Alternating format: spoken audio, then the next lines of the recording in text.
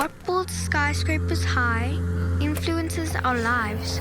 Что делают высокими небоскребы, влияет на нашу жизнь. Но не слышите ли вы, как кричат наши леса? То, что объединяет нас, позволяет предсказывать погоду.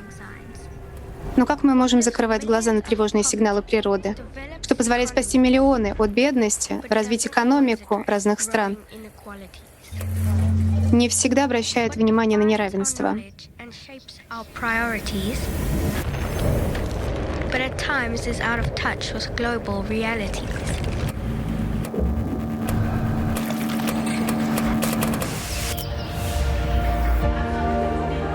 Education is the answer and holds the key.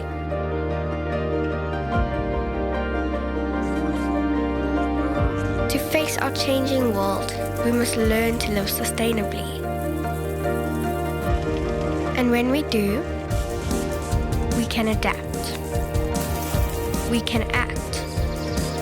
We can respond to our future with far greater impact. For the survival of our planet, we need to learn for our planet.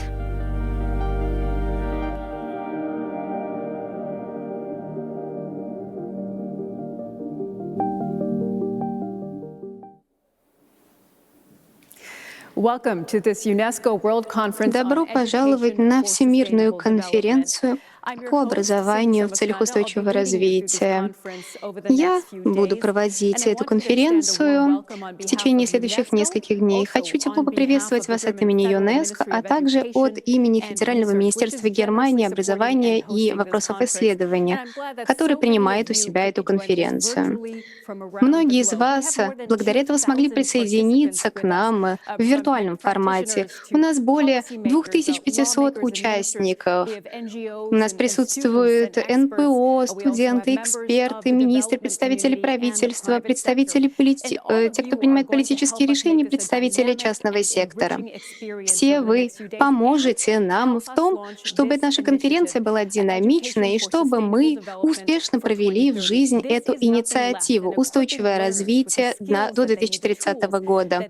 Это даст необходимые инструменты учащимся для того, чтобы мир стал более устойчивым, чтобы как экологическое образование стало стержнем образовательных программ во всем мире. Министерство и ЮНЕСКО открыли для вас эту возможность обсудить разные вопросы в течение следующих нескольких дней. Мы хотим подготовить эту рамочную программу. Мы хотим необходимую энергию для этого. Вы видите, что у вас на экране есть возможность включиться в чат. В частности, она есть в самом Zoom. Поэтому, пожалуйста, сообщайте нам о проведении конференции и о вашем впечатлении в комментариях. Примечание переводчика — плохой звук и пропадает изображение. Вы можете писать свои соображения в Твиттере. Также можете подписаться на нас в LinkedIn. Хочу сказать несколько слов о переводе. У нас есть перевод на несколько языков: английский, немецкий, испанский, французский, арабский, русский. Если вы хотите выбрать язык, то вам нужно внизу в нижнем правом углу экрана кликнуть на глобус. Мы надеемся, что вы сможете посетить максимальное количество мероприятий. Конференция официально объявляется открытой, и сейчас перед нами выступит генеральный секретарь ООН, генеральный секретарь ЮНЕСКО. Госпожа Меркель, ваше превосходительство, дамы и господа. История человечества становится противостоянием между образованием и надвигающейся катастрофой. Уже в 1920 году Герберт Джордж Уэллс, автор «Войны миров», предупреждал о тех опасностях, которые нависли сегодня над нашим миром. В 2021 году нас ждет не война миров, но война против нашего мира, война нас самих с самими собой. Это война, которую мы наверняка проиграем. Наша конференция происходит в этот поворот поворотный момент. Я благодарю Германию за проведение этой конференции. Наша планета достигла точки невозврата. Последнее десятилетие было самым жарким за историю, на всю историю наблюдений. Возможность океанов поглощать СО2 почти исчерпана. Миллионы видов животных находятся на грани исчезновения. В то же самое время экологический кризис приводит к другим кризисам — социальному, экономическому, геополитическому кризисам. В 2019 году в результате стихийных бедствий 24,9 миллионов людей в 140 странах были вынуждены покинуть свои дома. Это почти все население Австралии. Слишком долго мы были безразличны к тому, как биоразнообразие и красота нашей планеты исчезали. Слишком долго мы не обращали внимания на то, что здоровье человечества зависит от здоровья окружающей среды. И пандемия — это мрачное напоминание об этой правде. Мы слишком долго делали все как обычно. Но сегодня наша голубая планета стала кроваво-красной. И здесь я ссылаюсь на название недавно вышедшей книги министра Лорена Фабиуса. Мы должны и можем изменить нашу экономику, наш образ жизни, то, как мы мыслим, для того, чтобы создать ценности, основанные на уважении к природе. И эта работа по изменению своего поведения в долгосрочной перспективе возможна только за счет образования. Ваше превосходительство. Для этого у нас есть хорошая стартовая площадка. Прошло 15 лет с момента запуска десятилетия ООН в области образования в интересах устойчивого развития. И наше поведение стало меняться. В результате этого десятилетия была принята глобальная программа действий ЮНЕСКО на период 5 лет. Были мобилизованы более 100 партнеров, которые помогли более 37 миллионам учащихся, 2 миллионам преподавателей, предоставив им необходимые знания по этому вопросу. Повестка 2030 позволила также определить цели устойчивого развития. Во главу угла этой повестки была поставлена СУР-4 — образование. Это позволило сделать повестку настоящим инструментом для достижения устойчивого развития. И государства, признав ее существование, также признали, что перед нами стоит настоящий вопрос выживания. Нам осталось 10 лет до 2030 года, и мы опаздываем.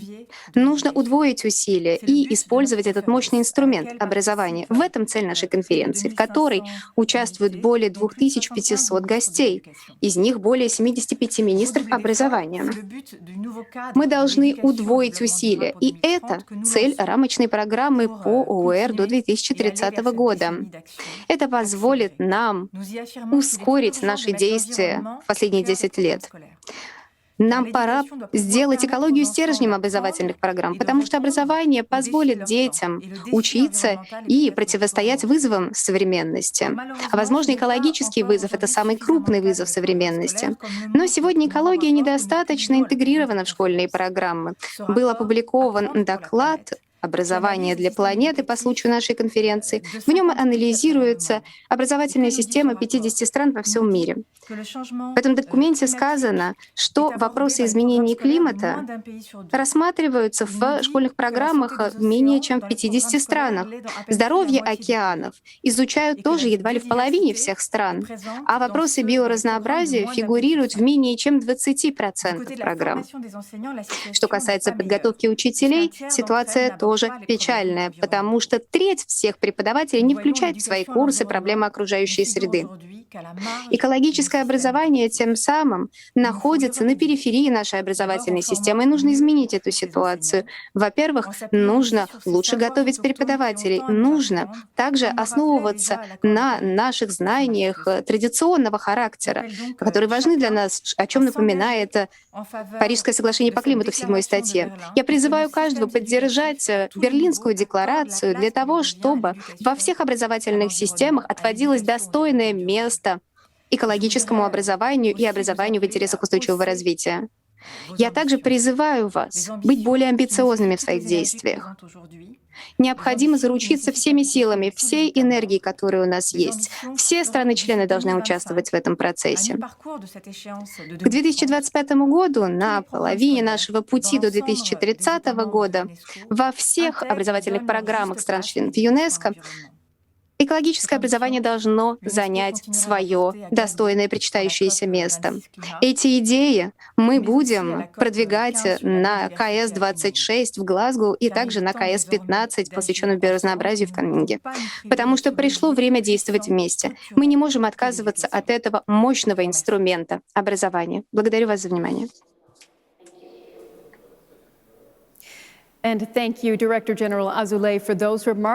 Благодарю генерального директора ЮНЕСКО за замечание.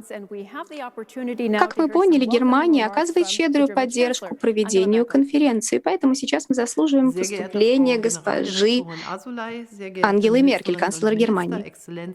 Госпожа Азулей, уважаемые министры, ваше превосходительство, дамы и господа, тепло приветствую вас на конференции ЮНЕСКО по вопросам образования в интересах устойчивого развития. Это возможность для мира, для всех нас, для общества взять на себя ответственность и действовать в целях достижения более устойчивого будущего. Перед нами стоят грандиозные задачи. В частности, это программа ООН по устойчивому развитию на период до 2030 года. Нам необходима профессиональная подготовка в области устойчивого развития для того, чтобы образование стало доступным для всех людей в мире. В Германии существует широкая сеть учреждений, которые работают над этим вопросом, и устойчивое развитие неразрывно связано с гражданским образованием, с образованием для молодежи и образованием на протяжении всей жизни. У нас есть демопроекты и мероприятия, нацеленные на систему высшего, в том числе образования, Центр повышения квалификации и другие центры. Германия делает многое для достижения устойчивого развития. Эта программа, тем не менее, должна реализовываться для всего мира, и поэтому я рада, что наша конференция привлекла столько участников. Достижение ЦУР неразрывно связано с достижением всех 17 целей устойчивого развития, и наша конференция станет важной частью на пути к продвижению достижения ЦУР. Благодарю вас всех за ваши усилия и работу и желаю вам успешного проведения конференции. Спасибо. Благодарю канцлера Германии Ангелу. Возможно,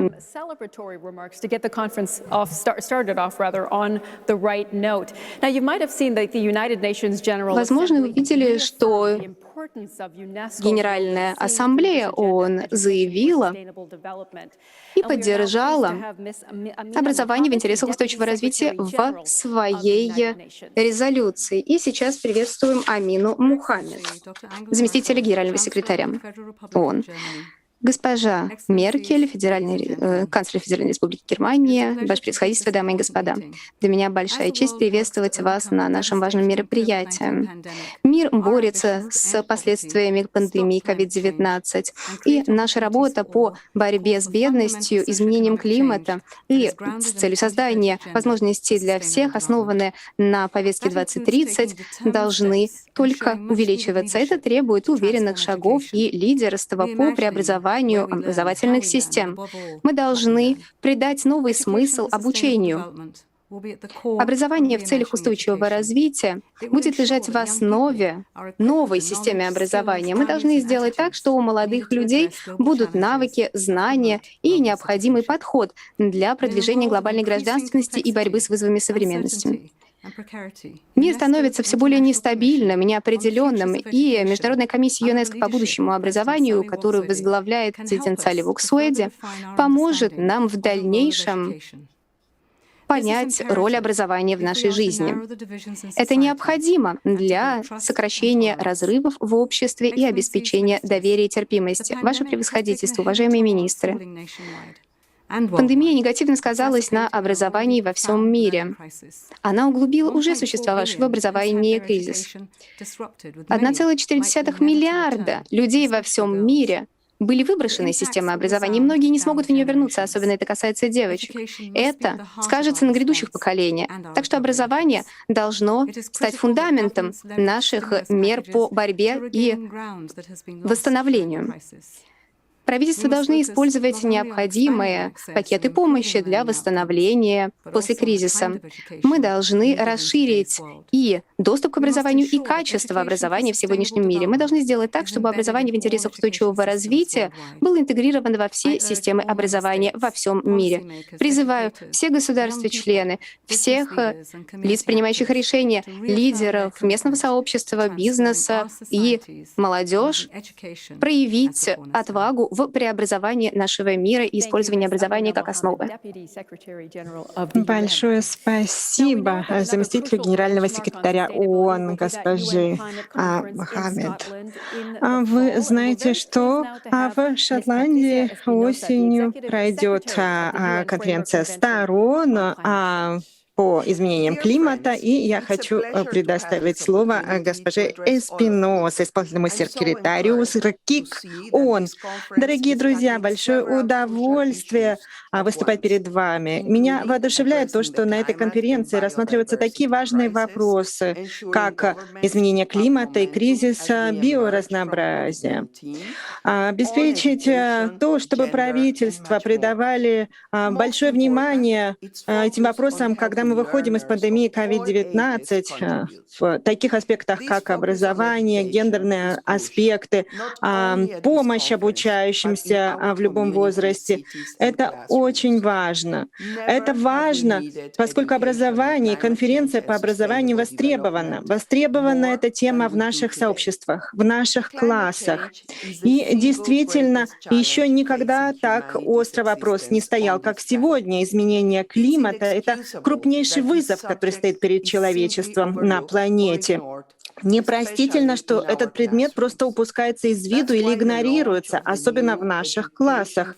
Поэтому запуск нового направления образования в целях устойчивого развития для того, чтобы достичь цели устойчивого развития, это крайне своевременно. Изменение климата — это не только одно из направлений для цели устойчивого развития.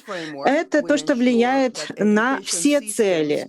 И данные рамки позволят обеспечить то, что системы образования будут поддерживать учащихся всех возрастов, чтобы они вносили активный вклад в создание более устойчивых обществ и здоровой планеты. Я очень рада тому, что выводы данной конференции будут использоваться на конференции сторон 26 позже в этом году в Глазго. Для того, чтобы конференция сторон КОП-26 была успешной, нам нужны четкие результаты во многих направлениях, включая и программу работы для действий, для того, чтобы справиться с изменениями климата. Очень важная часть Парижских соглашений касается образования об изменениях климата. Подготовка, которая бы учитывала проблематику изменения климата, повышение осведомленности по теме политики в области изменения климата крайне важно. Очень важно, чтобы дети и молодежь воспитывались как ответственные граждане, чтобы все граждане укрепляли свои возможности перехода к низкоуглеродной экономике и устойчивому обществу перед лицом изменения климата. Это навыки обучения для всех людей, которые полезны в течение всей жизни. И очень важно мочь проявлять вот такую гибкость в отношении изменения климата. Конференции признают, что изменение климата не является статическим явлением, и будут развиваться, и будут другие стихийные проявления. Мы должны адаптироваться, мы должны действовать гибко, мы должны обеспечить то, чтобы, когда правительство реагирует на COVID-19, уделялось внимание и гендерным вопросам и цифровому разрыву. К сожалению, разрывы растут, поэтому образование так важно, в том числе образование, которое уделяет внимание устойчивому развитию и изменениям климата. Мы должны удостовериться в том, что женщины, девочки не только участвуют в беседах по изменению климата, но и играют ведущую роль в реагировании на эти изменения и сейчас, и в долгосрочной перспективе. Очень высоко высоко я ценю наше партнерство с ЮНЕСКО. Мы ожидаем укрепления такого партнерства, а также взаимодействия с другими участниками на данной конференции, не только в преддверии конференции сторон 26, но и после нее, для того, чтобы обучение в течение всей жизни и реагирование на изменения климата в целях устойчивого развития стало подлинным процессом в течение всей жизни. Именно таким образом мы сможем построить более зеленый, процветающий и справедливый мир для всех. Большое спасибо. Большое вам спасибо, госпожа Эспиноса, за ваше заявление ЮНЕСКО. И вся система партнеров не только запускает такую конференцию, но и стремится к конкретным результатам. Берлинская декларация — это ключевой ожидаемый результат. И у вас есть соответствующий документ на веб-странице на нескольких языках. Вы можете по ссылке ознакомиться с этим документом, и у вас будут определенные возможности высказаться по нему. Обращая внимание на экологические аспекты развития, хочу сказать, что 3 выдающихся участника выступят с докладами. Лоран Фабиус, председатель Конституционного совета, и он был ведущим на конференции сторон 21. Давайте услышим, каков его взгляд на возможное достижение прогресса. Большое спасибо. Здравствуйте. Я надеюсь, что вы меня слышите. Я хочу прежде всего поблагодарить ЮНЕСКО в лице генерального директора госпожи Азуле и Германию за проявленную инициативу проведения данной конференции, которая, мне кажется, очень важной. В Франции министр образования подробно объяснит, что мы делаем для развития образования в духе устойчивого развития.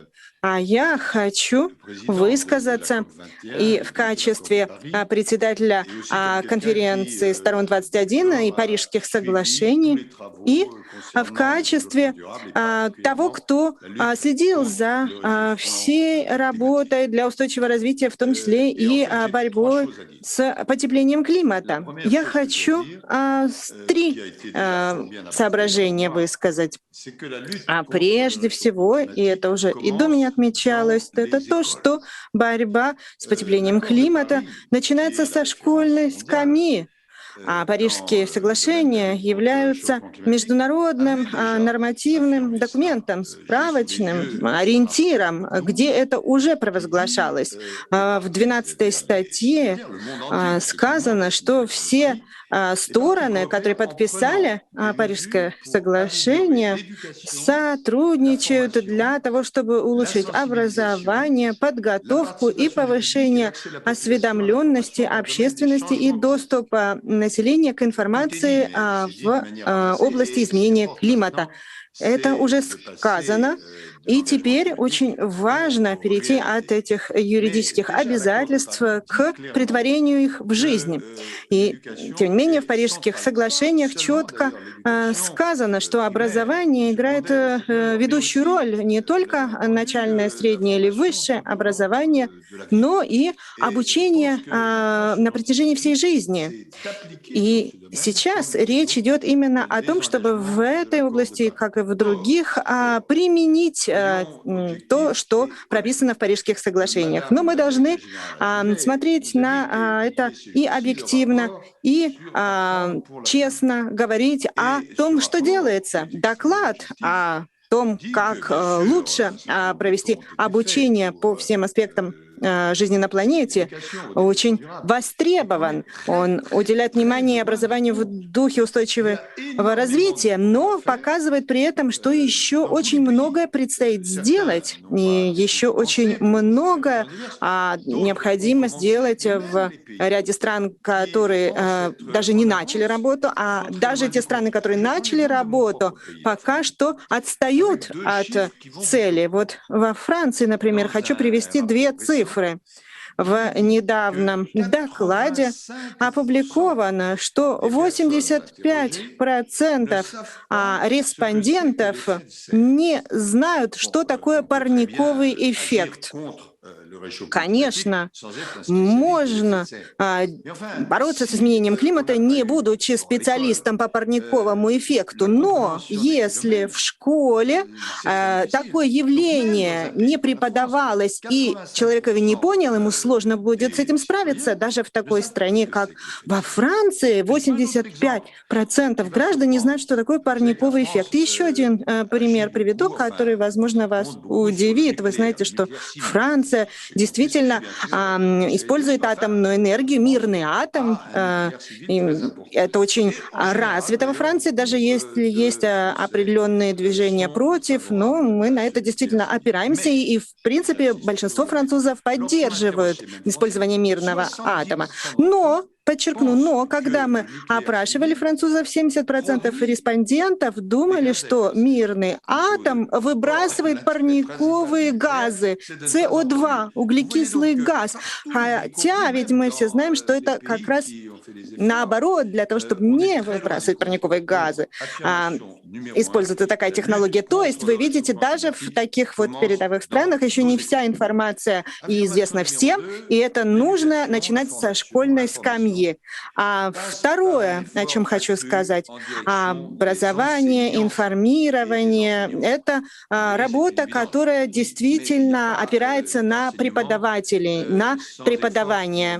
И, конечно, преподавание без усилий для самих преподавателей тоже невозможно. Конечно, речь идет и о финансовой поддержке, но и не только. Были определенные различные элементы в преподавании, которые были учтены, но не до конца.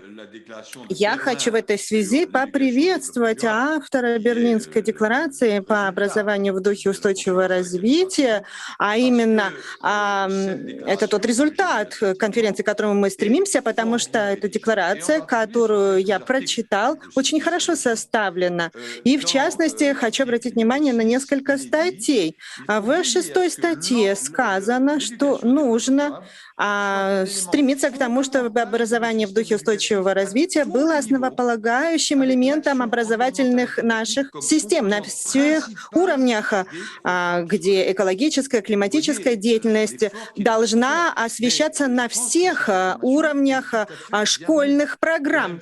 Вы видите эту информацию? Я приветствую. Таким же образом Берлинская декларация говорит, что образование в духе устойчивого развития, ОУР, должно быть включено на всех уровнях образования, от дошкольного до высшего, включая и профтехобразование, и формальную и неформальную подготовку, обучение взрослых. Это совершенно справедливо. Берлинская декларация признает важнейшую роль преподавателей и подчеркивает, что важно использовать потенциал новых технологий, цифровых и зеленых.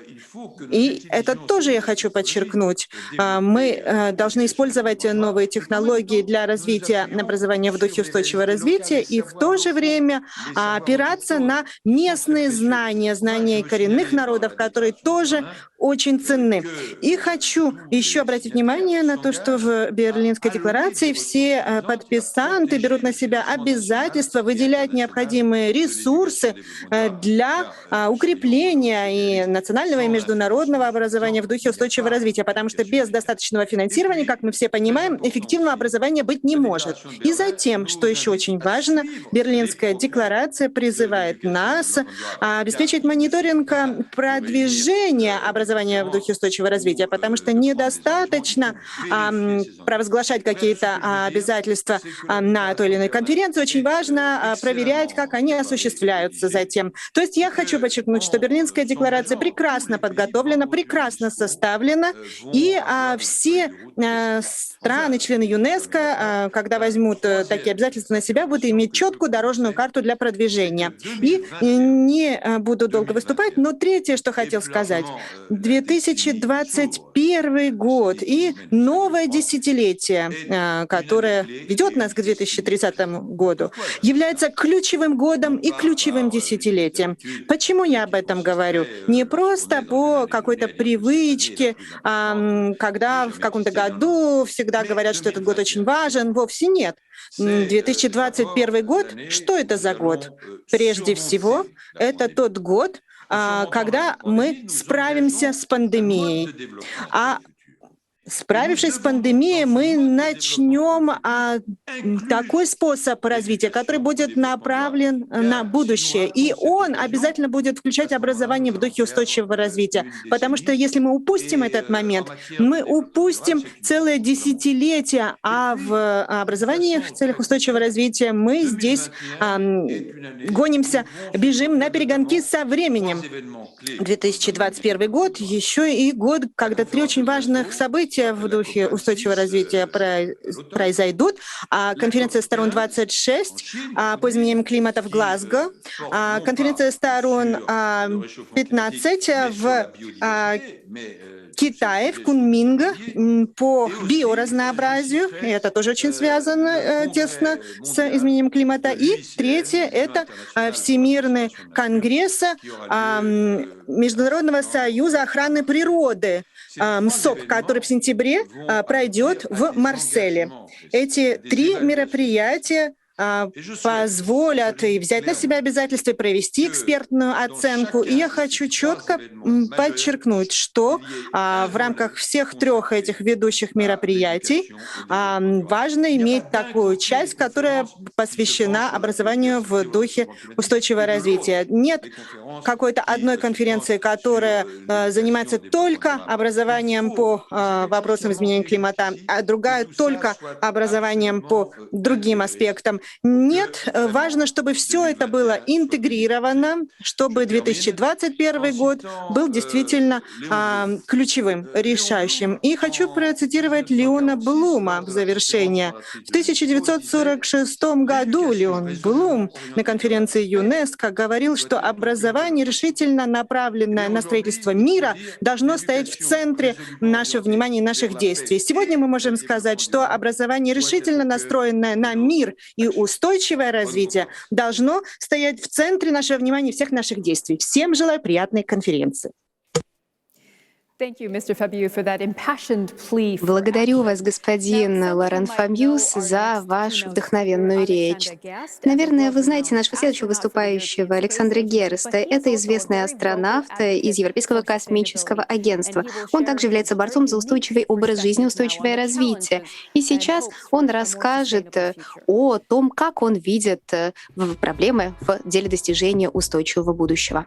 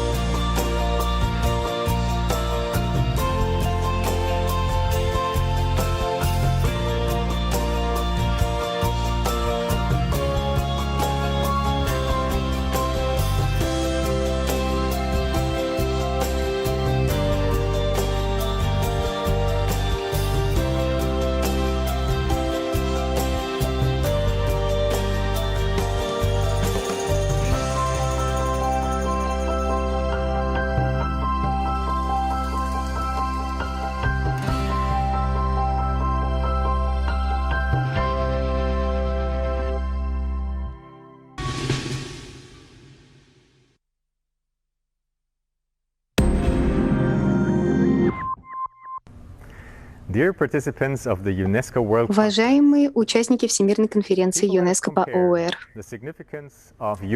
люди сравнивали значимость полета Юрия Гагарина с событием, когда первая рыба вылезла из воды на берег миллионы лет назад. Это очень значимое событие в жизни человечества, которое мы будем помнить на протяжении тысячелетий, если человечество еще будет существовать через несколько тысяч лет. Это любопытство к жизни, желание открывать новое, исследовать окружающий мир. Это то, почему мы, люди, открыли новые континенты на нашей стране, на нашей планете, то, почему мы посетили Антарктику, то, почему мы полетели в космос. И исследование приводит к тому, что сейчас человечество развило потрясающие программы. Мы изучаем космос, и нас ждет новое, прекрасное Вселенная, нас ждут посещения Луны и Марса. Мы развиваем науку, новые технологии для того, чтобы улучшить жизнь на Земле. Мы вдохновляем молодые поколения. Мы работаем с жителями других континентов и стран. Окружающая среда приводит к тому, что мы вдохновляемся идеями устойчивости и хотим защищать нашу жизнь. Может быть, мы сможем чему-то научиться у Марса. Но, возможно, и это самое главное, мы должны что-то вернуть своей планете, что-то драгоценное. Когда я впервые полетел в космос в 2014 году,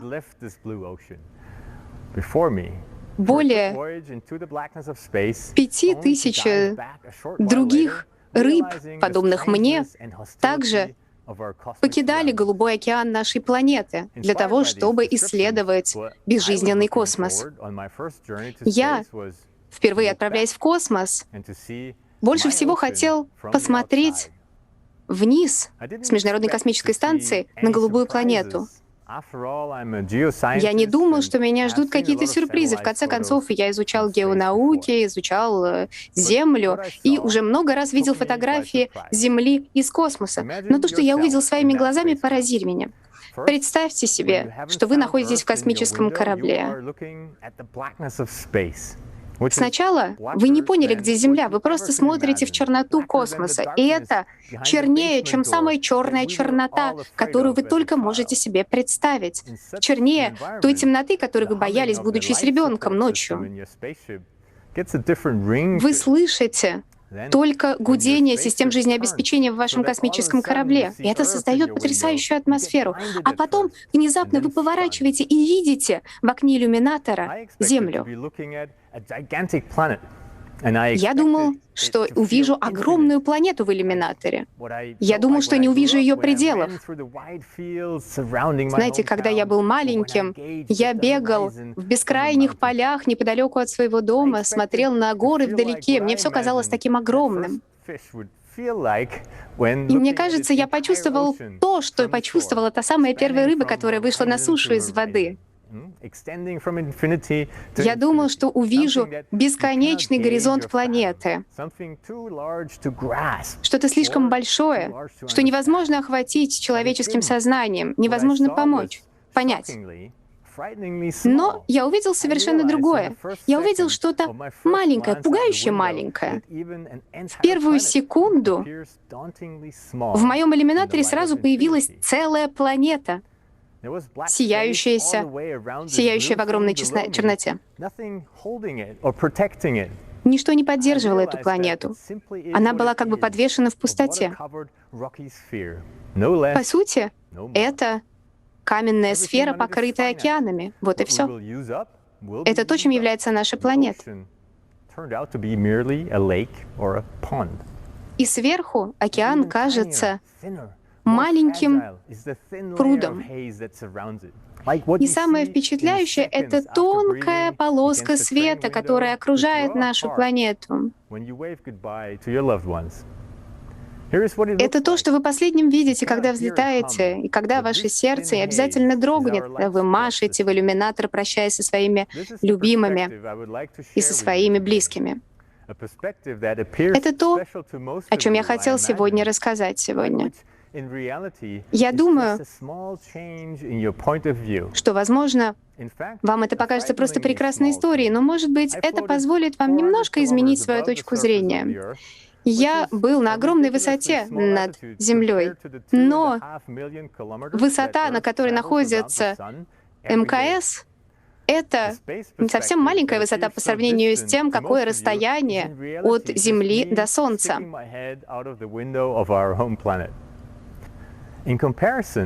В сравнении могу сказать, что Вселенная, которая окружает нас, во много раз больше, чем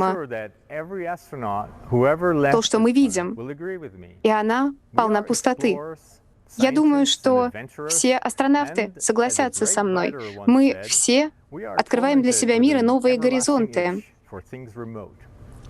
И нас всегда волнует то, что находится в отдалении, в космосе. Космос — самое потрясающее место, которое может посетить человек. Но когда мы возвращаемся на Землю, мы понимаем, что наша планета — это наш единственный дом во всей Вселенной. Это единственное место, потрясающее место, где может жить человек. Фотография, которую вы видите на своих экранах, это первая фотография, которую я сделала из космоса. Я назвала ее «Космическая улыбка». И я думаю, что первая рыба, вышедшая на сушу из океана, чувствовала именно то, что почувствовал я. Необходимость защищать свой дом. Вы такие же астронавты, как и я. Вы астронавты космического корабля «Земля». Мы с вами сейчас вращаемся вокруг нашей центральной звезды — Солнца. Мы все находимся на этом корабле «Земля».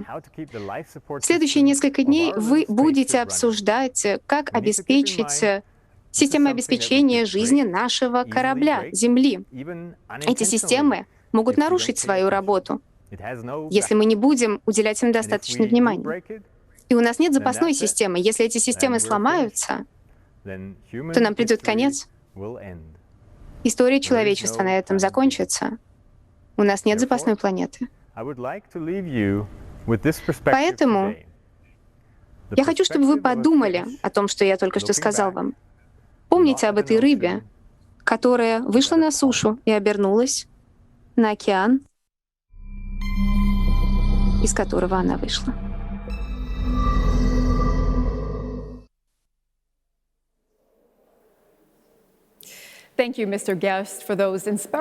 Большое спасибо, господин Герст, за эти воодушевляющие слова и снимки. Мы говорим об образовании в духе устойчивого развития и в этом десятилетии, и в дальнейшем. Поэтому хочу предоставить слово студенту госпоже Пандита Раджа Варандрана из Индонезии. Здравствуйте, я хочу представиться. Меня зовут Раджа, мне 16 лет, я из Индонезии. Я увлекаюсь учебой с самых первых лет школы, и меня всегда интересовали вопросы изменения климата и то, как мы можем на них реагировать. Но определенное время ушло на то, чтобы я поняла, что изучение недостаточно. Мы видим, что тоннами пластик плавает в океанах, и мы видим, как это загрязнение больно ударяет по нашей планете. В моей стране я вижу самые разные проявления загрязнения, мусор, отходы. И, к сожалению, они загрязняют природу. в том числе пластмассовые отходы. Это нужно прекратить сегодня.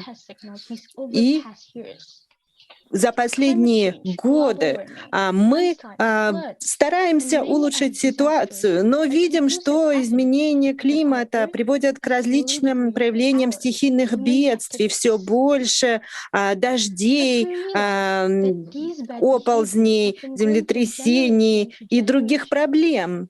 Ухудшение климата — это проблема, которая влияет на следующие поколения. И это влияет на нашу жизнь. Значит, нам нужно по-новому жить, по-новому подобрать образ жизни для устойчивого реагирования на изменение климата. Нам нужно даже больше, чтобы вновь обрести здоровую планету. Мы должны понимать, что мы не можем просто убить ту природу, которая дает нам жизнь. Нам нужно действовать во всем очень ответственно по отношению к нашей планете, поскольку это влияет на наш образ жизни, на наше будущее. Я так рада, что я и мои друзья, одноклассники, смогли участвовать в проекте по сбору мусора и уборке природы. И это конкретный опыт, который показывает, что можно улучшить нашу жизнь и наше будущее. А многие на планете ждут улучшений. И мы провели вебинар по обмену опытом утилизации мусора. И мы увидели, что очень многие участники хотят, чтобы все эти изменения произошли. Вот Джозефина из Португалии, ей было 17, сказала, что очень важно помнить о нашей планете и объединять наши усилия. Уси из Финляндии, например, говорил, что мы, благодаря знаниям, можем стать активными участниками изменений. Мохаммед из Бахрейна прокомментировал, что мы должны действовать сегодня, потому что без этих усилий мы можем истощить природу, и могут исчезнуть разные виды растений и животных. А в том числе мы утратим красоту природы и Бахрейна, и нашей планеты. Очень многие участники говорили о желании принять участие в такой природоохранной кампании. Вот, например, наш коллега из Мексики сказал, что наша планета — наш дом, и нет запасной планеты у нас. Значит, ее нужно охранять и беречь. То есть нам нужно, как говорят участники, образование в течение всей жизни, которое бы позволило приблизить нас к природе. Все эти ответы, все эти отклики показывают, что нельзя почивать на лаврах. Нужно начинать с самого себя. Небольшими шагами мы все сможем продвинуться и прийти к цели. Образование дает нам инструменты для этого. Обучение для нашей планеты повсюду, каждый день, во всем мире. И многие молодые участники, в том числе в моей стране, начали такие действия по охране природы. И образование должно нам в этом помочь. Если мы этого не сделаем, кто это сделает? Давайте улучшим нашу планету, обеспечим ее охрану для строительства лучшего будущего.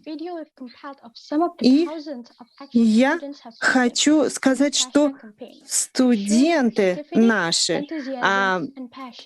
в результате нашего проекта с таким большим энтузиазмом помогли нашей планете. И вот наш лозунг. Спасибо.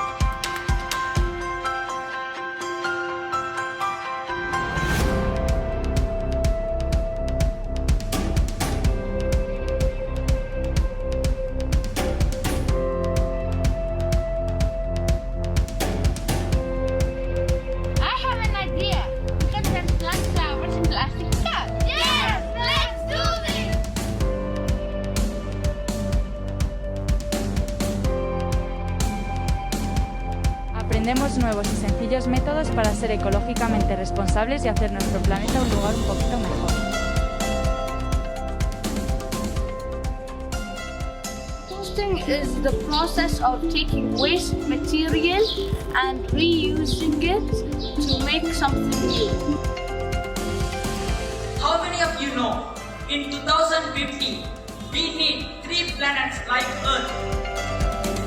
By asking the girls in the school to bring their uniforms in good conditions that no longer fit well to them. Next, we clean, fix, and sell them.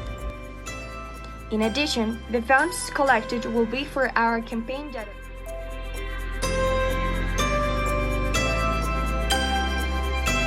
Todos sabemos que o planeta Terra tem-nos pedido ajuda, mas será que estamos a fazer o suficiente? Quanto mais teremos para tomar medidas e salvar o planeta?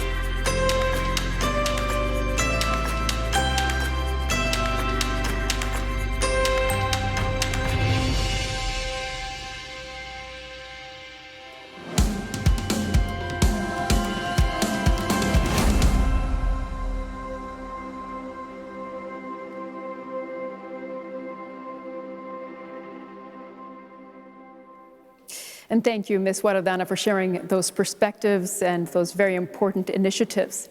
Now, I wanted to tell you about another opportunity to participate with us in this Хотела еще подчеркнуть, что у нас в День Земли ЮНЕСКО запустила глобальную кампанию «Узнать и выучиться для нашей планеты».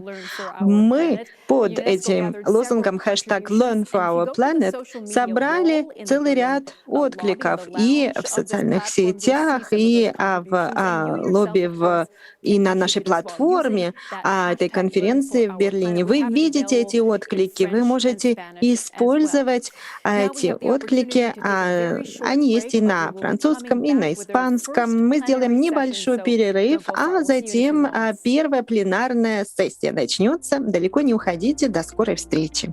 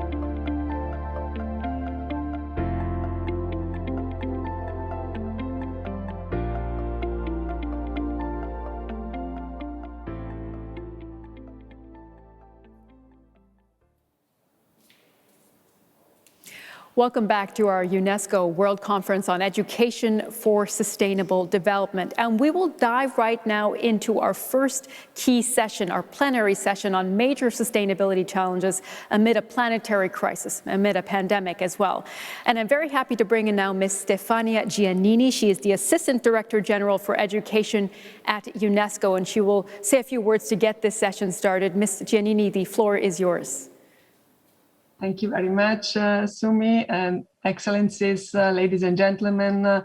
good morning, good afternoon, good evening, wherever you are, and welcome to the first session of the 2021 World Conference on Education for Sustainable Development. This conference had to be delayed for a year by the outbreak of the COVID-19 pandemic. And thanks to the commitment and excellent collaboration of our German hosts, we are able to hold it, albeit online, and that's great.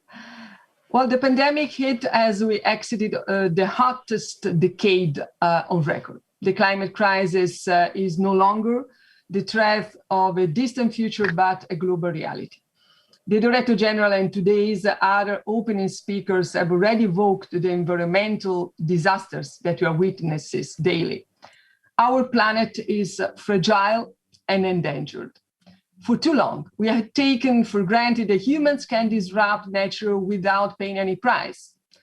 And we pay, we know, a very high price. We now stand on the precipice of multiple crises caused by our own behavior.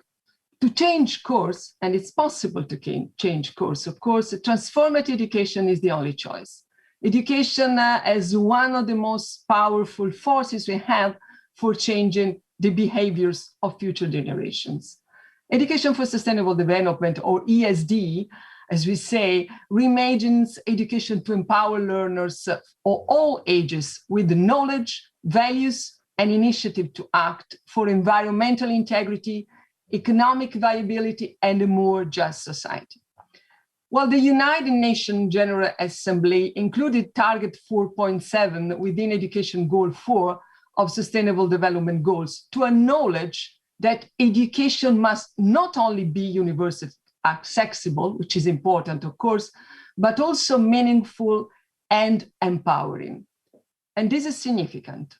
With the adoption of the new global framework on education for sustainable development, ESD for 2030, UNESCO member states collectively acknowledge that ESD is enabled to achieve the 17 global goals and to transform society, definitely. Much progress has been made over the past 15 years, from countries adopting ESD policies and integrating ESD in curricula to supporting whole school approaches to sustainability. On top of the nearly 40 million learners and million teachers reached through the Global Action Plan, our close to 100 GAP partner organizations supported over 3 million youth leaders, established 5,000.5 ESD activities by local authorities, and supported over 1,000.5 strategic policy documents at global, regional, and local levels. Now, we need to upskill our ambition. We need to upskill the success and mainstream ESD so that all learners can be active agents in the survival of our planet and be game changers. ESD for 2030 is a blueprint for governments, education stakeholders, civil society, and learners of all ages to reorient the goals of learning of this purpose of societal transformation. Transformation is vital to address climate change, mass loss of biodiversity, extreme inequality, the threat of future pandemics as well. This starts with transformative learning, which empowers people to transform themselves and to take action to transform the world. Our aim today is that by 2030, we will live in a world where governments have made sustainability and climate action core curriculum components at every level of education. Learners from all walks of life understand sustainability challenges, have the passion to work together to overcome them, and the ability to act for the benefit of people and the planet. Teacher training programs across the world empower educators and teachers as agents of change for social transformations. Young people in every country are provided with the skills that help them make their voices heard to shape policies about the future of the planet. And last but not least, every city and community across the world provides opportunities for everyone to learn to live sustainably in their daily lives. Well, the ESD for 2030 roadmap, as I have here, you can see, I hope, the green paper, of course, calls upon member states to take decisive leadership to mobilize stakeholders in these 5 key action areas and support their collaboration under coordinated country initiative. The aim is integrating ESD in learning at every level in every country in the world. It's an ambitious project, but we can get it together. Cross-sectoral collaboration is, of course, key. The education sector cannot advance alone, but must forge strong links with the environment sector, of course, and all other sectors that have an impact on sustainable development. In terms of government policy, this means collaboration also with finance, development cooperation, health, social services, transportation, and many others. So to say, is an holistic approach to ESD and through ESD. While UNESCO will support these multi-stakeholder country initiatives, as well as continue to enable networking of global partners through platforms and meetings. And this is about sharing good practice and being a kind of laboratory of ideas, which is our mission, our mandate. At the end of this 3-day event, you will be invited all to commit to this vision through the Berlin Declaration on Education for Sustainable Development. It's a plan of action to integrate ESD as a fundamental element, foundational element of learning at all levels, so 100% of the world's population can learn for people and the planet. The declaration, of course, will need to be implemented through global, regional, national, and local processes. It's a long process looking ahead to important milestones, such as the 2021 United Nations Biodiversity Conference, COP15, and the 2021 United Nations Climate Change Conference, COP26, and beyond. Well, to conclude, transformative education is a necessity to meet the multiple crises we face today, preparing us for others we may face in the future and bridge the rift with nature to stop potential crises before they can occur. For our survival and the future of our future generation, we must learn for our planet and act for sustainability. We have no time to lose. I thank you very much. Thank you very much, Ms. Giannini, for sharing that valuable input, particularly sharing UNESCO's perspective on this 2030 roadmap.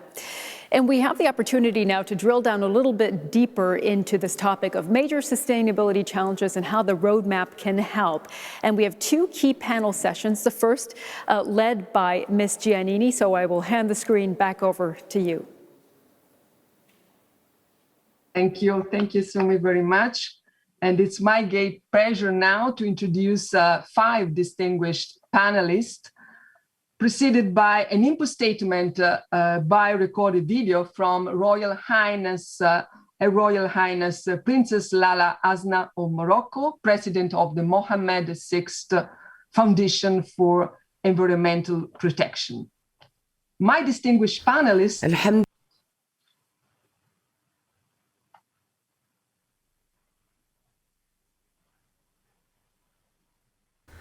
الحمد لله وحده والصلاة والسلام على مولانا رسول الله وآله وصحبه.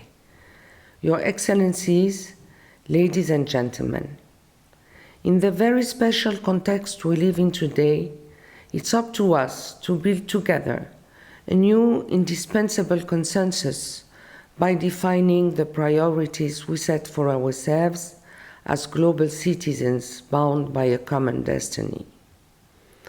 The COVID-19 crisis reminds us of the urgent need to achieve global, equitable, sustainable development that serves everyone.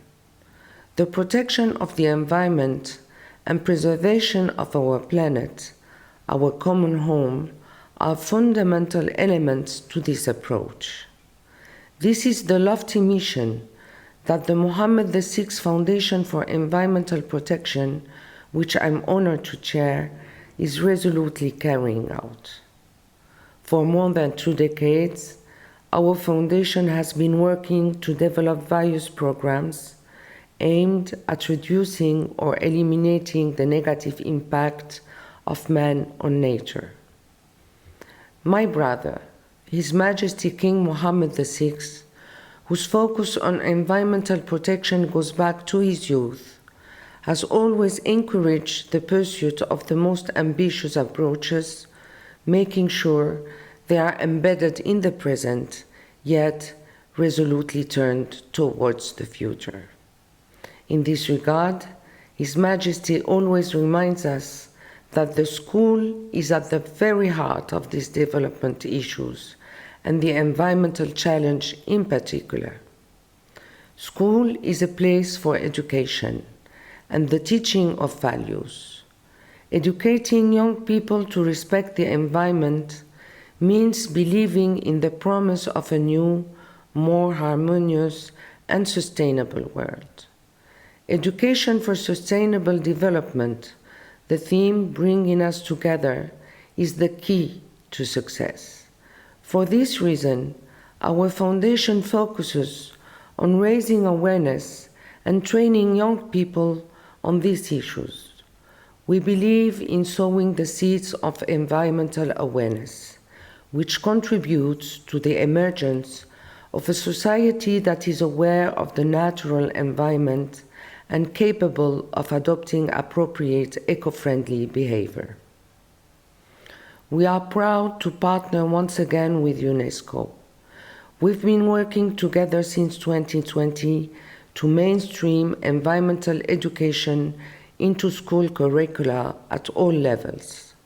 In this regard, Morocco is one of 3 countries in the world conducting a pilot for the UNESCO Global Schools program. Mobilization for environmental issues can only have a lasting effect if it becomes a natural part of initial training. Environmental education from an early age is therefore an essential priority. A generation separates us from the Rio Summit. It is imperative to examine the reasons that may have slowed the advancement of ESD in school curricula. Let's act and immediately implement this important measure. Let's make a firm commitment during this decade to establish education for sustainable development as an absolute priority. This is urgent. This is vital. Wassalamu alaikum wa rahmatullahi ta'ala wa barakatuh.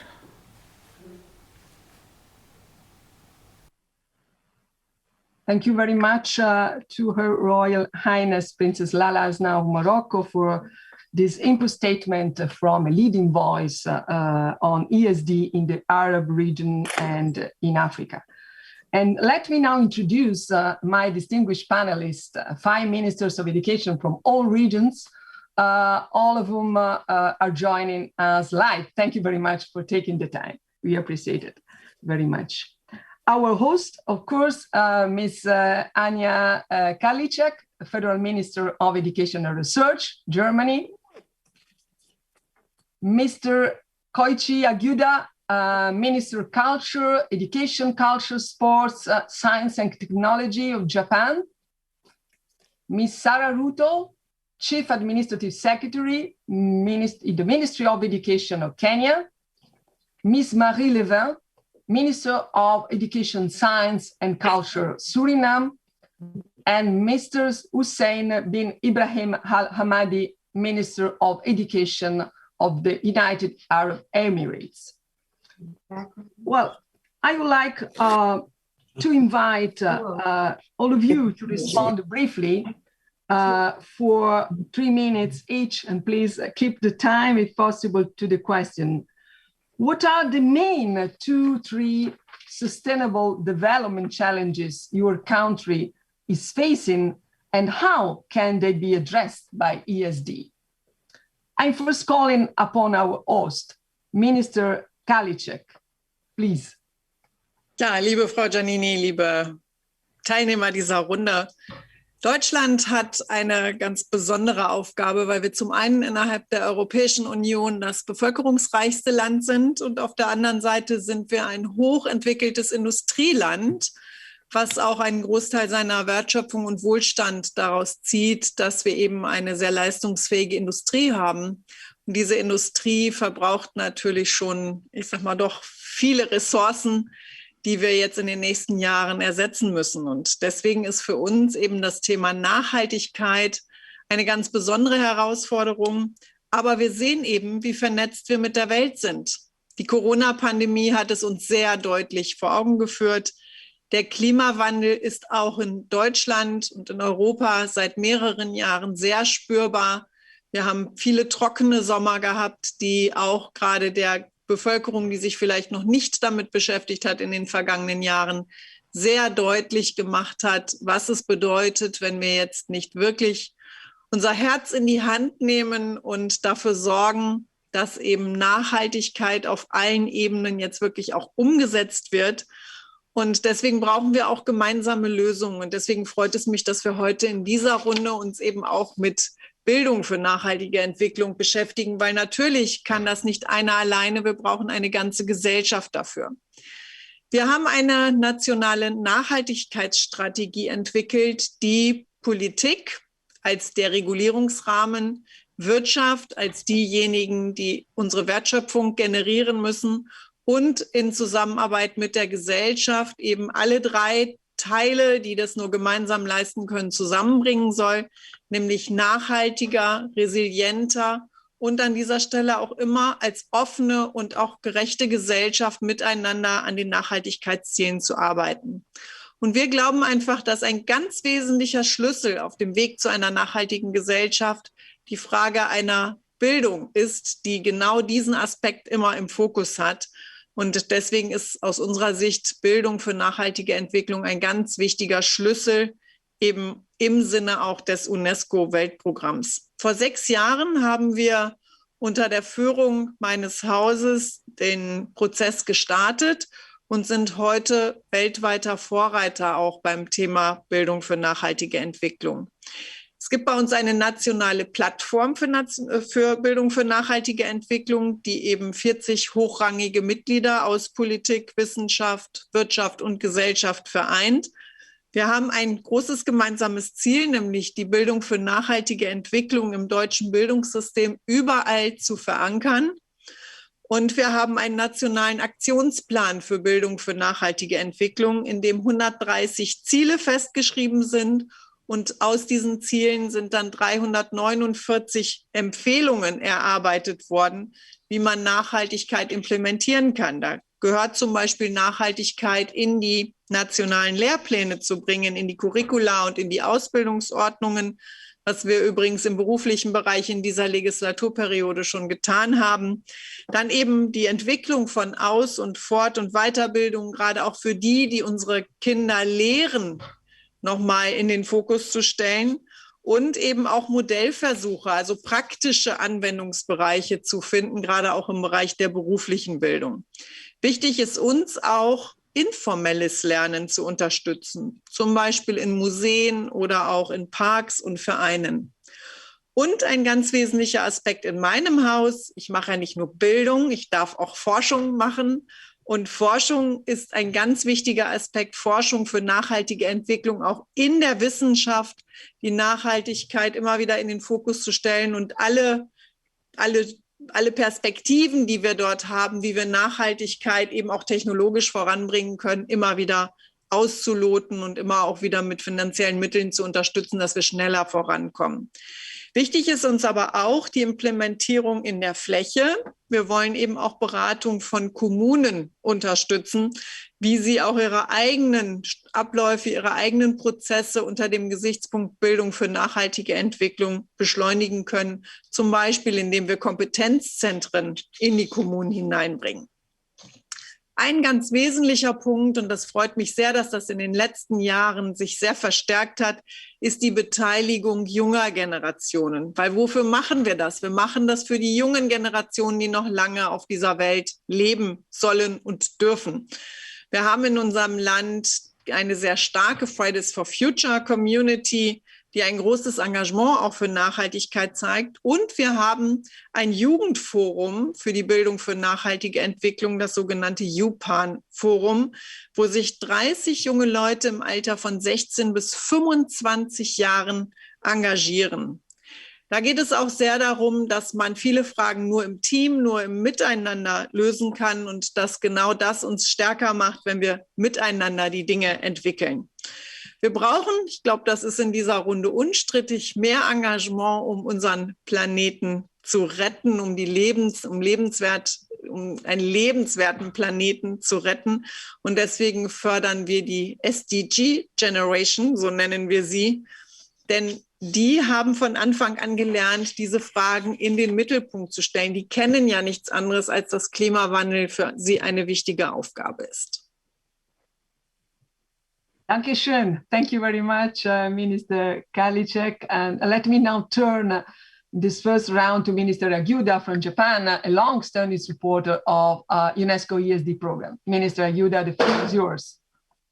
Please. Hi. Thank you very much. I am Hagiura Koichi, the Minister of Education, Culture, Sports, Science, and Technology of Japan. First of all, I'm very much pleased that this memorable conference is held today to kick off new international framework of ESG for 2030. And thank you for giving me the opportunity to discuss.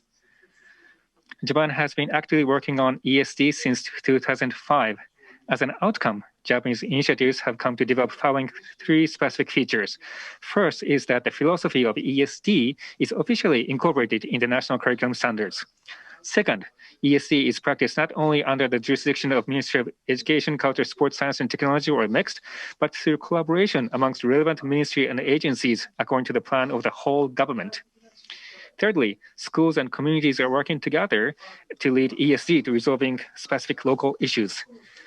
Today, Japan faces multiple challenges. One of the biggest is the declining birth rate and aging population in rural areas.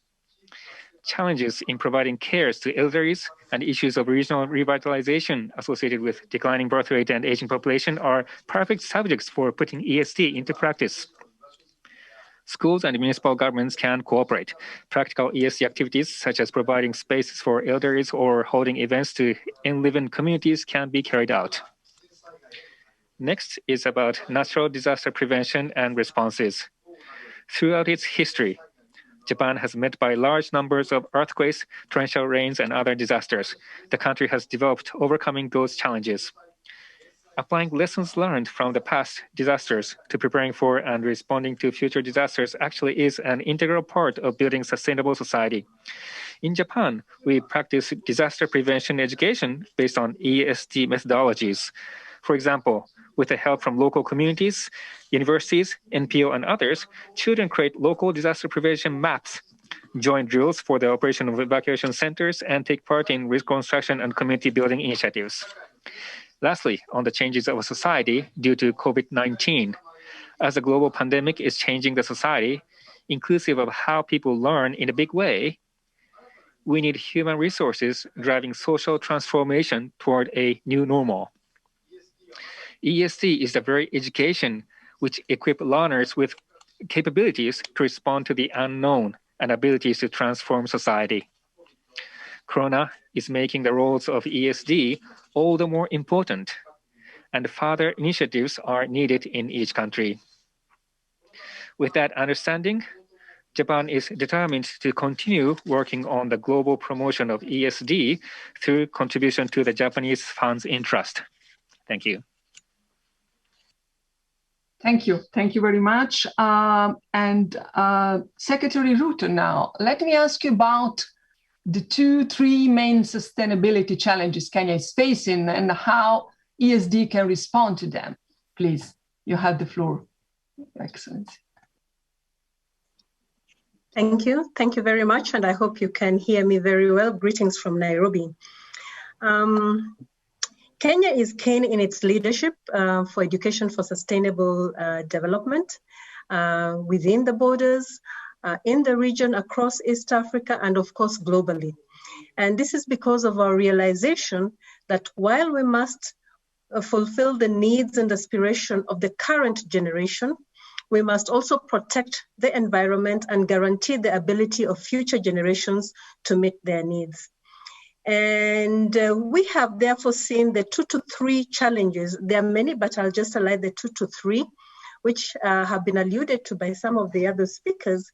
The first one is climate change. In the recent past, the country has experienced extreme and unpredictable weather, which scientists attribute to global warming. And this has had a detrimental effect on agricultural output, which in turn has had major knock-on effects on the overall economy, as agriculture constitutes a significant 25% of our economy. As a result, environmental matters have been brought to the forefront of public discourse. It is affecting everybody, it is in everybody's kitchen, and so it is important that even publicly, we are now talking about this. And education for sustainable development will help promote good practices that address climate change, including integration of greening in all the sectors. The second major challenge that we are witnessing is waste management related issues. And waste management offers a good opportunity to decouple economic growth from environmental degradation by transitioning to green economy that promotes the well-being of the people and the planet. It is estimated that Kenya generates about 22,000 tons of waste per day, which translates to 8 million tons annually. And it is estimated that 40% of this waste is generated in urban centers. Given our 10% increase in urbanization, which is expected by 2030, there is need to promote a strategic approach to this challenge. And ESD, which promotes policies and facilitates knowledge and development of skills, is going to be helpful in this matter. And the third challenge that I'd like to point out is preservation of our natural resources. Kenya is endowed with vast and diverse natural resources, including biodiversity, land, unique ecosystems, from our sea to the highlands to the mountains. So we are very well endowed. And Kenya's economy is founded on this natural resource base. Our constitution, the Kenyan constitution, imposes an obligation to every person to cooperate with state organs and other persons to promote and conserve the environment and ensure ecologically sustainable development and use of natural resources. It is, however, recognized that preservation of these resources remains a challenge due to inadequate use of innovative approaches such as recycling and reuse. And we see ESD providing an opportunity to allow this change of attitude. Therefore, in terms of how Kenya plans to implement ESD in our 2030 roadmap, I'd like to start by pointing out that we do have our Vision 2030, which is very much in sync with education for sustainable development, because it provides for the attainment of a nation living in a clean, secure, and sustainable environment. This is our Vision 2030. It's therefore driven by the principles we are talking about right now. So the three initiatives that I'd like to point out, which are going on and which will ensure that we not only have policy, but we also have practice that promotes education for sustainable development. The first one is the multi-agency approach that we have, where we are talking about enhancing coordination of actors in education for sustainable development. This demands strategic collaboration and networking among all actors, including the various government ministries and agencies, the academia, members of the civil society, the private sector, and communities. Key milestones towards a coordinated approach to ESD have been made through the establishment of regional centers of excellence in universities and other tertiary institutions, as well as targeted programs in school. There's been synergy amongst the actors, but a lot more could be done. So going forward, the ministry is focused on operationalizing a coordination framework with the Ministry of Environment, National Environmental Management Agency, known as NEMA, and other actors in education for sustainable development. And the intention is to harmonize all efforts, because when we work together, then the impact will be greater. The second thing which I'd like to point out, which is really helping in a perspective towards ESD and ensuring the practice, is the curriculum reforms that that are ongoing now, which have led to mainstreaming of ESD content in the curriculum. And the curriculum reforms are very exciting because they are about the future. Right from pre-primary, if we go to our curriculum, we have environmental activities about children understanding the value and growing up in the value of the environment. Very exciting activities are where they involve parents. And you have a parent, a home activity a child is given is that together with your parent or with your guardian, walk around the community, the environment, talk about what you are seeing, observe the sky. So these are very important. And I think as long as we do this, we will continue to have a generation of tomorrow that loves the environment and therefore will protect it. So that is very important. We have also previous clubs, practices like young farmers clubs that have gone, that are in our schools even up to today.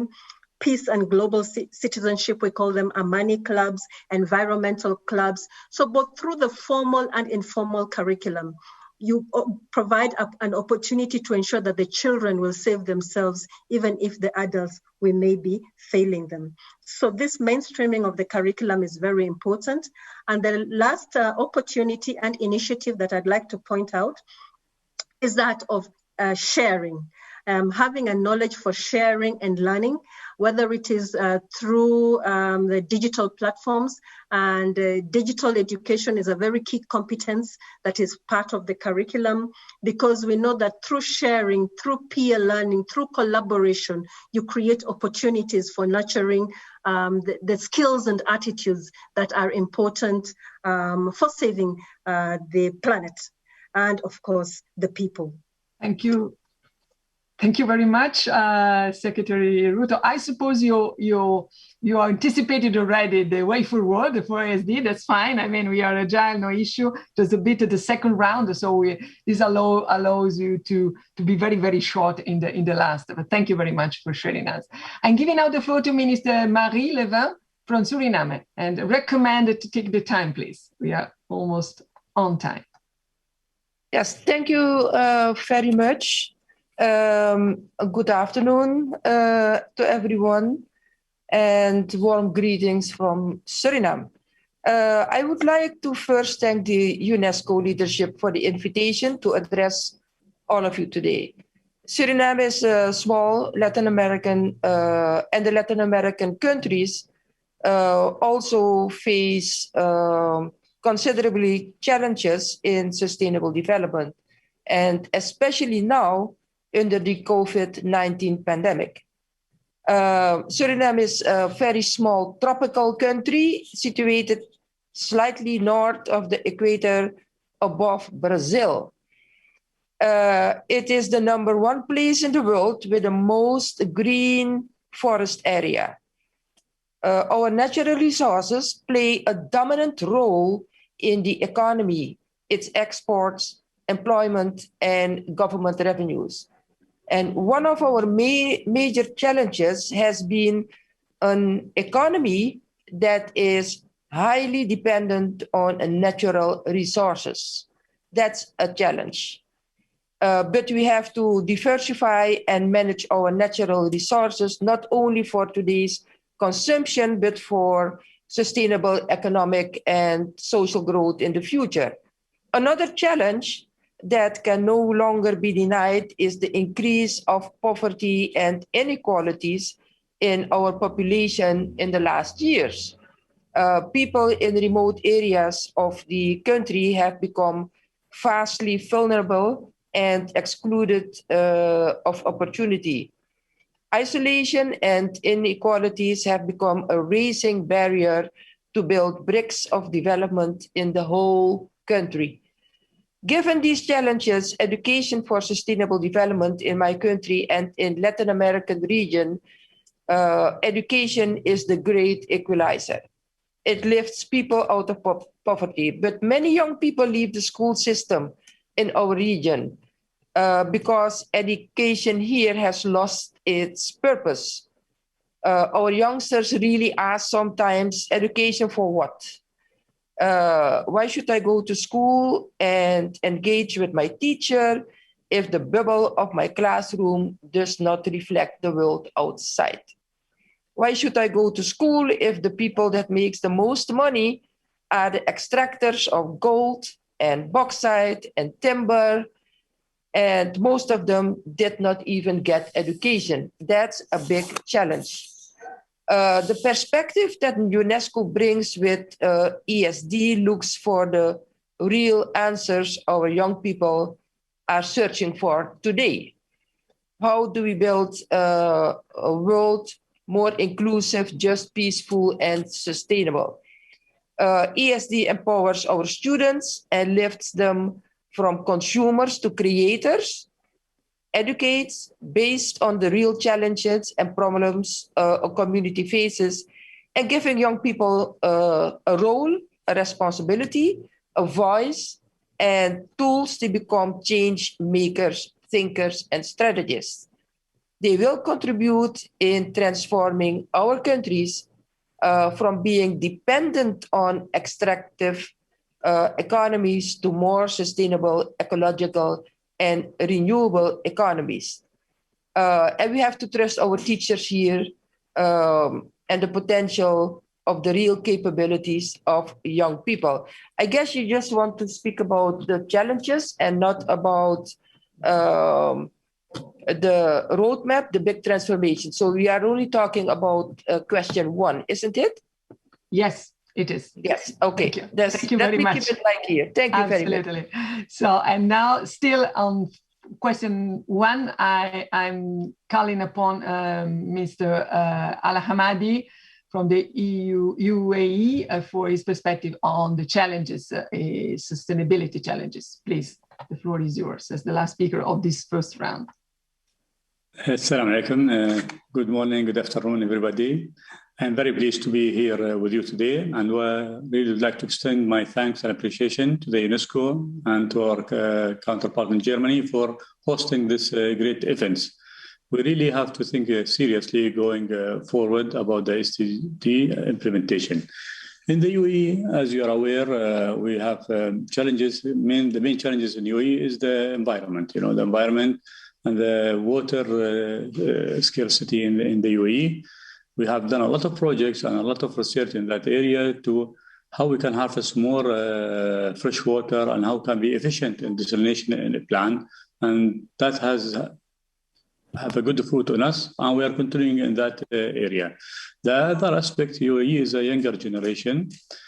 So with this technology and new generation kids that really they like to engage into digital platforms. So becoming engaged into different lifestyle, we need to bring them back to be active and sportive and good fitness. And we created a lot of programs to overcome this challenge.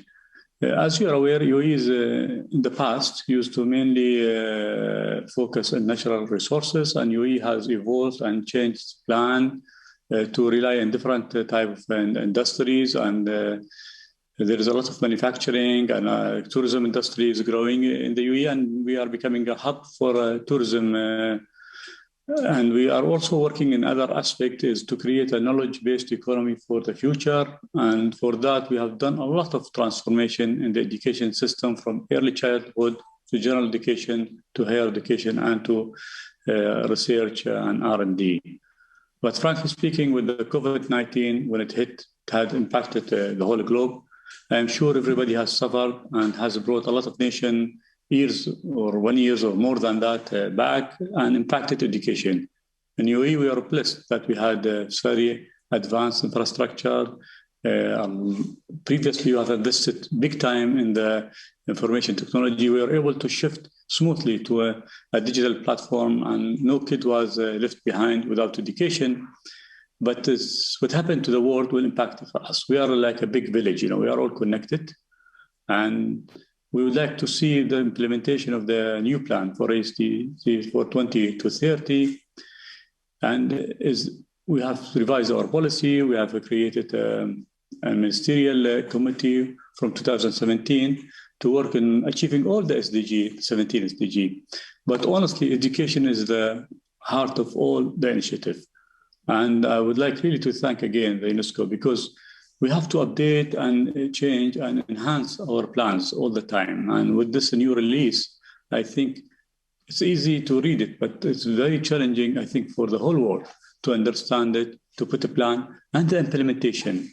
The implementation, I think the world must come together and cooperate in the implementation, because some nations, they are blessed, they have very good income, they can do it, but other nations, they are behind. But for us to succeed globally and save our environment, we have to work as one and support each other and work as a one team to have fruitful, sustainable future together. And we can hand over this earth from generation to generation.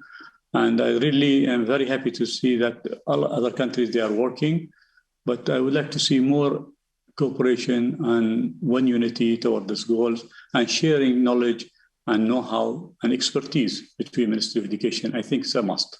Thank you very much. Thank you. Thank you very much. Thank all of you for these very insightful reflections. I think you already included in the first round, not only mentioning the challenges, but many of you already explained clearly solutions and approach. So I propose you can have a second round with a very, very short statement, focusing a bit more on the way forward for ESD. Thank you very much. And we try to stay on time, actually. Starting from Minister Karliczek, of course. Please, the floor is yours. But short is the biggest challenge, I think. Okay. Also Nachhaltigkeit ist ja ein globales Ziel. Und wenn wir das Ziel erreichen wollen, dann ist Bildung ein ganz, ganz wesentlicher Schlüssel. Und deswegen haben wir im Rahmen der deutschen Ratspräsidentschaft im letzten halben Jahr den Aufruf gestartet, dass wir als gemeinsamen Beitrag von den EU-Mitgliedstaaten etwas zu dieser Konferenz beitragen wollen. Und deswegen freue ich mich auch sehr, dass wir heute mit 17 anderen EU-Mitgliedstaaten, mit 17 Kolleginnen und Kollegen heute ein Commitment zu BNE abgeben können, was eben wichtige Maßnahmen für ESD 2030 dann in unseren Ländern realisieren soll. Das Thema wird jetzt innerhalb der Europäischen Union aufgegriffen.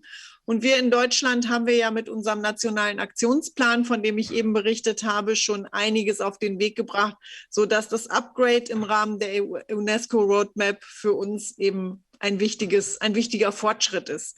Wir haben unsere partizipative Länderinitiative im Sinne des neuen UNESCO-Programms bereits ausgeweitet und haben unsere Aktivitäten auch in einigen Handlungsfeldern ausgeweitet. Wir setzen jetzt den Schwerpunkt auf die Verwirklichung der SDGs und eben auch, wir widmen uns auch der Frage möglicher Zielkonflikte, die in den SDGs entstehen und wie wir damit dann eben umgehen können, um wirklich zum Beispiel auch nachhaltigen Konsum fördern zu können. Wir wollen ein Bewusstsein schaffen, dass jeder eben einen Beitrag dazu leisten kann, im Sinne von transformativem Handeln. Auch unser eigenes Handeln immer wieder in Frage zu stellen, ist ein wichtiger Punkt.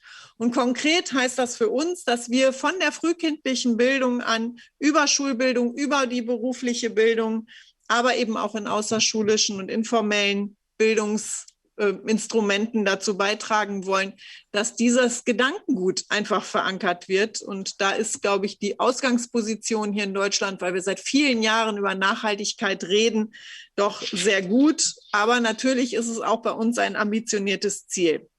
Die Digitalisierung wird einen eigenen Beitrag dazu leisten können, denn dort wird anders diskutiert und wir haben auch andere Möglichkeiten, heute Nachhaltigkeit umzusetzen, unter anderem, indem wir uns eben auch mit anderen Ländern, anderen Kulturen vernetzen und dafür auch dann gemeinsame Formate schaffen. Und die Corona-Pandemie, auch das war bei uns ein ganz großes Thema, hat natürlich gezwungen, alle Bildungssysteme darauf anzupassen, dass wir eben jetzt neue technologische Entwicklungen haben. Auch das ist unter Nachhaltigkeitsgesichtspunkten ein ganz, ganz großes Thema. Hochschulbereich und Schulbereich haben im letzten Jahr große Fortschritte in diesem Bereich gemacht. Aber eben auch der außerschulische Bildungsbereich ist für uns da ein großes Thema, war auch im letzten Jahr in großer Not. Und deswegen haben wir auch da in Deutschland einige Förderungen auf den Weg gebracht. Bildung und insbesondere auch Bildung für nachhaltige Entwicklung lebt in Deutschland auch sehr vom ehrenamtlichen Engagement, von der Beteiligung außerhalb unserer klassischen Strukturen. Und die BNE-Akteure setzen deshalb besonders auch mit der Frage des Verhältnisses zwischen Digitalisierung und BNE sich gerade stark auseinander. Das wäre vielleicht auch ein spannendes Thema für eine mögliche nächste Konferenz. Dankeschön. Thank you very much, and see you later in the 3 days conference. Now let me turn to Minister Aguda from Japan, please. The shorter, the better, Minister. Thank you. Sorry. ESDs. In considering ESD to achieve the SDGs, what is most important is for the entire world to promote ESD. While solving issues domestically is of course important, domestic activities alone will not bring us to achieving the SDGs. For that as a reason, Japan gives importance to driving ESD in the entire world under the new framework of ESD for 2030, working together with UNESCO Secretariat. Specifically, through the contribution to the Japanese Funds in Trust, we are to provide various support for promoting ESD, such as assisting formulation of country initiatives, building network among ESD stakeholders, and promoting female education. On the domestic front, in the national curriculum standards, nurturing of builders of a sustainable society is clearly stated as a goal. The government created a guide to promoting ESD for the teachers to use at their schools. To coincide with the start of ESD for 2030, we will have a new ESD national implementation plan developed this month. The new national implementation plan clearly states that ESD contributes to the achievement of all the 17 SDGs and is calling for specific actions, driving ESD globally, and enhancement of network among various ESD stakeholders are also aimed at in the plan. Under the ESD for 2030 as a new framework, Japan will continue to drive ESD both in and outside of Japan based on the new national implementation plan. Thank you very much. Thank you very much, Minister Aguda, and giving the floor immediately to Secretary Ruto from Kenya, please. Thank you very much. The unity of policies and practice is very important as we are thinking of going ahead, both national, in terms of the national priorities and also international responsibilities.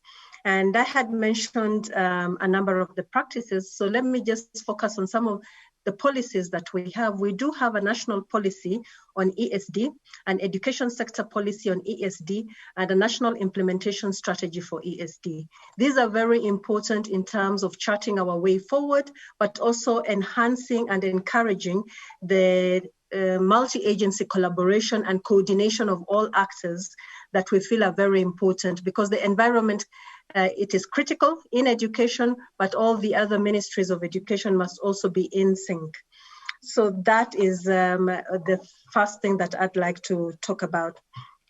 The second one, and in order to, as a continuation of some of the reforms that are happening, we are in a major educational reform in this country. Many know about the curriculum reforms. but there's a huge educational reform. And one of the reforms that I had not mentioned earlier on is the reforms in the teacher education. And this is very critical because we also want that in the schools, we have a pedagogical approach that recognizes and encourages education for sustainability. And this starts small, whether in terms of using learning materials that are from the environment that build rather than destroy. And so when as a teaching approach, we have the ethos of promoting this, and the curriculum has got the standards and curriculum content that encourages the children, then there will be the unity of both the formal and informal curriculum that we're talking about. So let me stop at that, unity of the policies, and continuing on with the reforms that bring together the people and the planet.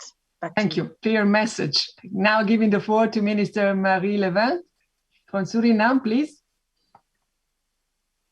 Thank you very much. Let me say upfront that for this big transformation, we need deep structural changes in our educational system here in Suriname. Part of our ESD roadmap relies heavily on 4 major actors. Policy-wise, as we speak, we are moving from a content-based system to a learner-centered education system.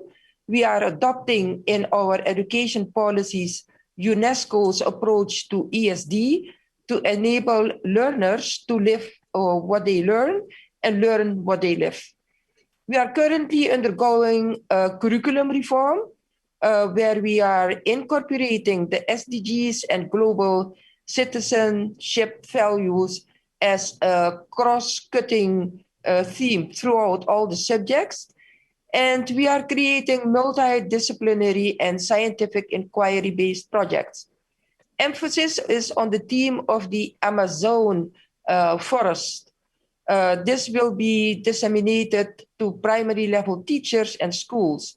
And I invite teachers, students, and researchers from all your countries to join us in Suriname to save our Amazon forest, which is a very large part of the country.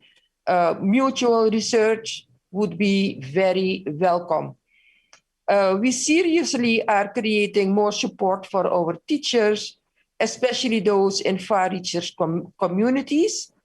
Technical and vocational education is a new track there is a new track on green careers, and that is in development. Also here, we are inviting you to cooperate with us to develop all these green careers in Latin America and the Caribbean.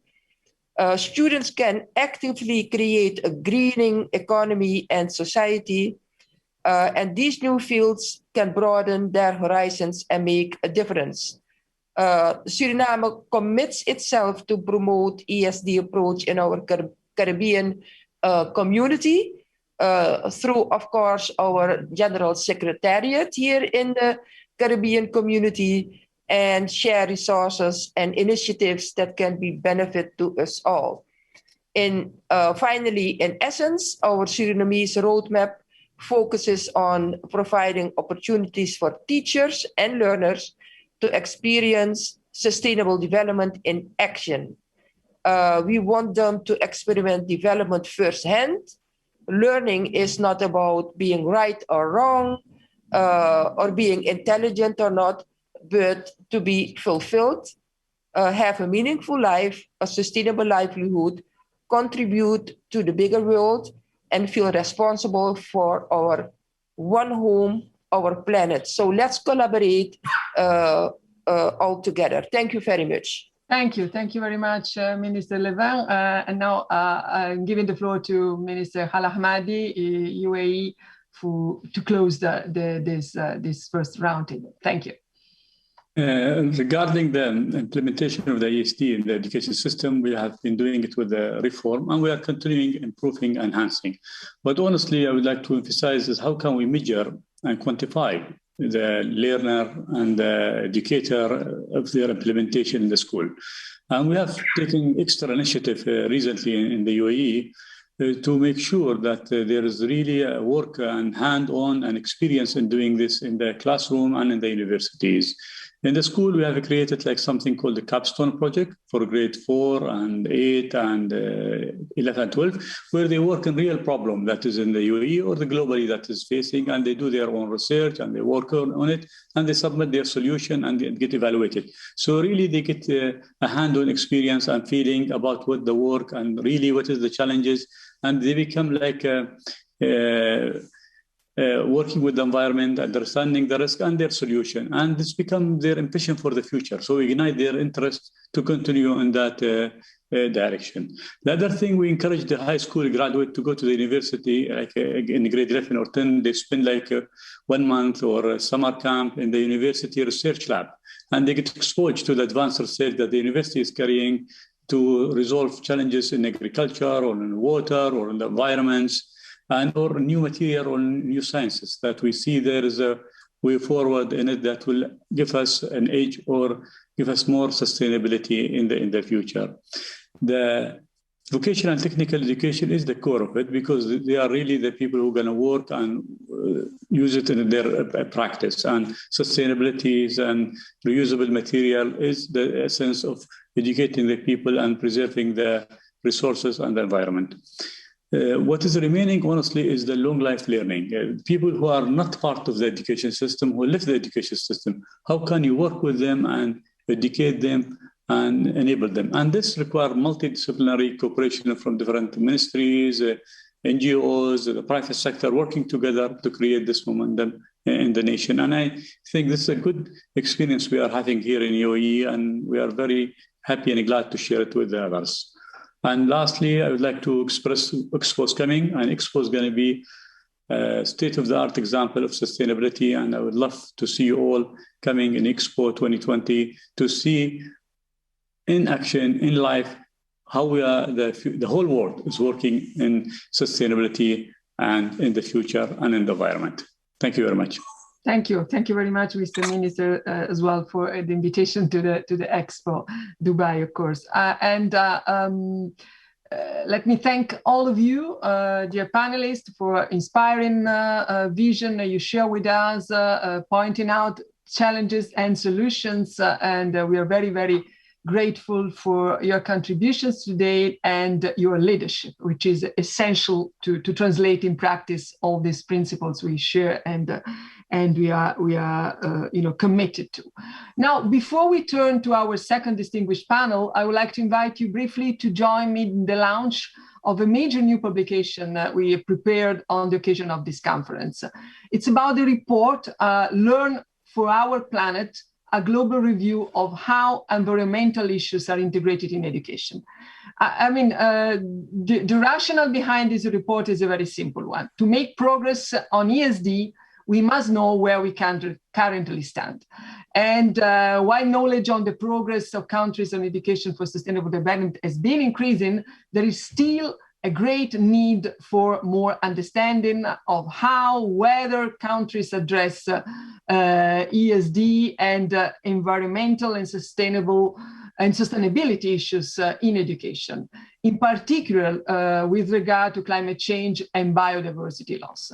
So to briefly present of the main findings of the report, it's my great pleasure now to invite Professor Aaron Benavot, the University at Albany State of New York, and former director of UNESCO GEM report. Professor Benavot prepared the report together with Professor Marcia McKenzie, University of Saskatchewan. And Aaron, you have the floor. Thank you. Thank you very much, Mrs. Giannini, and all the distinguished conference participants for this opportunity to present key findings from UNESCO's new publication entitled Learn for Our Planet, a global review of how environmental issues are integrated in education. This publication analyzes the extent to which environmental issues are integrated in official, primary, and secondary education policies and curricula in nearly 50 UNESCO member states from all world regions. The research was complemented by 20 in-depth interviews with key national and regional experts, as well as a global online survey of nearly 1,600 education personnel, mainly school teachers and principals, about education for sustainable development, which was conducted in 3 languages between September and November of last year. From the analyses of these materials, several significant findings emerge. First, the depth of integrating environmental issues in country policies and curricula is quite low, indeed little more than superficial. 45% of the educational policy and curricular documents that we studied made very little or no reference to environmental themes. Only 17% of the documents studied contained even a moderate focus on environmental themes. Second, more than half of the national education policies and curricula studied made no mention of climate change. Only 19% made reference to biodiversity.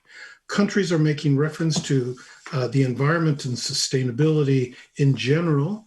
83% of the policies and curricula studied referred to the notion of environment at least once, and 69% mentioned sustainability. Third, over a third of the more than 1,500 respondents to our online survey indicated no inclusion of environment-related content in either pre-service or in-service teacher training programs. ESD themes such as ocean conservation, marine life, desertification, and extreme weather were least likely to be included in teacher training or professional development opportunities. Climate change, water, biodiversity, and air pollution were slightly more likely to be included. The picture emerging from these and additional results reported in the new publication is quite clear. We in the global education policy community are not doing enough to ensure that what we expect teachers to teach and students to learn addresses the urgent environmental challenges we are facing. Instances of good practice in policy and curricula, as reported by interviewees and some respondents, and clearly made reference to ministers in the previous session, are not being sufficiently translated into clear and well-integrated country policies and curricular expectations and lesson plans. Our recommendation is that much more emphasis needs to be given to environmental themes in education. In particular, there needs to expand attention to and training in education as it relates to climate change and biodiversity. Environmental learning should be integrated across the curriculum at all education levels. ESD themes need to be taught with a holistic pedagogy that goes beyond an exclusive focus on cognitive knowledge and scientific fact and aims to engage students socially and emotionally and in action-oriented learning and in participation about and in the environment. Both whole sector and whole institutional approaches are needed. Educational and curricular policies need to prioritize the comprehensive integration of environmental themes in everyday school life and draw on contributions by community actors, parents, and civil society organizations. Ministries of education and the environment need to work together to ensure that all teachers and school leaders are versed in ESD and are prepared to convert their understandings into transformative learning opportunities. And finally, it is critical that national governmental actors in both the environmental and education sectors better collaborate to raise ambitions and advocate action through global benchmarks, regulations, policies, programs, and events focused on education and the environment. We hope that this publication will motivate positive change through enhanced global commitments to education for sustainable development and climate change, and that when 2030 arrives, education will continue to support how we learn for our planet. My colleague, Professor Marcy McKenzie, and I invite you to read the new publication, and thank you for your kind attention. Thank you very much, Professor Benavot, and thanks all of you, Professor McKenzie as well. I suppose that the report will be really an excellent basis for our work in the coming years, together with our new ESD for 2030 roadmap. Thank you very much for joining us. Well, Excellencies, ladies and gentlemen, we now turn to the second distinguished panel today to discuss the way forward for ESD. To moderate the panel, I'm pleased to hand over to my colleague, Vibeke Jensen, Director of the Division for Peace and Sustainable Development at UNESCO. Vibeke, over to you. Thank you. Thank you. Thank you so much, Stefania, and good afternoon, good morning, good evening to everyone, and a very warm welcome to this second panel, where I'm delighted to have 4 distinguished speakers with me, all representing important stakeholders in ESD and transformative education. So let me first welcome Professor Jeffrey Sachs, Director, the Center for Sustainable Development at Columbia University, and President of the UN Sustainable Development Solutions Network, and one of UNESCO's very close partners in promoting SDG Target 4.7. I'm also pleased to welcome Andreas Schleicher, Director of Education and Special Advisor on Education Policy to the Secretary General of the OECD. As you all know, OECD plays a major role in policy advice and promoting quality and innovative education. And we are delighted to have Susan Hopgood. Good evening, Susan, President, Education International. EI, the global voice of teachers, has long been promoting ESD with its constituency and has now in particular scaled up its advocacy for climate education. And last but not least, Eleanor Terralonge, who has founded and directs the Climate Change Youth Council, a volunteer group in Jamaica. She's also a Jamaica Prime Minister's Youth Awardee for Environmental Protection. So a warm welcome to all of you. And just as we have been, the process we have been through during the first panel, I will also ask you 2 questions.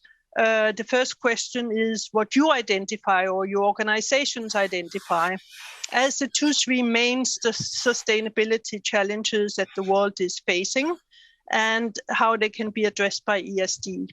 And I'm kindly asking you to stick to the 3 minutes allocated for this first round of interventions.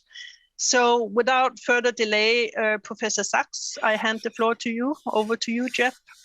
Thank you very much, Vibeke, and thanks to UNESCO and all of the sponsors, the German government, for this important meeting. I'm really honored to be part of it. The 2 crucial goals are the SDGs and the Paris Agreement. These are the 2 goals that the world set, one for the year 2030 and the other for mid-century. We have a rendezvous with destiny. And so far, we're, of course, far off course, desperately behind in achieving the Sustainable Development Goals and far off track in achieving climate safety. Thank God for young people. They want to do more. They need the tools. That's what education for sustainable development is about. I think, though, we ought to give a sense of both the urgency and the opportunity regarding education itself. Even before COVID-19, hundreds of millions of young people were not enabled to finish an upper secondary education. The situation was not acceptable in any way. More than 250 million young people of school age were not in school. COVID-19 has, of course, profoundly disrupted all parts of society, but education among them. We have hundreds of millions of kids who have had a disastrous year. And this, I think, has to be a front reality for us. We can't achieve ESD if we can't achieve E. If kids are not in school, how are they going to be in school learning sustainable development? And I think we need to focus on this with some realism. Poor countries are facing extraordinary budget squeezes. What are we doing, the finance ministries, the international financial institutions, and the education ministers, to ensure that there is financing for education, much less for education for sustainable development? I'm extremely worried about it because I've been worried about inadequate financing for education for 20 years. And now the situation is even more urgent. And we need the International Monetary Fund, the World Bank, the regional development banks, the finance ministers, especially of the rich countries, to work together with the governments in the low-income countries and in the lower middle-income countries to ensure that there are budgets for education and that kids are back in school. And one important positive part of this that I want to emphasize, as has been mentioned by Minister Karliczek and others, is the empowerment from digital, extraordinarily important. I think we cannot achieve ESD without kids being availed of online educational tools. But we know half the kids in the world or more are not online right now, not because this isn't feasible, but because they're too poor to have the devices or the data access. So I want to stress that when we think about the budget issues, which for me are going to be front and center for the next 2 years as we climb out of this crisis, we need to get kids online. We need to get schools online. It's only through online that we're going to be able to accelerate the curriculum access.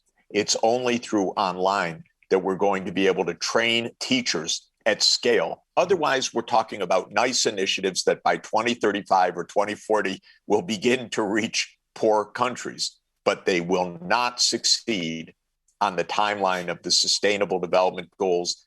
They will leave this generation desperately behind. So I want to ask UNESCO and all of the colleagues and all of the education ministers, let's get serious in the coming 2 years about education budgets, especially in poor countries. Let's face the fact that in sub-Saharan Africa, the completion rate for upper secondary, even before COVID, was 25%. But under SDG 4, it's supposed to be 100% by the year 2030. And now many kids have not even had a school year this past year. So I regard this as absolutely essential. Let me just end by, if I could, Viveke, just as Andreas is about to come on, perhaps the strongest correlation that we have is good PISA scores turn into good economic growth. This is an extraordinarily strong relationship, but let me put it in a different way. Poor PISA scores mean countries cannot achieve development, much less sustainable development. So I want to ask Andreas, as I get off, I want PISA for every country so that we can track every country. And I want to put ESD into PISA evaluation. Of course, it's partly there already. But then I really hope that we can be serious about digital access and about budgets so that the PISA scores can be raised everywhere to ensure sustainable development everywhere. Thank you very much. Thank you. Thank you very much for this very powerful statement, Professor Sachs. And I don't know if you have looked at my notes here, but I am actually going to turn to Andreas Schleicher now and hand you the floor. And please, 3 minutes, Andreas. Over to you. Thank you. Yeah, thank you. And I want to thank UNESCO also for the long-standing engagement for education for sustainable development, actually, even long before this became such a topical issue. And if I could see my slides, please. Of course, there are lots of steps we can and need to take in the short term to address the sustainability challenges. But we're not going to win this race without deeply investing in changing human behavior. And that's really what the education story is about. At the surface, sustainability has made it into school curricula. And that's also what we just heard in the first panel. You can see here among countries, over 80% of school principals say their schools deal with, climate change, global warming, poverty, migration. But, things look quite different when you actually look at this through the lens of students. And in our latest PISA survey, over 3/4 of 15-year-olds said that the climate agenda is important and urgent to them. So that's really important. But when we ask them, do you feel you can do something about it? The bars get a lot shorter. And this is the core of education for sustainable development, empowering young people to mobilize their cognitive, social, emotional resources to actually take action. And, as we are in Berlin today, nowhere is this contrast more visible than in the case of Germany. Most young people in Germany are highly aware of the climate agenda, but just a minority feel that, that agency and empowerment to make a personal difference. Now, to me, that is where education for sustainable development really must make a difference now. And knowledge about the environment obviously is a central part of this. You can see here, Singaporean students excel, when they had to explain how carbon dioxide emissions affect global climate change. Now, that's great, but, knowledge is just one side. Look here, just a minority of 15-year-old Singaporeans said they would choose certain products for ethical or environmental reasons when they're a bit more expensive. So even top education performers have a lot of homework to do.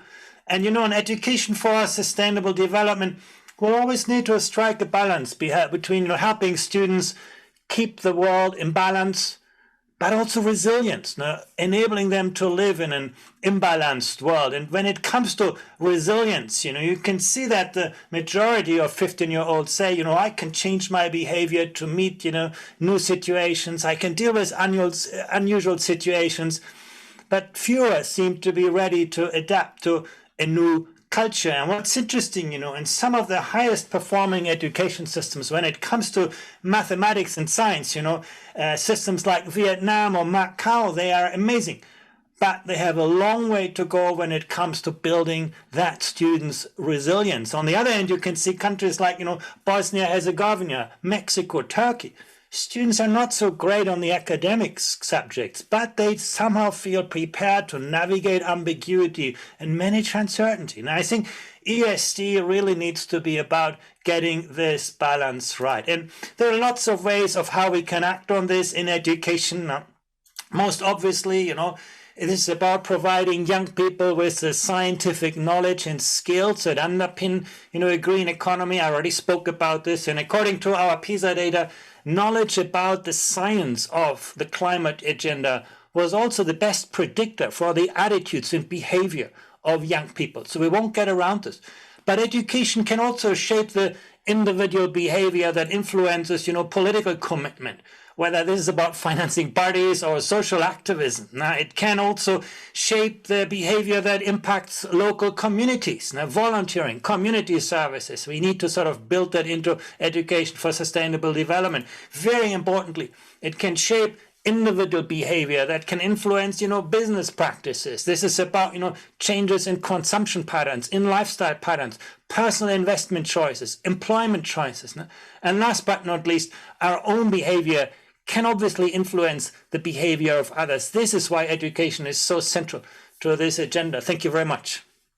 Thank you so much, Andreas, for this very, very interesting presentation. And we'll get back to you in a few minutes. But let me turn to Susan Hopgood now. I think it's late already at your end, Susan. So the floor is yours without further delay. Thank you. Yes, thank you. And good morning, good afternoon, good evening. Thanks very much for Becky. Let me offer today two critical challenges to start with: climate change and inequality. But first, let's acknowledge that the only way forward for sustainable development is through an interconnected web of progress. Eliminating poverty and hunger is impossible without education, gender equality, and decent work. Health and well-being is tied directly to climate change, reduced inequality, and peace, justice, and strong institutions. Climate change is an immediate and existential threat to the planet. I'm speaking to you this evening from my home in Australia. And a university study in February surveyed Australian ecosystems, including mangroves in the north, the Great Barrier Reef off our east coast, and the alpine ash forests in the south. The study found 19 of these ecosystems, including the three I mentioned, met the criteria to be described as collapsing, meaning change in a substantial negative way from their original state and unlikely to recover. And yet the Australian government has refused to commit to its timetable to zero net emissions, despite being one of the world's largest emitters on a per capita basis. And as the birthplace of the Murdoch media empire, Australia is among the world's most prolific exporters of deception, misinformation, and outright lies about climate science. But we know the truth. 5 of the 10 most endangered nations due to climate change are in my region: Japan, Philippines, India, Sri Lanka, and Fiji. It's one reason why the meeting early this year of the Asia Pacific Climate Change Adaptation Forum was the 7th annual convening. And among their findings is the disproportionate impact climate change has on the most vulnerable populations. And I quote, "Environmental changes are undermining hard-won development gains by causing economic costs and millions of premature deaths annually. They are impeding progress towards ending poverty and hunger, reducing inequalities, and promoting sustainable economic growth, work for all, and peaceful and inclusive societies." End quote. This is the science. These are the facts. And education for sustainable development first must provide our students the inspiration and the tools and the grit to achieve literacy on these subjects. Because we cannot escape the context. Ours is an era of lies and deliberate misinformation used as weapons of deadly partisanship and growing authoritarianism. And to move forward, education must support students to think critically about the current system of unsustainable policies and inequitable outcomes and take action to build a better world. For climate action, we need young people that have scientific knowledge, are critical thinkers, have the skills to determine fact from fiction, and know their rights and feel empowered to fight for truth and justice. But let's start by being realistic. The responsibility lies with governments. Only a strong and well-financed public sector with vision and regulatory muscle and public support can bring us back from this brink. In the end, the fundamental lessons of sustainable development are the lessons of democracy. Thank you. Thank you so much, Susan, for these great and important insights. And it's now my pleasure to turn to Eleanor Teralongi from Jamaica, the other end of the world. What is your take, Eleanor, on the first question?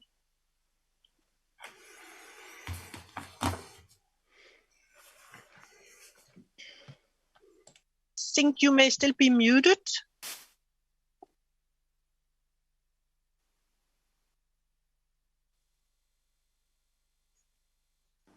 All right, are you hearing me now? Very well, thank you. Okay, yes. Great. So I'm not sure what happened. So I was saying good morning. Thank you so much for having me. Good afternoon, wherever you are in the world. So I'm going to quickly give my perspective from living in Jamaica, which is a small island developing state. I think our climate reality here is a lot more urgent than other countries. Not that it's not urgent across the world, but I think for us it's a little bit more urgent just based on how badly we are already being affected. So for me, when I look at the global picture, the challenges that really concern me are, first of all, food and water security. I think that when we're talking about climate change, that's a part of the conversation that needs to be at the forefront. And also, as some of my previous presenters would have mentioned, protection of vulnerable communities. So whether it is vulnerable communities on the global scale, so comparing us small island developing states to other countries, or whether it is locally or vulnerable populations, so poor persons, people in rural communities, people without access to education. Because we're talking about the education conversation, and we're talking about poor persons not being able to access devices. But in addition to that, we also have an infrastructure problem here in Jamaica. So even if you are able to afford certain devices, if you live in certain areas, the infrastructure for the internet still isn't there. So, you know, it's a number of issues that we're kind of dealing with at the same time. But I want to kind of tie it back to us as young people, because we're the generation that really has to live climate change. We're the ones that have to feel the effects of it. We're the ones that really have to champion solutions if we want to create a world for us to live in, for our children to live in, and for future generations to live in. And for us, we really need to be a lot more intentional about how we do education for sustainable development. So I know in other countries, you know, there'll be a lot more advanced in terms of how that type of education is done, as opposed to us here in Jamaica, it's done in a very ad hoc way. So for example, within our council, we do a certain amount of informal education, but there's nothing really integrated into the school system. And of course, when you don't have that sort of institutionalized education, then of course you're going to be missing some young people. So that's basically it for the first question. I think that I'll just stop here and then we can talk a little bit more. Thank you. Thank you so much, Eleanor, and for also not only bringing in the youth perspective, but also the SIDS perspective on the conversation. Very good. So we don't have so much time left, but it is indeed my pleasure, though, to go back to Professor Sachs. And Jeff, just ask you if you, in sort of 2 minutes, can share with us what your organization plans are in addressing these issues. Thank you very much. Thank you very much. You know, as you know, the Sustainable Development Solutions Network is working together with UNESCO, with the Vatican, with the Ban Ki-moon Center, with Columbia University, and with other partners to develop, help develop the rapid spread of the new curricula, and to campaign for the connectivity and the financing that we need. Please listen to what Eleanor just said. She said in Jamaica, there is not the connectivity to be able to carry out this education. This is a phenomenon all over the world. We cannot stop with nice platitudes here. We have urgency. I think we could turn everything over to Eleanor and the problem would get solved a lot faster. This is probably the case. I do think Susan Hopgood had a great idea. Maybe we could put Rupert Murdoch back in school. Maybe we could flunk him as one of the most miserable people on the planet and have him stop spreading the false information together with his miserable son, Lachlan Murdoch. He pollutes our country completely with with disinformation. But what we really need to do is scale up this activity, and that means money. And please, let's work together to look at real budgets, real mobilization, because the finance ministers right now, I was with the Vatican yesterday on this issue, with the head of the International Monetary Fund today in Paris as a meeting with the African leaders. We need financing. Otherwise, maybe some rich countries will finally get on this case, but this will not be the world success that is needed. So I want to underscore that our Mission 4.7 project will help to mobilize the financing needed so that in all parts of the world, children are in school, they're completing upper secondary education, they're receiving the technical training, they are online, and their teachers are online as well, so that the teachers can be bolstered in their technical training as well. Thank you very much. Thank you. Thank you so much for these insights and again, a very powerful set of messages. Andreas. Yeah, thank you. First of all, actually, we do what Jeffrey Sachs just suggested. We are building, education for sustainable development into the PISA metrics, into the metrics through which we look at success. And we believe that is crucially important. We will not improve what we cannot see. Now, we cannot, on the one hand, tell teachers, care about education for sustainable development. And then at the end of the day say, but, all we're going to make visible is your success in mathematics and science. So making these measures part of the metrics is very important. And this is less of a contradiction than it seems to many. The knowledge about the environment is very important. But it's at the same time also important to take a holistic approach. If young people drink a cup of coffee in Berlin, do they understand this? Because of implications for the conditions of work of people, in South America. I think this global awareness is very, very crucial. What is also, in our view, very important part of this is, are young people, willing and able to see the world through different lenses and perspectives, appreciate different ways of thinking, different ways of working, different cultures.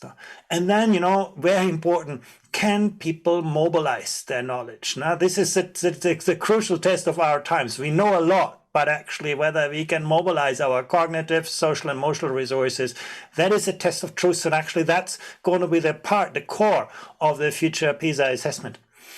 Andreas, could I come in and just ask you, could we get every country incorporated into PISA? Because we need a global metric system, including the poor countries. Yeah, actually, on the positive side, we have now walking towards 100 countries, and the PISA system is open to countries. We're actually also very actively supporting countries in Africa and Central America, South Asia at this point, actually to build, the infrastructure to reliably measure their educational progress. So we're all working on the same goal. I do agree with you. It's only going to work if it becomes a truly global kind of effort. Thank you so much, Andreas, and thank you, Jeff, for helping me to moderate. Let me pass the floor the mic quickly to Susan. Susan, over to you. Yes, thanks. And I'm not going to get into the discussion about PISA across the world, but look, can I just say on behalf of the world's teachers and education workers, we remain committed as ever to our students' right to receive a quality education that prepares them for the future. And this commitment for us is infused into Education International's Teach for the Planet campaign, which we launched on Earth Day to put climate literacy and justice on the agenda of every nation this year. We believe in climate education. We believe in climate education based on science and with a civic action focus. And we believe that should be as fundamental as teaching, reading, and writing. And the fight against climate change must have an education face and a teacher's voice in every area of the world.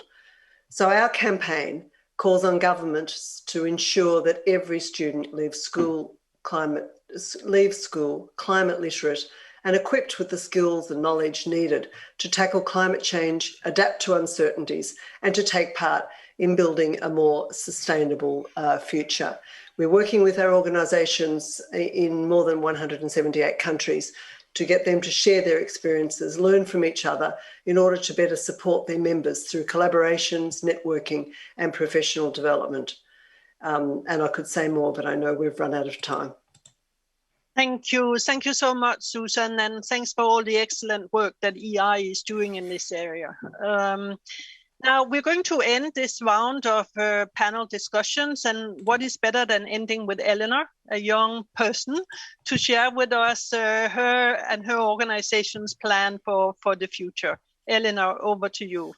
Okay, no pressure. So as you would have mentioned, the Jamaica Climate Change Youth Council, we're a volunteer organization. So we have young people coming in who are, have some kind of interest in climate change. But what we have found is that, and even when I got started, a lot of times we're aware of climate change, but we don't understand how much of a holistic issue it is, how many social and economic implications there are. So what we try to do is when young people come in, we kind of give them a very basic education. I know it sounds basic, but I think it's been really important. So climate science, understanding how the international negotiations work, topics like environmental justice, especially for us in Jamaica, tying environmentalism to sustainable development, teaching people about the SDGs. So we do that in a sort of informal way because we do it on our own. We're not funded by the government, but as a volunteer organization, there's only so many young people that we can reach because we tend to reach young people that are already interested in climate change. So it's about bridging that gap to reach the rest of the population. So we are in discussions with the Climate Change Ministry and the Education Ministry to really look at a framework about institutionalizing this education that we spoke about. And there's actually quite a bit of political will behind it. So I'm kind of optimistic that we will actually be able to put a framework together and over the next couple of years kind of phase that into our existing education system.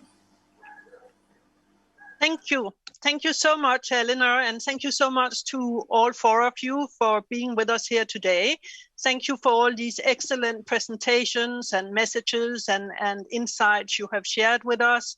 I'm delighted that we're not closing here, but we have another 2.5 days to continue the conversations. But thank you for helping us to get started so well. So with these words, I will hand the mic back to our overall moderator for the entire conference, Sumi. And again, thank you so much to you all. Thank you. And a big applause. Thank you very much, Ms. Vibeke Jensen, and to all of our panelists for a very lively and fruitful discussion. Now, we have the opportunity at this moment to take a brief break, but before you do take a break, I just want to make you aware of a few points. First of all, this platform has been built to make sure that you have a lot of access to activities and exhibitions during the breaks as well. So if you want to network, we have a space for that in the Berlin Lounge. You can go there, and using a platform called WonderMe, you can network either informally or formally on a certain number of topics that UNESCO has selected as the pillars of this conference, as the main topics and themes. So there you can network. We encourage you to do so. Coming up right after our brief break, we'll have the first Ministerial Roundtable, and you don't want to miss this. This is where we're going to hear some of the country-level challenges and commitments. So that will be a key part of the conference just after our break. Another point I want to alert you to is that at around 4:30 Central, which is later in the afternoon, just about an hour or two from now, we'll be opening the Education for SDGs Marketplace. Now, this is a virtual exhibition that has live sessions. This has online booths as well. This is as if you were here at an exhibition, visiting different booths. This is the virtual version of it. There are stakeholders from around the world who are going to be showcasing their projects and their initiatives. You can go visit essentially virtually. There are live sessions that are part of this marketplace. So if you have the opportunity, visit that today, and we'll have that open also through the course of the conference. And last point from me before we go into this break, tonight is the Berlin Night. This is another opportunity for networking hosted by the German Ministry of Education and Research, and we'll have a special musical performance there. And to give you a taste of that, the artist Doreen Ben David, you'll hear from her now as we head into the break, and we'll see you back here at the top of the hour.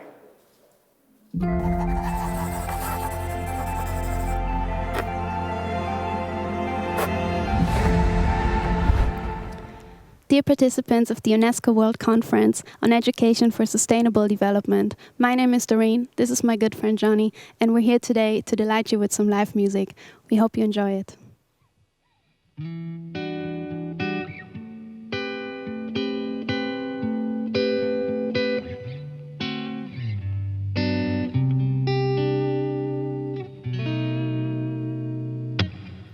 The moment I wake up,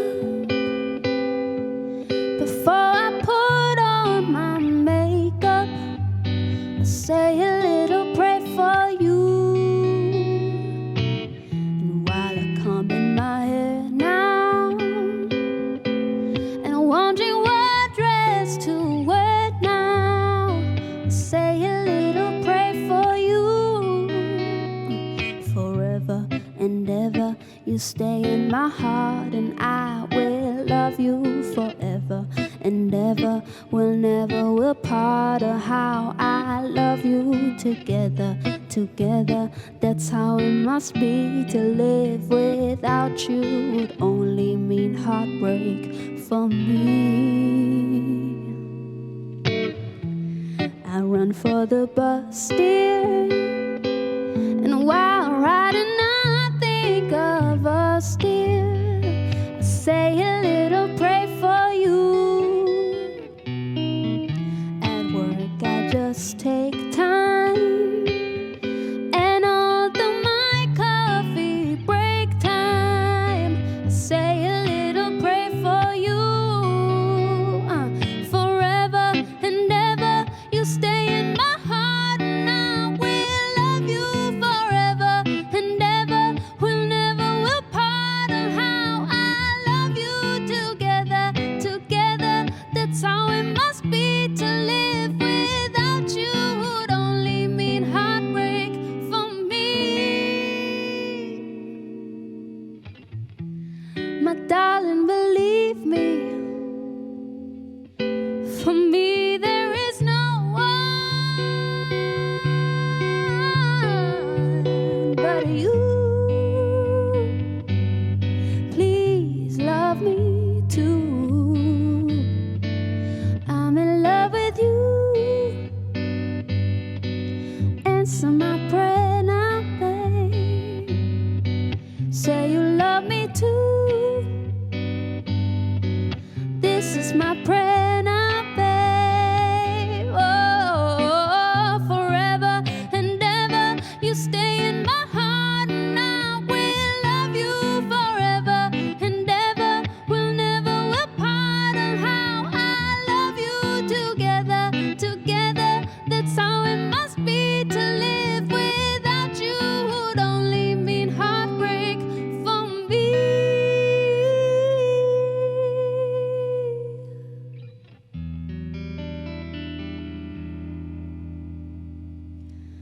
Music brings the world together, and UNESCO has brought the world together on education for sustainable development. We wish you a successful and lively conference.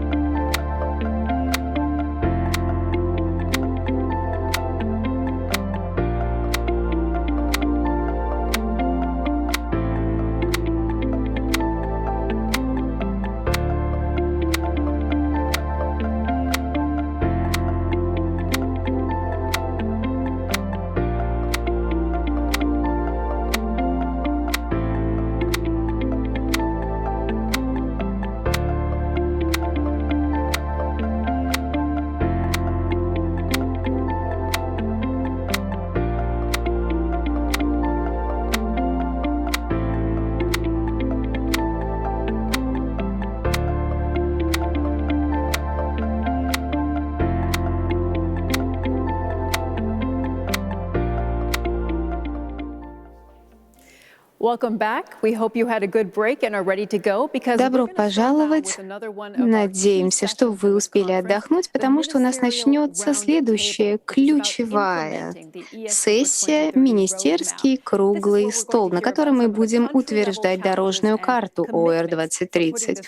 На этом мероприятии вы узнаете об основных вызовах и задачах, которые перед нами стоят. И я передаю слово Стефании Джанини, заместителю секретаря ЮНЕСКО. Большое спасибо, Суми. Для меня большое удовольствие выступать модератором этой первой сессии министерского стола, посвященной ОР 2030. Наше мероприятие проводится сегодня после обеда, вторая часть пройдет завтра утром. Мы будем слушать выступления министров и заместителей министров. И государства-члены расскажут о своих планах, о своих намерениях в отношении ОР 2030, в частности, расскажут нам о местных инициативах. Они расскажут нам о вызовах, которые стоят перед каждой страной, особенно в контексте климатического кризиса, утраты биоразнообразия и других проблем экологического характера, о которых мы уже говорили сегодня утром в ходе первых двух заседаний. Что касается организационных моментов, заявления должны быть ограничены 3 минутами, не больше. Это очень важно, потому что многие участники попросили слова в ходе нашей общей дискуссии, поэтому необходимо укладываться в регламент. Те господа министры и заместители министров, которые будут подключаться в прямом эфире, будут выступать первыми, а затем пойдут видеообращения. Также напоминаю вам, что у нас будет таймер с обратным отсчетом, то есть мы будем вас предупреждать о том, что у вас выходит время. И когда время перевалит за 3 минуты, после 3 минут 5 секунд мы автоматически отключим возможность выступления. Выступления будут загружены в дальнейшем на цифровую платформу. Я думаю, вы знаете, что многие страны, в частности Нидерланды, предложили предоставить свои выступления. Эти страны не смогут выступить в ходе круглого стола, но поддерживают идеи Берлинской декларации и дорожную карту по ОР. Я благодарю эти страны. Итак, давайте теперь начнем. И я приглашаю нашего первого выступающего, превосходительство Карен Прин из Германии. Пожалуйста, вам слово, ваше превосходительство.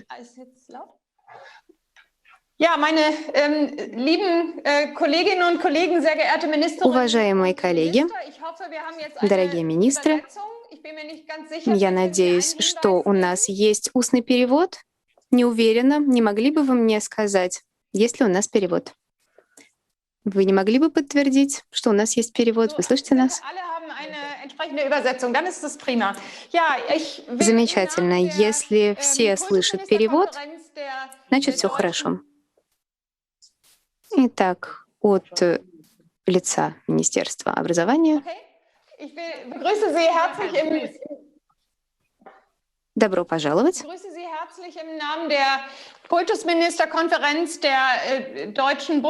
Добро пожаловать на круглый стол для министров. Хочу поблагодарить ЮНЕСКО, а также Федеральное министерство образования и исследовательской деятельности. Благодарю ЮНЕСКО и министерство за то, что была организована эта конференция по образованию в интересах устойчивого развития. Nach 2009 und 2014 erneut eine Weltkonferenz gewidmet wird. После 2014 года, наконец, нам удалось вновь провести международную конференцию, посвященную образованию в интересах устойчивого развития. Мы все осознаем значимость ОР сегодня. Изменение климата другие проблемы, утрата биоразнообразия, другие негативные явления требуют срочных действий. Все знают это, молодежь это знает. И в Германии еще до начала пандемии мы предпринимали различные действия для противостояния этим вызовам. Образование в интересах устойчивого развития — это не просто преподавание основ экологии. Мы должны сделать так, чтобы люди могли преодолевать современные вызовы, чтобы они знали, как действовать. Это требует от нас широкого, максимально распространенного образования в области экологии и преобразования наших образовательных систем. И в рамках повестки образования 2030 экологии уделяется большое внимание. Мы проводим программы работы в отношении устойчивого развития и ОУР в Германии в сотрудничестве с ЮНЕСКО. Еще с 2007 года федеральное правительство Германии наметило основы рамочных программ в отношении ОУР. В 2015 году этот процесс получил новый виток развития. ОУР — это основа программ обучения в наших школах. Мы считаем, что рамочная программа ОУР будет и должна учитываться не только в программах школьного образования, но и в рамках высшего образования. Лица, ответственные за образовательную политику в Германии, очень ответственно подходят к принципам образования в области устойчивого развития. Мы проявили свою приверженность принципам ОУР на следующие несколько лет, в том, что касается школьного образования, высшего образования и профессиональной подготовки. Я считаю, что современная ситуация текущая, она очень важна для школ и для обновления школьных программ. Необходимо создать партнерство для управления школьным обучением и для интеграции ОУР. Бундестаг также работал над стратегией по устойчивому развитию. Перед нами по-прежнему стоят серьезные вызовы. Мы должны определить слабые места в наших системах образования. В конце нашей конференции мы должны принять декларацию, которая поможет нам более эффективно реализовывать ОУР. Спасибо за внимание. Большое спасибо, госпожа министр. Сейчас я передаю слово Эстеле Вилахува-Эскалес, министру образования и высшего образования Андорры. Пожалуйста. Спасибо, госпожа генеральный директор, ваше превосходительство, дамы и господа. Для меня большая честь выступать перед вами, выступать на этой всемирной конференции. Хочу от всего сердца поблагодарить ЮНЕСКО и Федеральное министерство образования и исследовательской деятельности Германии за неустанную поддержку образования в интересах устойчивого развития. Пандемия COVID-19 нанесла беспрецедентный удар по образованию, усиливая уже существующий кризис. Наша надежда — это кампании вакцинации, которые помогут нам преодолеть это бедствие. Правительство Андорры приняло решение не приостанавливать деятельность многих отраслей профессиональной деятельности. Мы хотели оставить школы открытыми. Это решение было поддержано в контексте массовых тестов на COVID-19. Это позволило оставить школы открытыми. В эпоху пандемии ОУР крайне необходимо. Это должно обеспечить ответственный подход для обеспечения равенства, инклюзивности в области образования и образования в области глобальной гражданственности. Школа — это основной двигатель перехода к более экологическому образу жизни. Мы в последние 10 лет проводим образовательную реформу, реализуя новые программы, основанные на навыках. ОУР — это сквозная тема в наших образовательных программах на всех уровнях образования.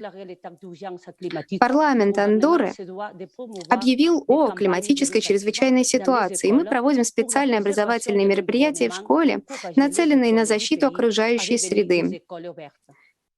Это позволит нашим школам стать зелеными школами. Сейчас 21 школа участвует в программе так называемой «зеленые школы». Это почти 80% всех школ в нашей стране. Еще 9 школ должны вскоре присоединиться к этой программе. Также организуются специальные открытые дни для учеников по этой теме. Повестка 2030 должна преподать всем учащимся необходимые навыки для продвижения устойчивого развития. Ассоциированные школы ЮНЕСКО в Андорре активно работают в этом направлении. Мы горная страна, и у нас есть специальный институт, который занимается сотрудничеством на европейском уровне. Мы разрабатываем Пиренейскую стратегию образования, нацеленную на защиту Пиренейского массива и продвижение ОУР.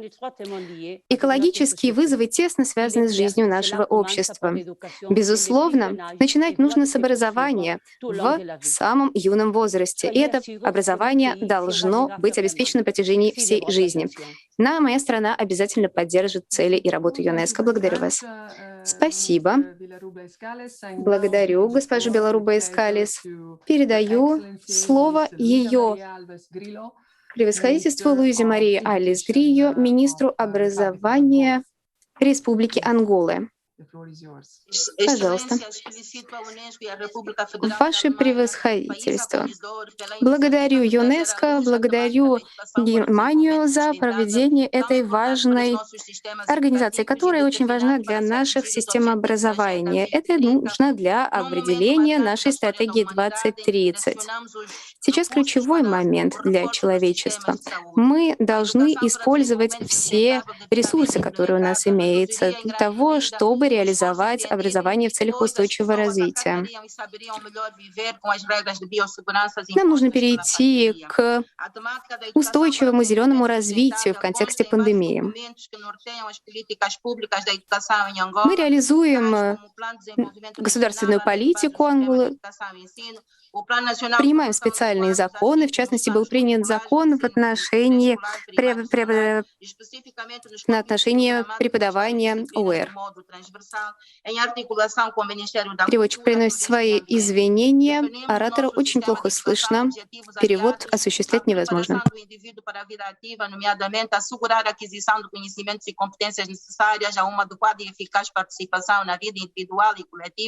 E promover o desenvolvimento da consciência nacional, em particular o respeito pela dignidade humana, a tolerância e cultura de paz, a unidade nacional e a preservação do meio ambiente.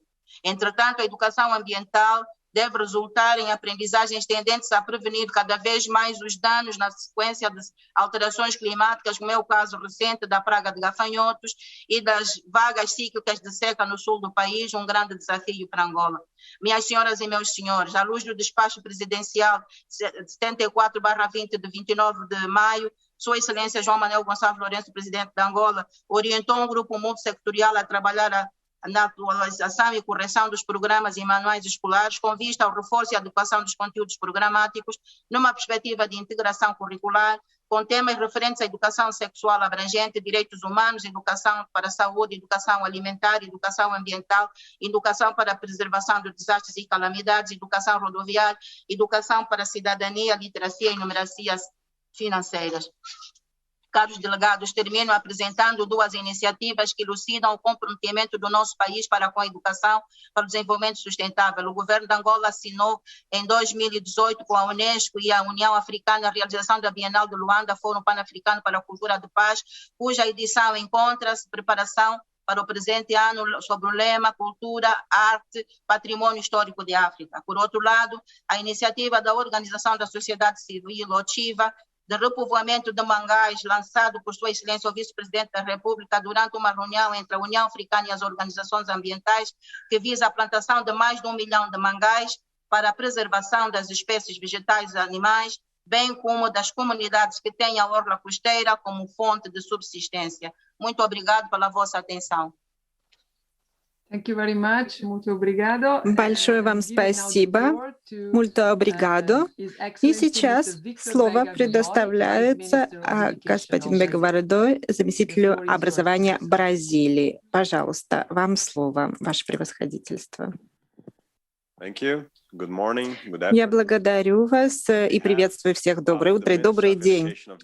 От имени министра образования Бразилии господина Милтона Рибейро я хочу поблагодарить ЮНЕСКО за организацию данной конференции. Я также хочу поблагодарить и поприветствовать всех министров и их министерства.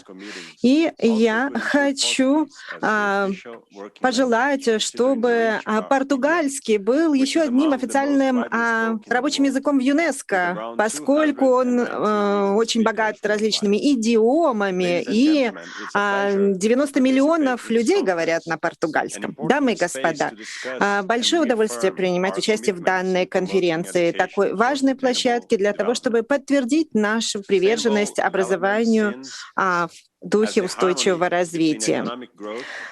Устойчивое развитие как гармония между экономическим ростом, защитой окружающей среды и социальной справедливостью полностью соответствует руководящим ориентирам в Бразилии, направленным на достижение равновесия между социальными и экологическими потребностями, для того, чтобы гарантировать достойное существование нынешним и будущим поколениям. Достижение устойчивого развития требует совместной работы государства и общества. Для того, чтобы это свершилось, очень важно иметь надлежащие инструменты в области образования. В образовании Бразилии устойчивое развитие рассматривается как сквозная тема, которая объединяет различные дисциплины. Эта тема присутствует в национальной программе образования, в наших ориентирах в области образования и школьных программ и базового образования.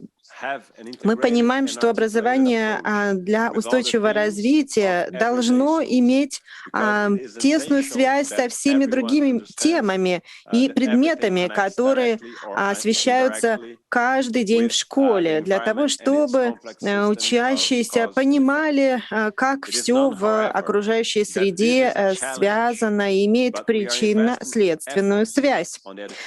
И, конечно, мы понимаем, какой вызов стоит перед всеми нами в области образования для того, чтобы мы все, и преподаватели, и дети, и студенты, и учащиеся, могли выполнить поставленную задачу, постепенно продвигая образование в духе устойчивого развития, защиты окружающей среды, как коллективный инструмент повышения осведомленности, инклюзивного экономического роста и борьбы с неравенством.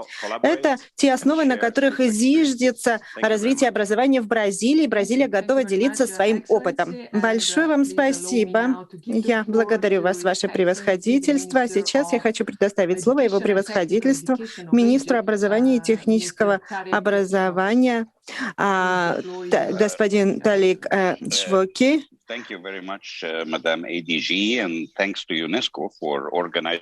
Я благодарю вас, ваше превосходительство.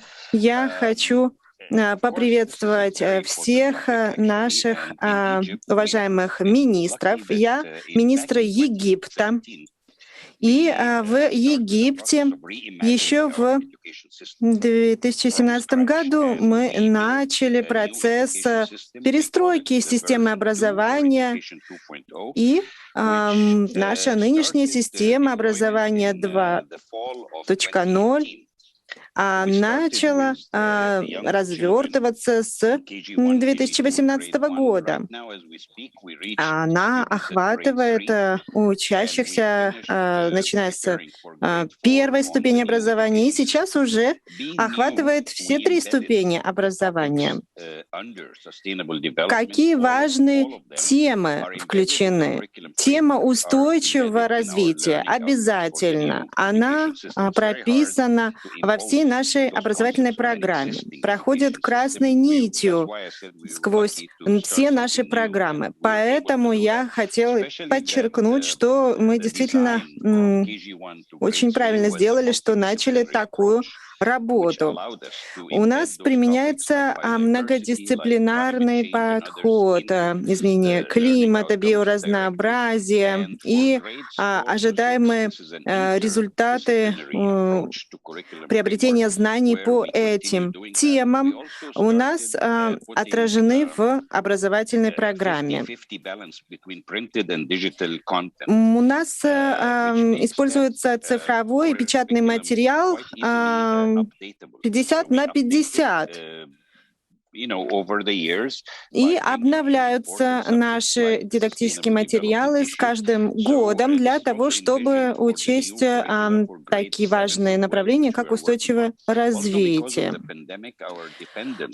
В связи с пандемией наша зависимость от цифрового контента и использования медийных инструментов выросла.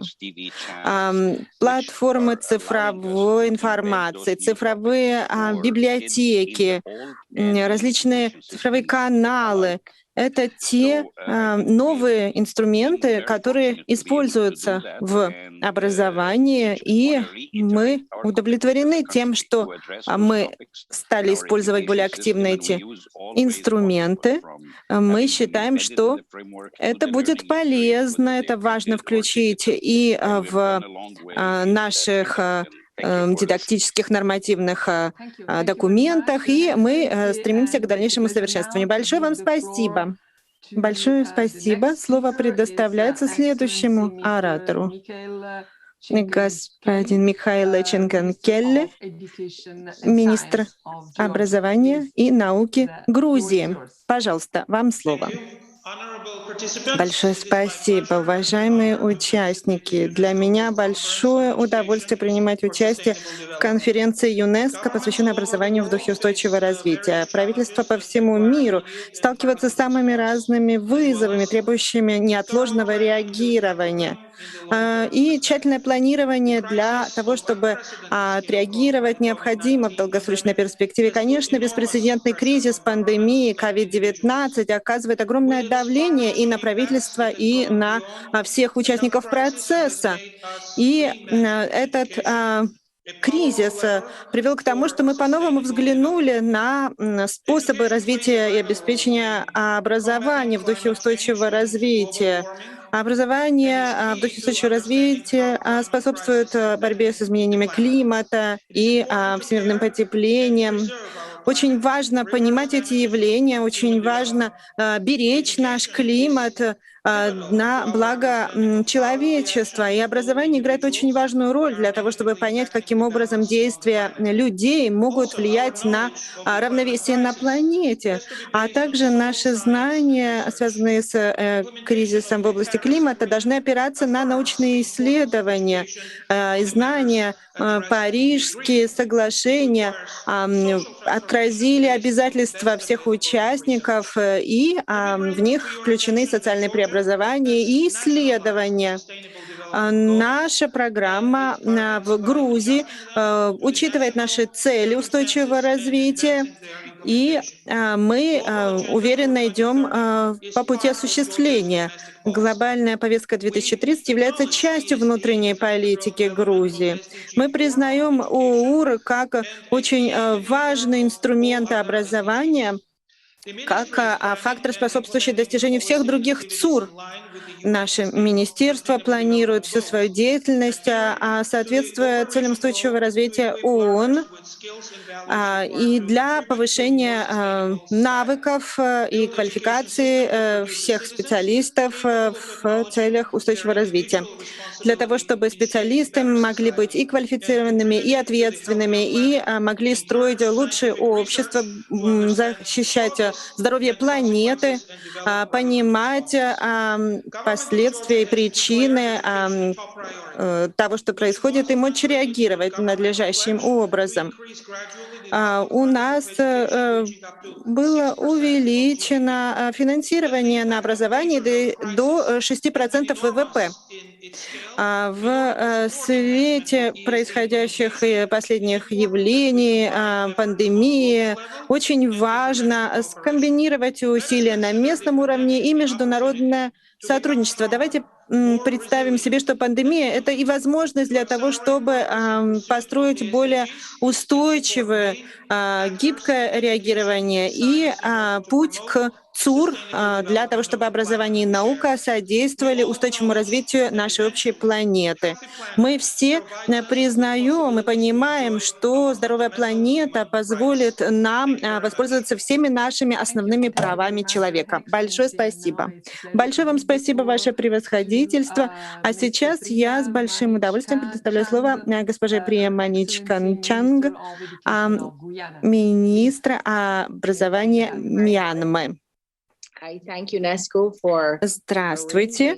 Я хочу поблагодарить ЮНЕСКО за организацию этой важной конференции, особенно сейчас, когда мы переживаем пандемию COVID-19, которая пролила свет на важность подключенности всех людей во всех странах, во всем мире. И внедрение новшеств в систему образования — это всегда непростая задача. Но в Гвиане мы этот процесс начали еще с 2009 года. У нас внедрен процесс, направленный на безуглеродное развитие. И в процессе образования мы отразили следующие цели. Первое — преобразовать экономику Гвианы таким образом, чтобы обеспечивать и экологические, и социальные потребности. Второе — реагирование на изменение климата путем перехода к безуглеродной экономике. И образование в целях устойчивого развития является той важной нашей руководящей линией, которая позволяет соединить эти цели политики. Мы это отражаем в текущем процессе реформы учебных программ.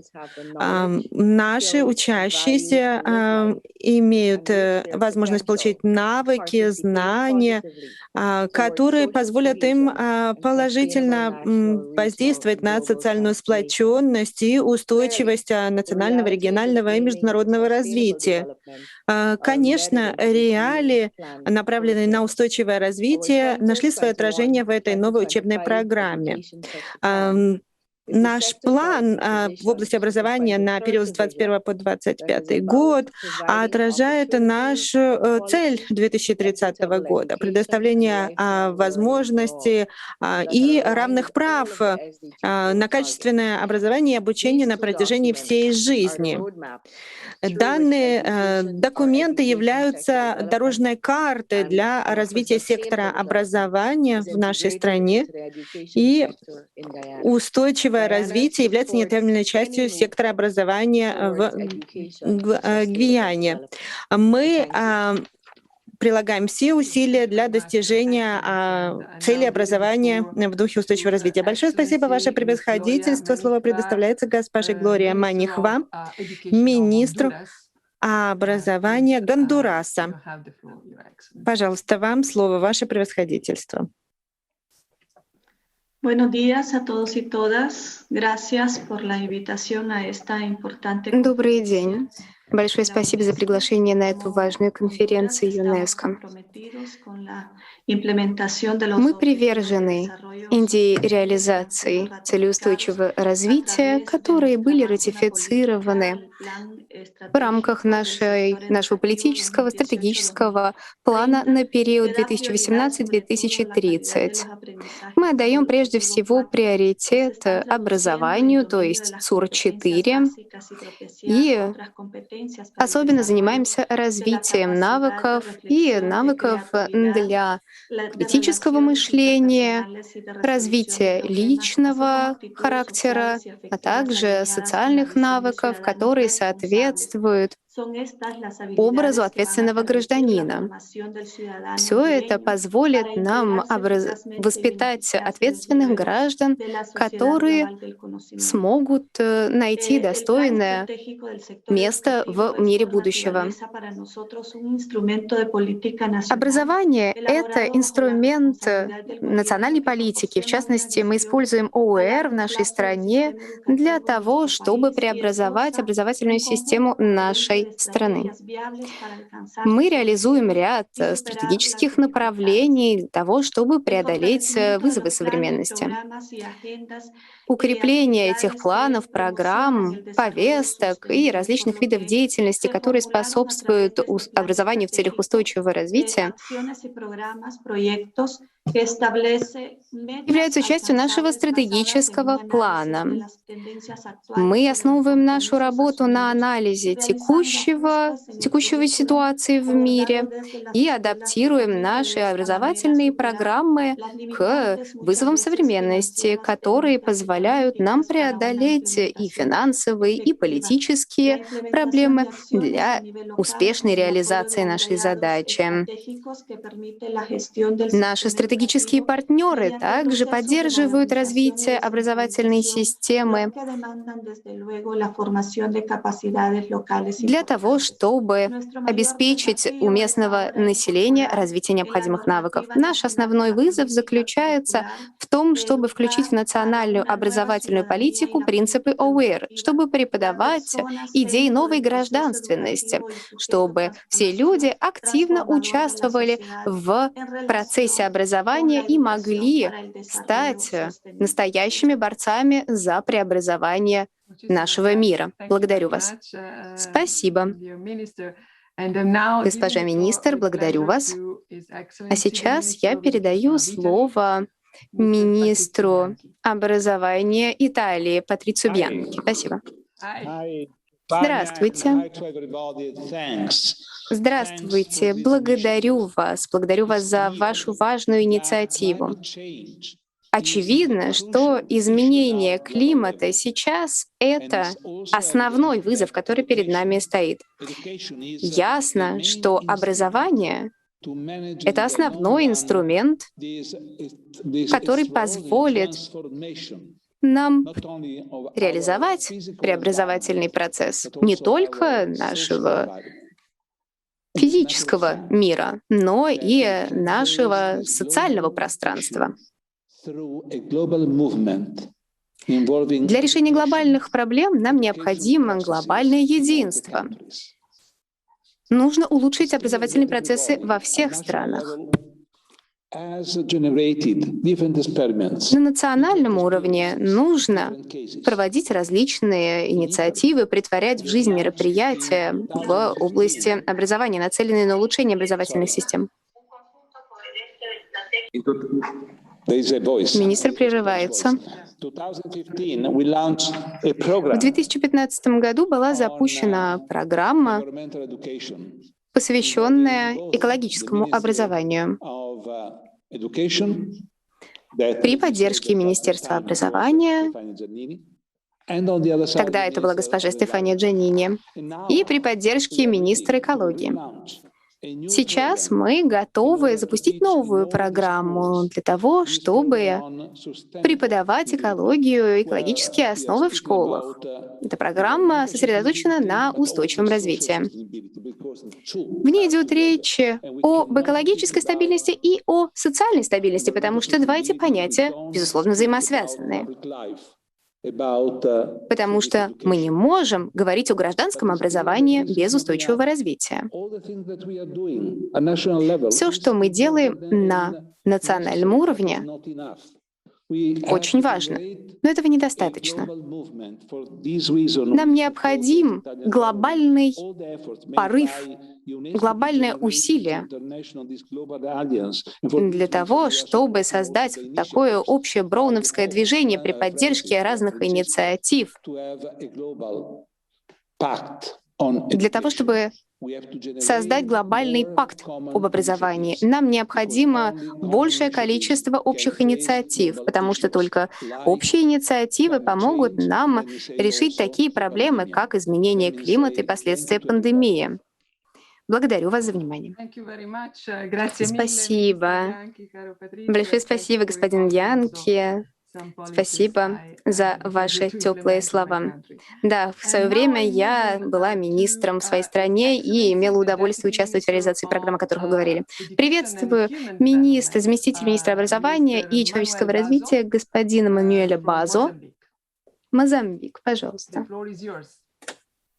Господин министр, вам слово. Уважаемые участники, ваше превосходительство, спасибо за возможность взять слово. Мы поддерживаем инициативу ЮНЕСКО и Германии. Благодарим за то, что эти 3 дня будут посвящены глубоким, как мне кажется, размышлениям о роли человечества и о тех вызовах, с которыми мы сталкиваемся в деле реализации цели устойчивого развития, основываясь на образовании в интересах устойчивого развития. Мы интегрируем в свою политику принципы дорожной карты по ОУР на период до 2030 года. Поэтому на национальном уровне в Мозамбике была создана национальная техническая группа, которую представляет 20 учреждений, в частности, Министерство образования и развития человека и Министерство земель и окружающей среды, а также различные университеты, организации гражданского общества, СМИ и общественные лидеры, которые выступают в защиту основных принципов образования в интересах устойчивого развития. Национальная техническая группа получает поддержку отделения ЮНЕСКО в Мозамбике и Национальной комиссии ЮНЕСКО. Задача национальной технической группы — это создать национальную стратегию по образованию в области устойчивого развития. Этот инструмент станет руководством для всех участников процесса образования и сможет задать направление национальной политики и программе в области ОУР. Эти принципы будут согласованы с принципами на глобальном уровне. Мозамбик выложен приверженность этим принципам. Правительство Мозамбика считает, что экологическое просвещение — это необходимое условие для использования природных ресурсов и управления окружающей средой.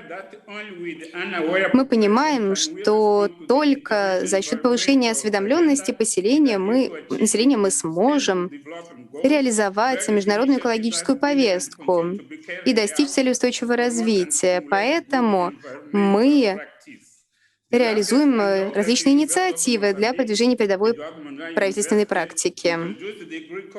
В одном из самых крупных университетов в Мозамбике была введена специальность «Экологическое образование», а также магистерская программа по экологическому образованию и устойчивому развитию. Министерство экологии также ввело курс городского планирования, и была создана посредническая группа по окружающей среде и городскому планированию.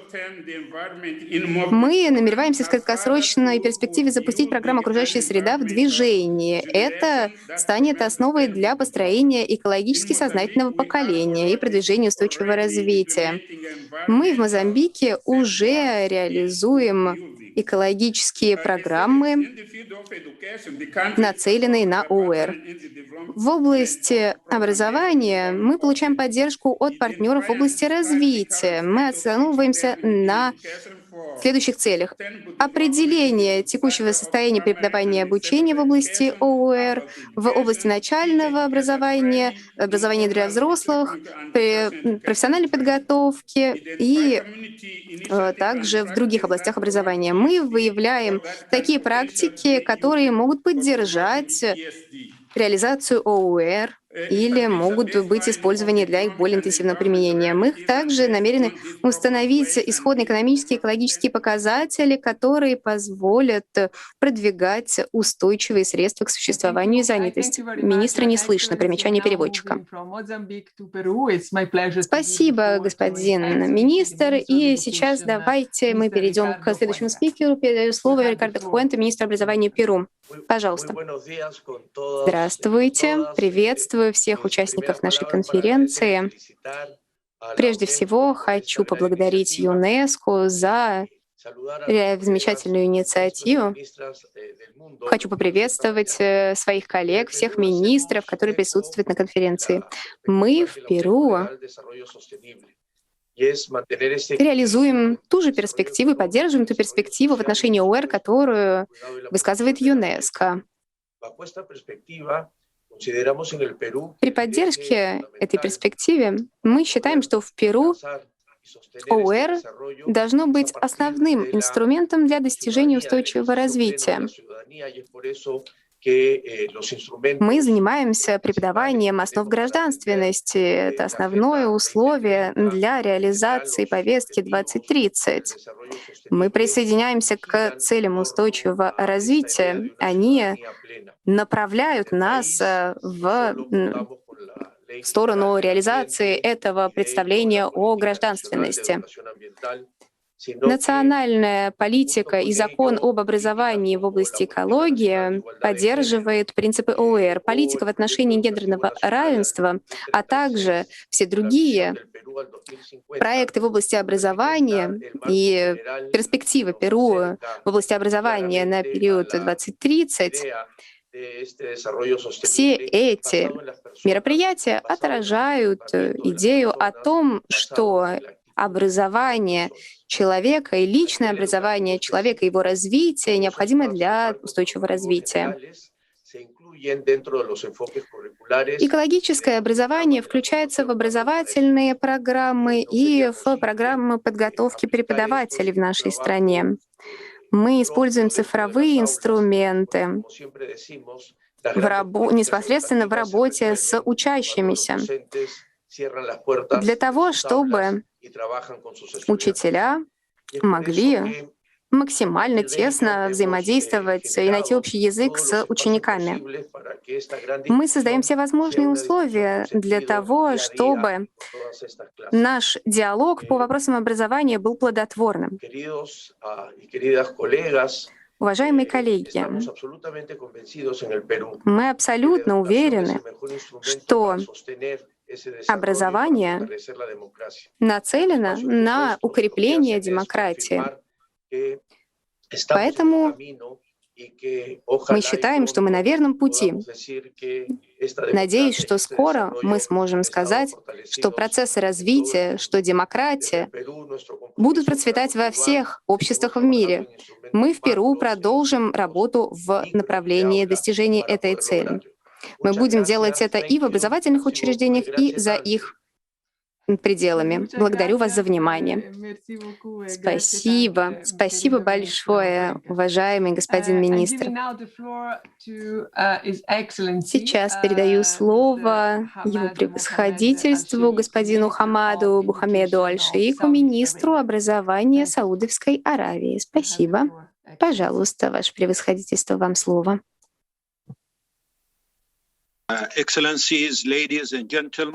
Ваше превосходительство, дамы и господа, для меня большая честь принимать участие в Всемирной конференции, организуемой ЮНЕСКО. Мы все объединяемся здесь в составе всемирного сообщества и обсуждаем то, как мы можем достичь более светлого и устойчивого будущего для наших стран. Мы собрались здесь, чтобы поделиться своими достижениями, чтобы вновь заявить о том, что наши совместные усилия будут направлены на поддержку достижения 17 целей устойчивого развития за счет развития системы образования. Семена устойчивого развития находятся в земле образования и развития наших сообществ. Наше видение 2030 в Саудовской Аравии нацелено на обеспечение экономического и культурного процветания Саудовской Аравии. Наша работа по достижению устойчивого развития должна привести к повышению стандартов жизни и улучшить качество жизни населения. В этом году мы празднуем 5-летие принятия повестки 2030 для Саудовской Аравии в нашей стране, и поэтому будет запущена программа развития образования, которая соответствует целям устойчивого развития повестки 2030 ООН.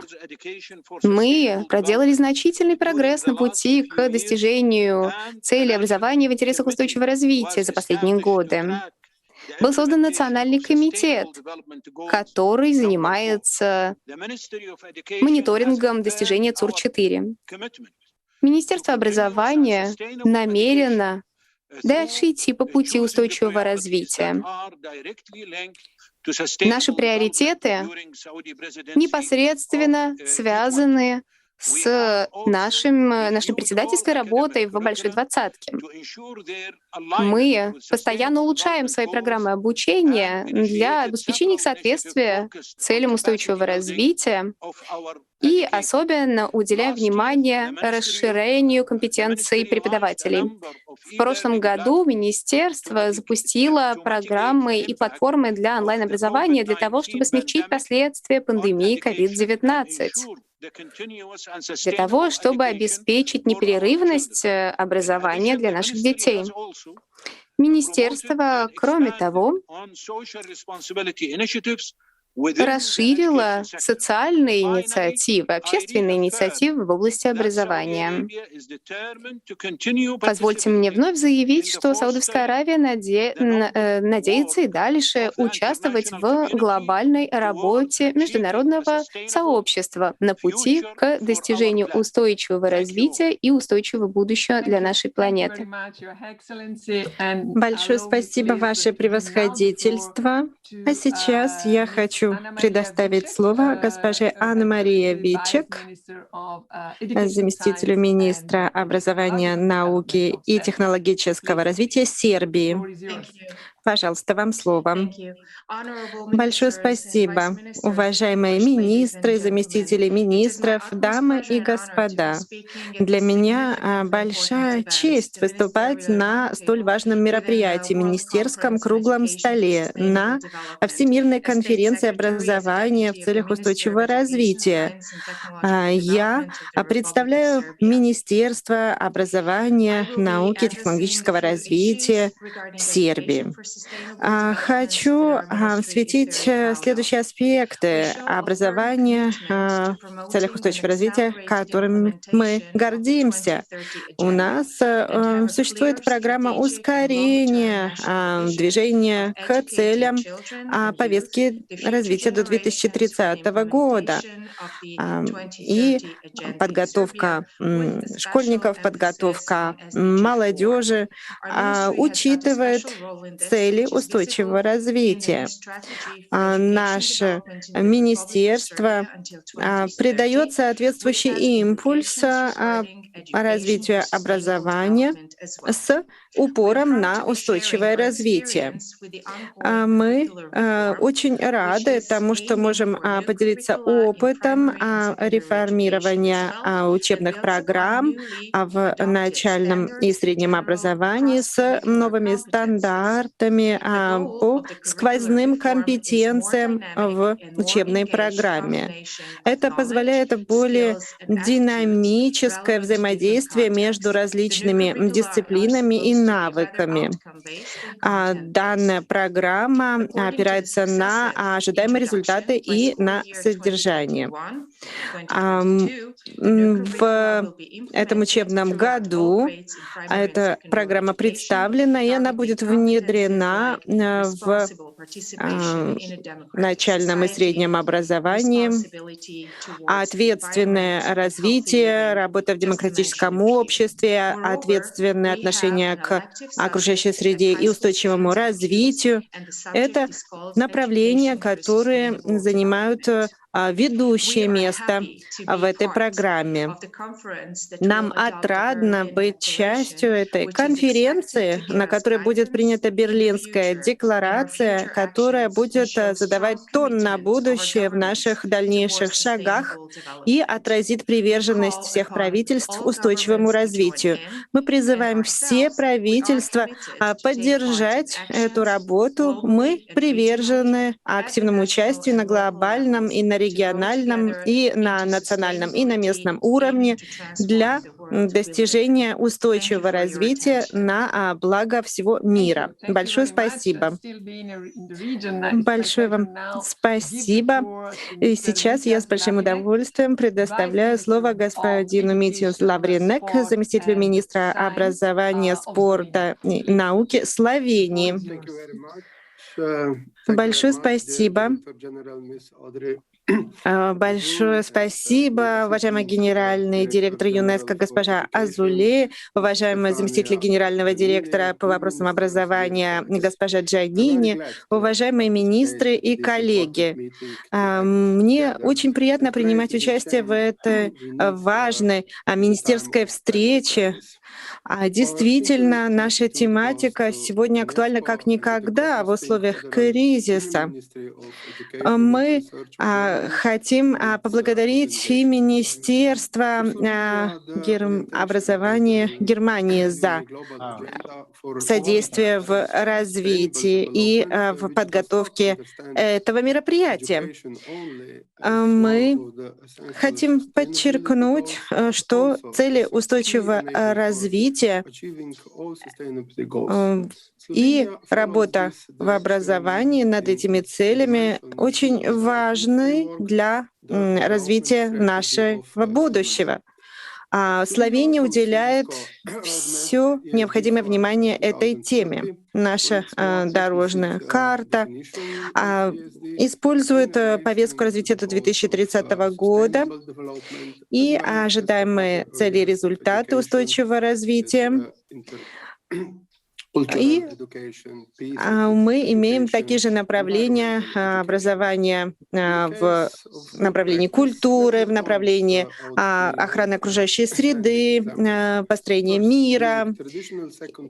Хочу сказать, что у нас существуют определенные наработки в плане образования в целях устойчивого развития. В Словении мы готовы поделиться передовой практикой. У нас есть 3 сети школ, экологические школы, сеть ассоциированных школ ЮНЕСКО и сеть школ устойчивого развития. Хочу представить вашему вниманию ряд важных мер, отраженных в плане ОУР Словении до 2030 года. Прежде всего, систематическое обновление учебных и каталог источников знаний, цифровой литературы и инструментов, полезных для устойчивого развития. Во-вторых, соответствующий руководящий и координирующий орган в Министерстве образования, спорта, науки которая будет заниматься координацией и сотрудничеством по ОУР. И третье — концептуализация ОУР и обновление национальных руководящих положений. И в свете грядущего председательства в Совете Европейского Союза во второй половине 2021 года мы активно поддерживаем все мероприятия Европейского Союза и европейских стран, направленных на осуществление ОУР. Большое вам спасибо, Ваше Превосходительство. Сейчас я с удовольствием хочу предоставить слово Ее Превосходительству Анджелина Матимачега, министру базового образования Южной Африки. Пожалуйста, вам слово. Большое спасибо. Я хочу поприветствовать всех коллег и выступающих со всего мира. Для меня большая честь представлять Южную Африку. Прежде всего, хочу поблагодарить ЮНЕСКО за организацию этого важного круглого стола на уровне министров. Наша страна привержена повестке устойчивого развития до 2030 года. Все направления политики в нашей стране делают упор на ОУР и соответствующие приоритеты. Наш национальный план развития тщательно отражает эти приоритеты.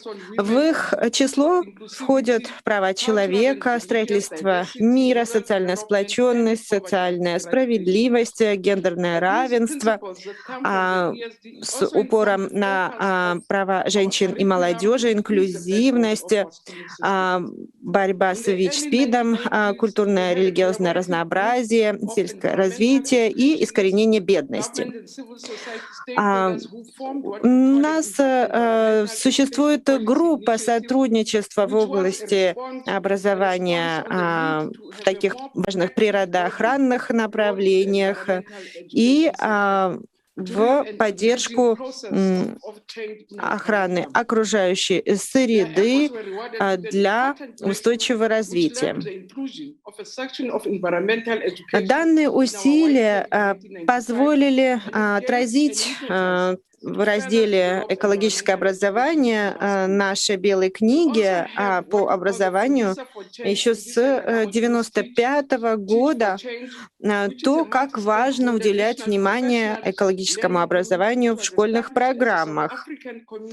У нас есть необходимая программа в поддержку изменений с множеством участников, включая и педагогов. Наша программа изменений внедрена с 1995 года и отражена в Белой книге по вопросу образования и учебной подготовки. Данная Белая книга гласит, что необходимо интегрировать все образовательные усилия на всех уровнях и на всех этапах образования и учебной подготовки Южной Африки. В Южной Африке и в нашем регионе природоохранное образование и образование в целях устойчивого развития тесно переплетены.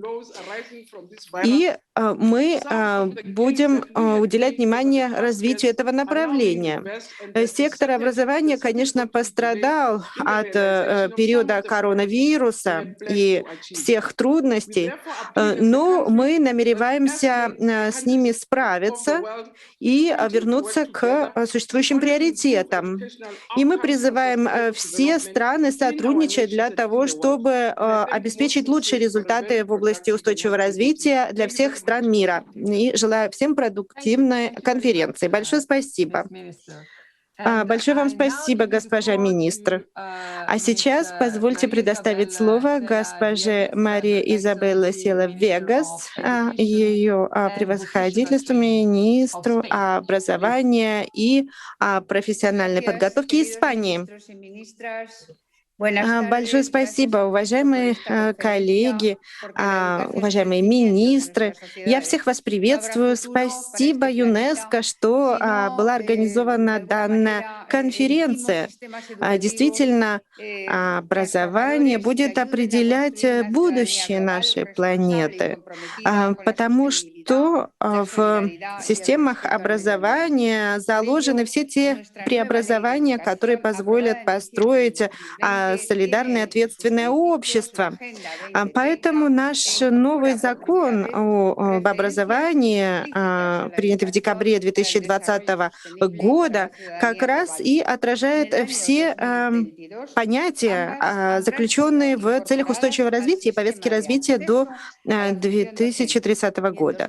В 2022 году мы сможем внедрить в наши образовательные программы все эти элементы, и все педагоги получат необходимую подготовку, отражающую повестку развития до 2030 года. В ходе этих этапов мы будем обращать внимание на компетенции, направленные на строительство устойчивых обществ. К 2024 году мы планируем, чтобы все наши учащиеся получили доступ к надлежащему обучению, продвигающему устойчивое развитие, опираясь на программы ОУР. Центры, где предоставляется обучение, тоже должны уделять внимание окружающей среде, и создается необходимое направление устойчивого развития, которое координируется всеми административными органами и участниками и вносит вклад в устойчивое развитие. Речь идет и о профессиональной подготовке, и о плане адаптации к изменениям климата, которая учитывает необходимость разработки новых программ, адаптированных к изменениям климата и устойчивого развития. Кроме того, программы оценки и валидации компетенций сопровождаются теперь критериями, которые позволяют оценивать данные компетенции. Министерство образования и профессиональной подготовки и Министерство экологических преобразований вдвоем руководят этими программами, направленными на устойчивое развитие и нашу стратегическую работу, которая будет осуществлена до 2025 года.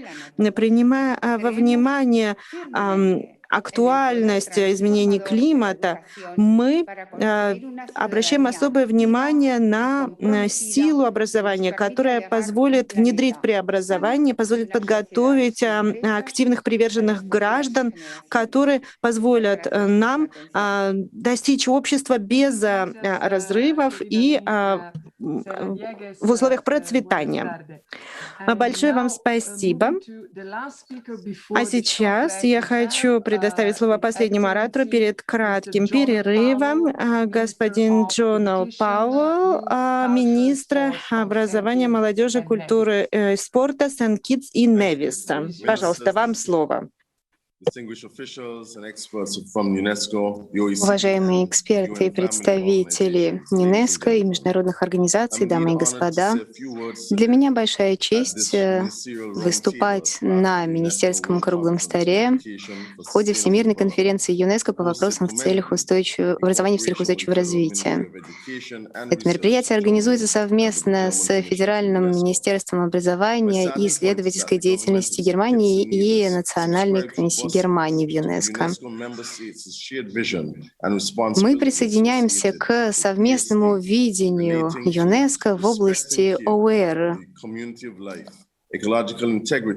Это является целью для обеспечения социальной, экономической демократии, ценностей мира и развития.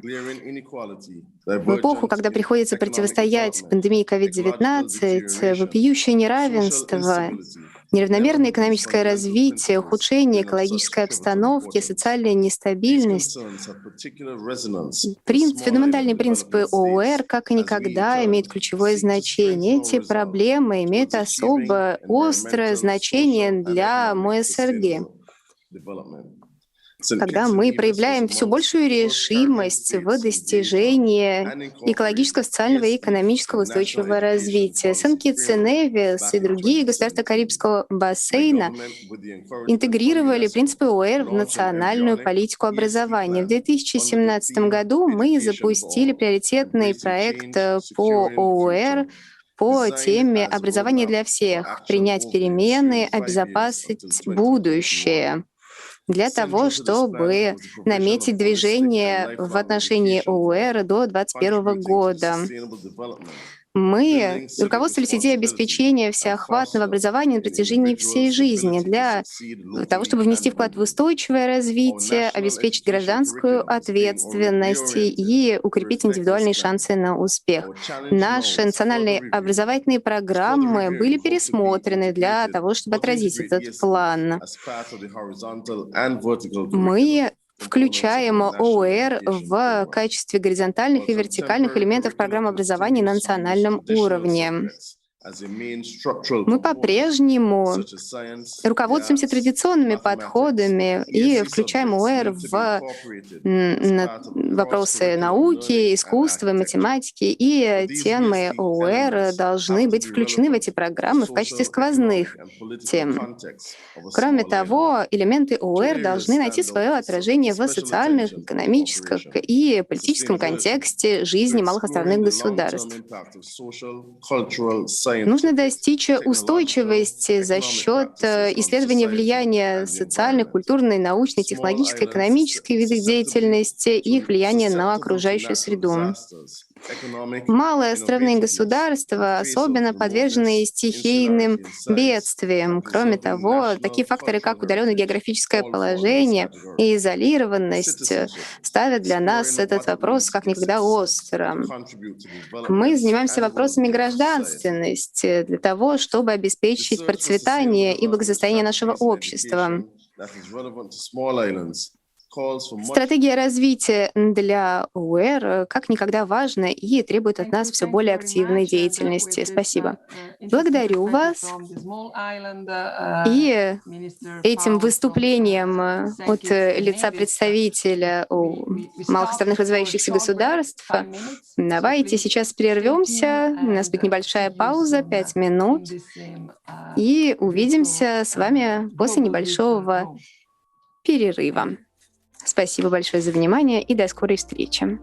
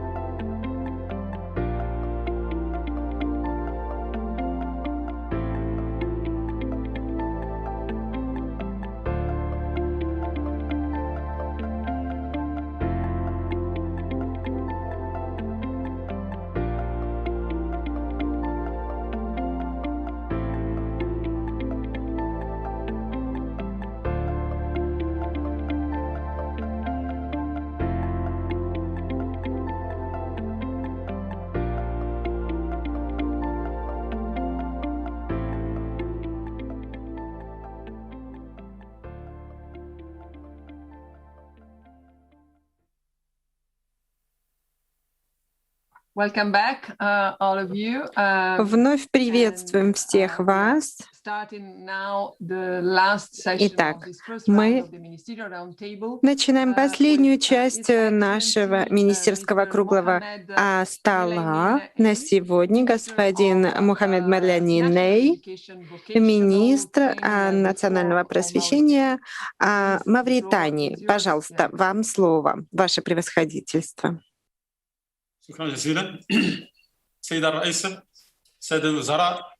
Большое спасибо, госпожа председатель, ваше превосходительство, дамы и господа.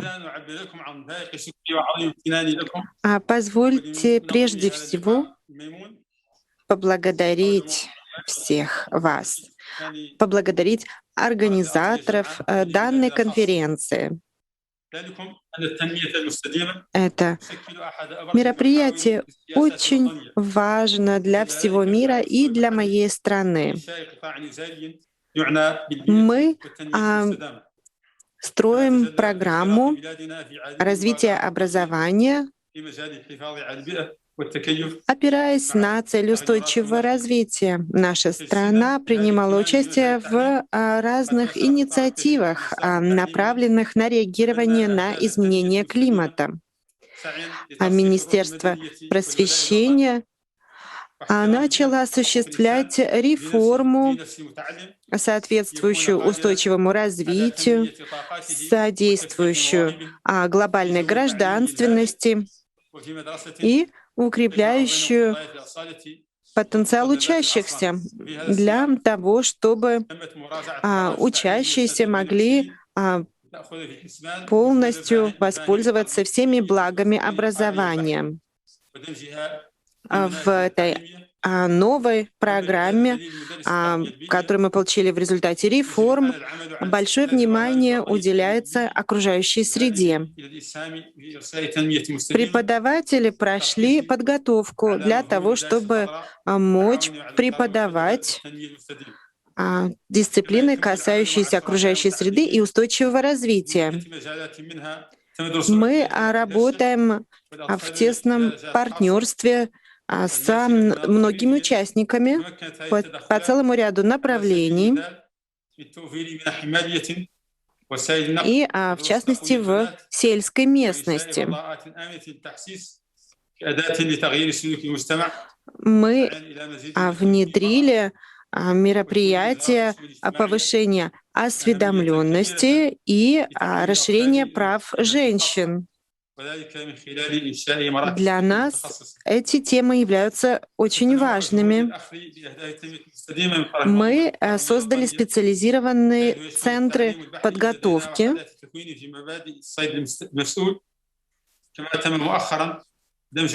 Министерство просвещения активно работает над развитием преподавания дисциплин, касающихся окружающей среды. Мы смогли перенять передовой опыт и других стран в этом направлении. Большое вам спасибо. Я благодарю вас. Сейчас я хочу предоставить слово ее превосходительству госпоже Энели Савияскес-Каврерье, министру образования Кубы. Большое спасибо, госпожа Стефани Джанини, заместитель генерального директора ЮНЕСКО по вопросам образования. Образование в целях устойчивого развития позволяет построить надежную основу развития человечества. Это образование позволяет лучше понять проблематику, касающуюся окружающей среды и развития. Эта проблематика связана и с экономическими, социальными аспектами. Образование должно всегда перекликаться с устойчивостью во всех программах, направленных на развитие глобальной гражданственности. Куба строит образование, где есть место критическому взгляду на любые посягательства на гегемонию в мире. Наша система образования учитывает учитывает все аспекты развития. И, конечно, мы не забываем о том, что 60 лет эмбарго, блокировка развития нашей страны осуществлялась со стороны США. Программа развития до 2030 года ставит в центр внимания инновации, исследования, развитие, целостное развитие человека. Мы привержены осуществлению повестки развития до 2030 года. Педагоги являются неотъемлемой частью этой системы. Речь идет о том, чтобы улучшить существующую систему образования. Для этого все должны принимать в этом активное участие. Все стороны, все организации, для того, чтобы качественное образование обеспечивалось на протяжении всей жизни. Цель — воспитать новое поколение, которое требовательно будет относиться к качеству образования и политики образования, направленной на устойчивое развитие и на большую устойчивость перед лицом изменений климата.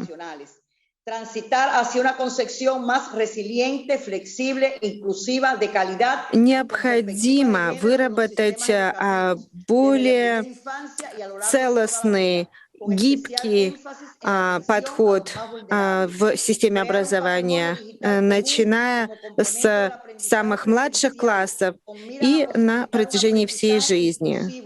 И цифровое измерение является полезным дополнением в области образования. И, конечно, это необходимо адаптировать к контексту каждой конкретной страны. Необходимо сокращать цифровой разрыв. Необходимо иметь качественные образовательные ресурсы. Для этого нужно укреплять взаимодействие между различными секторами, чтобы гарантировать правильное реагирование на пандемию COVID-19. Из этого кризиса можно будет выйти только с помощью международного сотрудничества, многостороннего сотрудничества, с помощью единства и приверженности всех преподавателей. Большое вам спасибо. А сейчас я хочу с удовольствием предоставить слово его превосходительству министру образования Эфиопии, господин Гетахун Курия. Пожалуйста, ваше превосходительство, вам слово. Большое спасибо, уважаемые коллеги, министры, дамы и господа. Мне отрадно принимать участие в данной Всемирной конференции по ОУР, и я признателен ЮНЕСКО и Министерству образования Германии за организацию этой конференции. ОУР в Эфиопии является неотъемлемой частью нашего десятилетнего плана развития. Для осуществления ЦУР 2030 Эфиопия разработала программу реформ в области образования. Реформы касаются и пересмотра учебных программ, и развития пособий для преподавания и подготовки педагогов. В Эфиопии у нас десятилетняя система образования, среднее образование 8 лет, плюс 2 года верхняя ступень образования. Мы переходим к новой системе 6.2.4.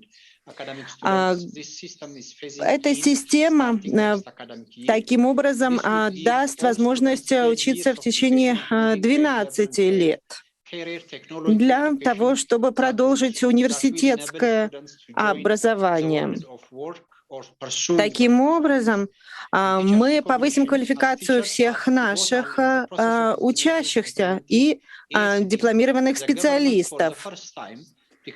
Наше правительство впервые признало масштабы и важность профессии преподавателей. 700 тысяч преподаватели получили такое общегосударственное признание. И у нас теперь есть День педагога. В 21 веке очень важно обеспечивать обучение на протяжении всей жизни. Наша стратегия повышения грамотности за 1 месяц позволила нам 400 взрослых обучить с помощью новых пособий. И наши цифровые технологии поддерживают образование в духе устойчивого развития. Наш сектор образования все больше использует цифровые технологии для преобразования работы. В новые технологии входят онлайновое проведение экзаменов, оценка, образовательная национальная сеть,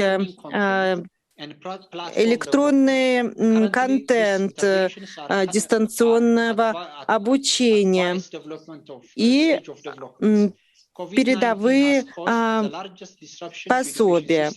COVID-19 вызвал пертурбации в секторе образования в Эфиопии, как и повсюду.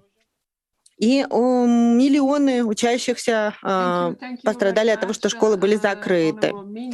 Большое спасибо вам, уважаемый министр образования Эфиопии. А теперь я хочу предоставить слово Парагваю, его превосходительству, господину министру образования Маркос. Пожалуйста, Парагвай, вам слово. Большое спасибо. Я хочу поблагодарить ЮНЕСКО. Я благодарю вас, госпожа замгендира по образованию. Я приветствую всех министров. Я приветствую организацию данной конференции образования в целях устойчивого развития, обучение на благо устойчивого развития обеспечит надлежащее функционирование наших обществ, наша экономика, наша культура. Все наше развитие от этого зависит.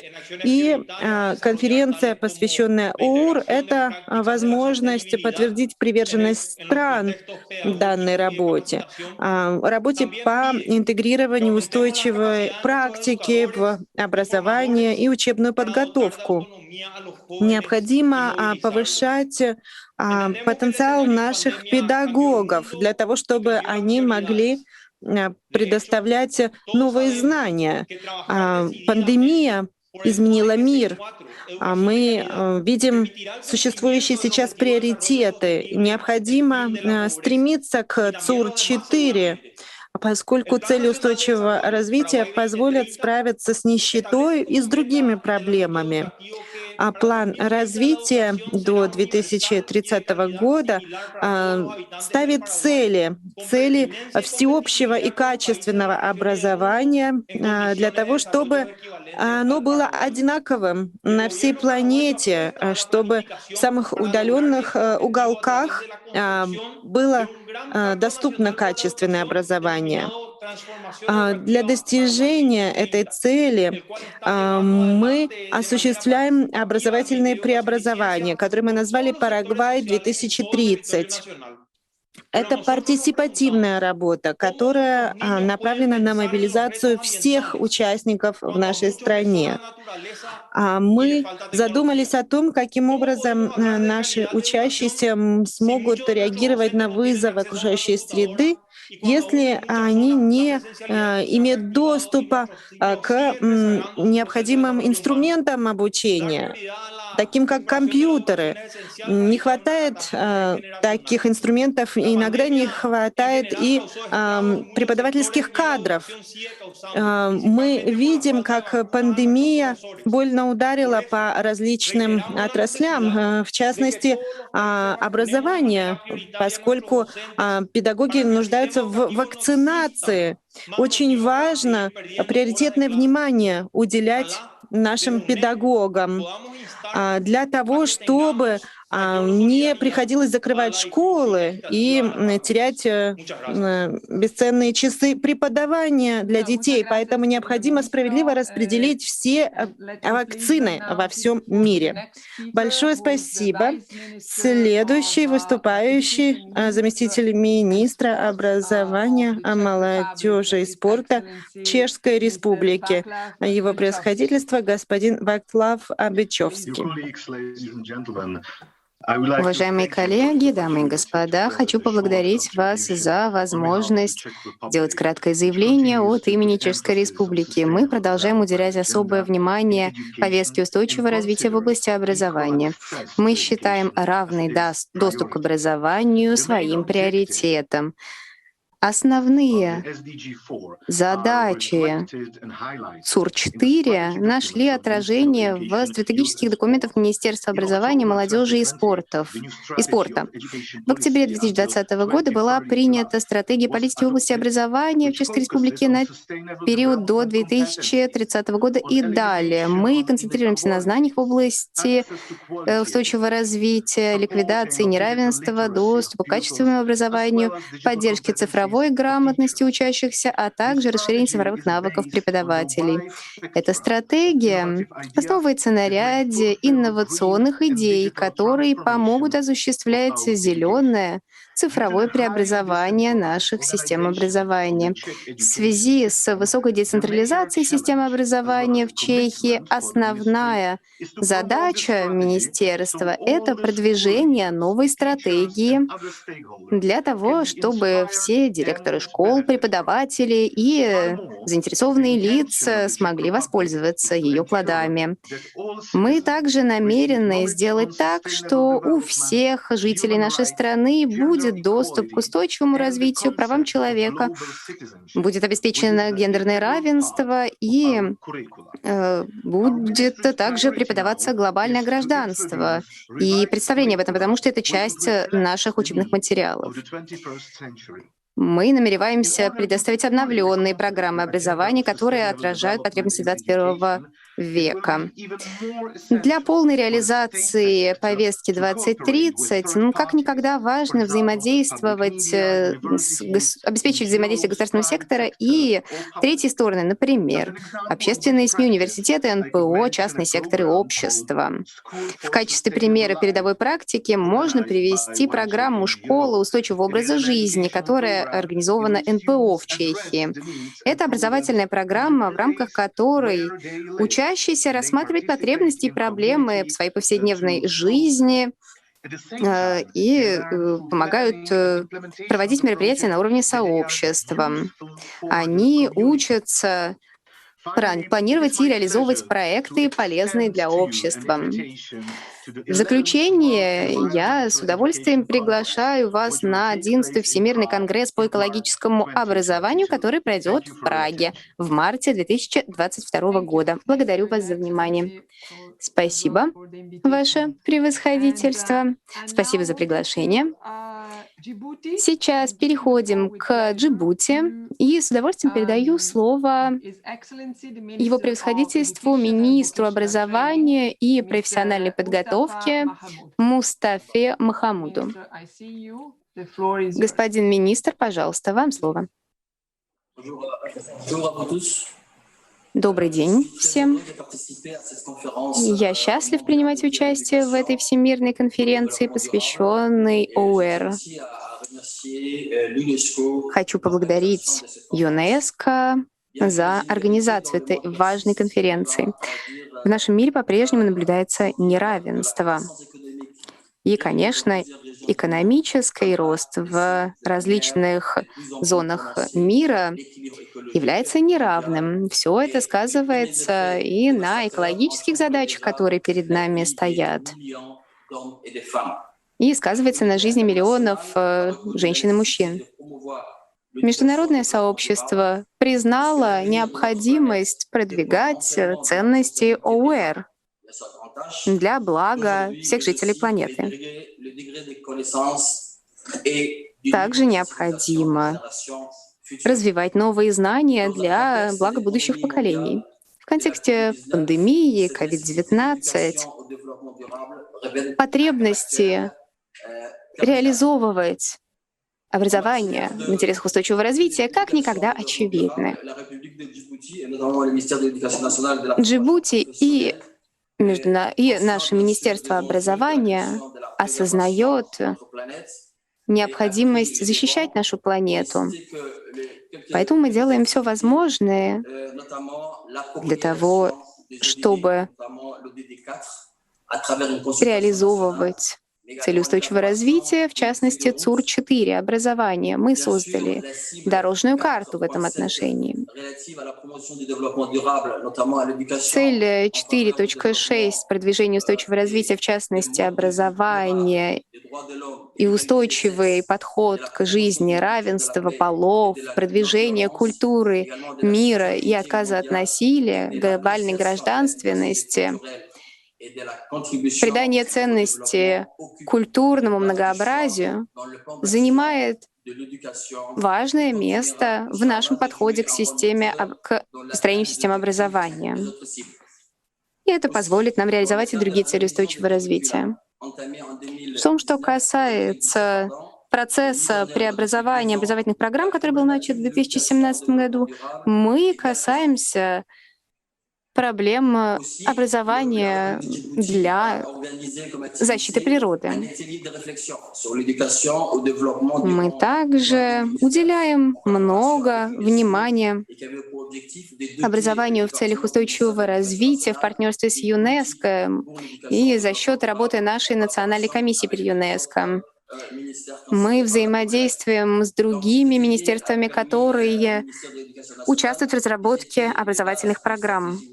Мы должны заложить основы национальной политики для более эффективного образования в области устойчивого развития.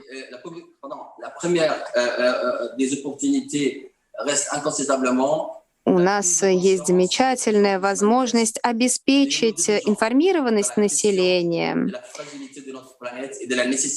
рассказать людям о том, насколько хрупка наша планета, о том, что необходимо защищать ее от антропогенного воздействия. У нас есть возможность, замечательная возможность задать себе вопрос о том, что необходимо делать и как мы должны действовать. Спасибо, большое спасибо, ваше превосходительство. Сейчас я хочу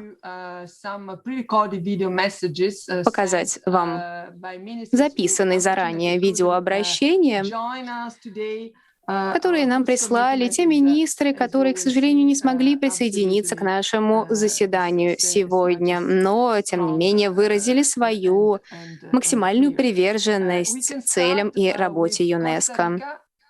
Давайте начнем с выступления Коста-Рики. Заместитель министра государственного образования госпожа Мелания Бренес. Здравствуйте.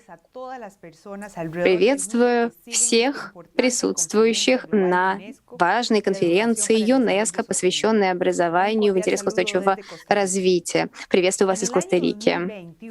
В 2021 году Министерство образования Коста-Рики и Верховный совет образования приняли для нашей страны политику образования в целях устойчивого развития, которая полностью соответствует целям устойчивого развития в мире. Коста-Рика присоединилась к этим ценностям уже несколько лет назад. Политика устойчивого развития находится в полном соответствии с другими политическими стратегиями развития нашей страны и также нацелена на преобразование образовательных программ нашей страны. Процесс составления этой политической программы был максимально партиципативным. Мы использовали цифровые инструменты для того, чтобы проводить опрос заинтересованных сторон. В результате у нас получился такой документ, в котором участвовало все образовательное сообщество. Наша программа устойчивого развития нацелена на продвижение активного участия в жизни общества, на полноценное развитие людей с критическим мышлением, которые способны выносить свободные суждения. Это способствует развитию общества на местном и глобальном уровне.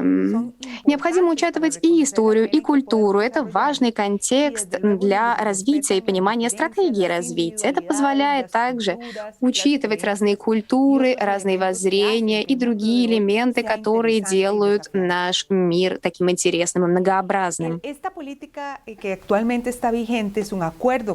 Политика, которую мы сейчас реализуем, проводится под эгидой Верховного Совета образования. Мы проводили консультации с офисами ЮНЕСКО на местах. Это делается и для развития других политических мероприятий и стратегий в нашей стране. Устойчивое развитие в Коста-Рике основывается на правах человека, равенстве полов, межкультурной коммуникации и принципах устойчивой жизни. Важные принципы, которые являются для нас путеводной звездой, это также гражданское участие, обеспечение мирного сосуществования и защита окружающей среды. В настоящий момент мы развиваем новые направления политики, план действий, которые включают в себя принцип участия студентов и учащихся на всех уровнях принятия решений. Благодарю вас за внимание. Спасибо, госпожа министр. Передаю слово господину Жан-Мишелю Бланкеру, министр образования, молодежи и спорта Франции. Госпожа Стефания Джанини, дамы и господа, я счастлив выступать на нашей конференции, которая стала возможной благодаря усилиям ЮНЕСКО и благодаря Германии. Начиная с 2019 года во Франции образование в целях устойчивого развития является частью закона. Это одна из основных задач школы. Это большой прогресс для нашей образовательной системы и для общества, потому что, учитывая проблемы климатического характера и утрату биоразнообразия, как никогда важно обеспечить основу знаний, которые будут фактическими, которые будут вызывать доверие, для того, чтобы у молодого поколения были в руках ключи к пониманию своей гражданской роли. Образование в области устойчивого развития во Франции является сквозным, то есть оно проходит через все дисциплины на протяжении всех лет обучения в школе. С 2020 года она является частью всех образовательных программ и учитывается в таких важных программах, как биология, история, география, нравственное, гражданское образование, философия и другие. ОУР является частью школьного образования и подготовки преподавателей. Помимо этого, каждое образовательное учреждение должно разрабатывать специальные педагогические проекты в области защиты окружающей среды, например, высадка деревьев, борьба с потерями продовольствия в школьных столовых, сокращение энергетического следа образовательных учреждений и другие примеры. Цель заключается в том, чтобы ученики понимали, в чем заключается ОУР, чтобы они напрямую участвовали в этом процессе. Я вижу, что для них это очень важно, когда посещаю школы. Начиная с 2020 года обязательно выбирать экологического старосту в каждом классе в средней и старшей школе. Также рекомендуется это делать в начальной школе. Таким образом, у нас есть более 200 тысяч учеников, которые являются старостами по экологическим вопросам. Это мощная экологическая армия на службе нашей образовательной системы. И таким образом дети понимают, как участвовать в устойчивом образовании. Например, они строят биоразнообразие в своей школе. Например, они создают какие-то специальные мероприятия, высаживают деревья или убирают лес.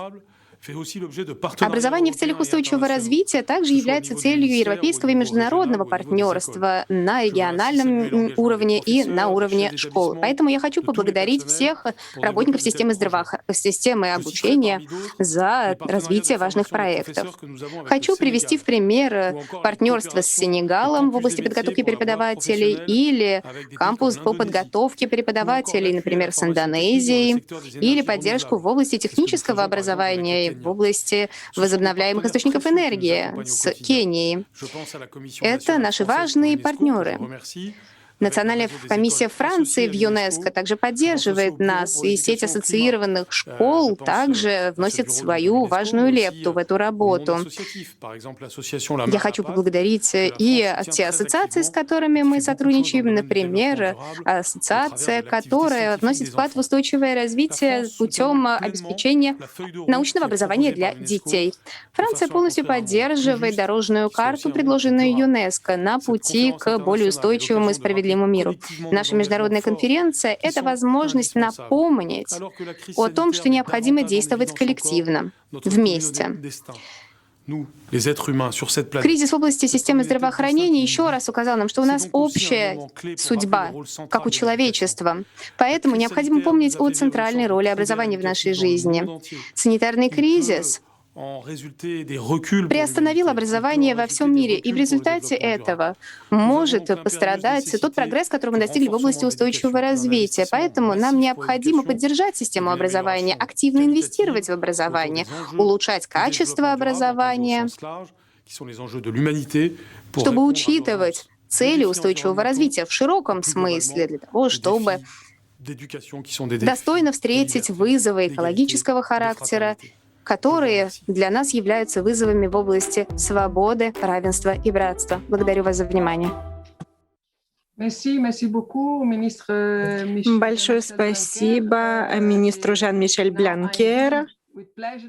А сейчас я с удовольствием предоставляю слово госпоже Нике Карамеус, министра образования и религиозных вопросов Греции. Видеообращение. Уважаемые коллеги, для меня большое удовольствие присоединиться к работе в рамках конференции по образованию в цели устойчивого развития. Конечно, образование должно играть ключевую роль. А каким образом? Вот главный вопрос. Греция сейчас внедряет следующее направление для того, чтобы обеспечить достижение этой цели. Развитие навыков — это первое. Цифровые навыки и навыки приобретения знаний с помощью использования креативности, коммуникации и информации. Мы внедрили лаборатории навыков от дошкольного до верхней ступени школьного образования.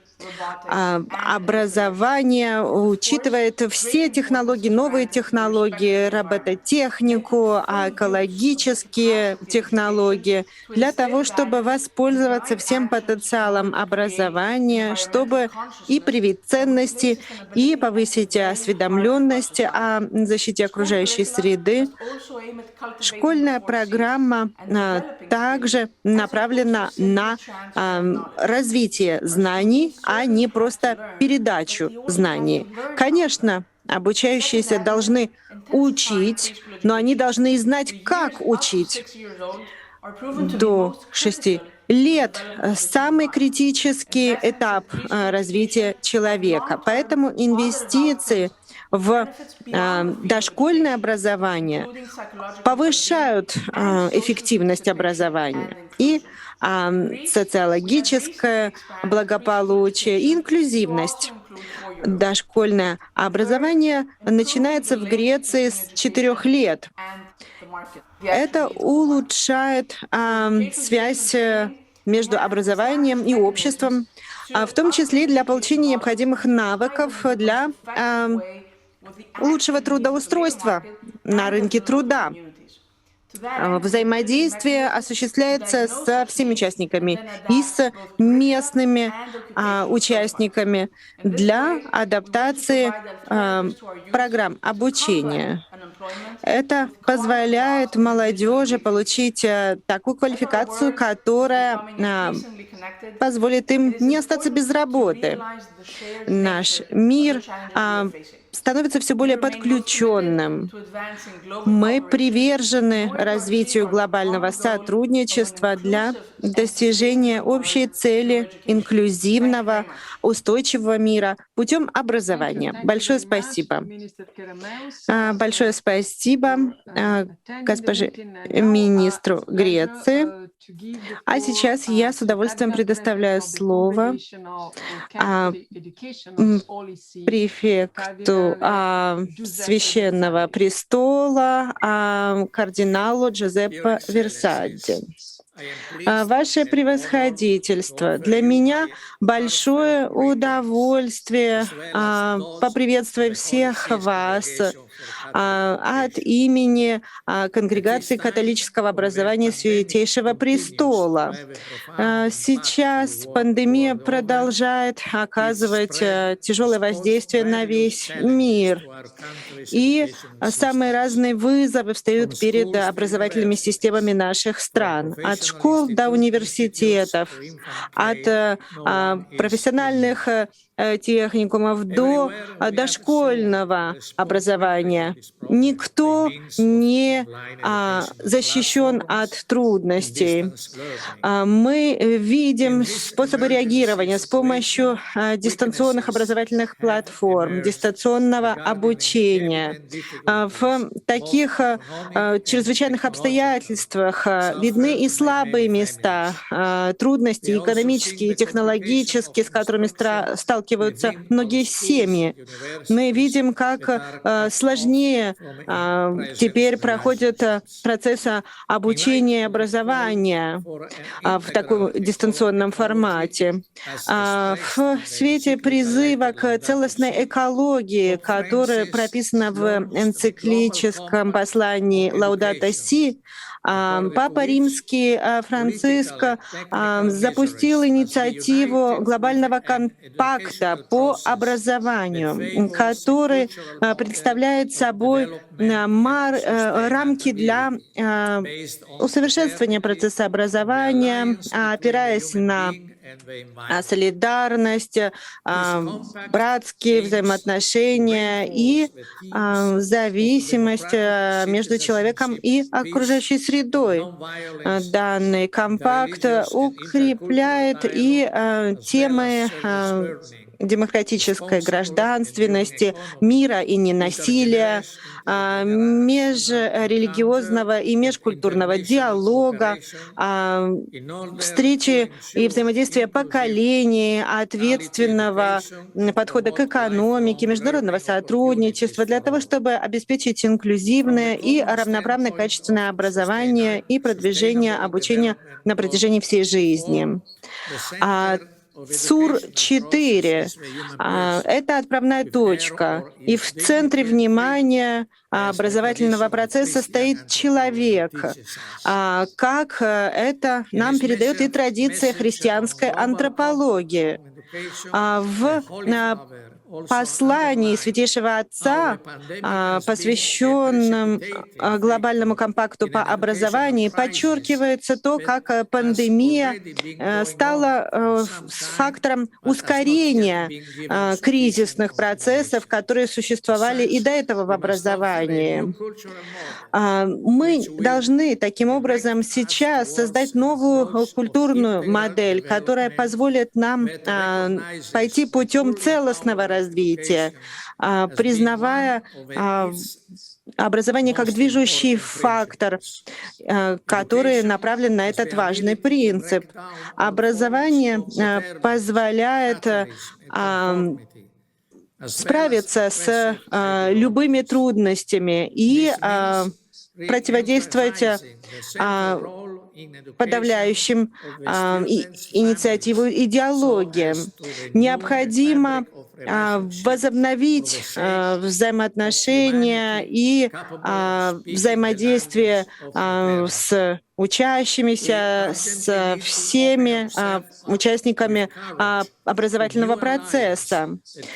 Святейший престол признает, что есть и новые возможности объединения усилий. Благодаря этой декларации, которая будет получена в результате нашей конференции, она будет способствовать строительству гармонии. И католическая церковь вносит свой вклад в работу образовательных заведений, и формальных, и неформальных. И Святейший престол признает положительные элементы данной декларации, и мы считаем, что необходимо, чтобы все участники поддержали ее. Моя делегация попросила бы также добавить пояснительную записку соответствующих намерений к данному мероприятию. Спасибо вам большое. Слово предоставляется Латвии. Мы с удовольствием заслушаем видеообращение госпожи Инги Шуплинской, министра образования и науки Латвии. Уважаемые коллеги, хочу поблагодарить ЮНЕСКО и правительство Германии за организацию данной конференции, которая подчеркивает приверженность образованию в целях устойчивого развития и повестки до 2030 года. Латвия высоко ценит работу ЮНЕСКО и новое видение УУР, которое учитывает технологический прогресс, потребность в структурных преобразованиях и трансформации, опираясь на уроки пандемии COVID-19. Мы должны отреагировать на призыв Генсека ООН восстановить лучше наше общество, опираясь на инструмент ОУР. Латвия продвигает ОУР на всех уровнях образования, включая широкий круг заинтересованных сторон. Мы разработали концепцию ОУР в рамках наших руководящих принципов развития образования на 2021-2027 год. В центр внимания ставится устойчивость для будущих поколений, инвестиции в человеческий капитал, эффективное управление системой образования и ресурсами. Очень важно отметить цифровые навыки для построения цифровых, зеленых и устойчивых экономик. Наша программа обращает внимание на цифровую компетенцию как сквозной навык. Латвия считает, что цифровое преобразование системы образования — это повседневный процесс, предоставляя инструменты ИКТ и обучающие материалы, улучшая интернет-возможности и разрабатывая различные цифровые компетенции, как благодаря такому инструменту, как телевизионный канал, ее класс. Я уверена, что обмен идеями и опытом будет очень ценным вкладом в достижение наших общих целей. Спасибо за внимание. Большое вам спасибо, госпожа министра Шуплинска. А сейчас я предоставляю слово госпоже Лилия Погоша, министру образования, культуры и научных исследований Республики Молдова. Ваше превосходительство, дамы и господа, позвольте мне поблагодарить ЮНЕСКО и Федеральное министерство образования и исследовательской деятельности Германии за приглашение на конференцию ЮНЕСКО.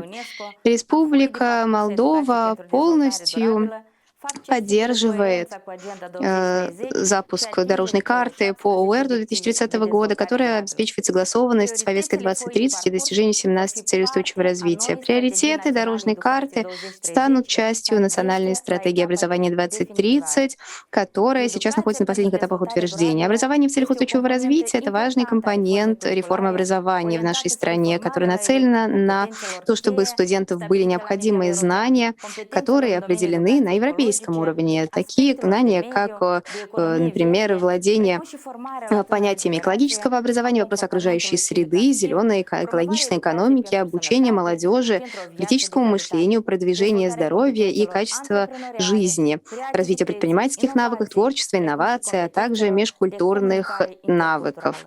В рамках текущей реформы образовательных программ, которую мы начали в Республике Молдова, важная роль отводится сквозным междисциплинарным аспектам с особым вниманием к дисциплинам НТИМ, которые становятся все более заметными и занимают все важное место в процессе преподавания и обучения преподавателей оценки знаний.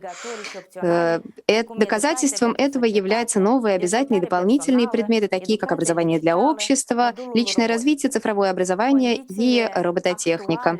Текущие условия, обусловленные пандемией, подчеркнули значимость цифрового образования, которое нужно для всего человечества.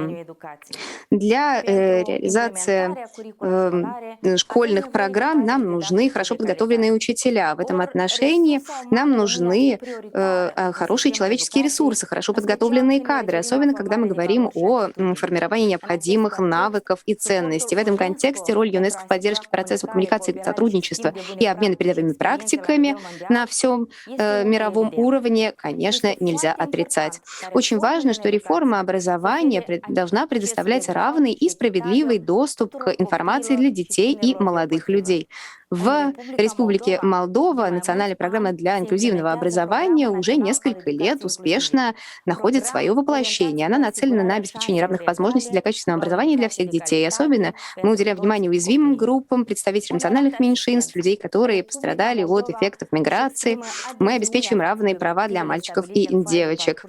Республика Молдова выражает поддержку целям, которые изложены в дорожной карте ЮНЕСКО по ОУР, а также целям Берлинской декларации. Мы уверены, что включение этих целей в процесс обучения создаст качественные образовательные системы во всем мире. Это внесет вклад в развитие будущих поколений для развития более устойчивого общества и здоровой планеты. Роль ЮНЕСКО в этом процессе остается крайне важной, потому что это позволяет привести в соответствие повестку на национальном, региональном и глобальном уровне.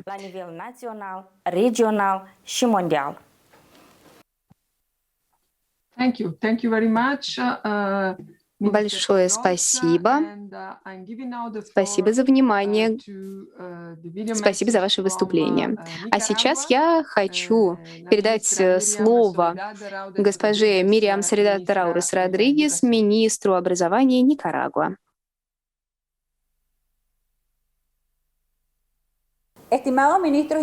Уважаемые министры, уважаемые представители Организации Объединенных Наций по науке и культуре. Приветствуем вас. Мы стали одной из первых стран, поддержавших Декларацию общего блага человечества. На основе этой идеи мы составили свою политику в области образования. Мы отстаиваем идею производства и потребления, которая обеспечивает ценность и сохранность Матери Земли. На период 2018-2030 наша страна выразила намерение стремиться к экологичному развитию с заботой и сохранением нашей планеты. Политическая Конституция нашей страны в 60-й своей статье гласит, что мы должны обеспечить сохранность экосистем и особенно уделять внимание биоразнообразию и всем природным процессам. Образовательная система Никарагуа и при поддержке Министерства образования поддерживает наше правительство. Мы включили в образовательные программы, планы и программы, которые реализуются на разных уровнях образования. Мы учитываем вопросы защиты и поддержки Матери Земли. Это неотъемлемая часть системы образования для наших студентов. Мы продвигаем идеи уважения к окружающей среде.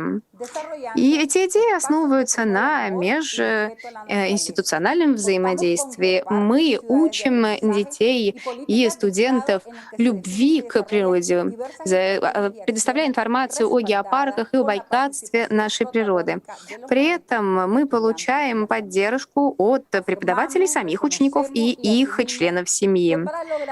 Мы уверены в том, что для всеобъемлющего образования необходимо в образовательном подходе защищать права нашей Матери Земли и всех живых существ. Мы намерены преобразовать подход будущих поколений для того, чтобы наша планета становилась все более приятным местом для жизни. Спасибо, благодарю госпожу Раудес Родригес. И хочу передать слово представителю Румынии. Мы заслушаем видеообращение от господина Сарина Михаи Чемпиану, министра образования. Госпожа председатель, господа Джанини, уважаемые коллеги, хочу поблагодарить ЮНЕСКО за эту важную инициативу, реализованную совместно с Германией. Благодарю за организацию нашей важной конференции. Это дает нам возможность вместе задуматься о таком важном мировом масштабном процессе. Реализация повестки 2030 нашла отражение в национальной стратегии развития на период 2030 года в нашей стране. Приобретение необходимых навыков, развитие знаний, которые необходимы для устойчивого развития, все это наше направление активной деятельности. Мы развиваем системы образования, которые открыты для всех. Они открыты для учителей, которые затем станут преподавателями в начальной и средней школе. Мы поставили во главу угла философские принципы устойчивого развития. Опыт, который был приобретен в различных проектах, связанных с ОУР, позволил нам заручиться важными инструментами в период санитарного кризиса. Мы разрабатываем новые программы, ориентированные на цифровые навыки. План восстановления после пандемии, который предложило правительство, включает в себя системный подход, в том числе в школах и университетах, для того, чтобы ответить на вызовы, связанные с развитием цифровых технологий. Ключевая роль университетов в ОУР совершенно очевидна. В этих целях мы проводим различные проекты на национальном уровне, а также создаем транснациональные проекты, в частности, программа Erasmus+. У нас есть важный национальный опыт. Например, геопарк Кацек — это лаборатория на открытом воздухе для формального и неформального образования школьников. Посетители прекрасно проводят время, и посещение этого парка дает им возможность понять связь между культурными и природными ценностями. Это является отражением образования в самом широком аспекте, в самом широком смысле слова. Цели такого проекта — это предоставить доступ ученикам и научить их понимать лучше, в чем заключается цель устойчивого развития. Таким образом, мы напрямую обеспечиваем передачу знаний студентам. Дорогие коллеги, Румыния вновь заявляет о своем намерении участвовать в глобальных усилиях по укреплению системы образования. Мы поддерживаем цели, изложенные в докладе «Будущее образования», и будем работать на национальном уровне для того, чтобы образование оставалось всеобщей ценностью. Спасибо. Благодарю представителя Румынии, благодарю господина Чемпиану. Давайте сейчас перейдем к выступлению Катара. Заслушаем выступление от заместителя секретаря, министра образования и высшего образования господина Ибрахима бин Салеха Аль-Нуами. Во имя Господа, милостивого и милосердного. Дамы и господа, для меня большая честь участвовать в этом мероприятии обменами идей, посвященном образованию в интересах устойчивого развития. Реализация целей ОУР не должна основываться только на классической системе образования. Она должна включать все системы образования, все элементы образования на протяжении всей жизни. Элементы, такие как доступ к образованию для всех на основе равенства, вне зависимости от возраста и половой принадлежности. Мы должны гарантировать доступ к образованию всем маргинализованным группам.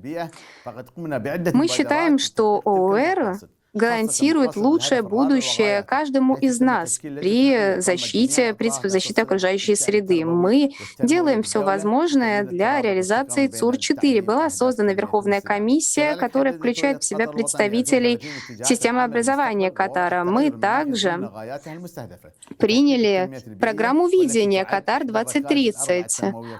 Изменение климата теперь стало одним из ключевых факторов, которые мы учитываем для обеспечения экологического образования, которое является основой нашего национального видения и развития. Мы сталкиваемся с проблемой изменения климата и приходится действовать по разным направлениям. Одна из наших инициатив — это высадить 1 миллион деревьев. Эту инициативу предложили школьники и сами будут ее реализовывать. Этот проект очень важен, потому что деревья — это легкие нашей планеты. Мы также намерены научить наших студентов пониманию значимости окружающей среды. Это важно для нашего общества.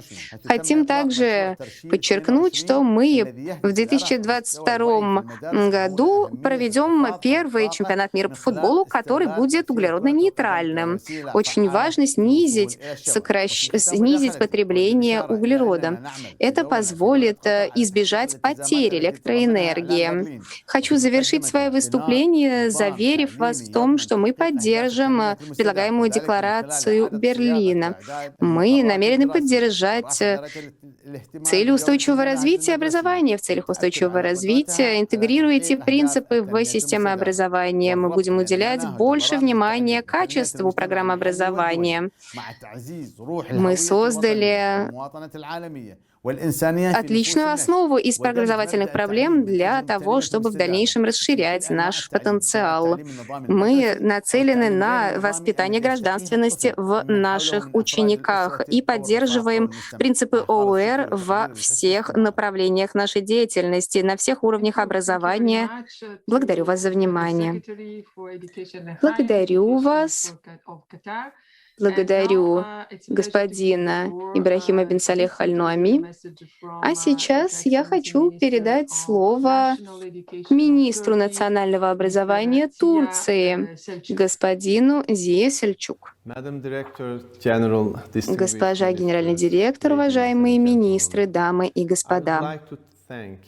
Хочу поблагодарить ЮНЕСКО и Федеральное министерство образования и исследовательской деятельности Германии, а также поблагодарить Национальную комиссию Германии при ЮНЕСКО за организацию нашего важного мероприятия. Мы верим, что образование — это самый мощный инструмент, который может изменить то, как мы ведем себя и как мы думаем. В целях реализации этого образования нужно, как мы считаем, перестроить системы образования. Нужно изменить процесс образования в соответствии с принципами и подходом устойчивого развития. В Турции была принята программа «Перспективы образования 2023». Она нацелена на радикальные изменения национальной системы образования Турции. Мы уделяем особое внимание целям устойчивого развития в нашей программе. Ее стратегические цели и мероприятия основаны на принципах инклюзивности и справедливости. Основная задача программы «Перспектива образования 2023» — это воспитать молодых людей, обладающих навыками, представлениями об этике и любовью к науке, чтобы они интересовались культурой и хотели использовать имеющиеся потенциальные навыки на благо человечества. Без качественного образования нельзя говорить об устойчивом развитии. Турция продолжает инвестировать в проведение образовательных реформ для улучшения качества жизни своего населения. Для нас вопрос справедливости лежит в основе образовательной политики. Это ключевой элемент для приобретения знаний и навыков. Поэтому мы наращиваем усилия по достижению ЦУР-4. В соответствии с принципом равных возможностей для всех, мы реализуем различные проекты для того, чтобы возрастные группы, для которых образование является обязательным, получили доступ к качественному, бесплатному начальному и среднему школьному образованию. Также мы поддерживаем тех, кто бросает школу рано, для того, чтобы те смогли вернуться в образовательный процесс. Мы готовы поддержать ЮНЕСКО в их деятельности как ведущего учреждения по координации и поддержке применения рамочной программы ОЭР на период 2030 года. Я уверен, что наша конференция позволит нам ускорить наши действия и преобразовать систему образования, используя при этом подход к устойчивому развитию. Благодарю вас за внимание. Большое вам спасибо, господин министр Сельчук, Турция. А сейчас я с удовольствием предоставляю слово для того, чтобы заслушать видеообращение министра образования Судана, ее превосходительство госпожа Тамагора Пирфи Алудекрем.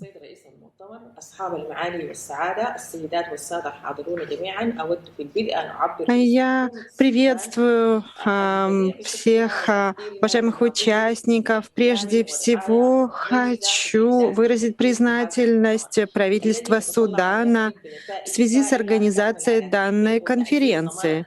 Мы хотим поблагодарить за данную конференцию, замечательную возможность встречи и общения.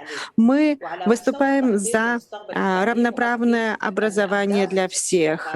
Это будет гарантировать лучшее будущее в процессе образования. Мы должны достичь цели устойчивого развития в области образования к 2030 году. Для этого мы приняли национальную стратегию для предоставления образовательных услуг детям, которые не охвачены образованием. Мы внедряем школьные программы обучения и программы школьного питания.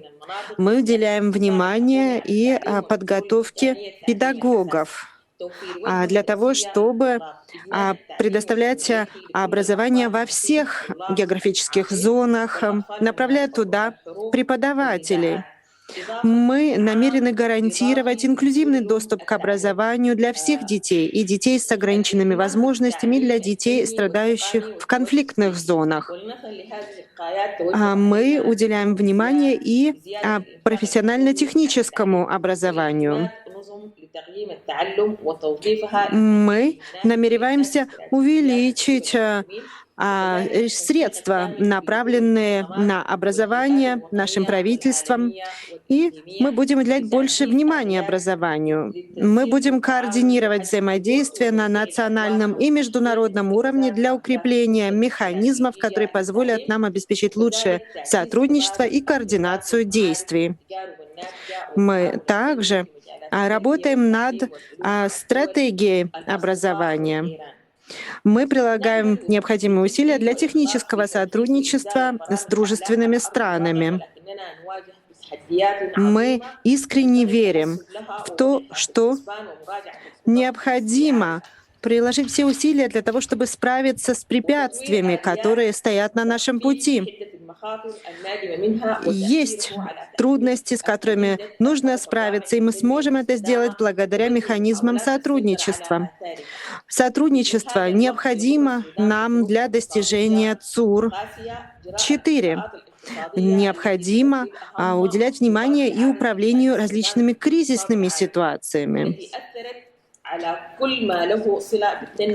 Экономические санкции были отменены, и это позволяет Судану вновь войти в ряды международного сотрудничества. Это позволит нам укрепить наши усилия, направленные на развитие, предоставляя образовательные услуги прежде всего в зонах, страдавших от конфликтов. Министерство образования Судана привержено достижению цели устойчивого развития 4 для того, чтобы предоставить качественное и равноправное образование для всех на протяжении всей жизни. Речь идет о выделении и необходимых финансовых и кадровых ресурсов для достижения этой цели. Для этого необходимо обеспечить сотрудничество между различными региональными, национальными и международными участниками. Большое спасибо. А сейчас я предоставляю слово для видеообращения министра образования Йемена, господин Тарек Алаби.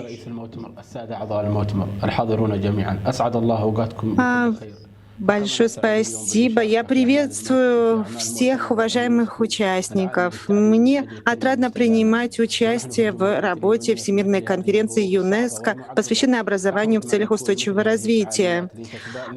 Йемен переживает непростые времена, и сейчас мы хотим обменяться опытом и перенять передовую практику ваших стран, ваших организаций и воспользоваться извлеченными уроками.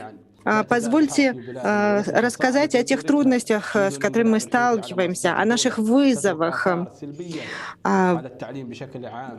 Госпереворот, который потряс наши устои, по-прежнему влияет на трудности в области образования. Соответствующие препятствия существуют, и из-за этого ученики не могут получить полное образование. Это вызывает риски экономической нищеты, насилия.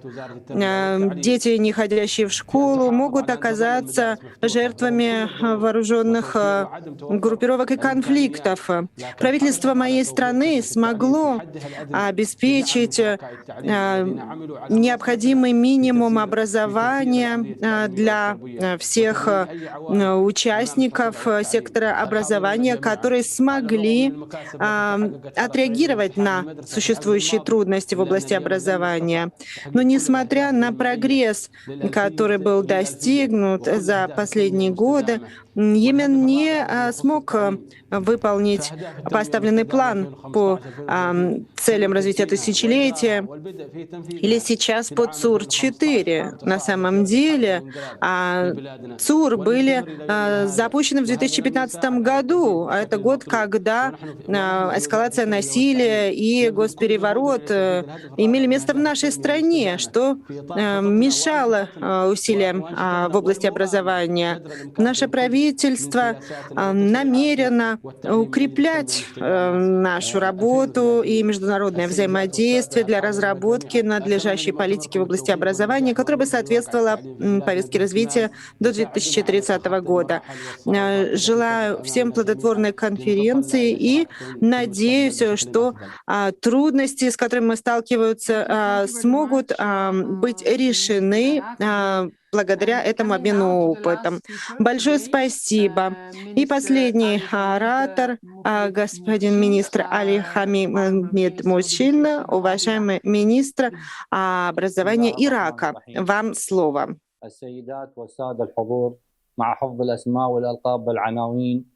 Во имя Бога Всевышнего и Милосердного. Дамы и господа, человечество сталкивается с крупнейшим вызовом. Мы должны выжить в условиях пандемии COVID-19. Мы видели, сколько людей пострадали от пандемии и различных вариантов вируса. Это привело к тому, что обществам пришлось поменять привычный образ жизни и свои привычки. В Ираке мы приняли меры, направленные на укрепление системы образования в нашей стране, для того, чтобы позволить предоставление виртуального или гибридного образовательного процесса, поскольку это стало необходимым для всех государств. Мы намереваемся предоставить качественное образование всем детям Ирака, реагируя на изменение климата и на стоящие вызовы. Образование позволяет нам повысить устойчивость и позволяет идти путем осуществления 17 сур. Мы намерены предоставить все возможности для учащихся, в том числе и технологии, которые до этого не использовались. Во всех школах это теперь внедряется. Школы приходилось закрывать для того, чтобы вирус не распространялся. Для этого были предоставлены виртуальные платформы для виртуального или гибридного образовательного процесса. Следующая цель, которая стояла перед нами, продолжить образовательный процесс, не терять учебный год. И было непросто обеспечить осуществление, но мы смогли предоставить адекватный уровень образования. Мы ввели и новые формы оценки, контроля и проверки полученных знаний. Таким образом, система образования Ирака, невзирая на трудности, доказала свою состоятельность и устойчивость. Наши образовательные услуги являются высококачественными. Это позволяет нам реагировать на вызовы пандемии более эффективно. Кроме того, мы создали 2 педагогических канала, телеканала. И это позволяет ученикам заранее знать, какое расписание образовательных программ, и смотреть их по телевизору. Это позволяет получить максимальный доступ, потому что не все имеют подключение к интернету. И таким образом, время от времени у всех есть возможность посмотреть соответствующий канал. 4 миллиона учащихся в нашей стране и 23 школы использовали такие технологии. Говоря об онлайновом преподавании, 80% преподавателей согласились предоставлять уроки в онлайновом режиме. Кроме того, дамы и господа, мы открыли новый канал популяризации научного содержания. Министерство образования все больше использует ИКТ в образовательных программах. Мы хотим использовать это на платформах Ньютон и платформе Ирака педагогика. У нас есть и образцовые школы, в которых научные дисциплины преподаются на английском языке. Цель нашего министерства состоит в том, чтобы продолжать использование новых технологий, которые будут стоять на службе у преподавания и образования в 21 веке. Такое образование научит, как жить, работать и вместе строить более светлое будущее. Мы укрепим те усилия, которые мы направляем на предоставление образования для всех учащихся. Мы будем разрабатывать и необходимый контент. Данные реформы в области образования осуществляются нами на постоянной основе. И в рамках данной конференции, которая проводится сегодня, хочу заверить всех, что мы будем продолжать работать над достижением целей устойчивого развития. Необходимо, чтобы знания, которые мы предоставляем нашим учащимся, позволили им достичь поставленные цели, позволили им научиться тому, что позволит им дальше найти работу и принимать активное участие в экономической жизни страны. В завершение, дамы и господа, позвольте передать вам горячий привет от Ирака. Ирак очень рад принимать участие в данной конференции. И да, поможет нам Бог в этих усилиях для достижения наших целей. Большое спасибо министру образования Ирака. На этом мы подходим к концу первого раунда министерского круглого стола. Это действительно такой вдохновляющий марафон к целям устойчивого развития. Очень интересный и полезный опыт был представлен.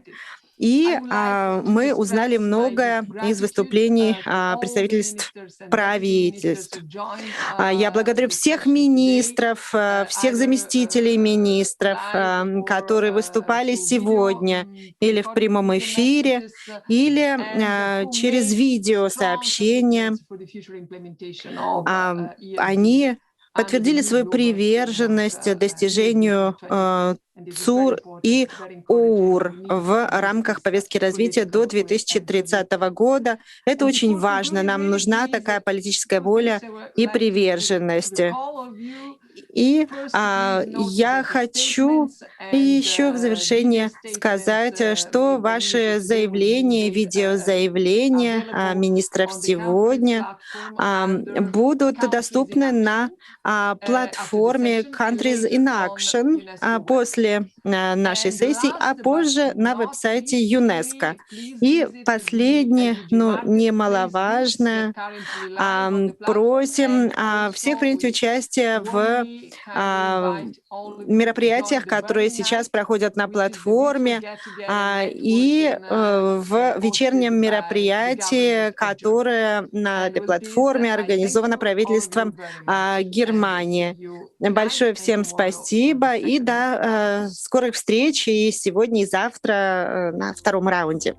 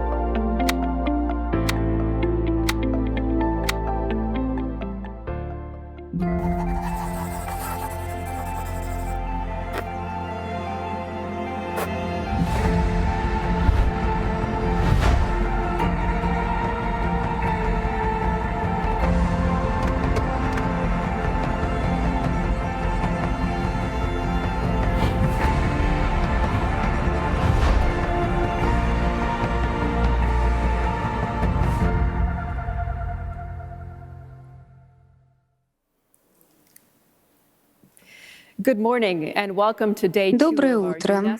Добро пожаловать на второй день Всемирной конференции ЮНЕСКО по образованию в интересах устойчивого развития. Приятно видеть вас сегодня. Приветствуем вас от имени ЮНЕСКО и Министерства Германии по образованию и исследованиям. Перед тем, как мы начнем, хочу напомнить вам, что вы можете использовать функцию чата, например, если вы подключены через Zoom или через YouTube или через другие платформы. Вы также можете использовать хэштег ESD2030 на Фейсбуке, в Твиттере. У нас также есть страничка LinkedIn, где вы можете на нас подписаться. Если вам нужен перевод, то у нас есть перевод на французский, арабский, английский, немецкий. Некоторые сессии доступны на русском и китайском языке. Вам нужно, если вы подключены через Zoom, кликнуть на глобус внизу экрана, чтобы выбрать язык. Приветствуем вас на второй части сессии Министерского круглого стола. Некоторые министры уже рассказали о вызовах, которые стоят перед их странами, и также поделились своими соображениями на пути к применению ОУР и дорожной карты ОУР. Хочу передать слово госпоже Стефании Джанини. Она заместитель генерального директора по вопросам образования ЮНЕСКО. Она председательствовала на министерском круглом столе вчера и будет председательствовать сегодня. Пожалуйста, госпожа Джанини. Доброе утро. Доброе утро, дорогая Сумис Масканда. Доброе утро всем участникам. Я очень рада модерировать вторую часть круглого министерского стола по вопросам применения ОУР в целях устойчивого развития на период до 2030 года. Цели двух сессий министерского стола — это представление намерений и планов государств-членов по реализации программы ОУР. Это включает в себя национальные инициативы по ОУР 2030 и обсуждение различных сложностей и возможностей, возникающих на национальном уровне. Особенно при этом мы учитываем вопросы климата, утраты биоразнообразия и другие экологические проблемы. Вчера мы провели замечательную, вдохновляющую, интереснейшую дискуссию. И думаю, что сегодня она будет такой же. Вы заслушаете много интересных выступлений от представителей министерств. Хочу напомнить несколько важных моментов уважаемым министрам. Регламент выступления составляет 3 минуты. Министры и замминистры, которые к нам подключаются в онлайн-режиме, смогут выступить первыми, а затем мы заслушаем видеообращения, которые были записаны заранее. Все выступления будут размещены на платформе конференции. Хочу поблагодарить ряд стран, которые, к сожалению, не смогут выступить вживую на круглом столе, но, тем не менее, прислали свои выступления в поддержку ОУР 2030. Благодарю за этот важный вклад. Итак, давайте начнем. Первый выступающий в моем списке, первый министр, это уважаемый заместитель министра по науке, культуре, спорту Армении, госпоже Жанне Андресян. Ваше превосходительство. Пожалуйста, вам слово. Спасибо. Госпожа генеральный директор, уважаемые коллеги, дамы и господа, прежде всего благодарю ЮНЕСКО и правительство Германии за организацию конференции. Мы надеемся, что конструктивный диалог сейчас важен и как никогда позволит нам преодолеть наши вызовы. Образование — это самый мощный инструмент на службе у устойчивого развития. Он предоставляет нам всем знания и навыки, которые нужны в образовательной среде. Достижение ОУР было замедлено в результате пандемии COVID-19, и сейчас нам нужно ускорить цифровое преобразование, улучшить процесс обучения, расширять возможности наших учеников и поддерживать преподавателей.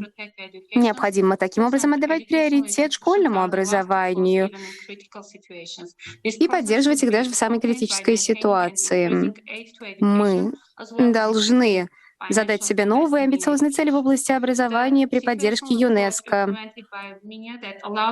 Подход в Армении позволяет нам реализовать различные эффективные стратегии на уровне образовательных систем. Ваше превосходительство, международное сообщество сейчас сконцентрировано на восстановлении после пандемии COVID-19. Азербайджан сейчас запустил активный процесс образования, несмотря на проблемы в Нагорном Карабахе и сложную ситуацию в стране. В ходе войны и атак на народ Арцаха Азербайджан потерпел большой урон, потому что пострадали различные инфраструктуры, культурные места наследия. 81 тысяча детей лишилась доступа к образованию.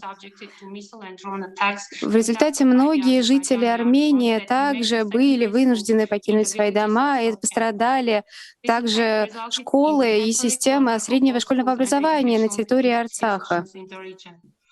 Это негативно сказывается на системах образования в Армении, на нашей территории.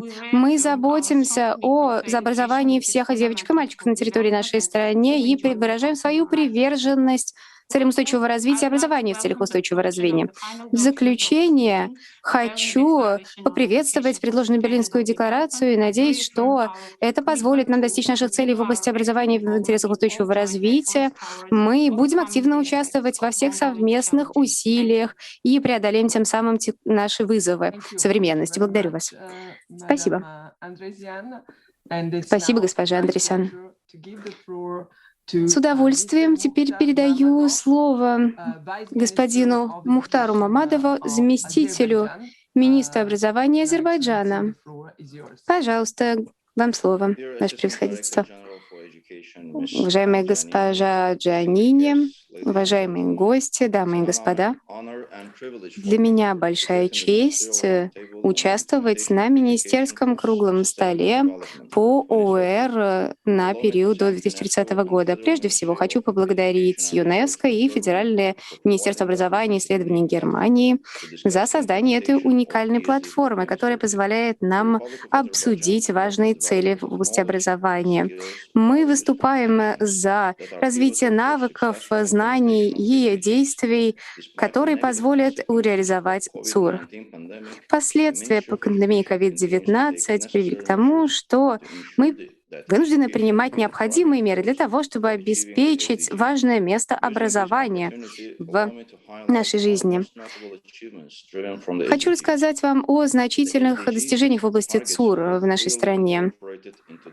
Цели и задачи устойчивого развития были успешно включены во все этапы образования. Дошкольное образование для 5-летних детей, предложенное Министерством образования, основывается на широком охвате, более 80%. Инклюзивное образование для детей с ограниченными возможностями в Республике Азербайджан на период 2018-2024 обеспечивает качественное образование на всех уровнях для людей с ограниченными возможностями. В 2020 году Министерство образования поддержало успешную реализацию в 3 городах. Эти 3 города были присоединены к сети глобального знания ЮНЕСКО. Это способствует продвижению ЦУР в этой сети. Мы рассказываем о том, как мы достигаем больших высот, но не стоит забывать о том, что мы сталкиваемся с глобальными вызовами в области образования, включая пандемию COVID-19. И, к сожалению, на местном уровне конфликт с Республикой Армения в 2020 году, который привел к тому, что 10 детей и 20 учителей погибли, 16 детей были ранены, 16 школ были уничтожены в результате конфликта. Министерство образования сейчас предпринимает все необходимые шаги по восстановлению разрушенных школ и оказанию поддержки пострадавшим сообществам в результате конфликта. Республика Азербайджан восстанавливает свою территориальную целостность. И мы нацелены на восстановление нашей системы и развитие системы образования в этих территориях. Я думаю, что только если мы объединим наши усилия, будем действовать конструктивно и проявим солидарность между нашими народами, мы сможем создать основу для достижения ОЭР. Спасибо за внимание. Благодарю вас. Господин Мамадов, сейчас с удовольствием передаю слово господину Дугласу Лицалатебе, министру образования, исследований, науки и технологий Ботсваны. Ваше превосходительство, вам слово. Большое спасибо. Уважаемая госпожа генеральный директор, глава делегаций, Ваше превосходительство, уважаемые дамы и господа. Доброе утро, добрый день, добрый вечер, в зависимости от того, где вы находитесь. Хочу начать с благодарности ЮНЕСКО и Федеральному министерству Германии за организацию нашей важной конференции по вопросам образования в целях устойчивого развития. От имени правительства Республики Ботсвана хочу заверить вас в нашей приверженности, решительной и неустанной поддержке идеалов и стремлений ЮНЕСКО. В частности, в том, что касается реализации ОЭР до 2030 года. Нельзя отрицать роль ОЭР в нашей жизни. Особенно сейчас, когда последствия изменений климата ставят под угрозу наше существование, не только человеческого рода, но и всего живого на Земле. Нам нужны более активные действия для воплощения в жизнь программы ОЭР. Наш общий опыт поможет нам удвоить усилия на пути продвижения по повестке устойчивого развития. Ботсвана рассматривает ОЭР как приоритет нашего развития. У нас есть концепция 2036, национальный план развития 11, различные программы на национальном секториальном уровне. Обращаем внимание на то, что сектор образования имеет сравнительное преимущество по сравнению с другими секторами, и мы используем это преимущество для реализации ОЭР. Мы хотим обеспечить сохранение всеобъемлющего подхода к ОЭР, взаимосвязанности экономического, социального и экологического аспектов устойчивого развития. Таким образом, мы включили ОЭР в качестве основополагающего компонента в основные учебные программы, особенно уделяя внимание преподаванию тем экологии и изменения климата. Мы намерены заручиться силой ОЭР для преобразования нашего общества в ходе и после пандемии COVID-19 и способствовать более широкому доступу к научному знанию и развитию исследования доказательной политики демократического принятия решений. Мы признаем также традиционные технические знания для преобразования экономики. Ботсвана также поддерживает использование открытых образовательных ресурсов и доступных возможностей электронного обучения для использования потенциала новых цифровых экологичных технологий, которые будут ответственным, безопасным и инклюзивным. И это позволит взвешивать риски и выгоды. Но, несмотря на существующие инициативы, у нас сейчас нет конкретной отдельной национальной политики по ОЭР. Поэтому мы с нетерпением ждем результатов нашей Всемирной конференции, потому что, как нам кажется, обмен знаниями и опытом направит нас на верный путь для более активного воплощения ОЭР на национальном уровне. Пула, спасибо. Благодарю вас, уважаемый господин министр. А сейчас с удовольствием передаю слово госпоже Минни Келли, заместителю министра образования и культуры Финляндии. Ваше превосходительство, пожалуйста, вам слово. Спасибо. Уважаемые коллеги, хочу поблагодарить ЮНЕСКО и Германию за организацию конференции в преддверии саммита ООН по вопросам климата и биоразнообразия. Пандемия COVID-19 — это еще один пример сложной взаимосвязи, существующей между глобальными вызовами. Изменение климата, утрата биоразнообразия увеличивают риск пандемий, от которой больше всего страдают самые уязвимые группы населения, в частности, девочки и женщины. По словам генерального секретаря ООН, человечество ведет войну с природой, обрекая себя на гибель. Для достижения успешного перехода к устойчивому образу жизни нужно реализовать рамочную программу ООР 2030 и дорожную карту по ООР, охватывая при этом все общество. Участие и молодежи, гражданского общества, научных кругов, частного сектора — это ключ к нашему успеху. Согласно совместной нордической концепции, принятой нашими премьер-министрами, северноевропейские страны должны стать самым устойчивым регионом в мире к 2030 году. В ходе текущего председательства Финляндии в Северном совете министров особое внимание уделяется цели ЦУР 4.7. В частности, мы расширяем возможности учителей в области преподавания ООР, сотрудничая с сетью преподавателей северных стран. Финляндия намерена обеспечить для всех граждан навыки для будущего. Мы активно инвестируем в непрерывное обучение, науку, инновации для того, чтобы повысить уровень образования общества. Часть этой работы заключается в интеграции на все уровни образования ООР. Например, мы недавно повысили возрастной порог выпуска из школы до 18 лет. Мы также активно изучаем изменения климата. Мы также намерены включать цели устойчивого развития в более широком масштабе во все предлагаемые специальности. Образование — это не только основополагающее право человека, оно является фундаментальным для демократии и для информированного решения, основанного на доказательной базе. В Финляндии мы сейчас проводим год научного знания, где особое внимание уделяется критическому мышлению и медиаграмотности. В заключение хочу заявить о том, что мы продолжим содействовать ООР в сквозной реализации наших задач. Знания, навыки, исследования, культура, наука и работа молодежи играют ключевую роль в разработке эффективной политики образования, а также соответствующего законодательства и политического лидерства. Мы также намерены стать страной с нулевым уровнем выбросов углерода к 2035 году, а также лидером в области гендерного равенства. Спасибо. Большое вам спасибо, госпожа Келли. А сейчас позвольте предоставить слово господину Аниндита Адитома, заместителю министра научного развития Индонезии. Пожалуйста, вам слово. Большое спасибо.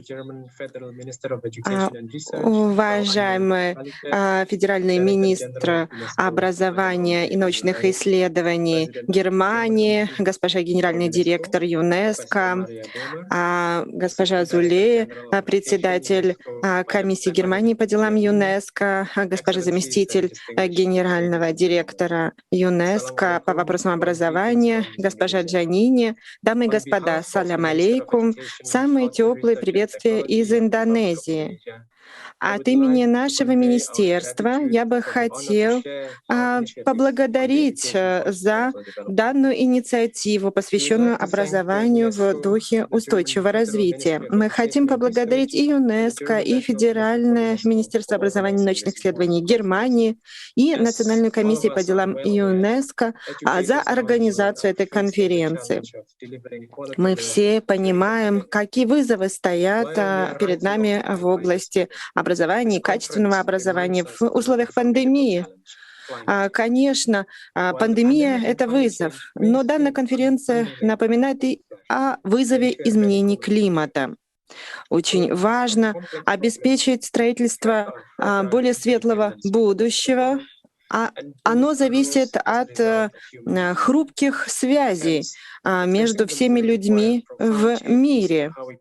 Необходимо изменить кардинальным образом поведение людей и обществ. И именно здесь образование может сыграть решающую роль. Рамки ОУР и наша система образования должны позволять учащимся получить больше возможностей для развития. И Индонезия внедряет реформы в области образования. 3 важные темы нами учитываются. Прежде всего, комплексный характер изменений климата. Второе — необходимость исследований по изменению климата. И третье — это устойчивое направление развития. Прежде всего, как правильно понять проблематику изменений климата и комплексность всех систем. То, как мы себя ведем, то, как мы потребляем те или иные продукты питания, даже, например, сегодня, когда мы завтракали, наши повседневные жесты и повседневное поведение может влиять на экосистемы, что вызывает стихийные бедствия в результате изменений климата. Засухи, наводнения и так далее. Значит, необходимо понять комплексный характер этого взаимодействия для того, чтобы мочь комплексно отреагировать на вызовы. Научные исследования, которые посвящены изменениям климата, здесь очень важны, в том числе веб-ресурсы, все инструменты, которые позволяют учащимся получить необходимые знания и навыки из надежных источников. Необходимо еще и аналитические навыки развивать, умение анализировать, понимать, формулировать собственное мнение обоснованным образом. Большое спасибо, господин Адитомо. А теперь от Индонезии мы перейдем к Швейцарии. Господин Кома де Крама, господин министр образования кантона Базельштадт. Вам слово, пожалуйста. Grazie, signora Giannini. Большое спасибо, госпожа Джанини. Уважаемые коллеги, дамы и господа, я хочу поблагодарить ЮНЕСКО и наших немецких коллег за данную инициативу проведения конференции, посвященной устойчивому развитию и образованию. Когда мы говорим об устойчивом развитии, зачастую упоминаю только экологические аспекты, природоохранные аспекты. А я хочу подчеркнуть, что образование в целях устойчивого развития не должно ограничиваться только природоохранной тематикой. Когда мы говорим об изменениях климата, мы часто забываем об остальных аспектах. А ведь устойчивое развитие касается и экономики, и социальных вопросов, и природоохранных вопросов. Важна гармония между этими различными составляющими. Экосистема — это очень важная часть, но нужны все остальные части и сбалансированный подход. А в Швейцарии, вы знаете, у нас система образования использует несколько языков, и кантоны имеют право внедрения и применения положений по образованию. Для ЦУР все региональные участники объединились в центрах компетенции. Я являюсь председателем такой инициативы по образованию, и благодаря нашей инициативе мы получили целую систему, которая позволяет работать над программой «Образование 21». Эта программа включает и экономические, и политические, и экологические аспекты, аспекты прав человека, учитывая все аспекты развития. Это позволяет нам вести работу над вопросами охраны природы, анализа происходящего, критической оценки и так далее. Образование в целях устойчивого развития включено в образовательные программы самых разных учебных заведений. Культурное разнообразие тоже является важной составляющей этой работы. И мы привержены взаимодействию для достижения целей устойчивого развития. Хочу поблагодарить всех тех, кто способствует образованию в целях устойчивого развития таким целостным комплексным путем. Большое спасибо. Позвольте сейчас предоставить слово господину Дарему Табба, министру образования Сирии.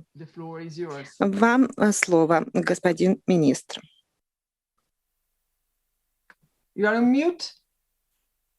Мы вас не слышим. Включите, пожалуйста, микрофон. Ваше превосходительство, нам вас не слышно. А слышно ли сейчас? Да, сейчас слышно. Доброе утро. Я буду выступать на арабском, а вы будете слушать меня в переводе, если это возможно. Да, конечно, пожалуйста. Ваше превосходительство, дамы и господа, здравствуйте. Несмотря на все трудности, с которыми сталкивается арабский регион, несмотря на конфликты, в частности, конфликт в Сирии, Министерство образования Сирийской Арабской Республики работает над достижением поставленных целей и выполнением своих обязательств для образования в целях устойчивого развития на благо как нынешнего, так и будущих поколений. Наше министерство прилагает все усилия для достижения ЦУР-4 к 2030 году. ЦУР-4 посвящена качественному образованию. Мы приняли не только ЦУР-4, но и все 17 ЦУР для развития педагогических компетенций. И наши образовательные программы учитывают эти ЦУР для того, чтобы применять их на практике и строить устойчивое общество, устойчивое будущее и нашей страны, и нашей планеты.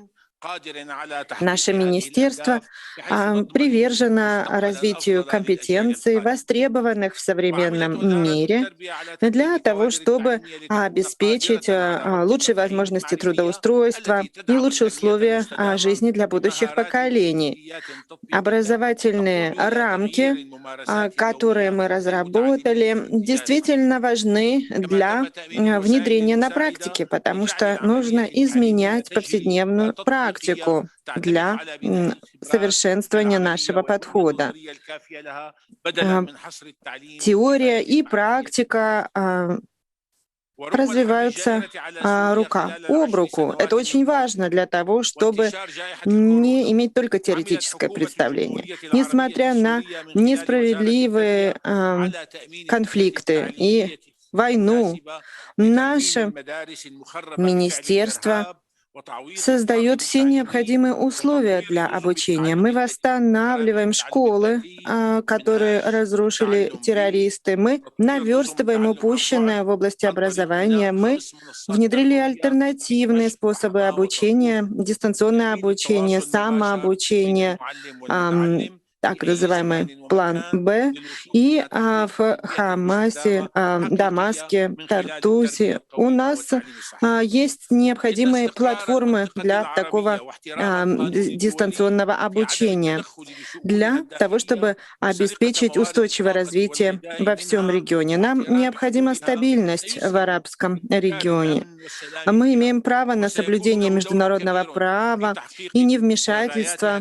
Мы должны должны противодействовать разграблению наших богатств. Мы стремимся к миру и безопасности для работы над целями образования, поскольку это вклад в коллективные усилия человечества для того, чтобы оставить лучшую планету следующим поколениям. Мы продолжаем работу в рамках конференции и с Министерством окружающей среды, и с Министерством сельского хозяйства, и с представителями гражданского общества. Большое спасибо, господин Таба. Я хочу предоставить слово господину Атала Уайдияр, заместителю министра образования Афганистана. А вам слово, господин министр. Большое спасибо. Я хочу поблагодарить ЮНЕСКО и Германию за организацию данной международной конференции. Афганистан добился существенного прогресса в вопросе доступа к образованию. 9 миллионов детей охвачены школьным образованием. Несколько лет тому назад они не имели такой возможности. Я хочу остановиться на основных вызовах в области образования. Под руководством президента Афганистана и благодаря усилиям Министерства образования мы проводим очень крупные реформы образования.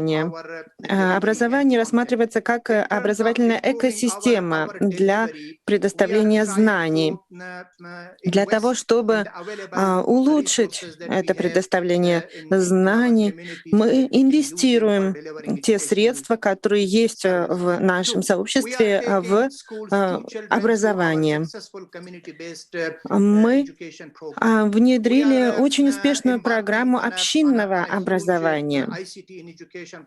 Мы внедряем инструменты ИКТ в процесс образования для сокращения разрыва, для того, чтобы в любом удаленном уголке страны дети могли учиться, для того, чтобы охватить всех, кто еще не охвачен образованием. Говоря о содержании образования, образовательный контент Афганистана насыщен содержанием, которое касается устойчивого развития. И мы делаем все необходимое для того, чтобы обеспечить контекстуализацию дисциплин и тем, чтобы дети имели возможность понять и увидеть, о чем идет речь, когда мы говорим об устойчивом развитии. Они должны знать, какие есть трудности и какие есть инструменты для их преодоления. Мы привержены улучшению и политических директивных рамок образования, и содержания контента образования для того, чтобы эти знания были понятны, и для того, чтобы мы могли их донести до всех детей в партнерстве с нашими сообществами и другими участниками. Мы работаем для того, чтобы образование увеличило возможности для молодежи в Афганистане. Мы считаем, что образование — это право. Все дети имеют право на образование. И наше министерство привержено тому, чтобы наше образование было устойчивым, чтобы все участники, все стороны не посягали на безопасность образования для того, чтобы все нынешние и будущие поколения могли воспользоваться его плодами. Большое спасибо, господин заместитель министра Уайдияр. А сейчас я предоставляю слово последнему оратору, который в прямом режиме выступает, господин Хамсандени Обуа, министр образования и спорта Уганды. Вам слово, пожалуйста, ваше превосходительство. Благодарю вас. Хочу всех вас поприветствовать от братьев и сестер Юганды. Наша страна, наша инициатива по ОЭР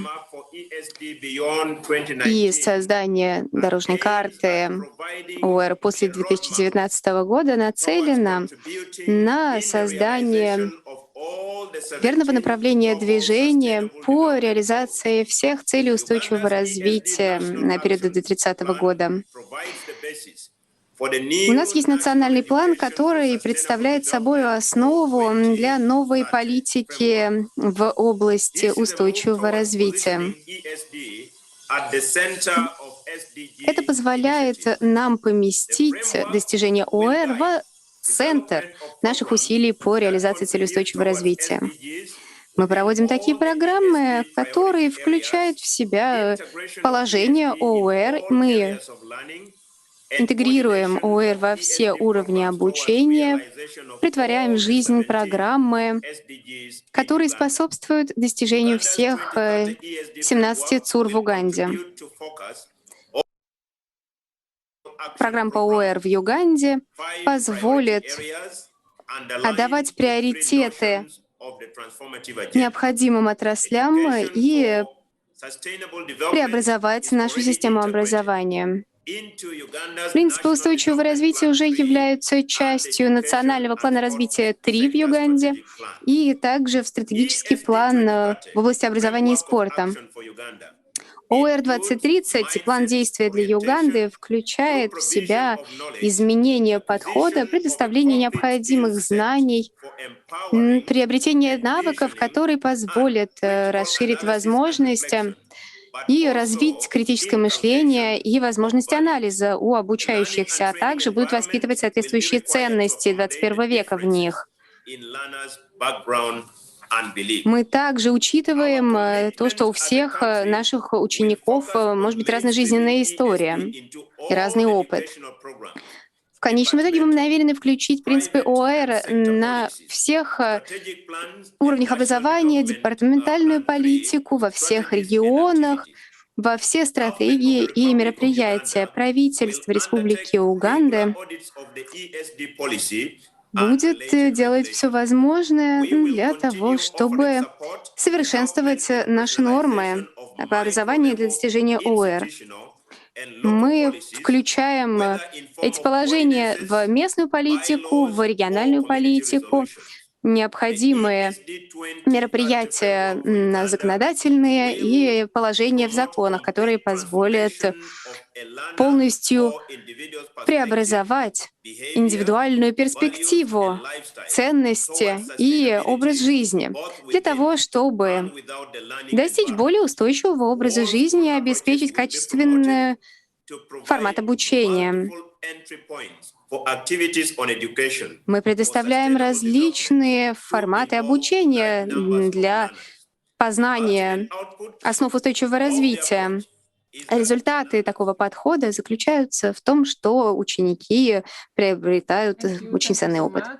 Благодарю вас, господин Або, благодарю вас за ваше выступление.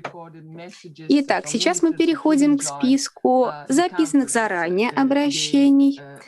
Это министры, которые, к сожалению, не смогли присоединиться к нам онлайн. Начинаем с Камбоджи и передаю слово министру образования, юношества и спорта господину Ханг Чоннарону. Ваше превосходительство, госпожа генеральный директор ЮНЕСКО, ваше превосходительство, дамы и господа. От лица делегации Камбоджи хочу поблагодарить ЮНЕСКО, а также Федеральное министерство образования и исследовательской деятельности Германии за приглашение на Всемирную конференцию ЮНЕСКО по ОЭР. Проявляя политическую волю и решимость, правительство Камбоджи полностью разделяет реализацию повестки в области устойчивого развития и продолжает вносить свой посильный вклад в глобальную работу, чтобы никто не остался за бортом. Мы с нетерпением ждем возможности присоединиться к другим странам и поддержать предлагаемую Берлинскую декларацию по ОЭР. В Камбодже образование в целях устойчивого развития является неотъемлемой частью дорожной карты по реализации ЦУР-4, а также частью стратегического плана в области образования. Также недавно были приняты меры реагирования сектора образования на ситуацию с COVID-19. Мы создали программу «Новая реальность образования», которая включает в себя, во-первых, санитарные условия в школах. Сейчас 85% преподавателей в Камбодже уже получили прививку от COVID-19. Во-вторых, продолжение реформы на уровне школ для того, чтобы школы были более подотчетны в своих действиях перед сообществом, перед родителями школьников. Мы преобразуем школьную культуру, применяем гибкие программы обучения, даем приоритет, в частности, раннему обучению чтению и навыкам счета в начальной школе. Мы также вводим новые подходы, такие как, например, самостоятельное обучение в средней и старшей школе. Образование в этой области — это один из наших приоритетов. Мы развиваем соответствующую инфраструктуру, фестиваль, посвященный ТИМ и обучению программированию. Мы также сумели воспользовать кризис, связанный с COVID-19, как возможность популяризации цифрового образования и гибридного обучения. Мы ввели цифровые уроки на всех уровнях, во всех школьных классах, создали электронные возможности обучения, образовательные, например, телеканал, и возможности удаленного обучения в период закрытости, в период того, когда школы были закрыты. Мы продвинулись на 10 лет вперед в образовании. Мы также используем цифровые технологии для подготовки учителей. Мы также уделяем большое внимание бюджету на образование для создания центров профессиональной подготовки для учителей. Мы концентрируемся на таких темах, как контент для обучения, вопросы педагогики, преподавания и использование технологий для улучшения обучения. Мы используем программы лидерства для учителей и повышения квалификации учителей, чтобы у преподавателей была возможность участвовать в реформе образования. Пятое. Мы расширяем возможности для специального обучения, для того, чтобы образование было инклюзивным. Мы преподаем предметы на 5 языках этнических меньшинств, занимаемся вопросами преподавания для детей с ограниченными возможностями, например, алфавит Брайля и язык жестов. И, наконец, мы предоставляем питание для бедных семей и тех, кто пострадал от пандемии COVID-19 и кто живет в бедных районах. Камбоджа — это одна из стран, которые сильно страдают от изменения климата. И поэтому мы пытаемся использовать международную и региональную интеграцию и быстро развивать технологии и науку. Нам необходимо концентрироваться на технологических инновациях, которые позволят повысить продуктивность и обеспечить, в частности, более высокое качество преподавания и возможности обучения. Я надеюсь, что на нашей конференции мы сформулируем общую рамочную программу для ОУР для каждой страны на региональном и международном уровне. Мы надеемся на наше дальнейшее тесное сотрудничество с ЮНЕСКО по вопросам применения ОВР. Мы вместе сможем преодолеть проблемы и вызовы и заручиться возможностями, которые позволят нам достичь устойчивого развития в Камбодже и во всех остальных странах. Спасибо за внимание. Благодарю министра Хэншон Нуарона. А сейчас с удовольствием передаю слово заместителю министра образования Китая господину Женгу Фуджи. Здравствуйте, госпожа Джанини, уважаемые министры. Доброе утро, дамы и господа. Для меня большая радость присутствовать на наше мероприятие. С момента принятия повестки в области устойчивого развития 2030 правительство Китая реализует стратегические мероприятия для того, чтобы сформировать экологическую цивилизацию в своей стране и поощрять достижение ЦУР. Мы отдаем приоритет планированию ОЭР в наших действиях. Мы разделяем идеи новой теории развития, которая включает в себя координацию и экологическое развитие. Мы включили идеи построения экологической цивилизации в национальное стратегическое планирование. ОЭР и образование для экологической цивилизации лежит в основе национального планирования Китая в области образования. Мы делаем акцент на осведомленности в защите окружающей среды, экологическом низкоуглеродном уровне жизни и управлению рисками в области образования, в области окружающей среды также. Во-вторых, мы меняем образовательные программы и процесс преподавания для того, чтобы содействовать ОУР. Информация и материалы, посвященные потерям продовольствия и запасов воды, защита окружающей среды, включены в обязательные образовательные курсы, такие как уроки нравственности, география и биология. Мы используем образ прозрачных вод, покрытых пышной растительностью, гор и бесценного достояния, гармоничного сосуществования человека и природы. Это развивает в учениках понимание и способность защищать окружающую среду и стремиться к инновациям.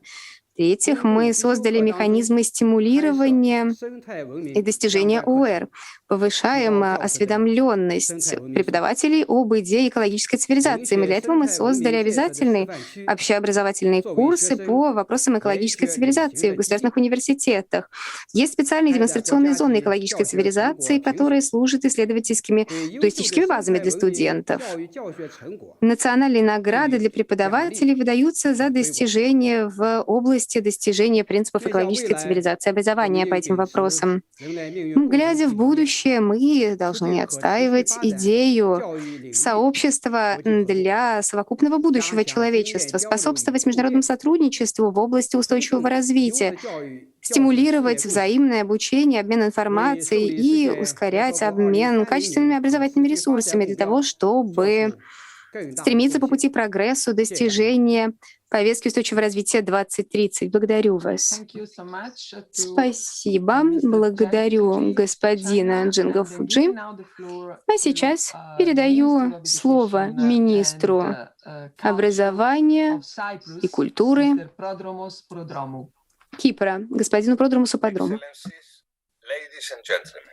Ваше превосходительство, дамы и господа, дорожная карта ЮНЕСКО «Образование в целях устойчивого развития 2030» предоставляет замечательную возможность для нас, государств-членов, общества и конкретных людей отреагировать на вызовы, связанные с необходимостью изменений, стремящихся к качественному образованию и продвижению целей устойчивого развития для создания более устойчивого, здорового и благополучного устойчивого мира.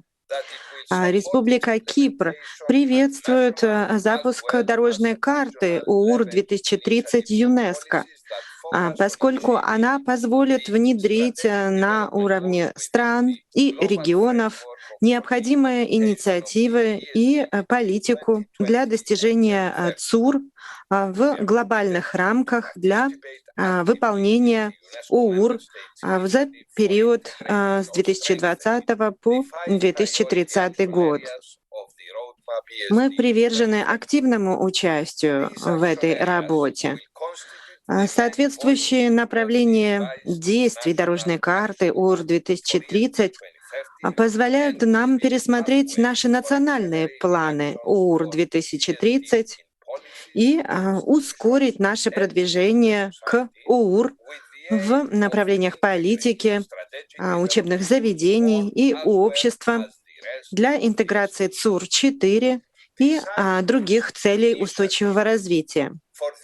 Инициатива Кипра для дорожной карты УР-2030 опирается на сотрудничество, приверженность и вовлеченность всех заинтересованных сторон в этот процесс. Хочу подчеркнуть, что интеграция дорожной карты 2030 ЮНЕСКО требует регионального и глобального взаимодействия и синергии. Кипр председательствует в двух региональных процессах ОУР. ЕЭК ООН, руководящий комитет ОУР, и Средиземноморский план действий ОУР. Это наш вклад в региональное осуществление дорожной карты УР-2030. Руководящий комитет УР-ЕЭК ООН будет внедрять стратегический план 2021-2030. В этом плане представлено общее видение и стремление, которое соответствует дорожной карте ЮНЕСКО по УР-2030. Мы намерены развивать сотрудничество и в Средиземноморской инициативе УР по всем 5 ключевым направлениям. Таким образом, мы поддерживаем все глобальные усилия, поскольку наше общее будущее зависит от наших действий сегодня. Большое спасибо вам, господин министр Продрому, министр Кипра. А сейчас я хочу предоставить слово господину Марту Ладмец, заместителю министра образования и научных исследований Эстонии. Дамы и господа, уважаемые коллеги, благодарю вас за возможность выступить на этом своевременном мероприятии. Присоединяясь к предыдущим ораторам, виртуально и во времена пандемии мы уже не задаем себе вопрос о том, меняется ли глобальный контекст. Мы думаем о том, как подготовить следующее поколение к этим изменениям. Хочу поделиться с вами информация о том, что делает Эстония по продвижению образования для устойчивого развития. Мы взяли на себя обязательства по устойчивому развитию как долгосрочную цель в 1992 году. И задачи УР были включены в наши учебные программы с 2002 года.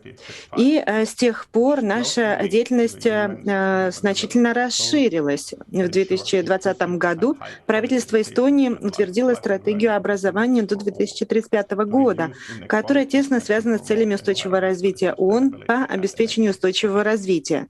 Целями устойчивого развития ООН по обеспечению инклюзивного, высококачественного образования и обучения на протяжении всей жизни, предоставление возможностей для всех, сокращение неравенства, содействие экологической устойчивости и энергоэффективности. Мы подключаем к процессам молодежь и научных исследователей. Наша система образования объединяет такие темы, как изменение климата, экологическая устойчивость, устойчивое потребление, культурное разнообразие, гендерное равенство, права человека, мир и ненасилие. Мы успешно внедряем принципы ОР в школах и гордимся межпредметным подходом к окружающей среде и устойчивому развитию. Мы отмечаем весьма успешное сотрудничество между Министерством образования и научных исследований и Министерством окружающей среды, которое поддерживается меморандумом о совместных действиях 2017 года, основанным на целях устойчивого развития ООН и глобальных действиях ЮНЕСКо. Сотрудничество между нашими министерствами позволяет разработать план действий, повысить экологическую осведомленность и просвещение. Очень приятно отметить и сплоченную работу сети центров экологического образования в Эстонии. По одному получается, все центры включают 1230 учащихся. И есть возможности для дальнейшего улучшения, для повышения подготовки наших педагогов и для расширения внеклассных, внешкольных мероприятий и сотрудничества в области ОР со всеми министерствами и ведомствами для выхода на более высокий уровень. Большое спасибо за возможность поделиться опытом. Я с нетерпением жду информации о вашем опыте для совместного достижения УР к 2030 году. Большое спасибо Эстонии, заместитель министра Ладмец. Сейчас я с удовольствием хочу предоставить слово Гане, министру образования Яо Озей Адутум. Ваше превосходительство, дамы и господа, делегация Ганы хотела бы поблагодарить и ЮНЕСКО, и немецкое Министерство образования за замечательную инициативу. Наше правительство подтвердило приверженность на международном и региональном уровне образованию в целях устойчивого развития. Мы считаем, что очень важно выполнить поставленные задачи. Мы хотим сказать, что с Министерством финансов мы выделяем на это необходимые средства. Министерство образования продемонстрировало свою приверженность ОУР, недавно проведя реформу нашей дошкольной учебной программы с целью улучшения результатов обучения для студентов Ганы, чтобы помочь им приобрести навыки 21 века.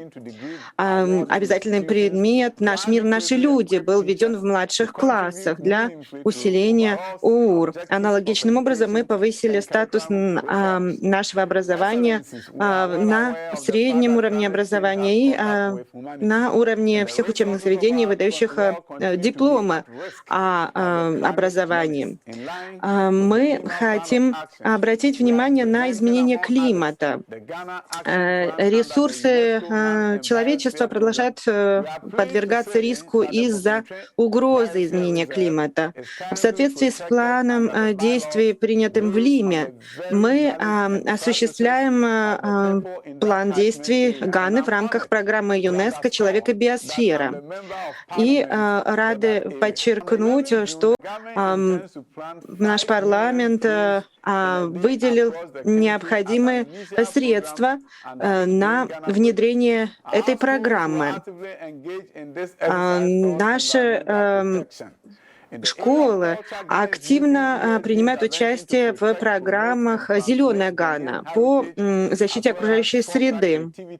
В области культуры Гана использует мероприятия ОУР для защиты, продвижения и передачи наследия Ганы и для развития творчества и разнообразия форм культурного самовыражения. Местные артисты, пользующиеся популярностью молодежи, также участвуют в программах с партнерами, направленных на устойчивое развитие.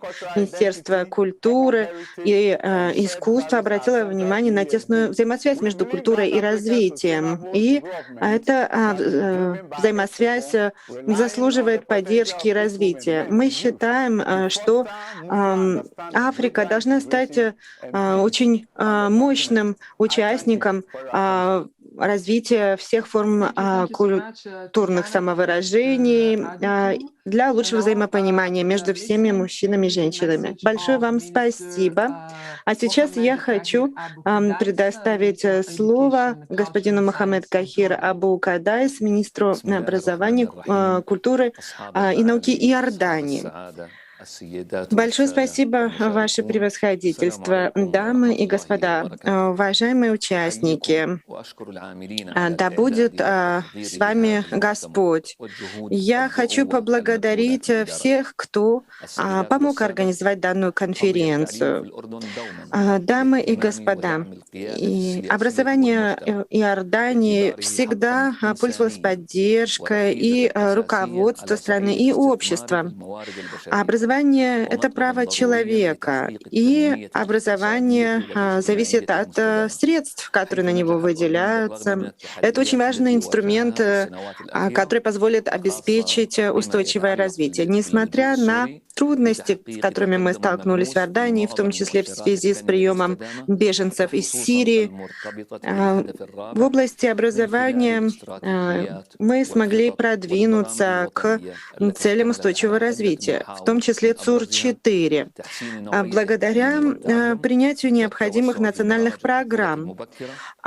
Следующее направление заслуживает особого внимания: расширение охвата образования, дошкольное образование и воспитание, формальные и неформальные образовательные программы, разработка стратегии по вопросам полов и равноправию в этих вопросах.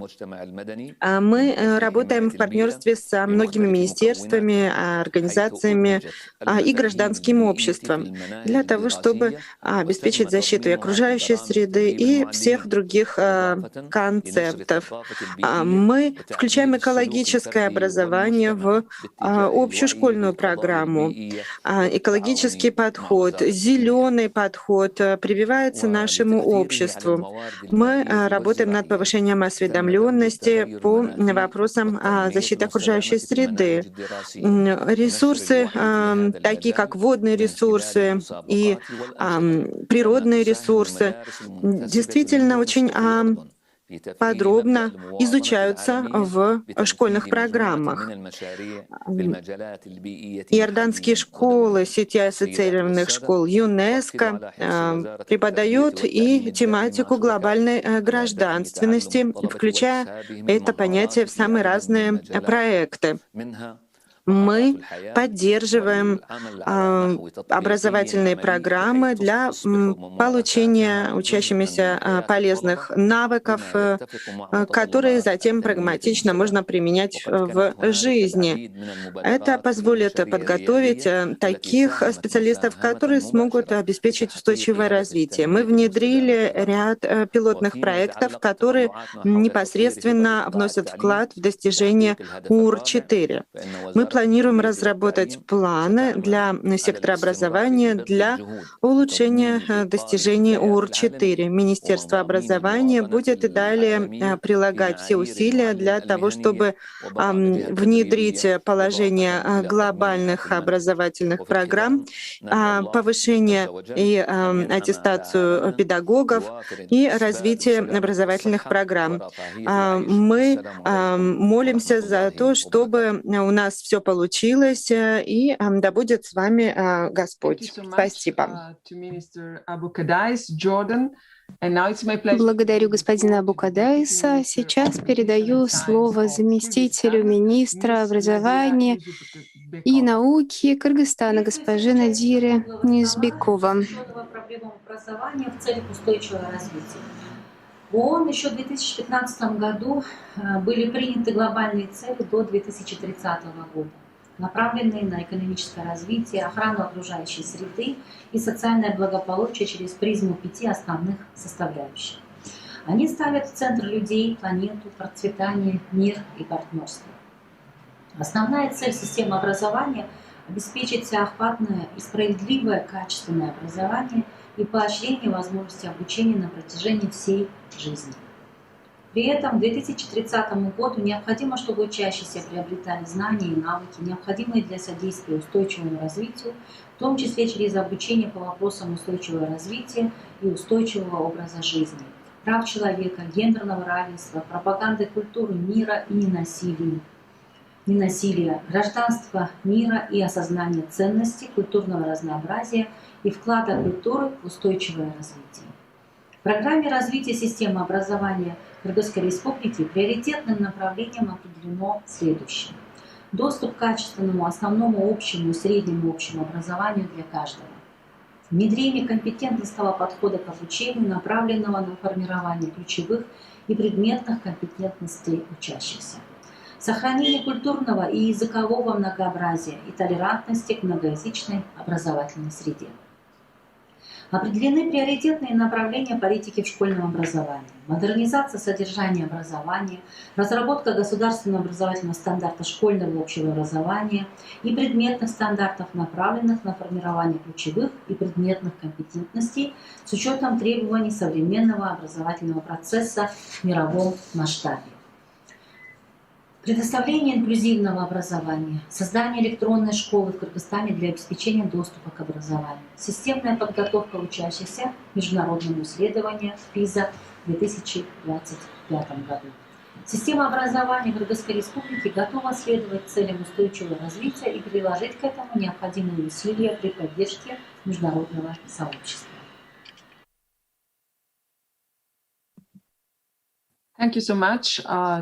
Большое спасибо. Благодарю госпожу Юзбекову, заместитель министра образования и науки Кыргызстана. Передаю слово министру образования Мальты, госпоже Юстине Крона. Благодарю ЮНЕСКО за организацию этого мероприятия. Приветствую цели нашей конференции. Мы намерены противостоять экологическим вызовам во всеобъемлющей манере. Мы признаем важную роль образования в деле достижения ЦУР. Наше Министерство образования разрабатывает национальную стратегию в области образования для устойчивого роста. Мы взаимодействуем с ЕК ООН для разработки стратегии устойчивого развития. Мы обращаемся к разным отраслям деятельности и общества, задаем специфические конкретные цели и описываем, даем конкретные показатели, которые позволяют измерить прогресс. Эти мероприятия включаются в 6 основных программ образования для начальной и средней и старшей школы. Был назначен специальный ответственный советник по ОУР, который занимается интеграцией ОУР в образовательные программы. Мы также расширяем программы обучения для вузов. У нас очень активно налажена деятельность сотрудничества с международными сетями, такие как Ассоциированная школа ЮНЕСКО и глобальная программа по образованию. Министерство образования обеспечивает необходимые кадры для образования, взаимодействуем с НПО, такими как система экошкол. Мы также разрабатываем стратегию для высшего образования в направлении достижения повестки 2030, обеспечивая устойчивое, гибкое образование в школах и вузах для того, чтобы люди могли приобрести необходимые навыки, стать ответственными гражданами на пути к продвижению к устойчивой экологической экономике. Одна из наших важных инициатив — это бесплатный транспорт для школьников. Это позволило сократить загруженность дорог и также повлиять на уровень загрязнения воздуха, что является частью нашей экологической политики. Достижение ЦУР до 2030 года — это важная задача для всех, поэтому мы должны объединять наши усилия на локальном и международном уровне для того, чтобы преодолевать вызовы, которые стоят перед нами. И поэтому мы поддерживаем предлагаемые положения Берлинской декларации и надеемся на плодотворное обсуждение вопроса о том, как молодое поколение может активно действовать в целях достижения устойчивого развития. Благодарю госпожу Каруана. И сейчас с удовольствием передаю слово представителю Филиппин, секретарю по вопросам образования госпоже Леоноре Мирасол Мартулис Брионес. Ваше превосходительство, Департамент по вопросам образования Филиппин признает необходимость удвоить действия и решительность, чтобы взрастить в наших обучающихся представления, знания и ценности, а также потенциал для достижения устойчивого развития. Это возможно с помощью обучения. Наши ключевые направления реформ и пересмотр учебных программ, профессиональное развитие до начала трудовой деятельности и в ее процессе, образовательные ресурсы и преподавание являются важными направлениями деятельности. Мы стремимся достичь достойного уровня мониторинга в этой области и проводим институциональную реформу с помощью применения программ. Пандемия COVID-19 заставила нас расширить наше представление о пространстве и процессе обучения. Мы слишком долго концентрировались на формальном образовании, ограниченном физическом физическими пределами школ. Масштабное нарушение процесса школьного обучения потребовало от нас активного взаимодействия с семьями и представителями сообщества, которые стали активными партнерами в процессе обучения. Одно из конкретных проявлений нашей приверженности целям устойчивого развития — это наша политика по сокращению зависимости от печатных материалов, которая привела сейчас к спросу, повышенному спросу на бумажные материалы и, соответственно, к вырубке деревьев. Ежегодные последствия такого уничтожения деревьев проявляются в наводнениях, и они неизмеримы. За счет программы «Будущее образование» мы начинаем процесс совместной работы с различными заинтересованными сторонами для создания комплексной концепции пространства обучения будущего, чтобы обеспечить возможность для формального, неформального, физического, виртуального и удаленного формата обучения. Это включает в себя и принципы образования в интересах устойчивого развития. Обучение, а также обучение в интересах устойчивого развития — это наша общая ответственность. Нужно задерживать ресурсы планирования и вовлечения для того, чтобы обеспечить связанность разных форматов обучения — формальных, неформальных, физических, виртуальных, очных и удаленных. Такой подход будет поддерживать активное обучение и предоставит доступ к образовательным ресурсам, обогащающим учебный процесс. Мы согласны с тем, что приоритетная область деятельности 5 в отношении местных общин — это не просто одна из приоритетных областей деятельности. Скорее, это центральная приоритетная область деятельности. Она должна быть тесно увязана с реализацией основных других областей деятельности, особенно действий в отношении молодежи. Мы провели образовательный форум для инклюзивного, качественного образования. Там присутствовали государственные учреждения, вовлеченные в реформу базового образования, а также партнеры по образованию, включая гражданские организации, представителей образовательного сектора, а также организации из частного сектора, двусторонние учреждения и международные организации. Нужно сделать так, чтобы образование в интересах устойчивого развития фигурировало в числе ключевых направлений нашей работы. Я благодарю госпожу Мактолис Брионес, секретаря по вопросам образования Филиппин. И сейчас с удовольствием передаю слово министру образования Португалии Тиаго Брандау Родригесу. Госпожа Стефания, уважаемые коллеги, устойчивые действия основываются на том, что мы не должны воспринимать устойчивое образование как что-то модное. Молодежь требует от нас постоянных действий на ежедневной основе для того, чтобы мы принимали ответственные решения. Устойчивость должна быть в моде, чтобы каждый из нас смог присвоить себе основы устойчивого образования.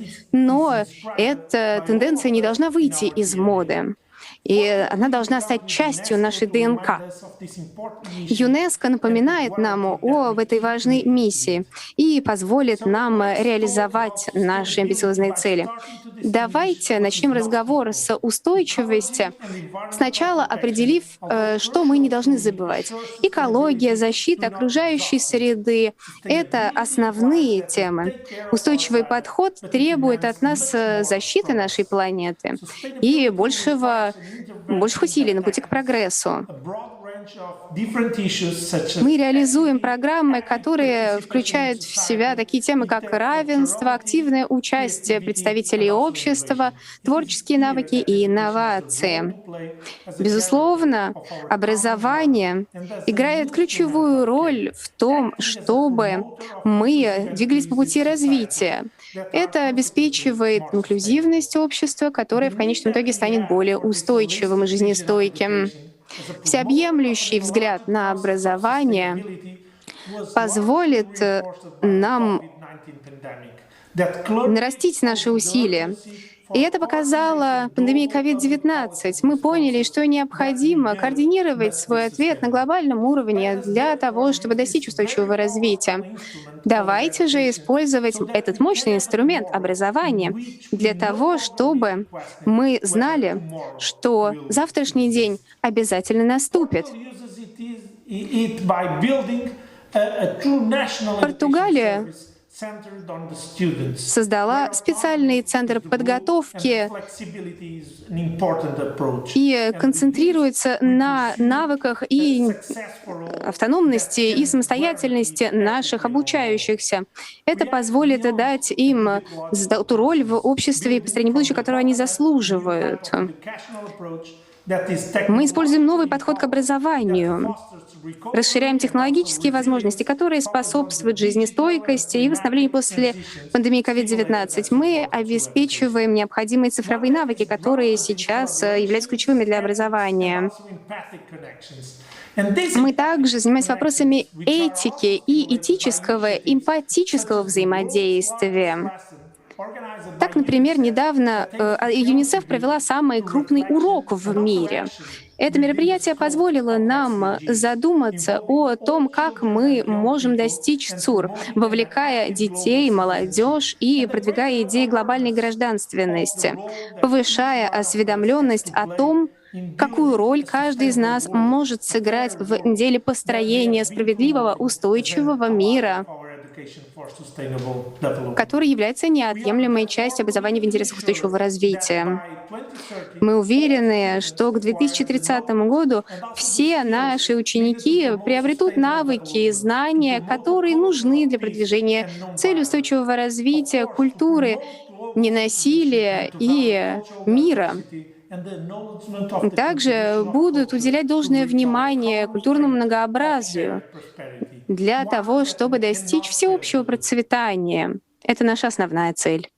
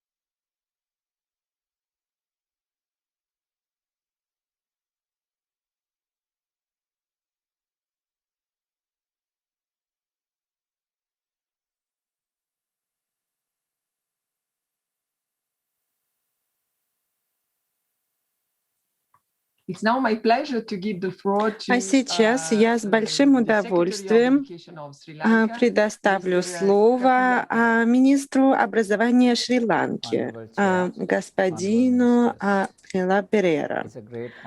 Госпожа председатель, уважаемые министры, для меня большая честь выступить перед вами во времена пандемии, чтобы поделиться некоторыми соображениями от имени правительства Шри-Ланки в качестве министра образования.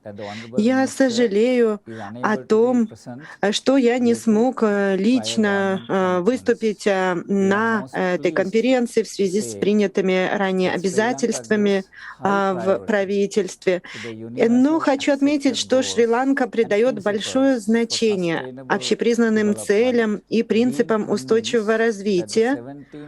Мы убеждены в том, что 17 целей устойчивого развития охватывают основные вопросы, которые необходимо решать, и мы хотим обеспечить благоприятные условия для безопасности и благополучия нынешних и будущих поколений. Мы хотим сделать нашу страну очень приятным местом для жизни. Для достижения этих благородных целей необходимо уделять нужное внимание образованию, здравоохранению, окружающей среде, экономике и обществу, которые отражены в 17 целях устойчивого развития. Мы сформировали целевую группу под эгидой президента, посвященную зеленой социальной экономике для преобразования экономики Шри-Ланки в зеленую социальную экономику с устойчивыми решениями проблем изменения климата.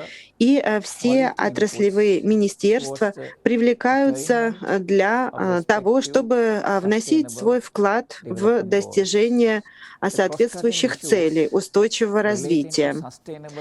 Сквозные вопросы, касающиеся устойчивого развития, также могут решаться путем предоставления качественного образования для всех, в дополнение к соответствующим усилиям, которые предпринимаются отраслевыми министерствами, работающими над сопряженными вопросами. Для повышения качества образования Шри-Ланка придает большое значение Южно-Азиатскому центру повышения квалификации учителей ЮНЕСКО категории 2. Этот центр работает по теме непрерывного профессионального развития педагогов, способных влиять на предоставление качественного образования для всех, укреплению мягких навыков, включающих обучение эмпатии, сочувствию по отношению к другим и к окружающей среде. И необходимое внимание в учебной программе уделяется повышению квалификации учителей. Мы убеждены в том, что мир и устойчивое развитие неразрывно связаны. И образование должно играть ведущую роль в достижении этих целей. Здоровье страны зависит от здоровья ее граждан. Сохранение ограниченного, невозобновляемого ресурса окружающей среды является ключевым путем к развитию и экономическому развитию, включая технологии, кадровые ресурсы, окружающую среду. А это залог успеха и прогресса. И необходимо по мере развития решать все общественные проблемы, управлять социальными преобразованиями и бороться с бедностью. Данные декларации, конференции позволяют нам получить программу установки для развития, устойчивого развития до 2030 года. Большое спасибо от имени нашего министра образования, нашего правительства и народа Шри-Ланки. Большое спасибо Шри-Ланке, господину Капила Перера, министру образования. Я хочу предоставить слово министру образования Таиланда, госпоже Тринук Тентонг. Ваше превосходительство, дамы и господа, прежде всего хочу воспользоваться возможностью и поблагодарить ЮНЕСКО и правительство Германии за организацию столь важной конференции. Она организована своевременно, принимая во внимание комплексность вызовов, которые стоят перед нами в 21 веке. Они показывают, что ОУР становится очень важным путем достижения цели устойчивого развития для всего человечества. Учитывая трудности, связанные с пандемией COVID-19 для всех обществ, данная конференция призывает лидеров объединить усилия для того, чтобы сохранить наш мир и улучшить для будущих поколений. ЦУР соответствует глобальным обязательствам и коллективным усилиям, направленным на лучшее будущее. Для достижения этих целей мы нуждаемся в активном участии всех заинтересованных сторон, в особенности молодежи. Системы образования должны предоставлять им необходимые навыки для реагирования на глобальные вызовы, для того, чтобы они могли внести свой вклад в развитие мира в быстро меняющихся условиях. Это позволит достичь все 17 целей устойчивого развития. Мы в Таиланде большое внимание уделяем концепции устойчивого развития. Она уже давно укоренена в нашей стране. Философия экономического развития и сосуществования общества — это та философия, которая лежит в основе нашего развития веками. Мы считаем, что это полностью перекликается с повесткой развития до 2030 года. В духе такого развития мы строим наши образовательные программы, в которые включены предметы изменения климата, биоразнообразие, борьба с загрязнением, устойчивое управление водными ресурсами, природными ресурсами и устойчивый образ жизни. Эта образовательная работа позволяет получать знания, развивать компетенции, лучше понимать глобальные тренды и изменения, что дает молодежи квалификацию и умение реагировать на глобальные изменения. Знания также обращают внимание на синергетическую связь между различными явлениями. И ЮНЕСКО — ведущая организация по вопросам образования. Мы очень рады работать в этом направлении с ЮНЕСКО. Большое спасибо министру образования Таиланда. А сейчас с удовольствием предоставляю слово заместителю министра образования и подготовки Вьетнама, господин Нгуен Ван Фук. Ваше превосходительство, уважаемые министры, уважаемые дамы и господа, дорогие гости, рамки образования в целях устойчивого развития 2030 для достижения ЦУР к 2030 году отвечают стратегии развития Вьетнама. Мы уже многие годы применяем положение УУР в нашей образовательной работе, укрепляя институциональные рамки и директивные положения по образованию. Мы работаем со всеми участниками и на национальном, и на международном уровне. Включение УУР в образовательную политику и мобилизация ресурсов. Это очень важное направление нашей работы. Мы работаем и с частным сектором для внедрения ОУР. ОУР 2030 отражены в национальном плане действий Вьетнама по достижению ЦУР 2030 в свете повестки развития до 2030 года. Министерство образования и учебной подготовки Вьетнама уделяет особое внимание уязвимым группам обучающихся для того, чтобы обеспечить качественное образование, развитие всех правовых аспектов образования, реагирование на все вызовы в области образования. Следующая стратегия охватит период с 21 по 30 год. Гендерное равенство образования включены в эту повестку. В нашей работе к 2030 году обеспечивается интеграция наших усилий по международным усилиям к 2030 году. Создание необходимых условий образования, потенциал педагогов, взаимодействие со всеми участниками и ускорение действий на местах. Мы подтверждаем нашу политическую приверженность и решимость для достижения ЦУР 2030, для того, чтобы обеспечить лучшие условия жизни для всего человечества и для граждан Вьетнама.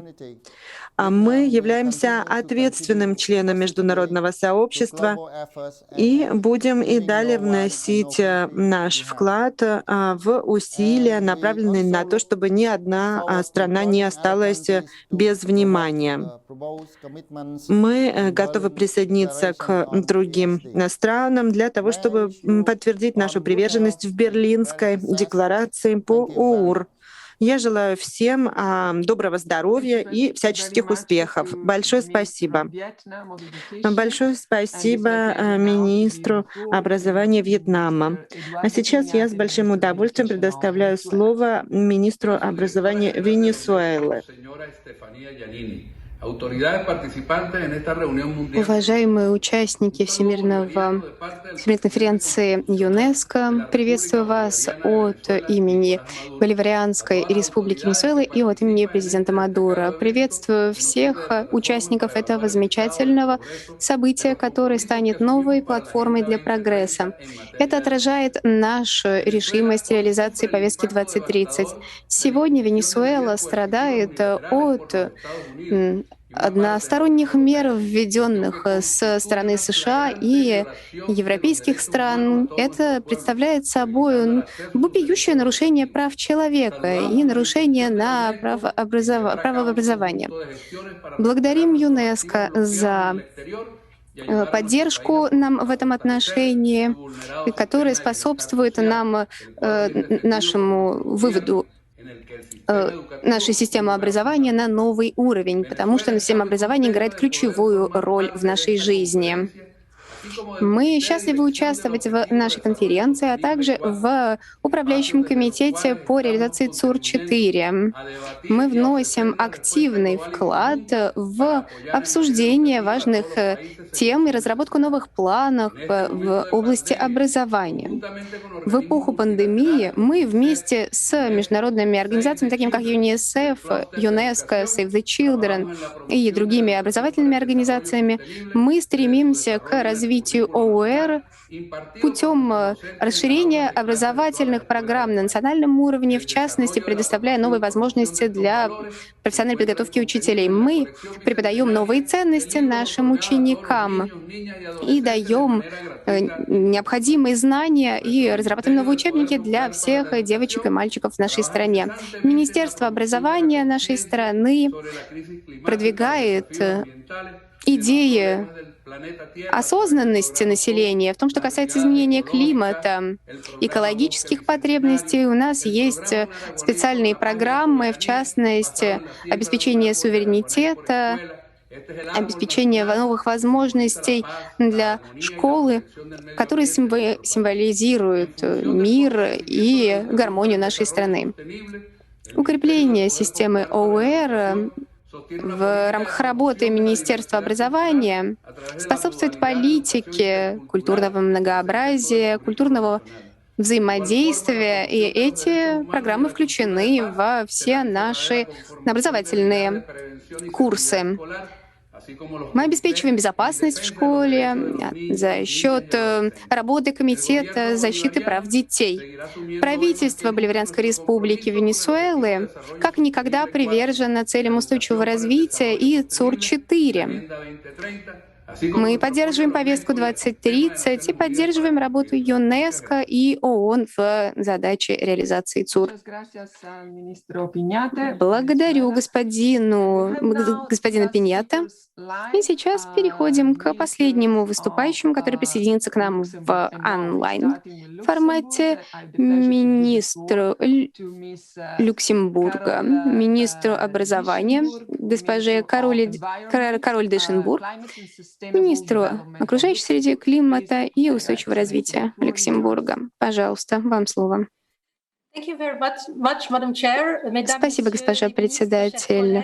Уважаемые министры, дорогие коллеги, сегодня я выступаю в качестве министра по устойчивому развитию и окружающей среде. Я также представляю господина Клода Маиша, министра образования и молодежи. Для него очень важна наша тема образования, но, к сожалению, не смог к нам присоединиться.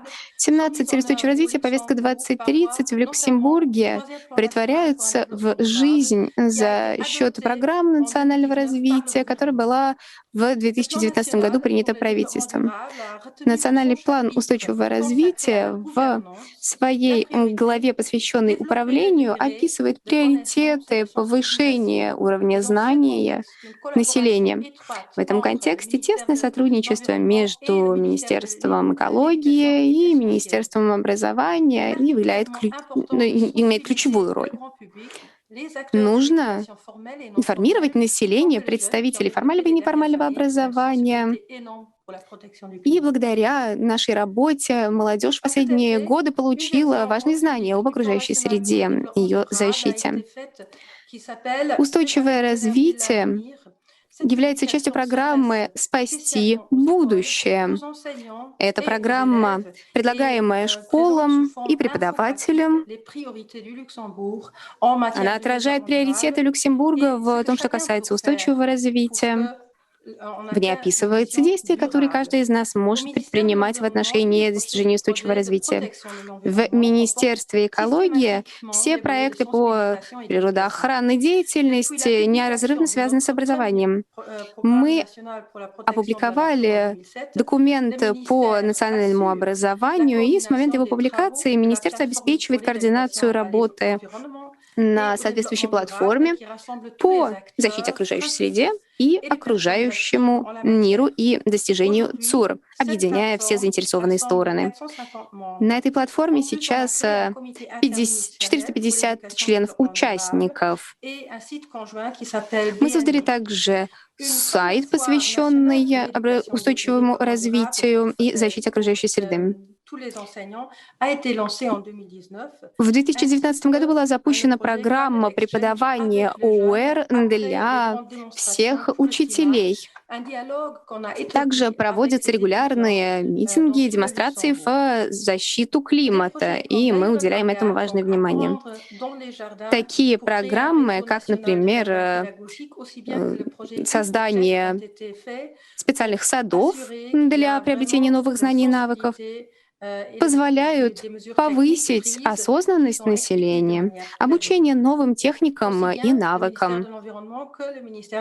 Министерство окружающей среды, Министерство образования, Министерство молодежи проводит ряд образовательных проектов в области устойчивого развития. Были созданы новые отрасли образования, такие как архитектурный дизайн, устойчивое развитие и другие. Они прекрасно готовят молодежь к трудовой деятельности будущего. Мы проводим интересные выставки, посвященные изменению климата. Это помогает нам найти новые решения проблем современности.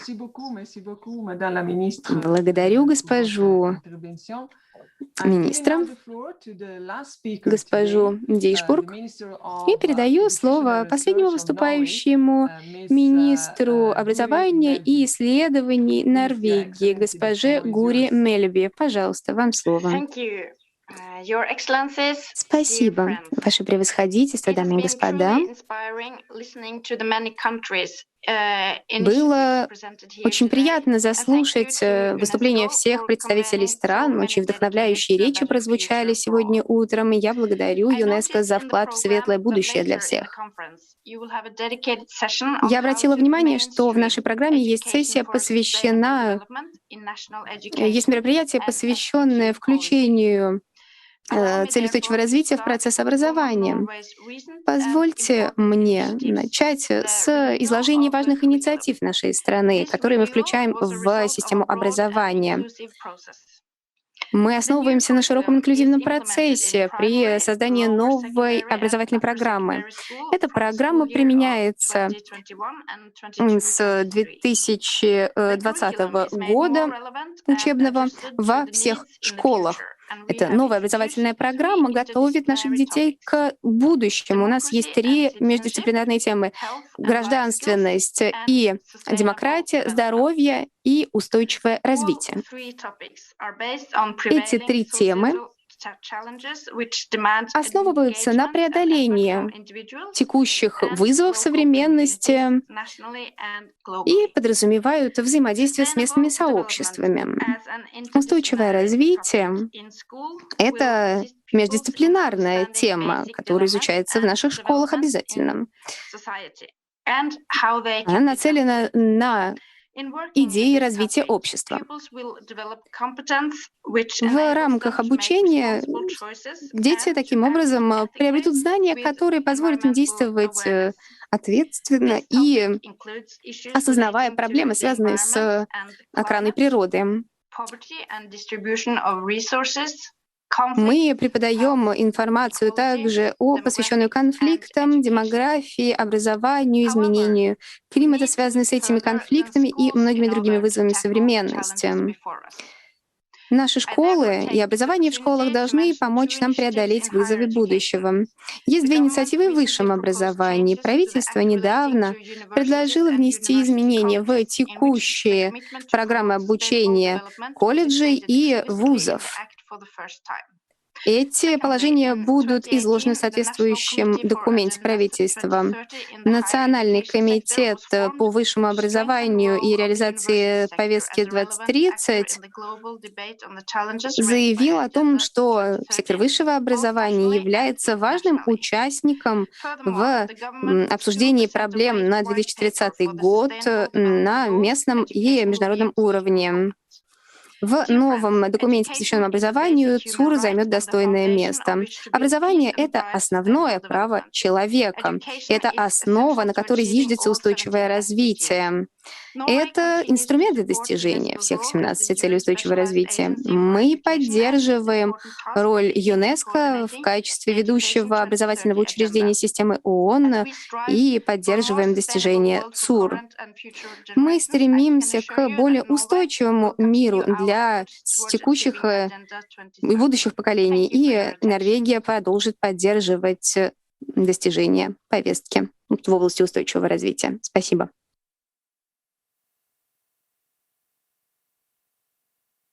Примечание переводчика: оратора не слышно, звука нет.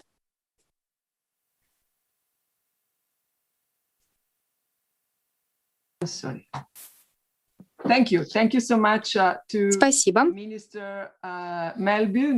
Благодарю госпожу Мельби, последний выступающий на нашем круглом столе сегодня утром. Напоминаю, что более 80 правительств представили свои стратегии по обучению граждан для будущего нашей планеты.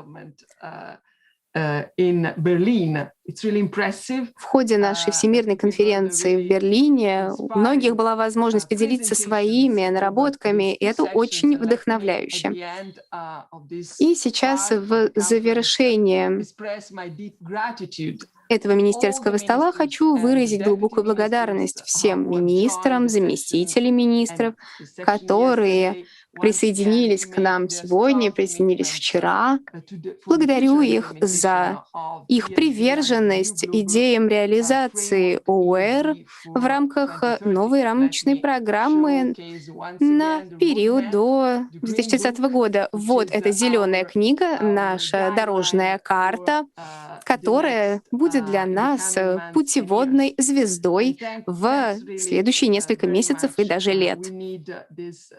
Я благодарю вас, потому что нам нужна политическая решимость, политическая воля для того, чтобы у наших детей и у наших молодых людей было представление и инструменты, которые позволят найти свое место в современном мире. Выступления, которые мы заслушали, будут выложены на платформе «Страны в действии», а также на сайте ЮНЕСКО чуть позже. От всего сердца благодарю вас всех и передаю слово нашему замечательному модератору, госпоже Суме Самасканда, и она сделает несколько организационных замечаний. Спасибо, заместитель генерального директора по образованию, госпожа Джианини. Благодарю всех министров за то, что они поучаствовали в нашей конференции и помогли нам в реализации дорожной карты ОУР.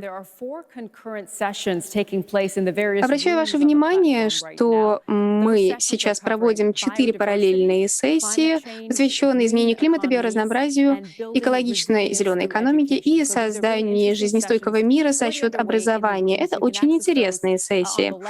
Вы можете кликнуть внизу в нижнем левом углу экрана, чтобы выбрать сессию, на которую вы хотите пойти.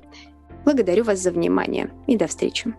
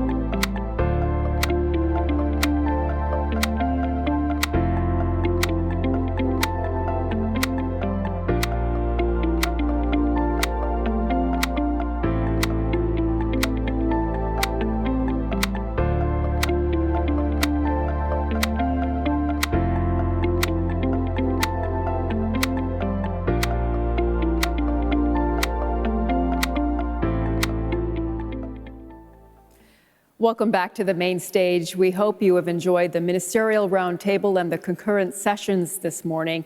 And we want to kick off now another key plenary session. To this point, we've been talking mostly about national and international efforts to combat the climate crisis and make environmental learning a centerpiece of education. But we know that individuals are a key part of this effort, that people themselves can have a transformative effect. So in this key plenary session, we're going to look at some of those efforts and hear some individual testimonies. Now, to lead the session, I'd like to bring in the moderator, Ms. Akpezi Ogbuigwe. She is the founder of the UNPEZ Center for Environment and Development in Nigeria. Ms. Ogbuigwe, the floor is yours.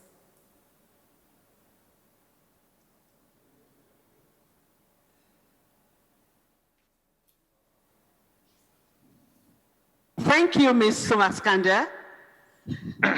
I'm pleased to moderate this very important plenary session that will aim to address the questions that are at the very heart of the new global framework ESD for 2030. How does individual transformation take place? How are these individuals led to contribute to societal transformation for sustainable development? And what is the role of education to facilitate individual and societal transformation? In order to have this important conversation with thousands of people joining the session now from all across the world, we would like to use an online tool, Slido, to collect your feedback throughout the session. Now, please, I would like to ask everyone if you can open your browsers on your phone or laptops, then navigate them to slido.com. I mean, all you need to do, just input or write on the browser, slido.com. Tell them to, have you done that? Then you will see a code, a place for event code. Slot in 257926. 257926. Now, let's do a short test round. If you are now logged onto the slido.com page, you would see a test question. And the question one, Slido question one, is what is the word transformation in your language? What is the word transformation in your language? Please type in your response to test how it works. Yes, go ahead. The word transformation in your language.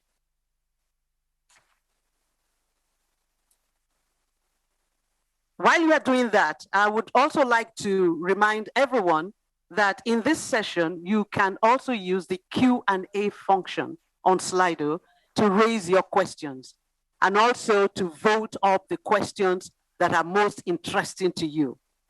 We will try to address some of the most voted questions at the panel discussion.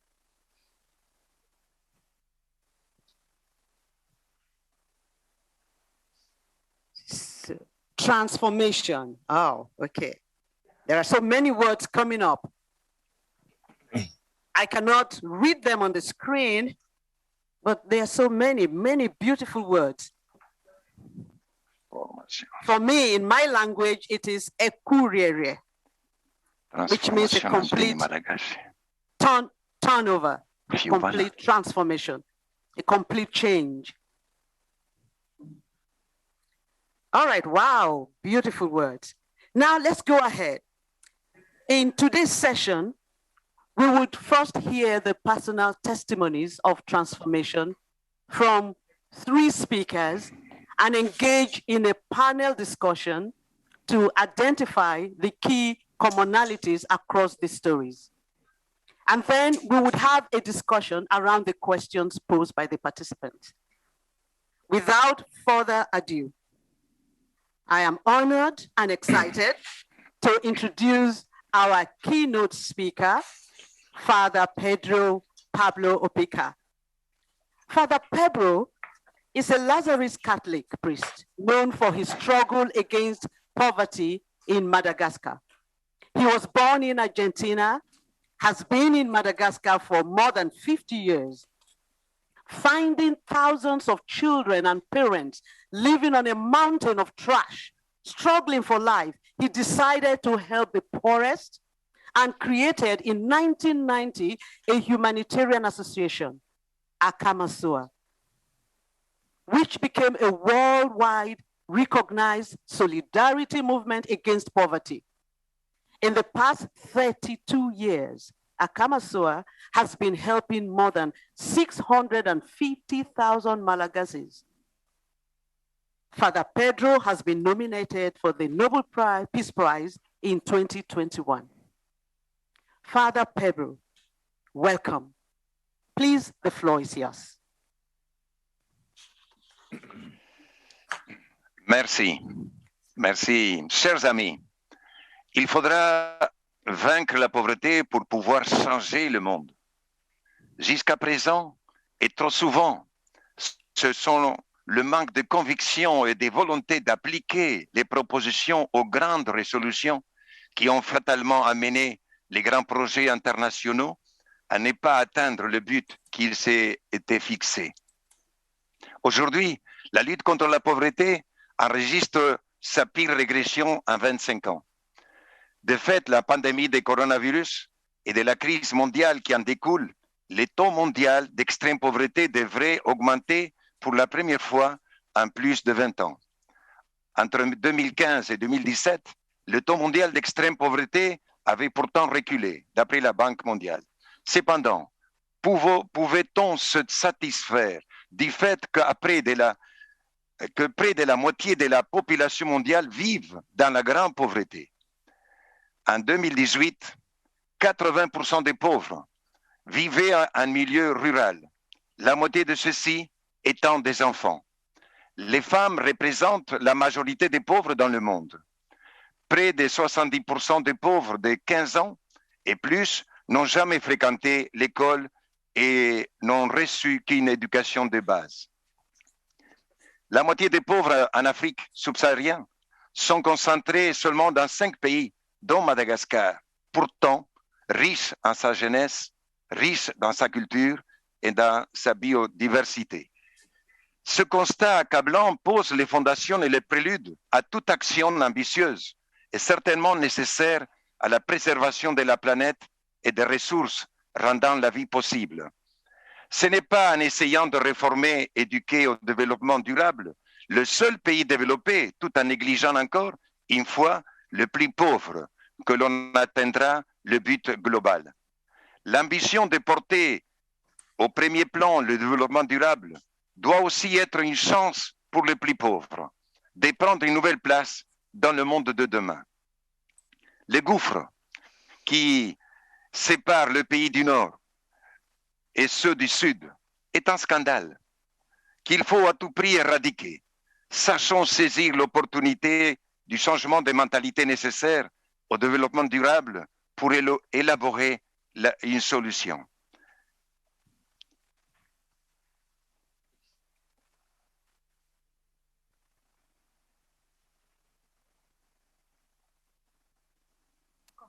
Next slide.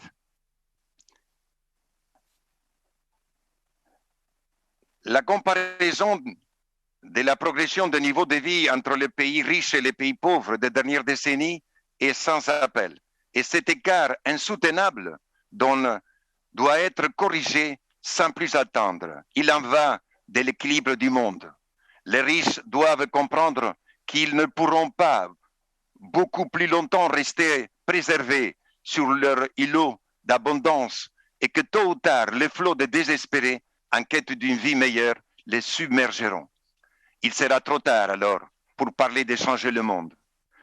Pour combattre la pauvreté, il faut accepter de vivre parmi les pauvres.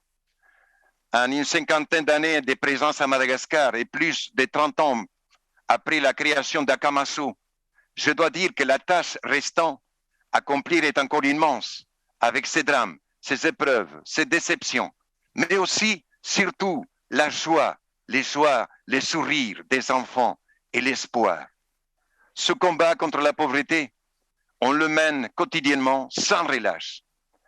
Toute action transformatrice doit être précédée d'un constat lucide et d'une compréhension de l'environnement immédiat et de la structure sociétale où l'action se déroulera. Next slide.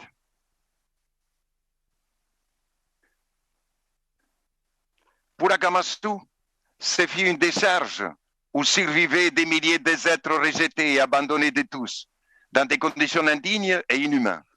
L'action transformatrice doit être une action de terrain, une réalité palpable et compréhensible par tous, et non pas une application théorique, s'épayant de mots et sans effet concret sur le quotidien. Next slide. Elle doit se dérouler et être mise en place au plus près de la population, être intimement liée au quotidien et aux réalités des personnes. Parmi les actions immédiates qui permettent à terme d'atteindre les buts d'éducation des populations, il faut citer l'accès au travail, à un logement décent, à l'hygiène, à l'eau potable, à la santé. Qui peut forger des plans d'avenir sans un revenu fixe? Next slide. Sans la responsabilisation des personnes et leur adhésion forte au projet, il est illusoire d'espérer atteindre d'autres objectifs. La reconquête de la dignité humaine dans l'effort et la solidarité génère un changement de regard sur soi, un changement du regard des autres, de la fierté, une nouvelle identité forte et originale, porteuse d'espoir et de perspectives d'avenir. Sur ces socles restaurés, il est possible d'installer pour les plus jeunes un programme de scolarisation et d'éducation qui les rendra aptes à recevoir un message plus complexe, tel que celui de l'éducation au développement durable. Next slide. À Akamasou, ce sont aujourd'hui plus de 16 000 enfants et jeunes adultes qui sont scolarisés de la crèche à l'université. Ces jeunes apprennent les matières essentielles, mais aussi font du sport, plantent des milliers d'arbres au sein des programmes de reboisement grâce aux 500 000 arbustes élevés chaque année dans les pépinières d'Akamasou, en coopération avec l'association Grains de Vie qui est très impliquée dans le reboisement de Madagascar. L'expérience d'Akamasou au service de l'humanité et de l'éducation au développement durable, en toute modestie, notre expérience et notre modèle éprouvé pourraient inspirer un mouvement plus global, si telle est la volonté de ceux qui ont les moyens de le financer. Encore une fois, il est question de volonté sincère, de décisions pour atteindre un but fixé. Nous ne sommes pas entièrement autonomes. Il nous faut encore beaucoup d'aide. Mais après plus de 30 ans, chaque année, des dons affluent et nous permettent de continuer et avancer. Pourquoi, me demanderez-vous? Eh bien, parce que les gens qui ont un cœur de voir le monde enfin changer nous font confiance et qu'ils continuent à donner généreusement les exemples d'affichage de bonnes intentions, des serments solennels, des engagements médiatiques, programmes ambitieux, des prises de conscience, des tintamars médiatiques foisonnent, les flots de crédits internationaux mal utilisés, voire dévoyés aussi, la misère subsiste toujours. À Akamasou a été fait le serment sacré que toute promesse doit se concrétiser au bénéfice des plus pauvres. Ici, les buts sont clairs et clairement énoncés. Chaque euro donné est utilisé avec discernement. Les gens sont responsabilisés, les actions valorisées, l'exemplarité est démise. Les jeunes d'Akamasou sont fiers, heureux de vivre cette expérience. Ils ont confiance en l'avenir. Ce sont plus de 25 000 personnes qui sont sédentarisées dans nos villages, avec un logement décent. Les parents ont un travail et les enfants sont scolarisés. Nos jeunes ont le goût de l'effort, de l'étude, de la fraternité. Ils pratiquent de nombreux sports et brillent dans les compétitions locales. Ici, il n'est pas question d'assistanat, mais d'aide, d'entraide, d'effort pour la collectivité et dans la solidarité. Nos villages sont propres, entretenus par les villageois. Nos jeunes sont aptes à recevoir le message de l'éducation du développement durable, après un long travail des fonds, les a y préparant, en fait, ils font déjà l'éducation du développement durable sans le savoir. Il n'est jamais trop tard pour nommer une bonne idée. Ces paroles, chers amis, sont l'expression et les témoignages de 50 ans de vie au service des plus démunis. Merci.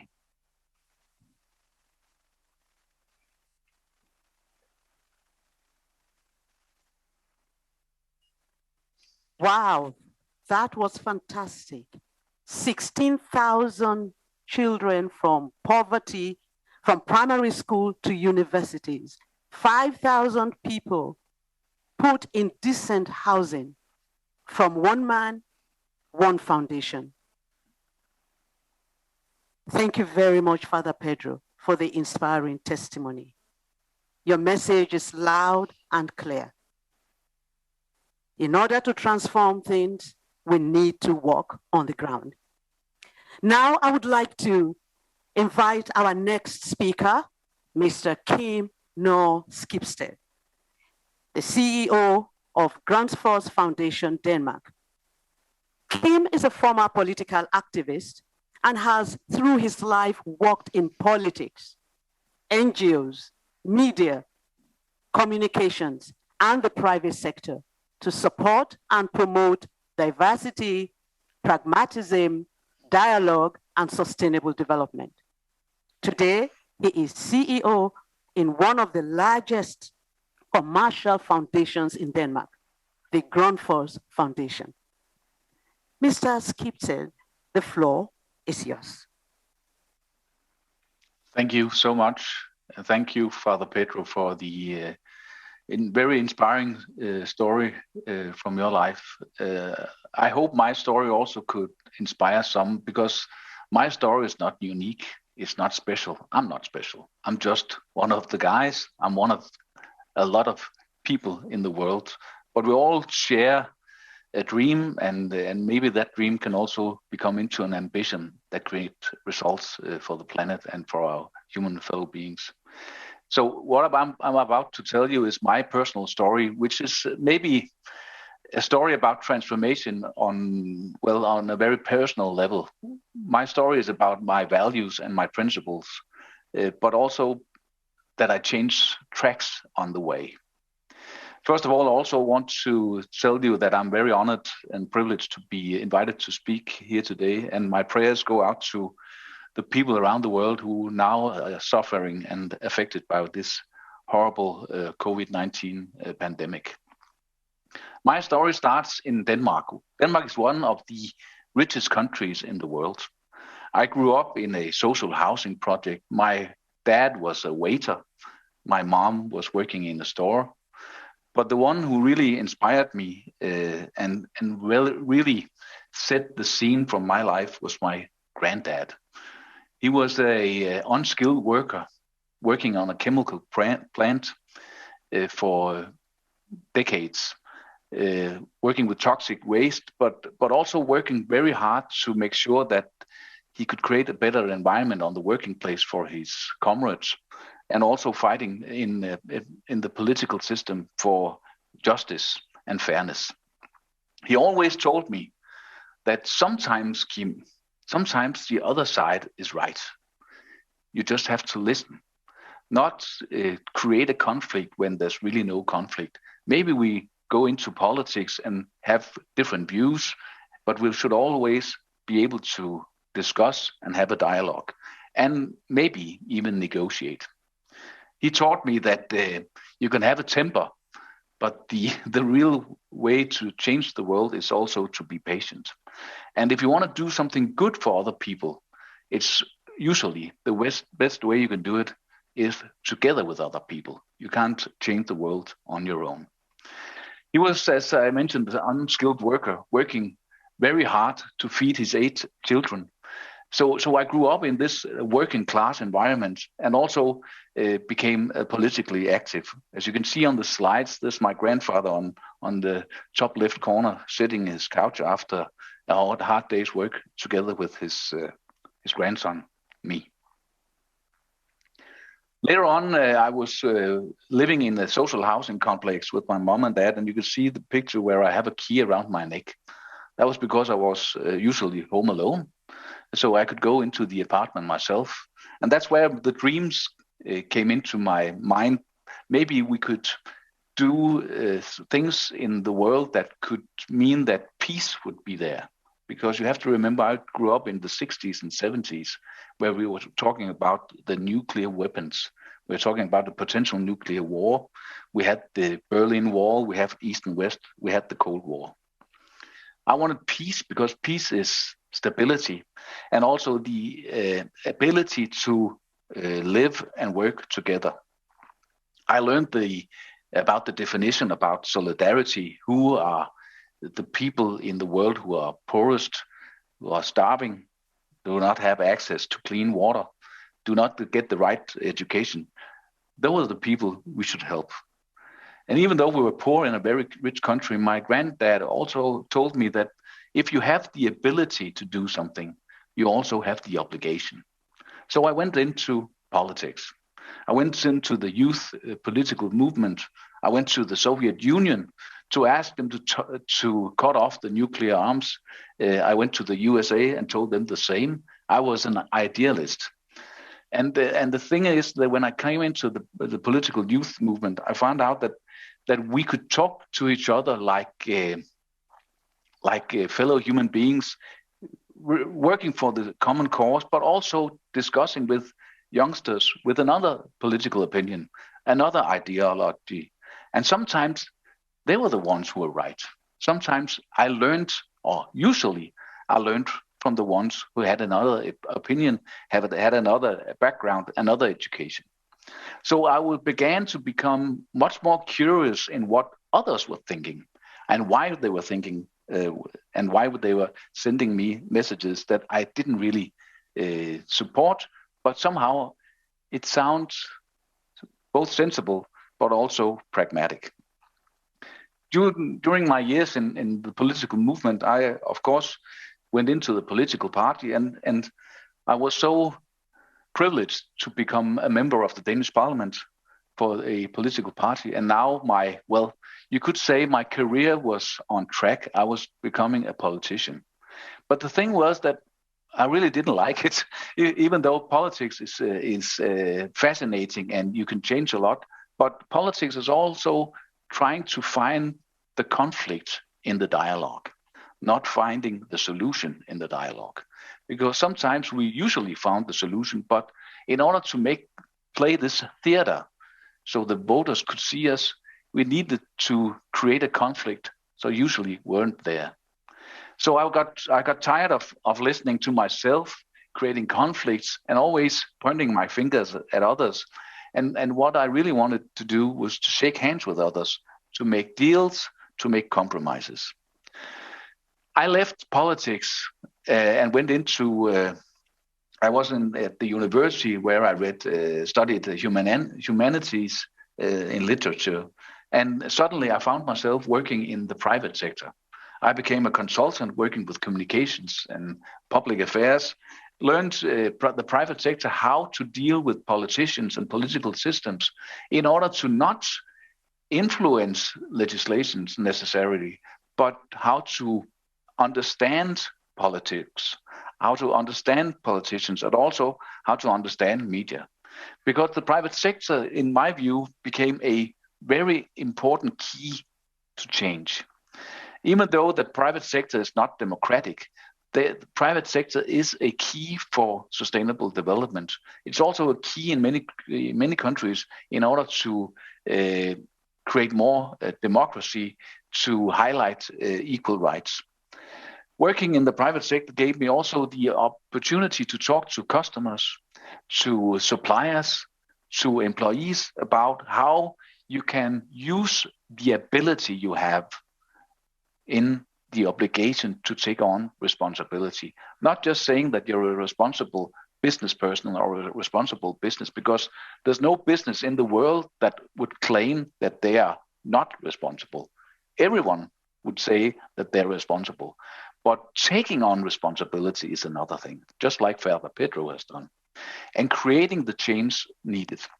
So suddenly I was working in retail, preventing a rainforest in South America to be chopped down, trying to convince customers to be more ethical in their consumption and try to look for brands that were made with a sustainable target as well.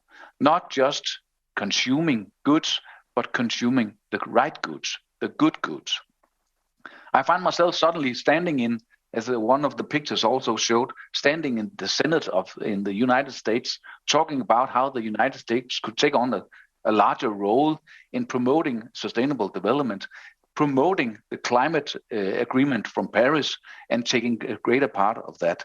I went to India and China and told them the same.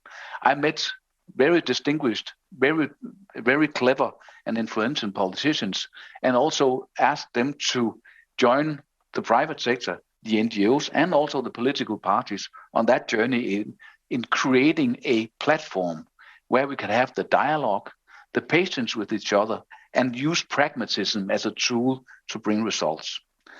There will always be struggle. There will always be demonstrations, and we should raise our voices against poverty, against dictatorships, against people who try to suppress other people. That should be done. But we should also reach out to each other and try to understand where is the common platform, where's the common ground where we can meet and have this dialogue. Later in my career, now I'm a CEO of a foundation, which is the owner of one of the largest water technology companies in the world.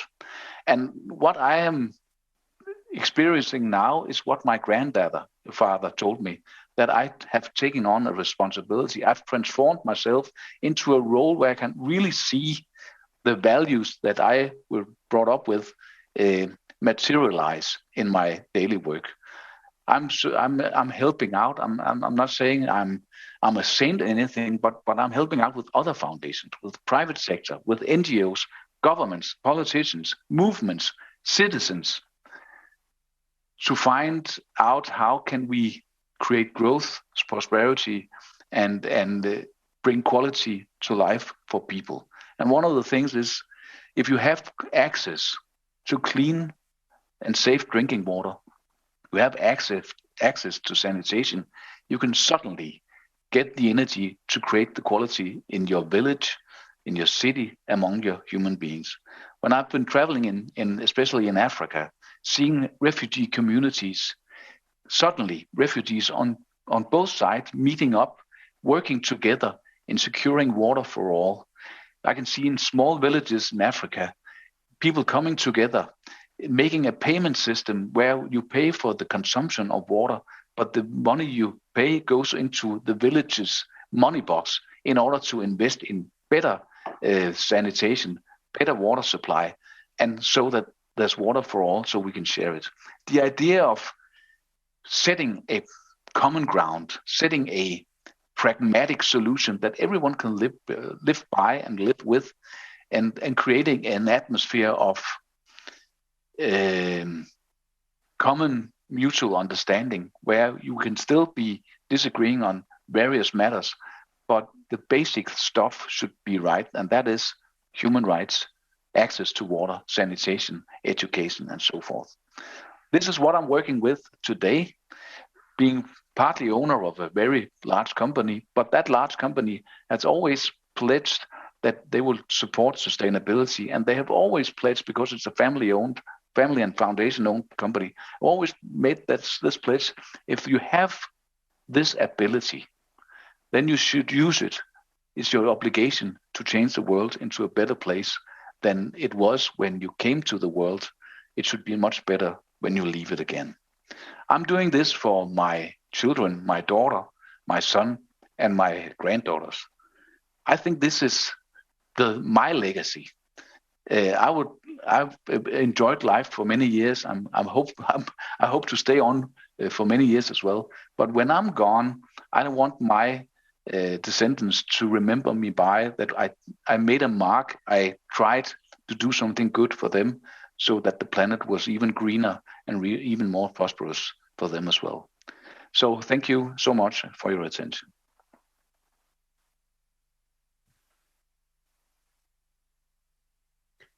I am not special. That's what Kim started with. But he had a dream, and he continued to live the dream.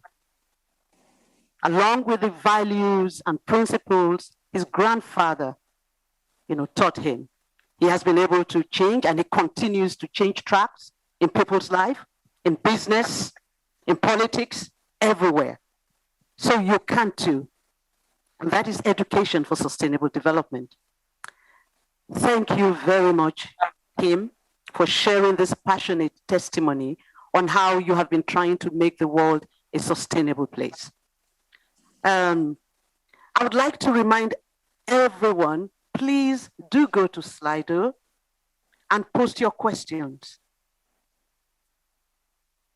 Also, remember that you can vote up the questions you find most relevant so that we can take advantage of this special panel that we have to contribute to some of those questions.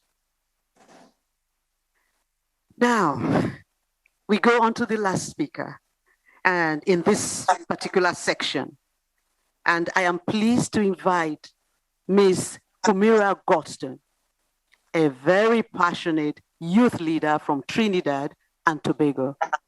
She actively advocates for the improvement of the lives of young persons as she represents the UNESCO Education for Sustainable Development Youth Ambassadors and one of the ad hoc steering committee members of the UNESCO Youth Climate Action Network. Kumira believes that young persons have the potential and capacity to not only exchange ideas, but to be the movers and shakers that will drive positive action. Ms. Goldstone, please, the floor is yours. Thank you. Hi, hello everyone, and thank you for having me. As previously mentioned, my name is Kumira Goldstone, and I'm from the Swin Island Republic of Trinidad and Tobago. Trinidad and Tobago is the southernmost island of the Caribbean, just north of Venezuela. And we are a small island developing state, a relatively small landmass with a population of 1.37 million persons and high economic activity along our coastline. Next slide. This means that we are extremely vulnerable to the effects of climate change, particularly sea level rise and increased storm frequency and intensity.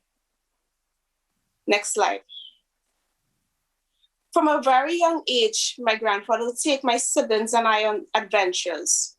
I remember him teaching us specifically about the role of coral reef ecosystems as one of the primary coastal defenses against climate change, and what we should do to protect this ecosystem. We would often swim or kayak out to sea, and I was able to see a real example of how the reef dissipated the waves and they approached and how it approached the coast. These moments are what fueled my passion. At high school, my geography teacher gave us a project on the anthropogenic effects of coastal ecosystems, but I wanted to do more. I immediately started an organization to raise awareness of the impacts and to implement community action. At 17, I pursued my Bachelor of Science in Marine Biology and Conservation Biology, and then a Master's in Integrated Coastal Zone Management, with a specialization in coral reef ecosystems. But this too was not enough. So I partnered with a local NGO to set up a coral ministry and other restoration activities. Subsequently, I contributed to scientific research and participated in high-level discussions to strengthen existing legislation on coastal zone management in my country. My actions were making an impact, but the root causes of coral degradation and coastal protection was still not addressed. Pollutants were still entering the waterways. Tourists were still trampling on the reefs, and the fishermen were still overfishing and dropping their anchors on coral reef beds. Next slide. In my country, we have a saying, it takes a village to raise a child. If we apply the saying to this context, it means that we definitely need an all-of-society approach to addressing coastal resilience. All hands need to be on deck, working together and not in silos to create meaningful change. Transformation through education is crucial. Transformation requires us to attack root causes and not merely their symptoms. Persons need to understand the linkage between their actions and its impact on the environment. We cannot hold them accountable if we do not engage them. Next slide. So ESD became a big part of my world, with emphasis on young persons because they needed to be part of the discussion. If we are aiming towards sustainable development, we need to have the conversations with those who are going to be affected the most, recognizing the role of informal and formal education and its potential for experiential learning. Through education, we can assist persons to connect the dots and invest in long-term commitments that initiate change. Next slide. ESD is the key enabler to achieving the global goals.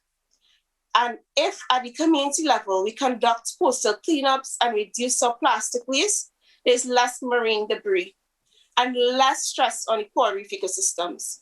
If we plant trees, there's less siltation entering our water courses and less stress on the coral reef ecosystem. If we conduct research and share data with policymakers to promote legislative change, there's less stress on the coral reef ecosystem. If we educate fishermen, tour guide operators, and members of the public on how they can reduce their impact and change their behavior, there is less stress on the coral reef ecosystem.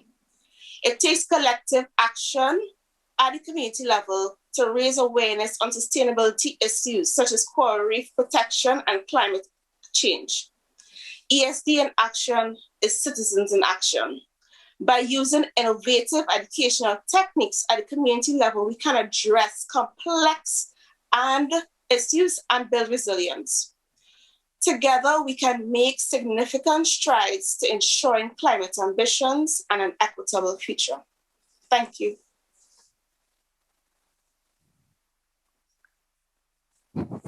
Grandparents, parents, they are stars today. They are also teachers and mobilized in the Education for Sustainable Development train. I hear you loud and clear, Komira. You said, I had to do something. I wanted to do more. And I'm sure that many of us listening to you would go out there and do more. Thank you very much, Komira, for sharing your story. It's your story of transformation, and it's real. Thank you. Now, what we have just heard from the three inspiring speakers are very different. They have lived and are living in different parts of the world. They are of different age and gender and have been influenced by different generations and cultures. And they work in different fields.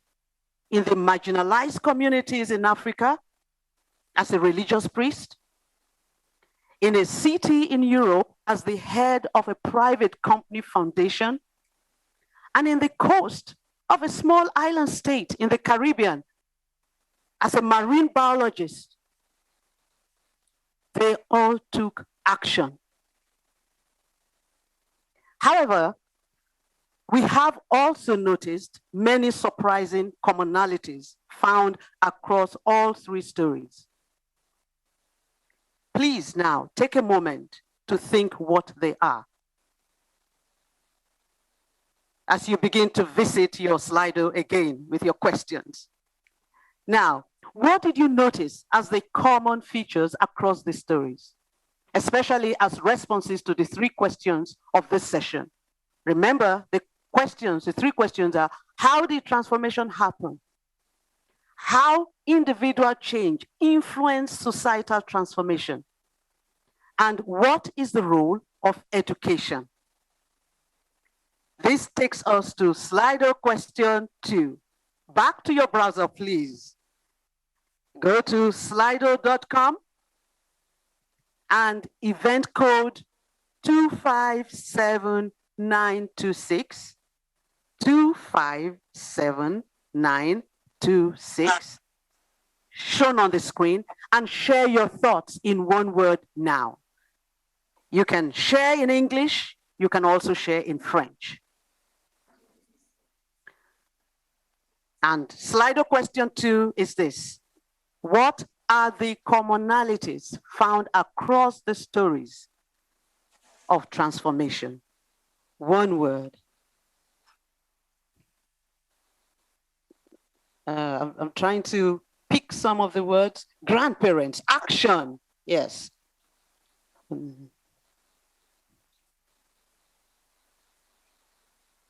Yes, so many words are coming in.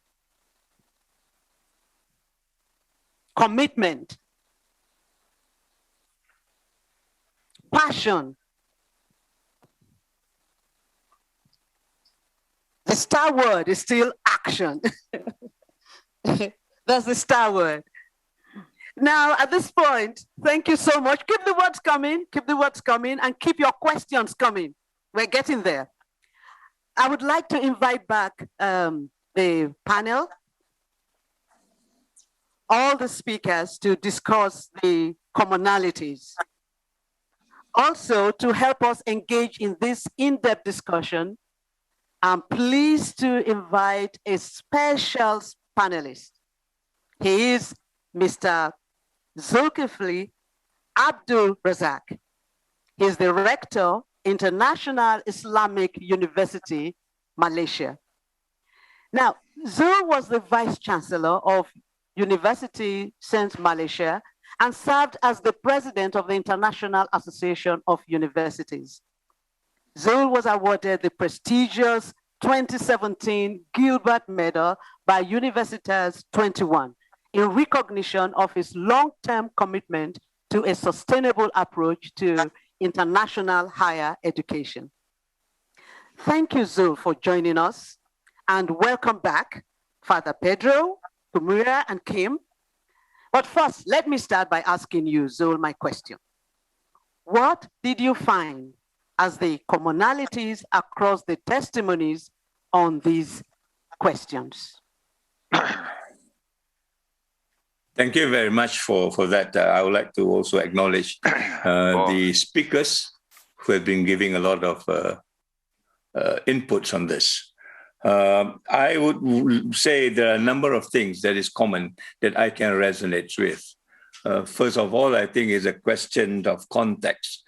3 different speakers talk of 3 different contexts, but yet they talked about the same thing. They talk about values. They talk about patience. They talk about the willingness to go out of their way. They talk about their own ambition, their dreams. These are values that normally is not very well enshrined in our education system. A question of a sense of purpose, which is larger than just education, than just employment, than just making a living. I think that's the kind of values that I think connects all the 3 speakers that I can see. And these are the values that actually motivates us from inside out rather than outside in. And I think this is a kind of a push that all of us must have if we want to translate something into reality, to make ideas, to use Kim's word, to make ideas real so that it becomes something that is useful not only to us, but to the people around us. And how do you make this happen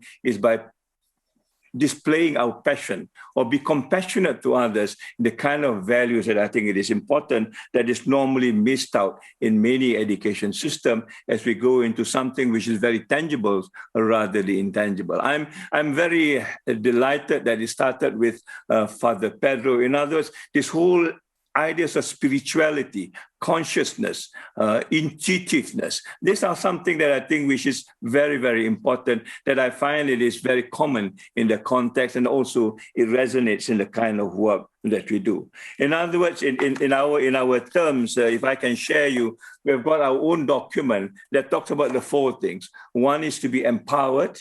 The other one is to be flexible in the empowerment and to do innovation. And last but not least, which is important also, where all the speakers talks about, is to be accountable, to do something that at the end of the day, we are accountable for it, not to do it just because somebody pushes to do it, but because there's a sense of purpose that it becomes our duty to contribute back to humanity, the things that we have gained from the many things that we have from education, from politics, or even from religion itself. How do you give back so that other people will prosper at the same time? I'll stop there for a moment in time. Thank you. Thank you very much, Zil. I would like to ask for a quick intervention, from the other panelists, starting with Father Pedro. We are running out of time, but so if you could just make a 2-minute intervention so that I can go round. Father Pedro, on the commonalities, yes. Well, les points communs, c'est que nous avons tous une envie de changer. Nous comprenons que nous sommes dans un monde qui a beaucoup de pauvreté. Les pauvretés existent partout, même dans les pays riches. Et que il manque de valeurs, il manque un sens d'éthique, comme il vient de dire mon frère Kim ou ma sœur Goulstone. Nous essayons partout, avec de la volonté, de changer quelque chose. Et à travers l'éducation. Parce que dans l'éducation, on ne doit pas seulement transmettre des connaissances, mais aussi des valeurs, avoir un sens dans la vie. Et bien ça, c'est très important, de savoir que nous ne sommes pas seuls, que nous devons vivre avec les autres, respecter les autres, vivre dans la solidarité, vivre dans la fraternité, partager les richesses humaines. Toutes les richesses de la Terre sont données pour tous les êtres humains. Nous n'avons pas choisi naître en Argentine, ou en Danemark, ou en Trinidad et Tobago, ou en Afrique, ou en Asie. Là où nous sommes nés, Dieu, le Créateur l'a voulu, Dieu l'a voulu. Eh bien, c'est là où nous devons essayer de créer un lieu, un oasis d'espérance, de justice, de fraternité, de solidarité par l'éducation.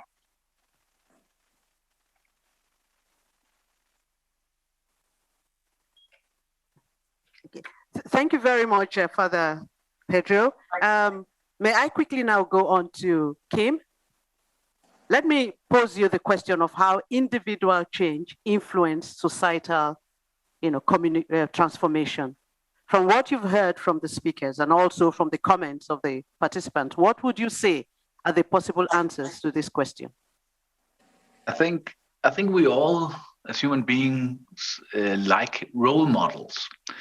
People that inspire us, not necessarily strong leaders or athletes or actors or superstars, but people near ourselves, our hearts, families, neighbors, friends that inspire us and by example lead the way. It could be in your everyday life, but it could also be in the workplace or a political party. That's not that important. But I think we need role models. And when we talk about sustainable development, and this is something I've been working with for 35 years, we need strong leadership. Strong leaders in the world are the ones who lead by example and do not have an ego that is blinding them for the bigger purpose.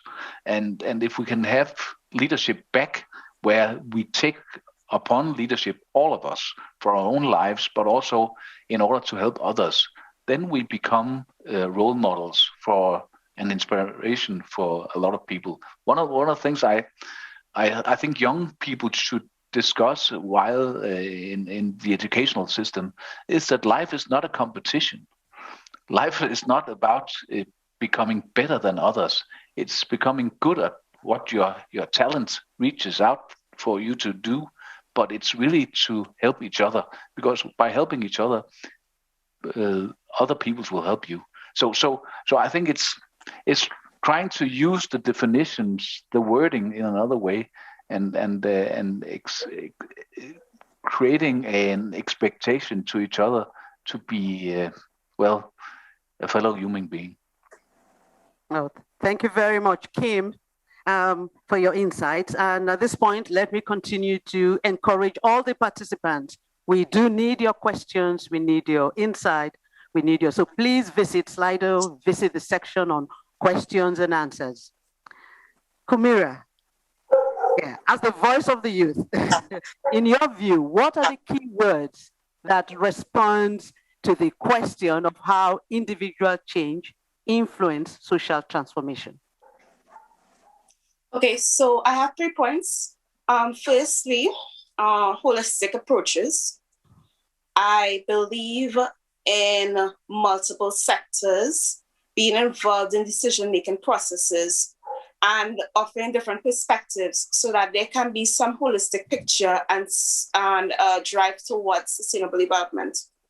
I also believe in monitoring and evaluation. It's important to reassess at multiple points so that you know that we are on the right path and that we are continuing to address the issues that are at hand. And also empowerment. This means giving persons, especially the most vulnerable, the tools that they need to enact meaningful change and ensure sustainability. Oh, thank you so much, Kumira. We have discussed and reviewed how individual transformation takes place and how individual change influences societal transformation. In the ESD for 2030 framework document and related publications, UNESCO has underlined the contribution of education to building a more just and sustainable world. In particular, on how ESD can help foster individual transformation and societal change. Now, let us dive deeper into the third question.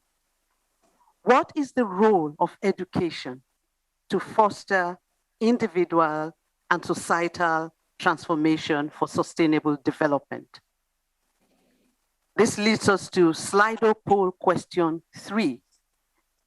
And I would like you to go back to Slido, and this is a poll, and rank the most popular answer will be ranked first.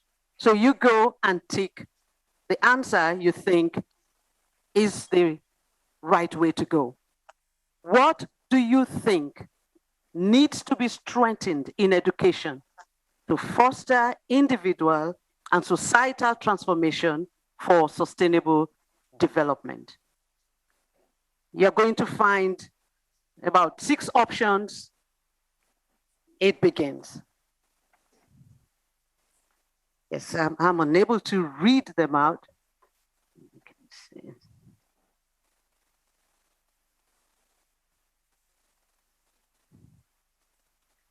All right, learning about facts and issues on sustainable development looks to be very popular. Yes, keep it going.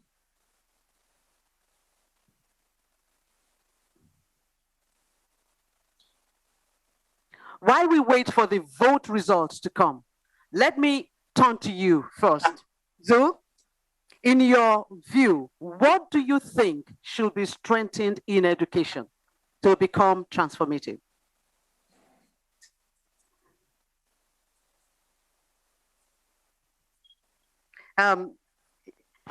If you can unmute yourself.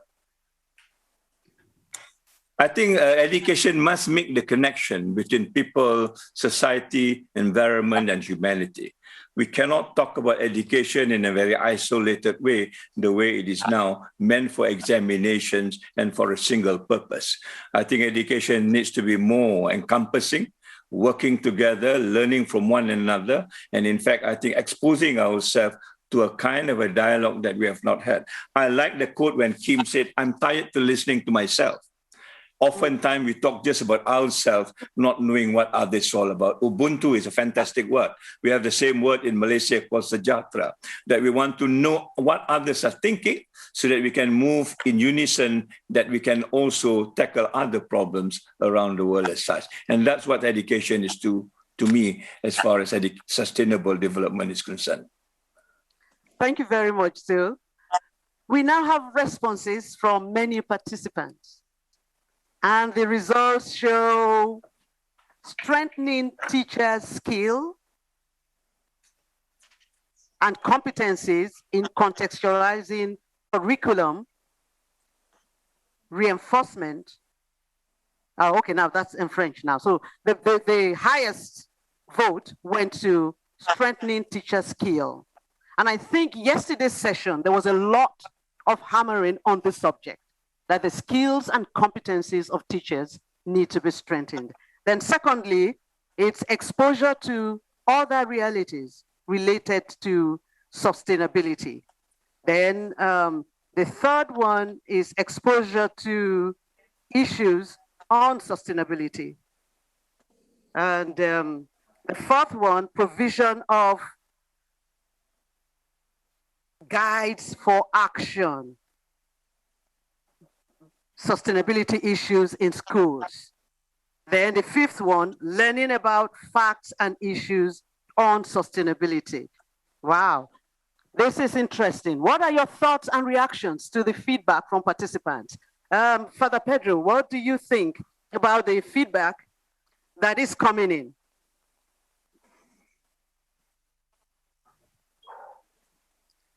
If you can unmute yourself, Father Pedro.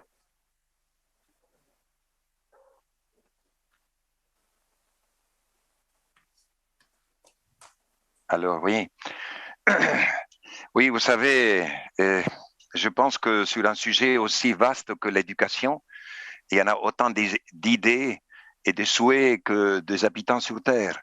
Et parce que nous avons tous quelque chose à dire. Nous avons tous des richesses. Et je pense que tout ce qui vient de dire, c'est bien.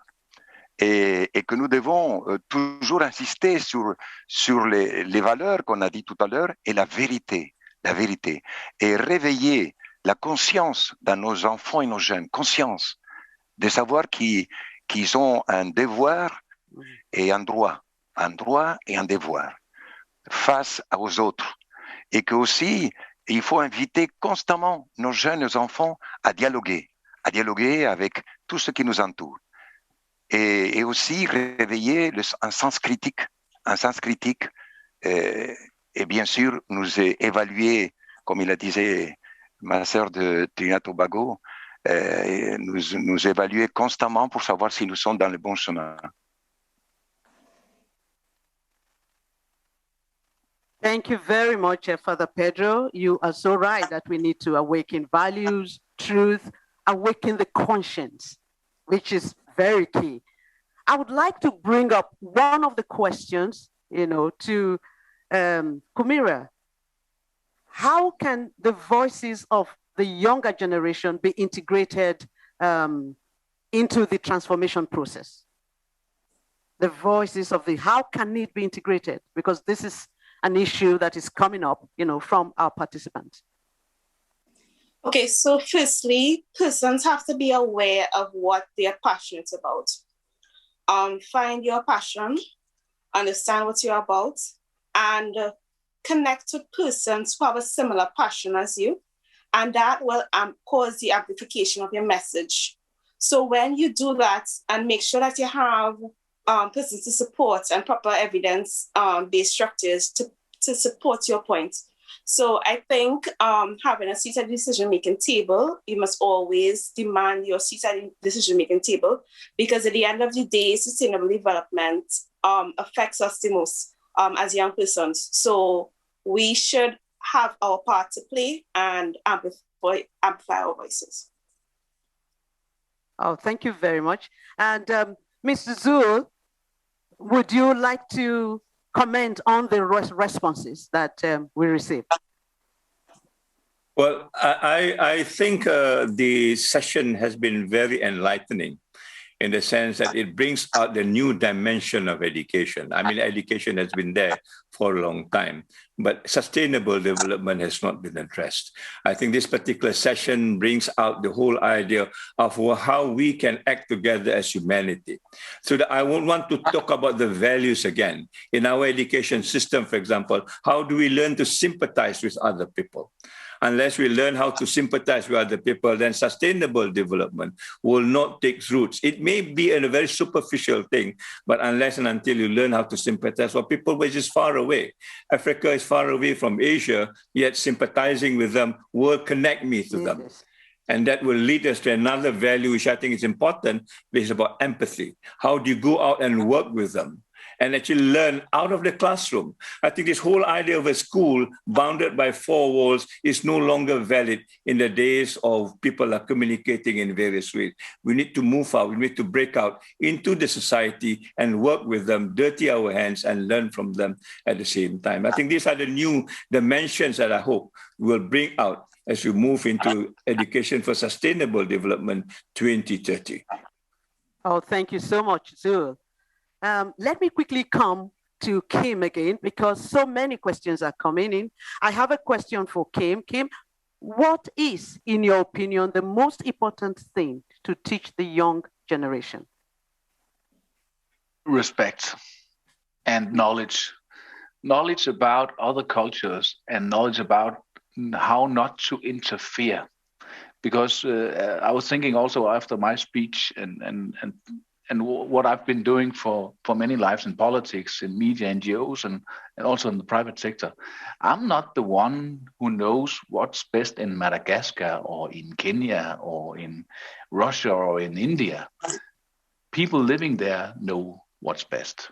What I know about is the technical competence I have with water systems or engineering or humanities where I'm educated. So the education is about getting skills and competences and knowledge, so you you can find a role or breed your own talent to do something good for yourself and others. But one thing I'm missing in the educational system, especially in where I live, is the ability to gain respect for people living other places, other cultures. Some of the things I've discovered working and traveling around the world, and especially also when I mentioned the refugee communities in African countries, are where I learned something. I'm not educating anyone. I'm learning from them how I can be a component in sustainable development, but where they are the drivers of really creating that sustainable development in their own terms, in their country, in their context. So I think if we can create an educational atmosphere and a skill set that has to do with respect for other people, other cultures, but also respect that we are all just components in a big solution, then I think something new could happen. And when I'm seeing also the polls about sustainable development and skills within sustainable development in the educational systems, it's what our young people should learn is to take on responsibility and use their talent that can create a better planet for all of us. Well, thank you very much, Keen. Respect, responsibility. I remember that at the beginning of the United Nations Decade of Education for Sustainable Development in 2004, these were themes that were, flagged, so they are still relevant today. Respect, responsibility. Yes, that takes me to the next question. Father Pedro, there is a question for you. And the question reads, what role do you think education and education for sustainable development have to play in the struggle against inequality and the gap between rich and poor countries? Did you get the question, Father? I can repeat it one more time. Oui? Okay. Écoutez, tout le monde sait le gouffre qui existe entre le pays riche et le pays pauvre, l'hémisphère nord et l'hémisphère sud. Tout le monde connaît. Il y avait tant de belles promesses, de belles idées, mais qui ne se sont jamais concrétisées, jamais. Alors, Justement, j'aime beaucoup les mots empathie qu'on vient de dire. Je ne sais pas si c'était Kumira ou c'était Kim. Et il faut qu'il y ait de l'empathie. Nos frères de l'hémisphère nord et l'hémisphère sud, nous sommes une seule famille humaine. Une seule famille humaine. On doit s'entraider. Et c'est dans l'école. C'est dans l'école, c'est dans l'éducation qu'on va dire à un étudiant, mais tu n'es pas seul. Tu as aussi d'autres personnes qui sont d'autres cultures, d'autres civilisations qu'il faut respecter et qu'il faut tenir compte. Et eh bien, nous, dans un lieu de violence, où il y avait anarchie, où il y avait violence, où il y avait beaucoup de bagarres quotidiennes, eh bien, nous avons créé, après 32 ans, un lieu, un oasis de paix, de fraternité, de partage, où les gens, ils sont contents de vivre, et avec presque des moyens dérisoires, si on se réfère au matériel, à l'argent. Mais on est heureux, parce qu'il y a entre nous un respect. On s'entraide. Quand on souffre, on est à côté. On se porte secours. Voilà, je pense que je ne sais pas comment répondre, mais les solutions sont là. Tout le monde sait, mais pourquoi il y a un manque de volonté à réaliser ce qu'on dit? Tout ce que les Nations Unies ont déjà dit sur la pauvreté, aider aux pays en développement, mais ce ne sont jamais réalisés.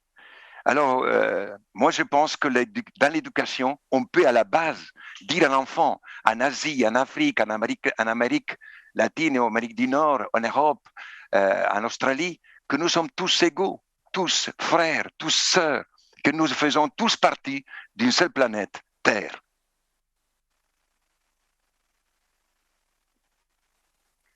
Thank you very much, Father Pedro. Yes, and that takes us also to the next question, which is also important. You've mentioned the issue of political will, and I would like to hear from Kumira. You know, we have a question here that what were the greatest opposition that you faced in making transformation, and how did you overcome it? Because it would be nice to share this, because there are many young people listening to us. There are difficulties on the way. How did you overcome it? What were they, and how did you overcome it? Okay, thank you. One of the biggest challenge that young persons face right now, well, myself personally as well, is that we are stuck in this formal education path. And as soon as we leave the formal education system, we have no experience in terms of making real change happen on the ground. And that is what society thinks of us in terms of how can we contribute to meaningful change in decision making. And it is important to not only understand how you can play your part, but do your research to move away from the traditional forms of education, move away from traditional mechanisms, and learn from the different experiences, understand the different perspectives, know where persons are coming from, and build your path, like create your path that week. So that's my suggestion. Oh, thank you very much. And let me quickly go to Zul. We have so many questions. Let's see how many we can take. Let me quickly go to Zul.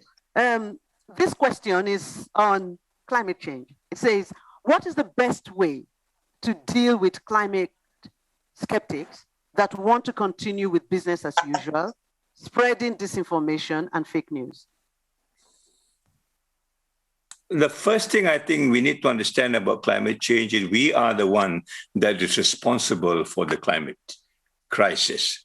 It is a human problem. It is an anthropogenic problem.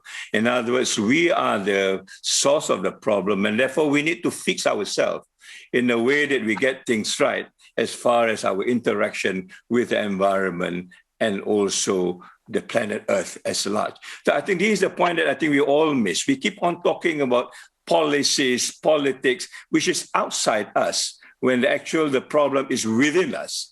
That we are not able to understand what the microcosm of a human person is all about, that is reflected by the microcosm outside.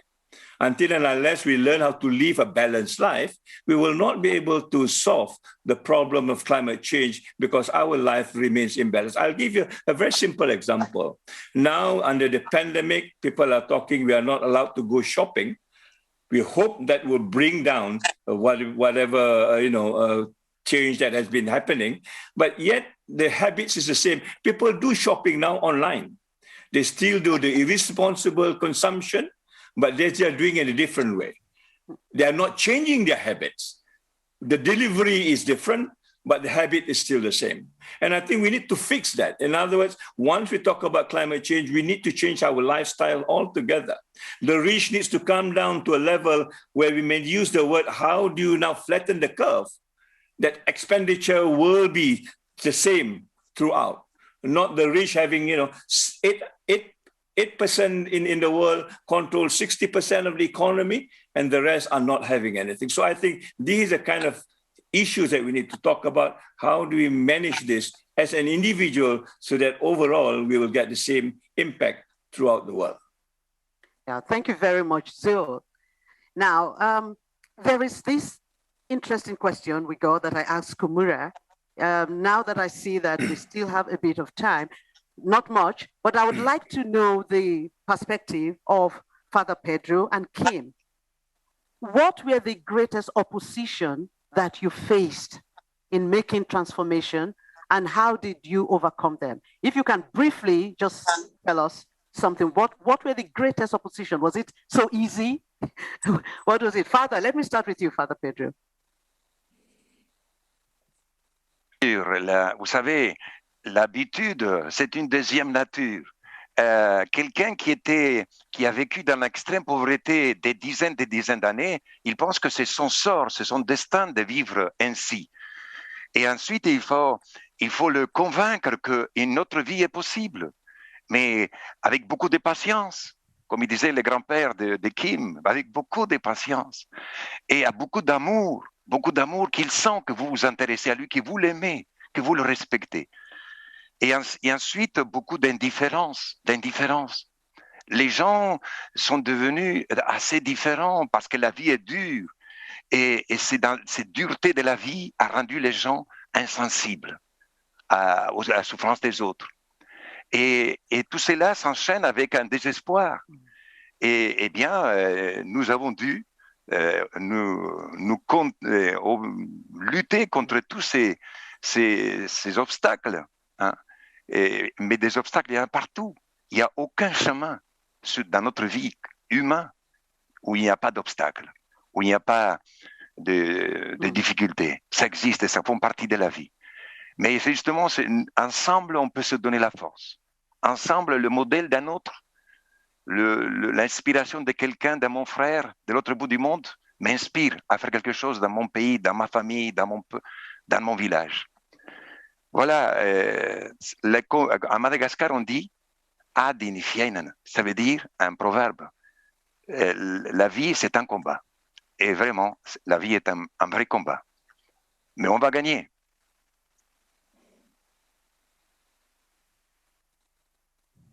Yes, I like that. Life is a battle, but with hope and us working together, it's a battle we're going to win. Kim, what was your greatest opposition and how did you deal with it? People speculating what my intentions were. So be frank and tell why are you passionate about something? Why are you so committed to be involved in change or development? Be frank and very open, but also open-minded to other perspectives. One of the things what I've seen the best results by is when we use inclusion, where people are included in some of the solutions. Because as I told you earlier, I don't think I'm special, and I do not have the solution to everything. But maybe I have some ideas, and combined with people's ideas elsewhere, maybe we could come up with the right solutions. So the usual global political positions where some might have an idea that coming from the rich north, I want to save the world. I cannot do that, but I can maybe help someone do it.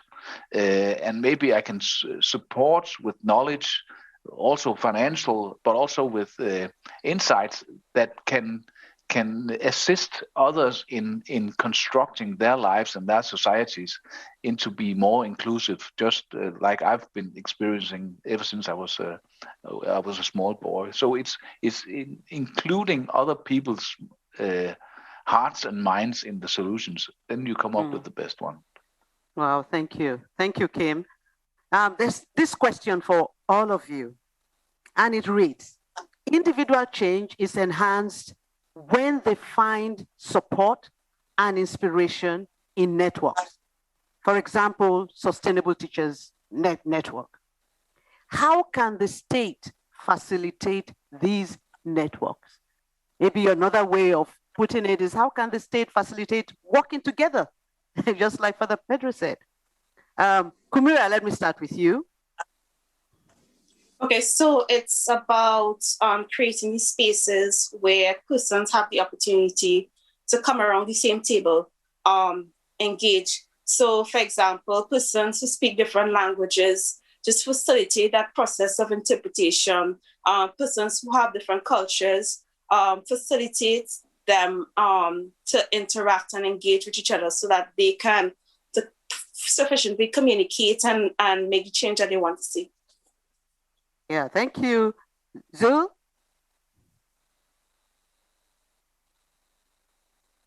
I think basically I'm now a little bit skeptical about the state helping us. I think we are the state. We need to do what we need to do and let the state come around. To depend on the state, at least in developing countries, is a far-fetched dream. I think we need to take action collectively and make sure that the state are held responsible for what they're supposed to do. Oh, thank you. Thank you very much. We need to do what we need to do. Yes. Yes, Kim. You've been working with politicians. Can you throw light on this? I think it's right to that the state is all of us, and I think there's a need for that. I mentioned that earlier. There's a huge need for leadership, and leadership is not just deciding for themselves. Leadership is also being inclusive, also in the political processes, and also showing various political ideologists and political parties, and also political interested citizens around the world, that the best way to do politics is to have a dialogue and listen to each other and make the compromises, find the solutions together, because usually it's doable. Because sometimes, also because I've been in politics, sometimes we have a tendency that when we look at politics, it's a battle about who gets the most power and who's to blame and who's right. I think sometimes we urge for people or politicians to come together and find the solution. That I listened earlier today at this conference, representatives from all nations telling how much they support the sustainable developments, the SDGs and ESG. Everyone is supportive. But how come the world is still not peaceful? So it's not about making the right speeches at the right events. It's about making solutions come to life in everyday life, in each country, in each village, in each small province. So I think the politicians in the future will be measured on the results and the solutions and the progress they make, and not how loud they sound. We just experienced that, over there. And finally, there's quietness and stability again. I think people need that. Oh, thank you very much. Yes, ESD 2030 is right about that. It's about solutions and actions and results. We want to see them. Father Pedro, so how can the state encourage, facilitate this togetherness you talked about? Mais l'État a le rôle principal parce qu'il est élu du peuple. Quand c'est ce sont des élus du peuple. Mais quand l'État ne le fait pas, alors les citoyens Le peuple prend ses responsabilités. Et c'est là qu'ils sont nés les ONG et tous les mouvements de solidarité. Il faut que nos politiciens s'aperçoivent que s'ils sont élus, c'est pour que ce pouvoir qu'on les a donné, c'est seulement pour servir. Et qu'un pouvoir, c'est égal service. Mais malheureusement, quelquefois, nous prenons le pouvoir comme un honneur ou nous enrichir personnellement. Et ça, c'est une maladie qui est présente dans tout le monde, hein, dans tout le monde. Mais il faut que dans l'école, dans l'éducation, on puisse dire à nos enfants, à nos jeunes, que si un jour tu auras une responsabilité dans la société, dans ton pays, essaye de servir à ton peuple. Essaye d'être un bon citoyen. Essaye d'être juste, d'être vrai et de servir à l'humanité. So government must listen to Father Pedro. Power is about service. Yes, there is this question. Let me go. And I think I would like all of you to have a say to the next question. But please, if you could just take 1 minute so that I can take maybe 2 more questions.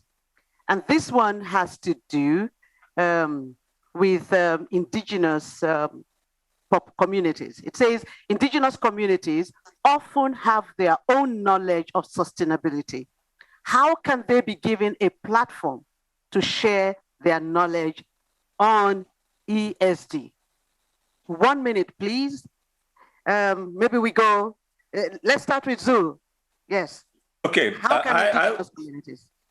I would like to start off with the definition of sustainable development. Right now, we talk about sustainable development in terms of what the future, what the present is, and how the future will not be compromised. I'm always asking what happened to the past.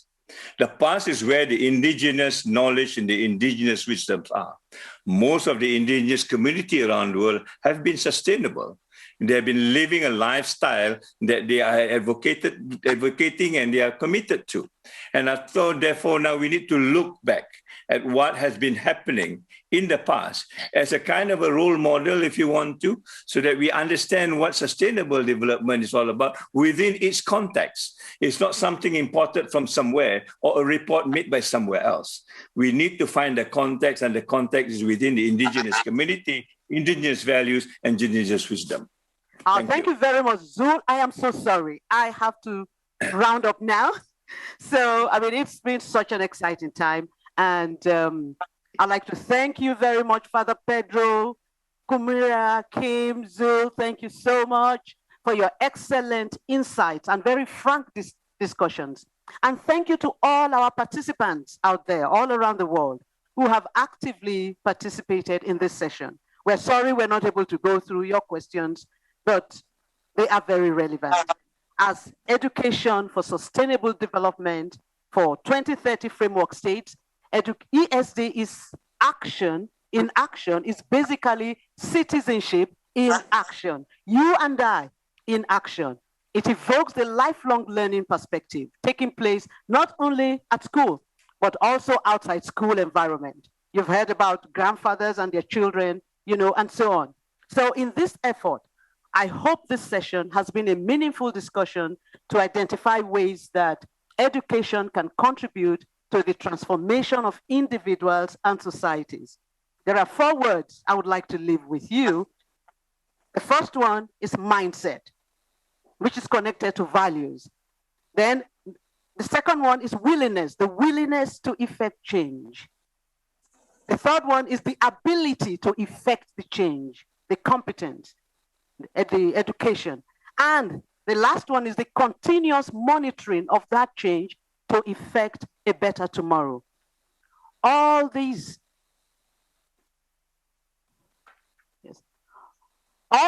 are captured in ESD for 2020.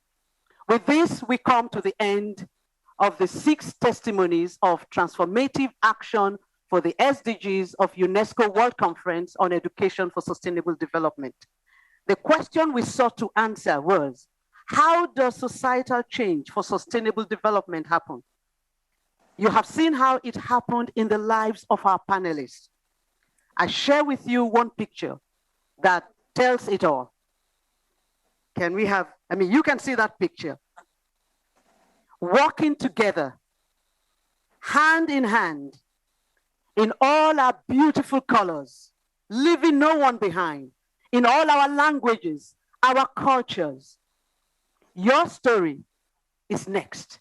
Together, we transform. So, let's do it. Thank you so much for joining.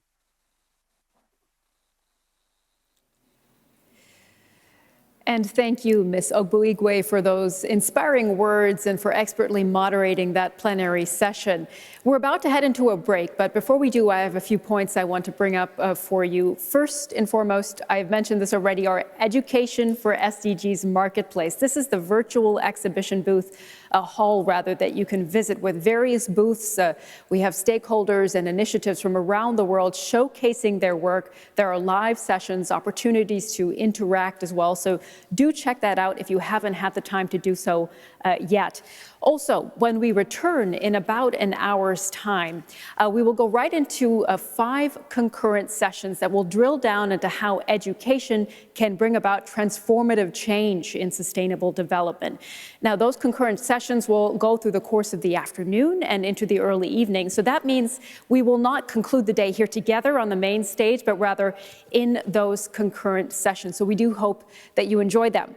And I want to flag up one program point that might be particularly interesting for you. At 5:15 Central European Time, we have our Meeting German Good Practices session. This will be very interesting. It's a showcase for 15 different initiatives from across Berlin and across Germany that are already in place working in sustainable development.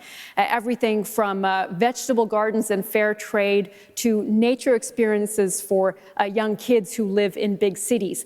And keep an eye out for one initiative in particular that I want to highlight for you from the Swedish Embassy that is focusing on how education for sustainable development can promote gender equality. So we hope that you do join us for that session at 5:15 Central European Time.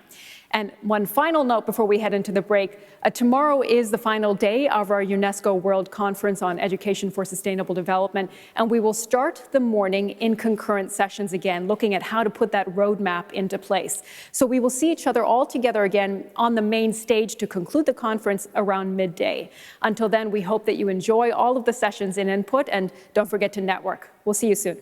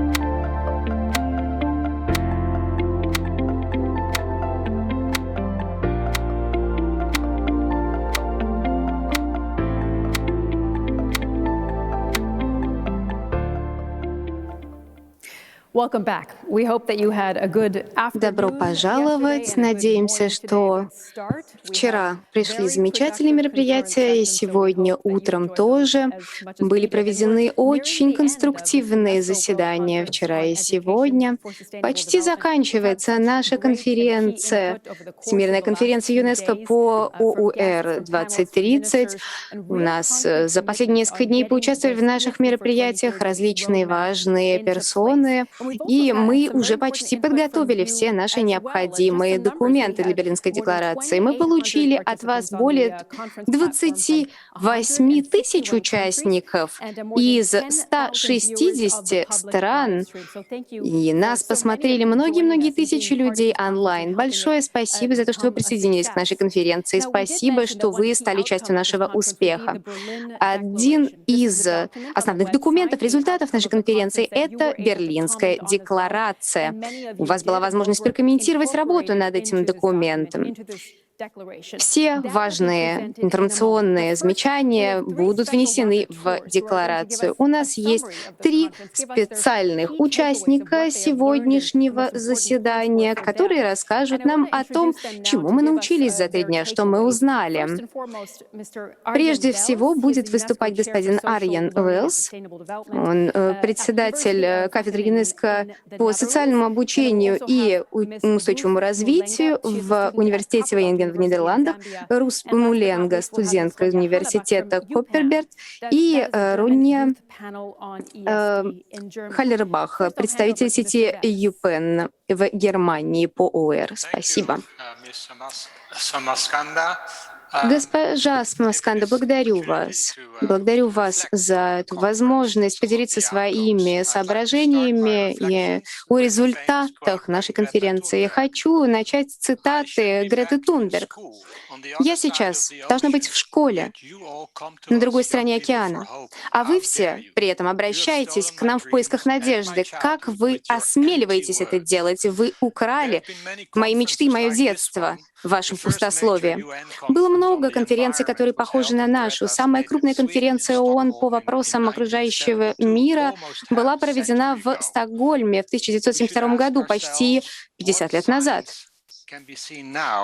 Какие сейчас существуют предпосылки того, что наша конференция — это не просто очередная конференция, не просто очередная декларация, не просто очередной призыв к действию? Как мы можем сделать так, чтобы последние прошедшие 3 дня не превратились в пустословие и сотрясание воздуха? Я послушал выступления разных коллег, участников со всего мира, и мне кажется, что многое указывает на то, что ОР иногда в разных обличиях сейчас перемещается постепенно с периферии на авансцену.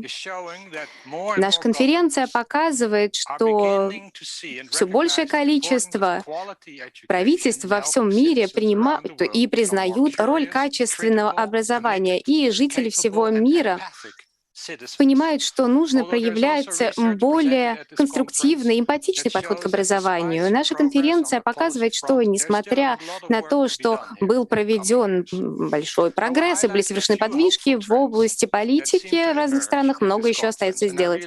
Позвольте мне рассказать о нескольких тенденциях, которые вырисовываются в результате нашей конференции. Во-первых, целостность Земли.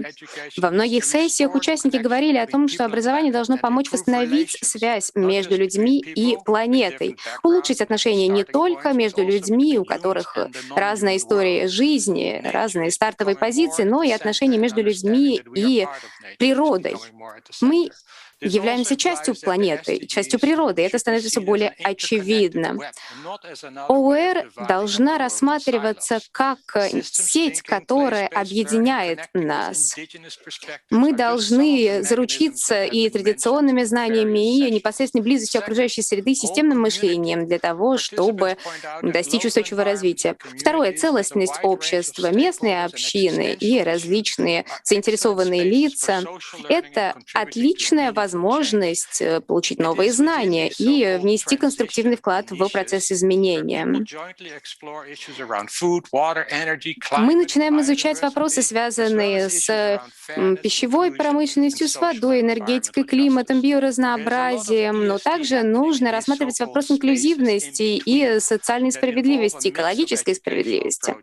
Нужно использовать различные подходы, смесь, гибридные подходы. Мы можем воспользоваться новыми пространствами для получения знаний на местном уровне, научными знаниями и традиционными знаниями. Третий тренд — это целостность школьной системы. ОЭР, безусловно, это не отдельный предмет в программе образования, это скорее катализатор изменений системы образования. Нужно подчеркивать общесистемный подход и общеинституционный подход. Местные вопросы на местах должны быть важны и для обучающихся, и для преподавателей. Нужно заручиться пособием, который будет основан на исследованиях, на опыте и на поиске решений. Нужно обеспечивать связь образования и жизни местного сообщества.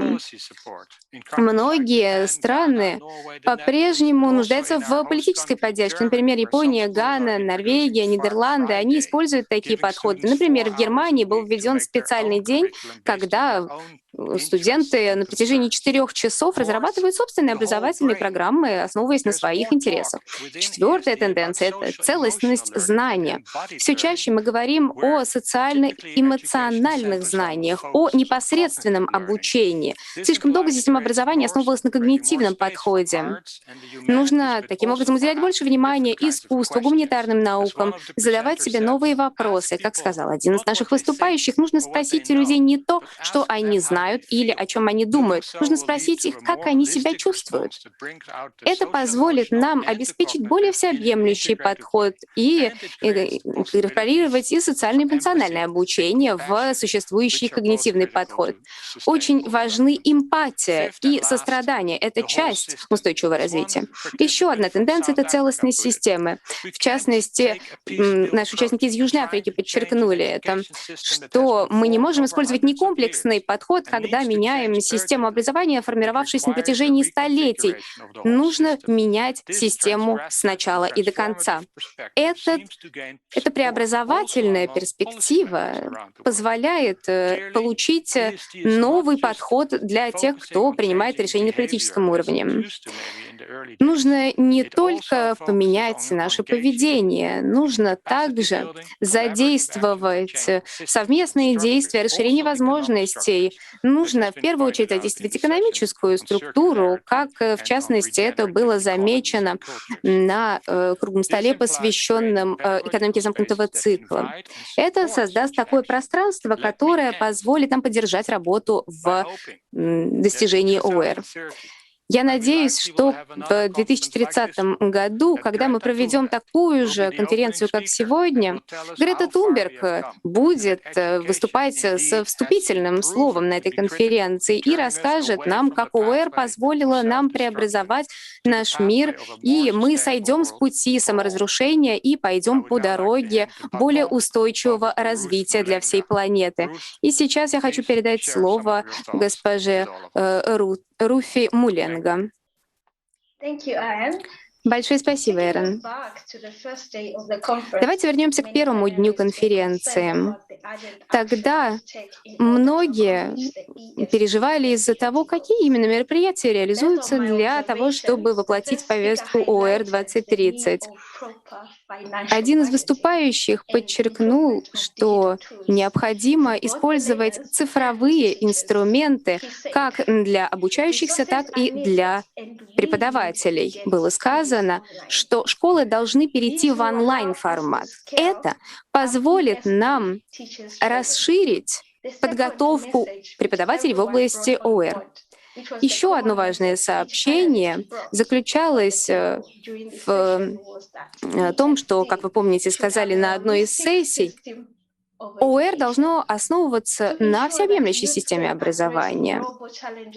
Это позволит молодым людям противостоять глобальным вызовам и продвигать идеи глобальной гражданственности. Еще один выступающий упомянул специальную систему матрицы, которая позволяет нам проявить свою ответственность, отражает нашу ответственность и расширяет масштабы международной солидарности. Безусловно, обмен знаниями крайне важен для достижения целей ОЭР 2030. Во второй день, в ходе 5-й сессии, была представлена целое многообразие инициатив, которые позволяют бороться с утерей биоразнообразия, изменением климата и задают нам тон движения в сторону устойчивого будущего. Сейчас у нас, к сожалению, иногда не хватает финансовых ресурсов, доступа к информации и недостаточно политической институциональной воли и поддержки, а также существуют и другие проблемы. Конечно, это требует срочных действий. Все это сможет предотвратить утрату биоразнообразия. А для этого нужно качественное образование, качественное управление и гарантии сохранения планеты для всего человечества. Вот важные, на мой взгляд, мысли, которые были высказаны за последние несколько дней конференции. Передаю слово Роне. Здравствуйте. Прежде всего, хочу поблагодарить вас за эту ценную конференцию. Я заслушала много интересных, вдохновляющих выступлений, в которых говорилось о реализации ОЭР. И поэтому я хочу и дальше отстаивать принципы образования в интересах устойчивого развития. Многие говорили о том, что молодежи должно уделяться особое внимание, и в церемонии открытия участвовала молодежь, это отрадно. Многие говорили о молодых людях, о том, что мы должны стать инициаторами перемен. Однако диалог с молодежью был не очень активным. Я высоко ценю все проекты и инициативы, которые дают нам возможность действовать. Но, знаете, молодежь уже знает, какие проблемы стоят перед нами. Мы и дальше хотим продолжать учиться, но я думаю, что и вам есть чему поучиться у нас, у молодых людей. Насколько я знаю, у нас нет никакого плана спасения планеты, поэтому инструменты ОЭР — это самые важные инструменты спасения и совместного действия. Как сказала вчера Мария Аяла, нужно слушать молодых людей. Они уже достаточно зрелые и достаточно умные, чтобы понимать, какие глобальные проблемы стоят перед нами. Поэтому нужно обеспечить участие молодежи на институциональном уровне. Мне повезло быть частью сети ЮПН, которая как раз действует на институциональном уровне. Мы делаем все возможное для сотрудничества с сообществом в Германии, которое отстаивает идеи ОЭР. И, как сказала немецкое Министерство образования, написало в одном из своих твитов, нам нужно обеспечить участие молодежи. Их действия и их желание действовать вдохновляет нас, и мы всегда готовы помочь. Я хочу поделиться соображениями одной из моих юных коллег. Как она сказала, представь, что Берлинская декларация превратится в конвенцию, и эта конвенция поместит принципы ОЭР на один уровень с Парижским соглашением по климату и Конвенцией о всемирном наследии. Сейчас наступил момент, когда нам необходимо реализовывать принципы ОЭР на всех уровнях нашей жизни. Международная конвенция по ОЭР, возможно, сейчас звучит как далекая мечта. Но я призываю вас не бояться мыслить масштабно. Давайте мечтать о светлом будущем, о том, как мы сможем воплотить наши мечты и преобразовать наше общество с помощью ОЭР. Спасибо. Спасибо, Роня, Рут и Аурен, за то, что вы поделились с нами своими ключевыми соображениями по итогам конференции и сказали такие вдохновляющие слова. И сейчас я хочу передать слово госпоже Вибеке Йенсен, директору управления по вопросам мира и устойчивого развития в ЮНЕСКО, чтобы она поделилась с нами соображениями о своей декларации. Большое спасибо, Суми. Я приветствую всех уважаемых участников.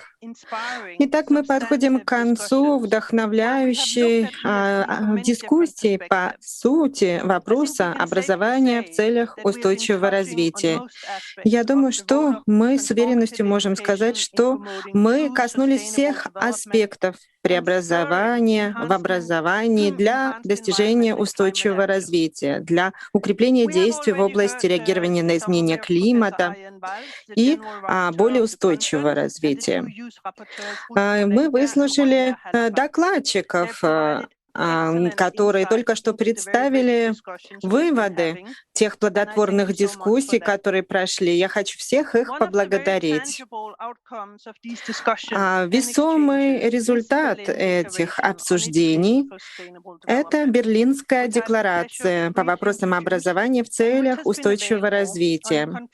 Данную декларацию вы на платформе можете найти. Эта декларация была составлена в результате процесса консультаций, который осуществлялся еще до конференции. Представители государств-членов принимали в этом участие по одному члену от региональной группы, и выводы опирались на работу конференции в Японии, в Германии, на отклики сопредседателей и на работу ЮНЕСКО. На первом этапе был разослан электронный проект для того, чтобы все заинтересованные стороны могли предоставить свои отклики. На втором этапе все национальные комиссии и делегации ЮНЕСКО получили проект текста. Все члены смогли поделиться этим текстом в своих региональных группах. 160 комментариев из 45 стран поступили. Данная редакционная работа была инклюзивной и намеревалась включить все отклики для того, чтобы этот текст был весомым и в то же время удобным в работе. Я хочу поблагодарить всех участников этого процесса. Я хочу также поблагодарить всех тех, кто представил свои замечания. Хочу представить вашему вниманию текст декларации.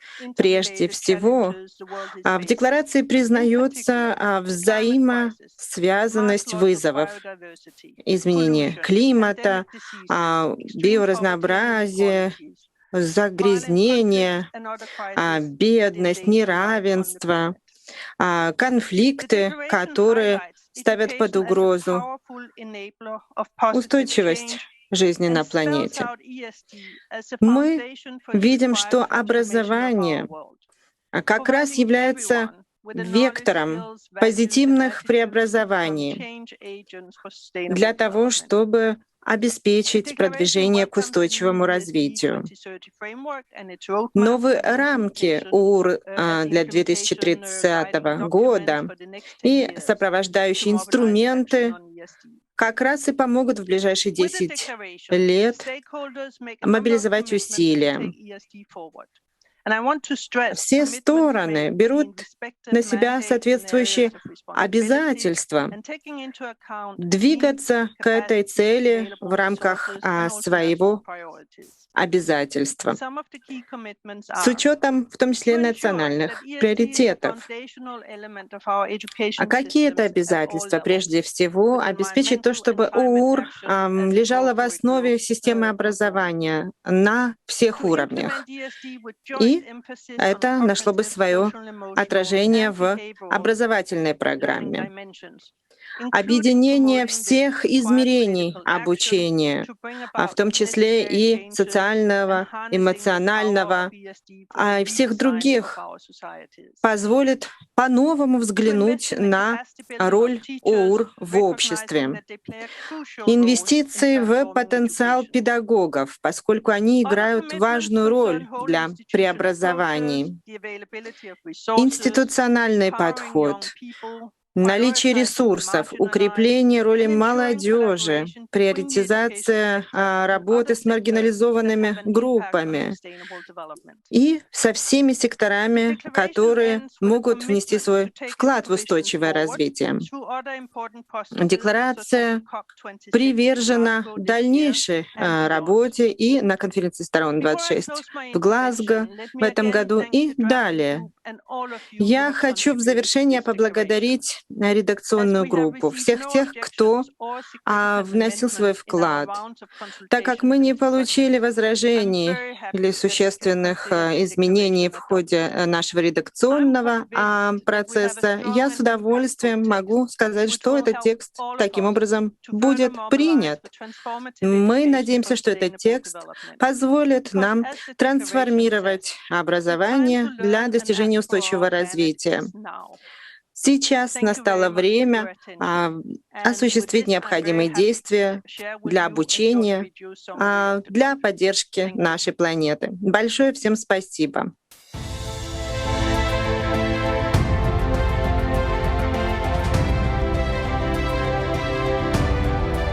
We, the participants who convened online from the 17th to the 19th of May 2021 for the World Conference on Education for Sustainable Development,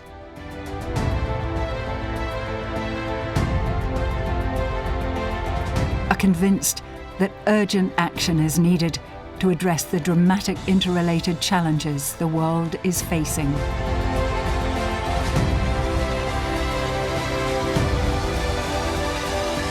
For too long, we have continued business as usual. Our only home in the universe is this special place down here. Challenges that really concern me are, first of all, food and water security. Never have we needed education on climate change and sustainable development more than we do today. We are confident that education is a powerful enabler of Мы уверены, что образование — мощный фактор положительных изменений. Эти перспективы будут мощным фактором развития для всех сообществ. Данная работа начинается в школах. Образование для устойчивого развития — это основа преобразований. Мы будем действовать для изменения мира. Мы сможем с помощью образования в целях устойчивого развития осуществить цели, стоящие перед нами.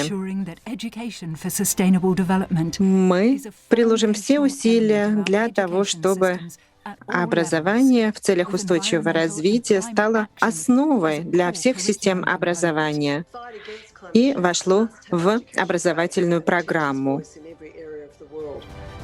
Мы сделаем все, чтобы голоса преподавателей были слышны во всем мире. Таким образом, мы будем способствовать устойчивому развитию. Мы сможем укрепить потенциал молодежи как действующих лиц устойчивого развития. Берлинская декларация, посвященная образованию в целях устойчивого развития, станет для нас путеводной звездой.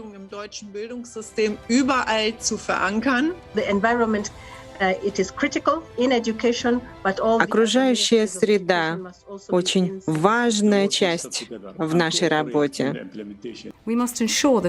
Мы должны обеспечить то, чтобы образование в целях устойчивого развития нашло свое отражение во всех системах образования во всем мире, поскольку это важно для нашего будущего, для будущего нашей планеты и наших поколений.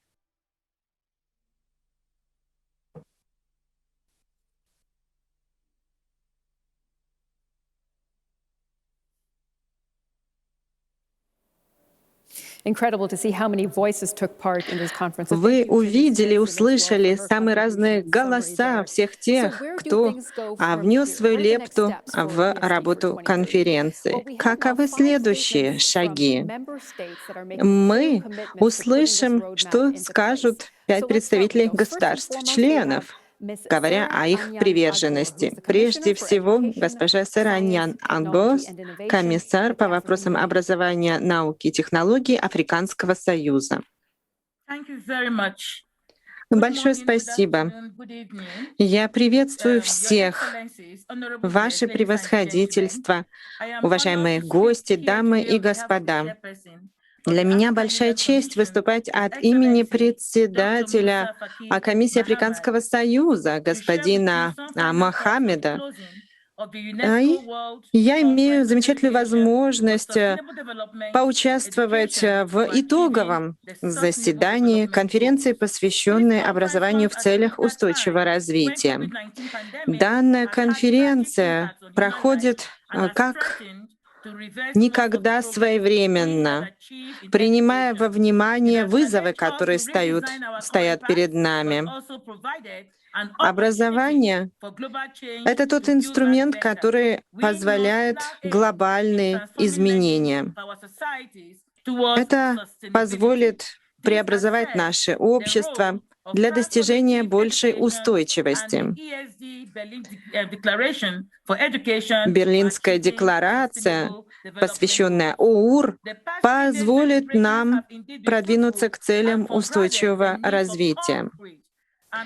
Мы увидели, какие вызовы стоят перед нами и какие усилия необходимы для того, чтобы укрепить нашу систему образования, помочь обучающимся внести плодотворный вклад в развитие обществ и здоровье планеты. Мы видим, что роль всех участников здесь важна. Мы видим, какие есть вызовы и возможности на уровне стран, в том числе для реагирования на изменения климата. И государства-члены берут на себя соответствующие обязательства для осуществления положений декларации. Это позволит интенсифицировать и глобальные действия, и оказать поддержку действиям на национальном уровне, для того, чтобы работа велась инклюзивно и никто не остался без внимания. Все сообщества, в том числе и страны, которые сейчас выходят из конфликтных ситуаций в Африке, понимают, что образование востребовано сегодня как никогда. Мы хотим отметить вклад наших систем и участников, вспоминая и о вкладе Нельсона Манделы. Обязательно мы должны предоставить возможность образования всем. Африканский союз верит в то, что только сплоченными усилиями мы сможем справиться с вызовами, стоящими перед нашим континентом и нашей планетой. Стратегия образования, в том числе профессионального, технического образования, подготовки молодых специалистов позволят молодежи найти работу, создать новые возможности, быть полноценными участниками всех процессов. Осуществление ОУР будет вкладом в осуществление повестки развития до 2030 года. Мы уделяем внимание качественному образованию, образованию для всех, научным исследованиям, технологическим инновациям, креативности и предпринимательству. Соответствующая стратегия позволит африканскому континенту достичь поставленных целей и показать, что мы активный участник вместе с другими континентами в работе над образованием в целях устойчивого развития. Образование в целях устойчивого развития является прекрасной платформой для перехода на цифровые технологии для устойчивого развития. Мы по-прежнему имеем мечту того, чтобы наша молодежь, африканская молодежь, была действительно локомотивом развития.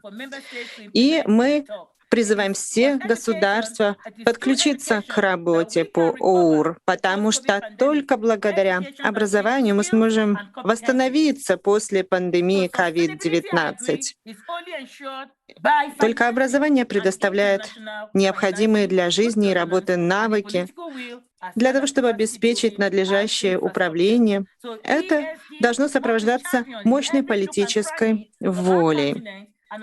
ОУР — то направление, в которых мы все хотим стать чемпионами, потому что ОУР призывает нас всех действовать и выполнять наши обязательства.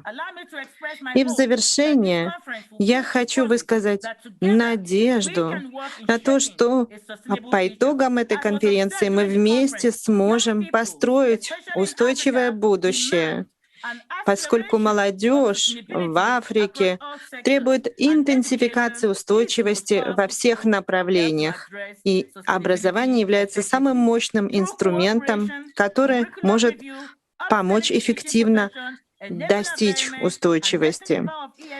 Создание необходимых условий, поддержка и политическая воля, наша приверженность будут нам указывать путь к устойчивому развитию. Мы благодарим ЮНЕСКО за организацию данной Всемирной конференции ЮНЕСКО по образованию в целях устойчивого развития. Спасибо всем за внимание. Спасибо большое за этот призыв к действию от имени Африканского союза. Сейчас заслушаем министра Николаса, который является министром образования Аргентины. Вызов для стран Латинской Америки и всего человечества — это глубокое неравенство, которое существует в нашем мире. Система образования и школы становятся не единственным, но одним из основных инструментов борьбы с усилившимся неравенством. Пандемия очень сильно повлияла в 2020 и 2021 году на все человечество и сильно ударила по моей стране. И здесь перед нами встает вызов обеспечения непрерывности образования и преподавания разных дисциплин и борьбы с неравенством в Латинской Америке. Мы также должны обеспечить структурное преобразование системы образования для того, чтобы достичь устойчивого развития нашего общества. В краткосрочной перспективе необходимо вдохнуть новую жизнь в технологическое образование, в цифровую подключенность школ, особенно в том, что касается самых уязвимых регионов и школ. С другой стороны, нужно гарантировать гибкость образования. Надо также обеспечивать распространение графических материалов, печатных материалов во всех семьях Аргентины в этом учебном году.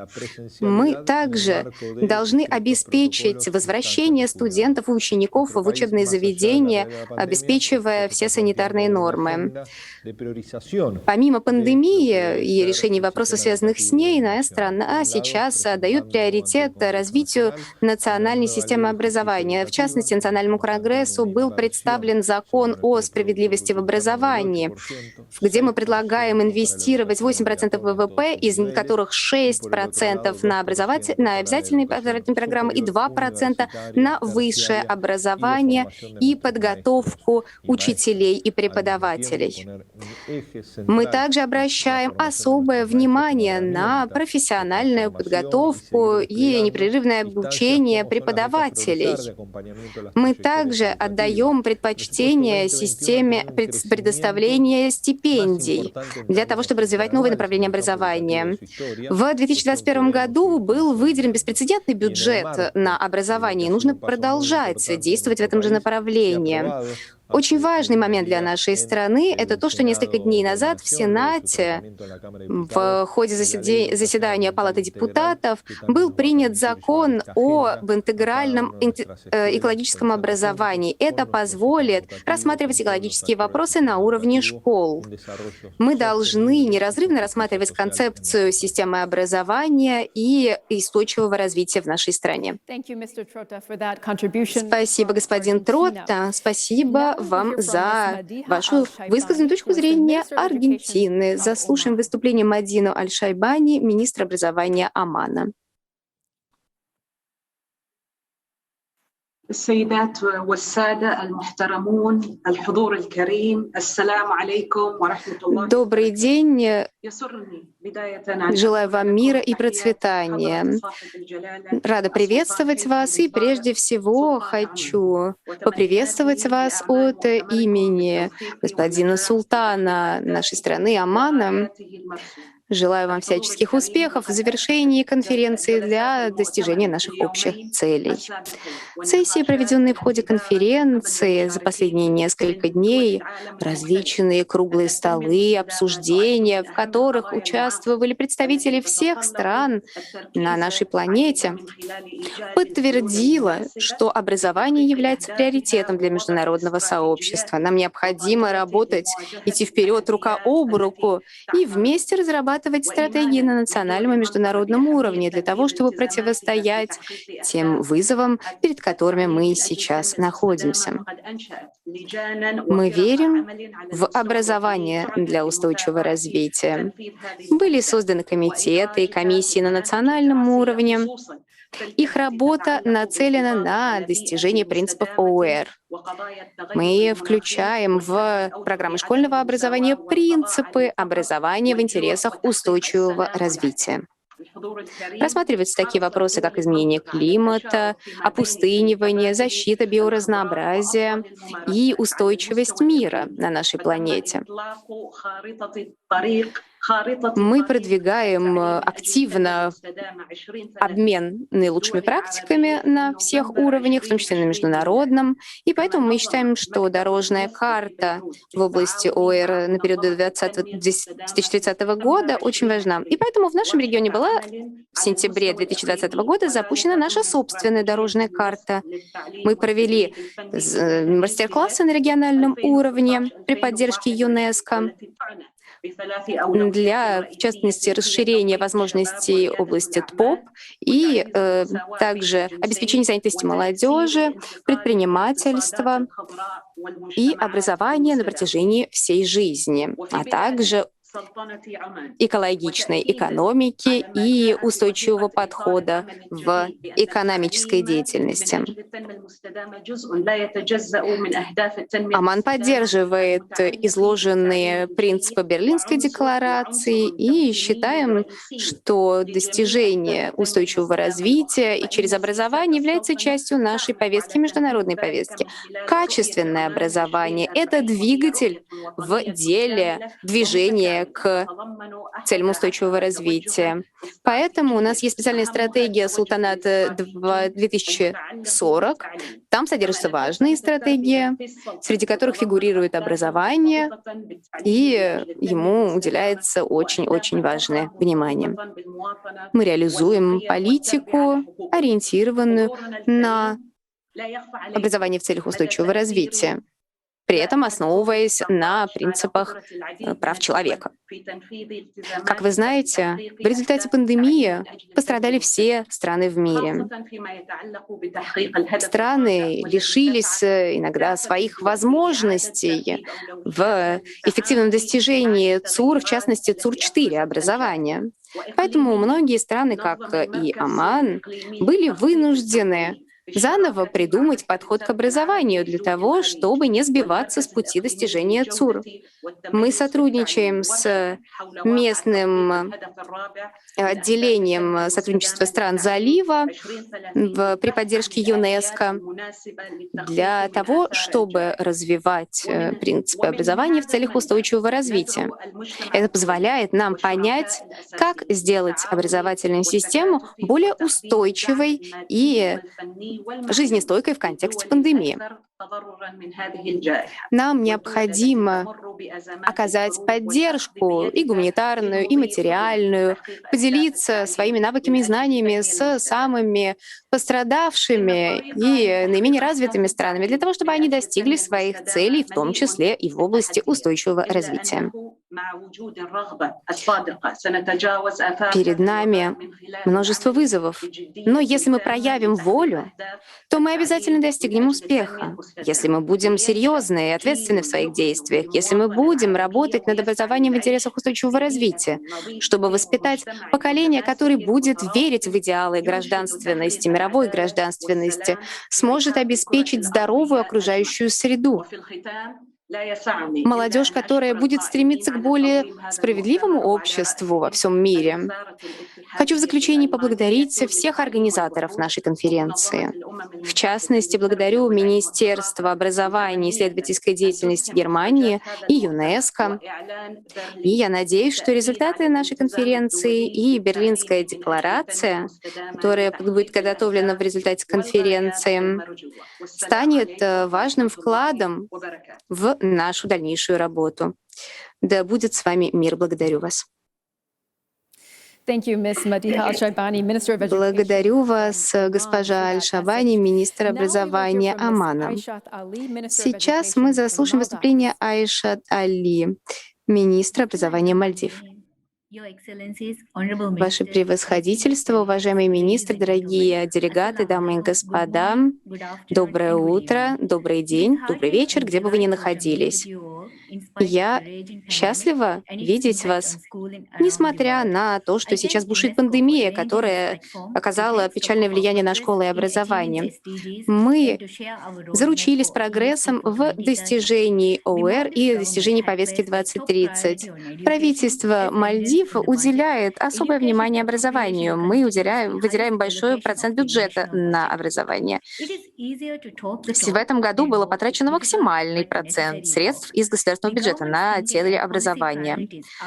Правительство и наша образовательная политика нашли отражение в национальном плане жизнестойкости и противостоянию пандемии COVID-19.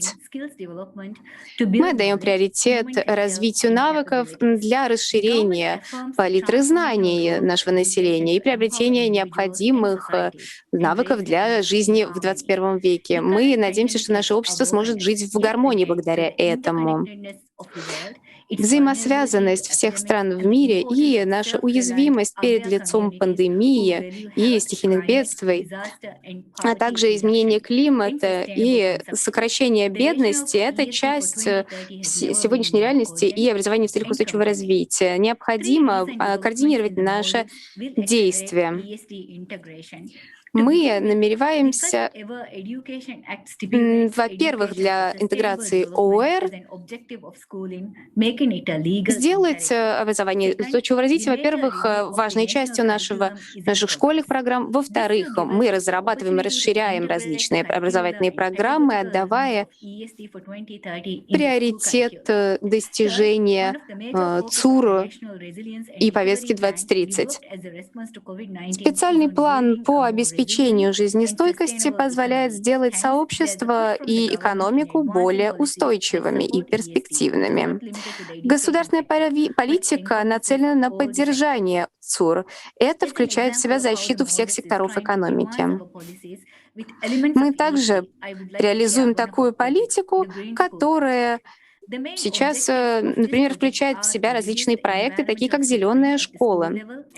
Это позволяет сократить влияние школ на окружающую среду, объединить школьников и сообщества для того, чтобы достичь низкоуглеродного будущего и минимального уровня выбросов.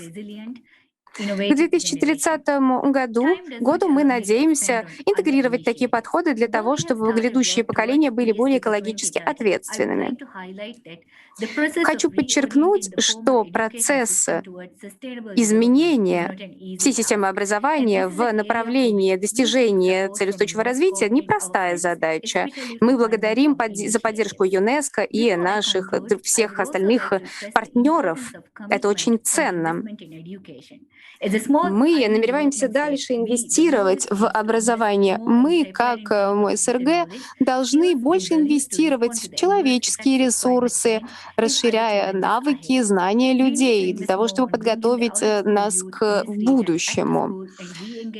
Нам необходимо взаимодействовать с системой школьного образования, чтобы та тоже принимала участие в реализации принципов OER.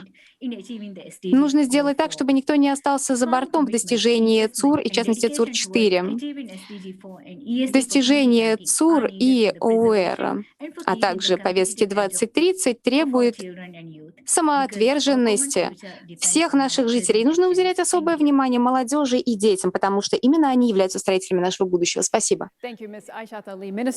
Спасибо, госпожа Айшта Али, министр образования Мальдив. И, наконец, сейчас мы заслушаем выступление Матильды Эрнкратц, министра образования и исследования Швеции. Уважаемые коллеги, дамы и господа, дорогие друзья, хочу поблагодарить ЮНЕСКО и правительство Германии за организацию данной конференции. Изменение климата, неравный доступ к образованию, гендерное неравенство, бедность, массовая потеря биоразнообразия и недемократические движения — все эти вызовы взаимосвязаны. Это вызовы, на которые одна страна в одиночку не сможет отреагировать. Мы должны работать вместе, как на этой конференции, для достижения устойчивого развития. Все молодые люди, вся молодежь имеет право на участие в этом процессе. Это вопрос справедливости. Их знания и опыт бесценны для успеха повестки развития до 2030 года. Я министр Швеции. Я горжусь движением, которое вдохновила Грета Тунберг и которое объединяет миллионы молодых людей по всему миру, призывая нас действовать сейчас. Швеция поставила перед собой цель стать первой в мире страной, которая не использует ископаемые источники. Мы руководствуемся этой инициативой во всех областях. Когда речь идет об образовании в целях устойчивого развития, оно интегрировано на всех политических уровнях, во всей нашей системе образования, от дошкольного до взрослого и высшего образования. И мы применяем этот подход для того, чтобы обеспечить устойчивое обучение на протяжении всей жизни, благодаря профессиональной подготовке и переходу к устойчивой экономике и рабочим местам. Но одних политических документов и деклараций недостаточно. Необходимо для образования в целях устойчивого развития применять эти положения на практике. Хочу подчеркнуть важность мониторинга для этого. В Швеции мы провели оценку реализации этих целей в наших университетах и проводим проверки работы в средних школах для систематического внедрения и усовершенствования. Сильная сторона нашего образования заключается в том, что мы делаем упор на устойчивости. И это важно во всех слоях общества, в гражданском обществе, в академических кругах. ЮНЕСКО играет очень важную роль для поддержки национальных усилий. Швеция надеется на создание инициатив на уровне стран для того, чтобы мы все отразили на общей карте наши шаги в рамках этого общего плана ОУР. Данная конференция предоставляет нам рамочную программу ОУР-2030 для продвижения по этому пути. И, учитывая наши научные знания, мы знаем, что мы оставляем очень большой экологический след. И мы должны этот след улучшить так, чтобы он был устойчивым. Образование для устойчивого развития должно опираться на права человека. Права человека являются основополагающей частью устойчивых обществ. У нас осталось всего несколько лет для достижения цели повестки до 2030 года. Время действовать настало сегодня. Спасибо. Большое вам спасибо, госпожа министра Эрнкратца, министра образования Швеции. Мы слышим отклики и поддержку из уст представителей государств-членов. Конечно, ЮНЕСКО и и немецкое Министерство образования, организатор этой конференции. И я хочу предоставить им слово. Прежде всего, господин Кристиан Луфта, госсекретарь Федерального министерства образования и научных исследований Германии. Большое вам спасибо. Дамы и господа, дорогие друзья, уважаемые участники конференции ОУР, действительно подходит к концу историческая конференция. Историческая, потому что мы обращаем на ней внимание на все те вызовы, которые стоят сейчас перед нами. Историческое значение она имеет еще и потому, что так много участников приняли эту декларацию и участвовали в нашей работе. Мы действительно провели 3 очень насыщенных дня работы, в ходе которых осветили все аспекты образования в интересах устойчивого развития. Мы задали тон работе на ближайшее десятилетие. Обсуждались наши стратегии, решения и проекты. 80 министров участвовали в этом мероприятии. Представители 130 стран участвовали. И это показывает, что запуск этой программы в ЮНЕСКО действительно имеет большое воздействие. Мы выслушали представителей экспертных кругов, ученых, представителей директивных органов, учащихся, всех тех, кто работает над внедрением ОУР и продвижением к ЦУР. Мы услышали доклады. Доклады подтверждают, что мы должны интенсифицировать наше продвижение к целям 2030 года. Импульс, который нам придали все эти участники, очень важен для того, чтобы внедрять и продвигать новаторские проекты для осуществления ЦУР.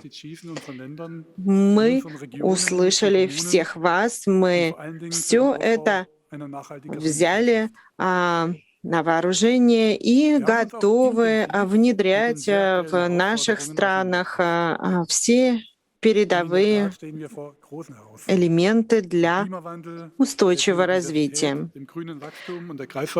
Вызовы изменения климата, биоразнообразия, зеленой экономики, циркулярной экономики стоят перед нами сегодня.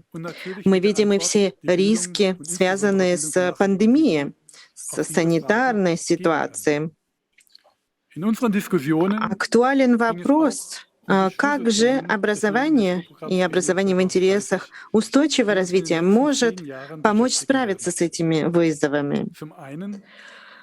В нашей декларации этому уделяется пристальное внимание. Работы на ближайшие 10 лет много. Преобразование зависит от вклада всех и каждого в строительство устойчивых обществ. То, как мы будем управлять технологическим развитием и цифровым измерением, многое будет определять для достижения нашей цели. Я внимательно слушал всех выступавших и действительно считаю, что мы обратили внимание на то, какие должны быть приоритеты, на то, чему нужно уделять внимание в первую очередь. Обсуждения являются очень важной составляющей, без сомнения, но одних обсуждений недостаточно.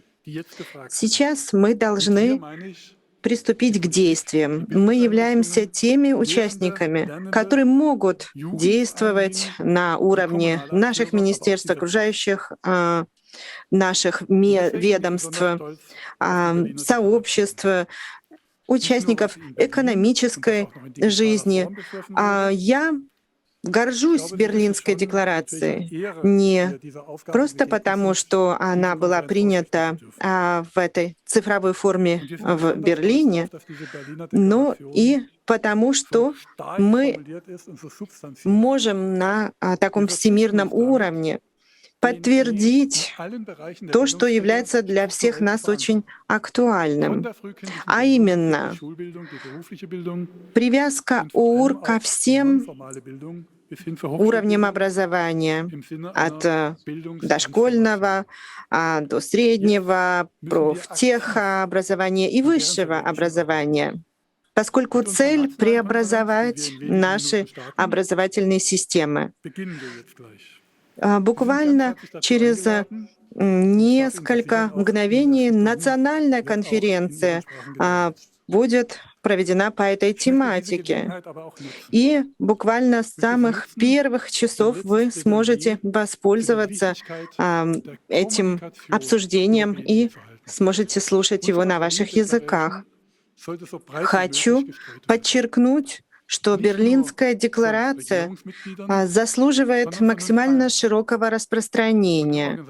И наши члены правительства, и гражданское общество, и научные круги, и представители бизнеса, все те, кто принимал участие в данной конференции, должны передавать информацию об этой декларации, для того, чтобы все понимали, о чем идет речь, для того, чтобы все понимали, как важны цели устойчивого развития и образование в интересах устойчивого развития. Аббревиатура ОУР не всем известна и понятна, поэтому очень важно, чтобы все наши государства проводили просветительскую работу для укрепления наших усилий по образованию в интересах устойчивого развития. Я хочу поблагодарить все команды, всех работников, которые помогали провести эту конференцию. Такая дистанционная конференция, непростое мероприятие. И я хочу обратиться ко всем коллегам, ко всем партнерам ОУР и призвать всех вас продолжать наше совместное осмысление. Мы сможем преобразовать мир к лучшему благодаря нашим общим усилиям в рамках этой нашей общей сети ЮНЕСКО. Мы всегда готовы обсуждать, и не только обсуждать, но и на практике претворять в жизнь все те меры, о которых мы договорились и которые мы согласовали. Я желаю всем нам успеха в самое ближайшее время. Большое спасибо. Действительно, все поддержали выводы конференции. И я хочу предоставить слово заместителю генерального директора ЮНЕСКО по вопросам образования Стефании Джанини. Она сможет подытожить всю эту работу. Ваше превосходительство, господин госсекретарь Кристиан Люфт, дамы и господа, мы подходим к завершению Всемирной конференции, посвященной образованию в интересах устойчивого развития. Действительно, мы провели 3 дня насыщенной плодотворной работы.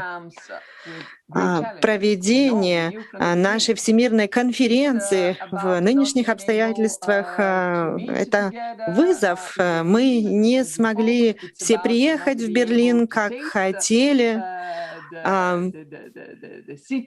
не смогли посетить этот прекрасный город, не смогли воспользоваться немецким гостеприимством там. Но мы смогли все подключиться виртуально. И это предоставило нам возможности диверсификации нашего участия. Мы услышали голоса представителей из самых разных уголков нашей планеты. Люди из самых разных стран, возрастных категорий и социопрофессиональных групп. Конечно, Мы реагируем на кризисные условия, которые сложились в мире. И несмотря на трудности, я должна сказать, что наша конференция прошла очень удачно, очень успешно. Хочу озвучить несколько цифр. Общее число участников более 13 тысяч. 2800 участников самой платформы из 161 страны и более 10 тысяч зрителей, которые смотрели лайв-стриминг нашего мероприятия. Политическая приверженность налицо. Более 70 министров, заместителей министров выступили. И мы очень признательны всем, кто принял участие в заседаниях и круглых столах, которые были организованы. Мы видели, что все больше передовой практики во всем мире используются, и организации, и все участники делятся своим опытом. Это позволило сформировать мощную декларацию, Берлинскую декларацию по вопросам образования в интересах устойчивого развития. А все сообщество, все наши круги академические, образовательные, в курсе тех вызовов, которые стоят перед нами, вызовов, связанных с устойчивым развитием, вызовов, связанных с изменением климата. Конечно, цель устойчивого развития 2030 года — это цели, к которым мы все идем, и образование является очень мощным инструментом. Создание знаний позволяет провести изменения и преобразования, перейти от слов к делу и изменить мир. Для того, чтобы обеспечить преобразование, необходимы изменения и в самом образовании. Образование должно включать все аспекты, о которых мы говорили в ходе этих последних 3 дней.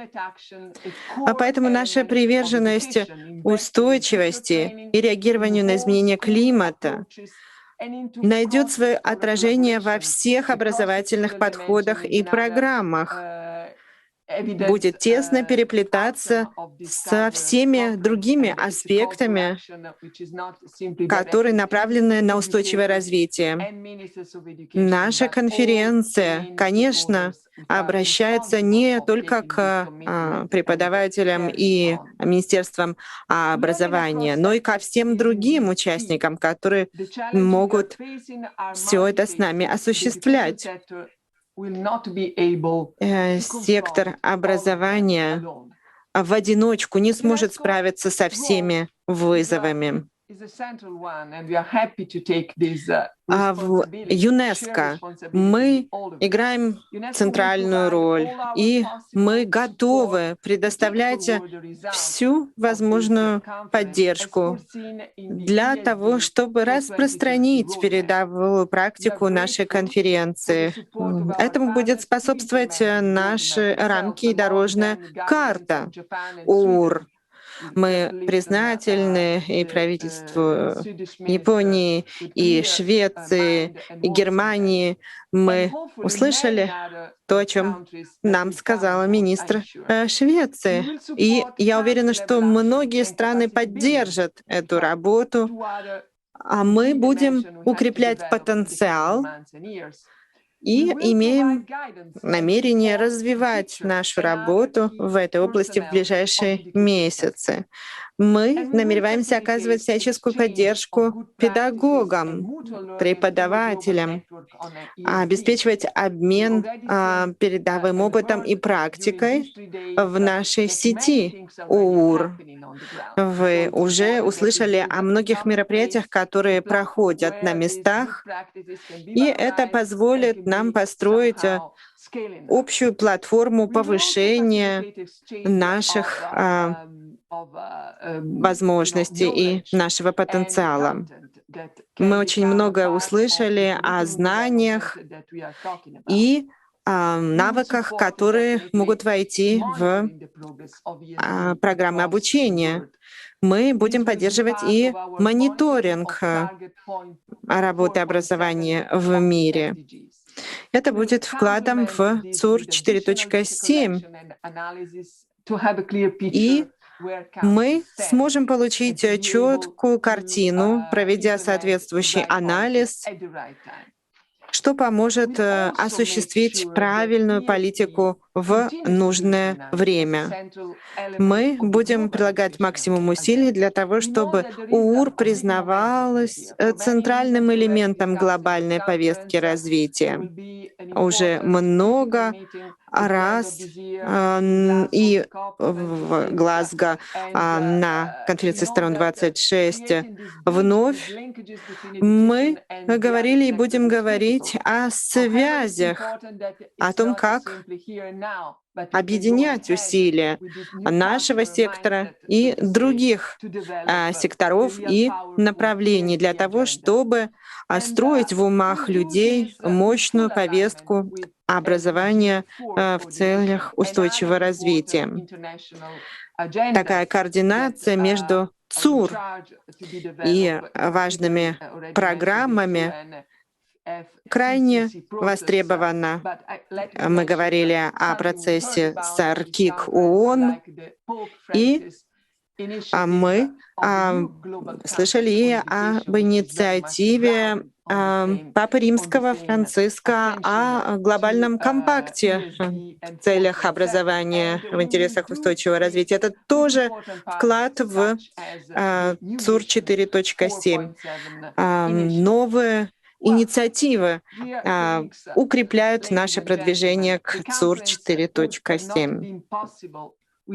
Данная конференция не смогла бы состояться без партнерства и поддержки Германии, которая принимала данную конференцию. И мы хотим поблагодарить от имени ЮНЕСКО и от меня лично и правительства Германии, федерального министра образования и исследований за финансовую поддержку. Мы благодарим и комиссию Германии по вопросам ЮНЕСКО за консультативную поддержку в ходе всего процесса подготовки, который был и длительным, и увлекательным. И этот процесс такой же важный, как и результат. Хотим поблагодарить всех министров, всех партнеров, которые действительно активно работали с нами для того, чтобы мы смогли пройти успешно все этапы подготовки и проведения этой конференции. Я хочу поблагодарить мою замечательную команду сектора образования ЮНЕСКО, которая действительно большую работу провела, готовя данную конференцию, и показала всю нашу приверженность этой тематике. Я благодарю технический персонал, который проделал большую работу для того, чтобы бесшовно прошла наша онлайновая конференция. Мы не видим техников на экране и всех тех, кто помогает нам за кадром, но их вклад действительно важен, и он помогает нам в этих новых условиях. Большое спасибо нашим замечательным переводчикам, большое спасибо всем участникам, которые показали приверженность и проявили энтузиазм в этой работе и будут продолжать активно работать над нашей тематикой. Должна сказать, что еще многое предстоит сделать для того, чтобы обучение, образование смогло улучшить условия жизни на нашей планете для всех. Эта конференция становится прекрасным этапом, прекрасной вехой.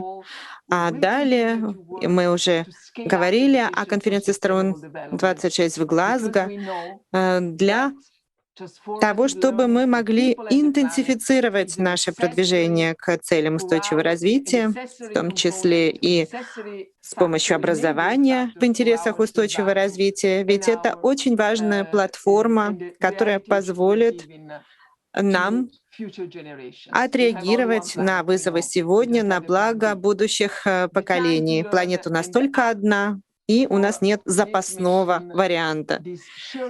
И я хочу еще раз подчеркнуть, что мы все привержены этой работе, это наша общая ответственность. И я благодарю всех вас за то, что вы провели эту работу со всеми нами, взяли на себя эти важные обязательства перед лицом молодежи и граждан всего мира, которые теперь, как и мы, с помощью образования смогут прийти к решениям, которые нам все нужны. На этом я объявляю данную конференцию закрытой.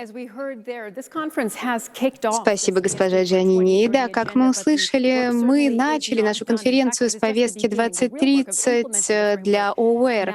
Но это еще далеко не все. Работа сейчас только начинается. После того, как закончится наша конференция по ОУР, начнется немецкая национальная конференция.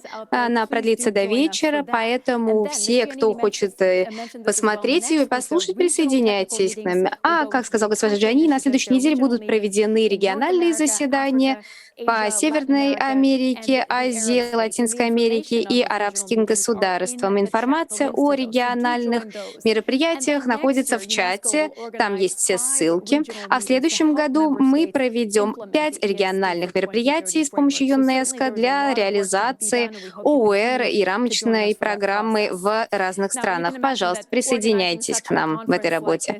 Понимаете, проведение такой конференции всегда сложная задача. Впервые мы проводим такую конференцию полностью в виртуальном формате, поэтому мы отправим вам по мейлу форму для обратной связи, и мы хотим, чтобы вы поделились своими соображениями о том, как вам понравилась эта конференция, какие у вас были впечатления. Это позволит нам улучшить нашу работу в будущем. Благодарю вас всех за то, что вы присоединились к нам. Я надеюсь, что вы, хоть виртуально, но все-таки поаплодируете сотням людей из различных министерств, из ЮНЕСКО, поблагодарите переводчиков, техников и всех людей, которые позволили нам достичь успеха в проведении этой конференции. Благодарю вас за внимание и всего доброго. Прощаюсь с вами, надеемся, что мы скоро увидимся.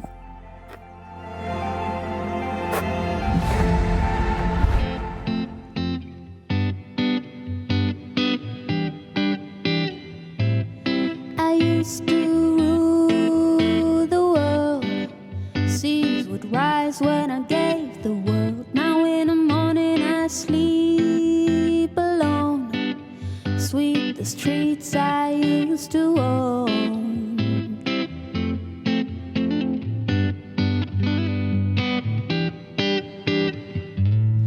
I used to roll the dice, feel the fear in my enemy's eyes, listen as the crowd would sing. The old king is dead, and long live the king. 1 minute I had the key. Next the walls were closed on me. I discovered that my castle stand upon pillars of salt and pillars of sand. I hear Jerusalem bells are ringing, Roman cavalry choirs are singing. My missionaries in a foreign field. For some reason I can't explain. Once you go, there was never an honest word. And that was when I ruled the world.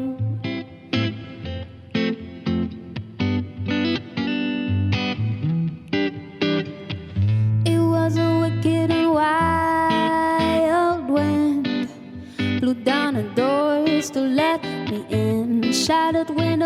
the sound of drums. People couldn't believe what I've become. Revolutionary swayed for my head on a silver plate, just a puppet on a lonely string. Oh, who'd ever wanna be king? I hear Jerusalem bells are ringing, Roman cavalry choirs are singing. Be my mirror, my sword and shield, my missionaries on a foreign field. For some reason I can't explain, once you go there was never an honest word. And that was when I ruled the world.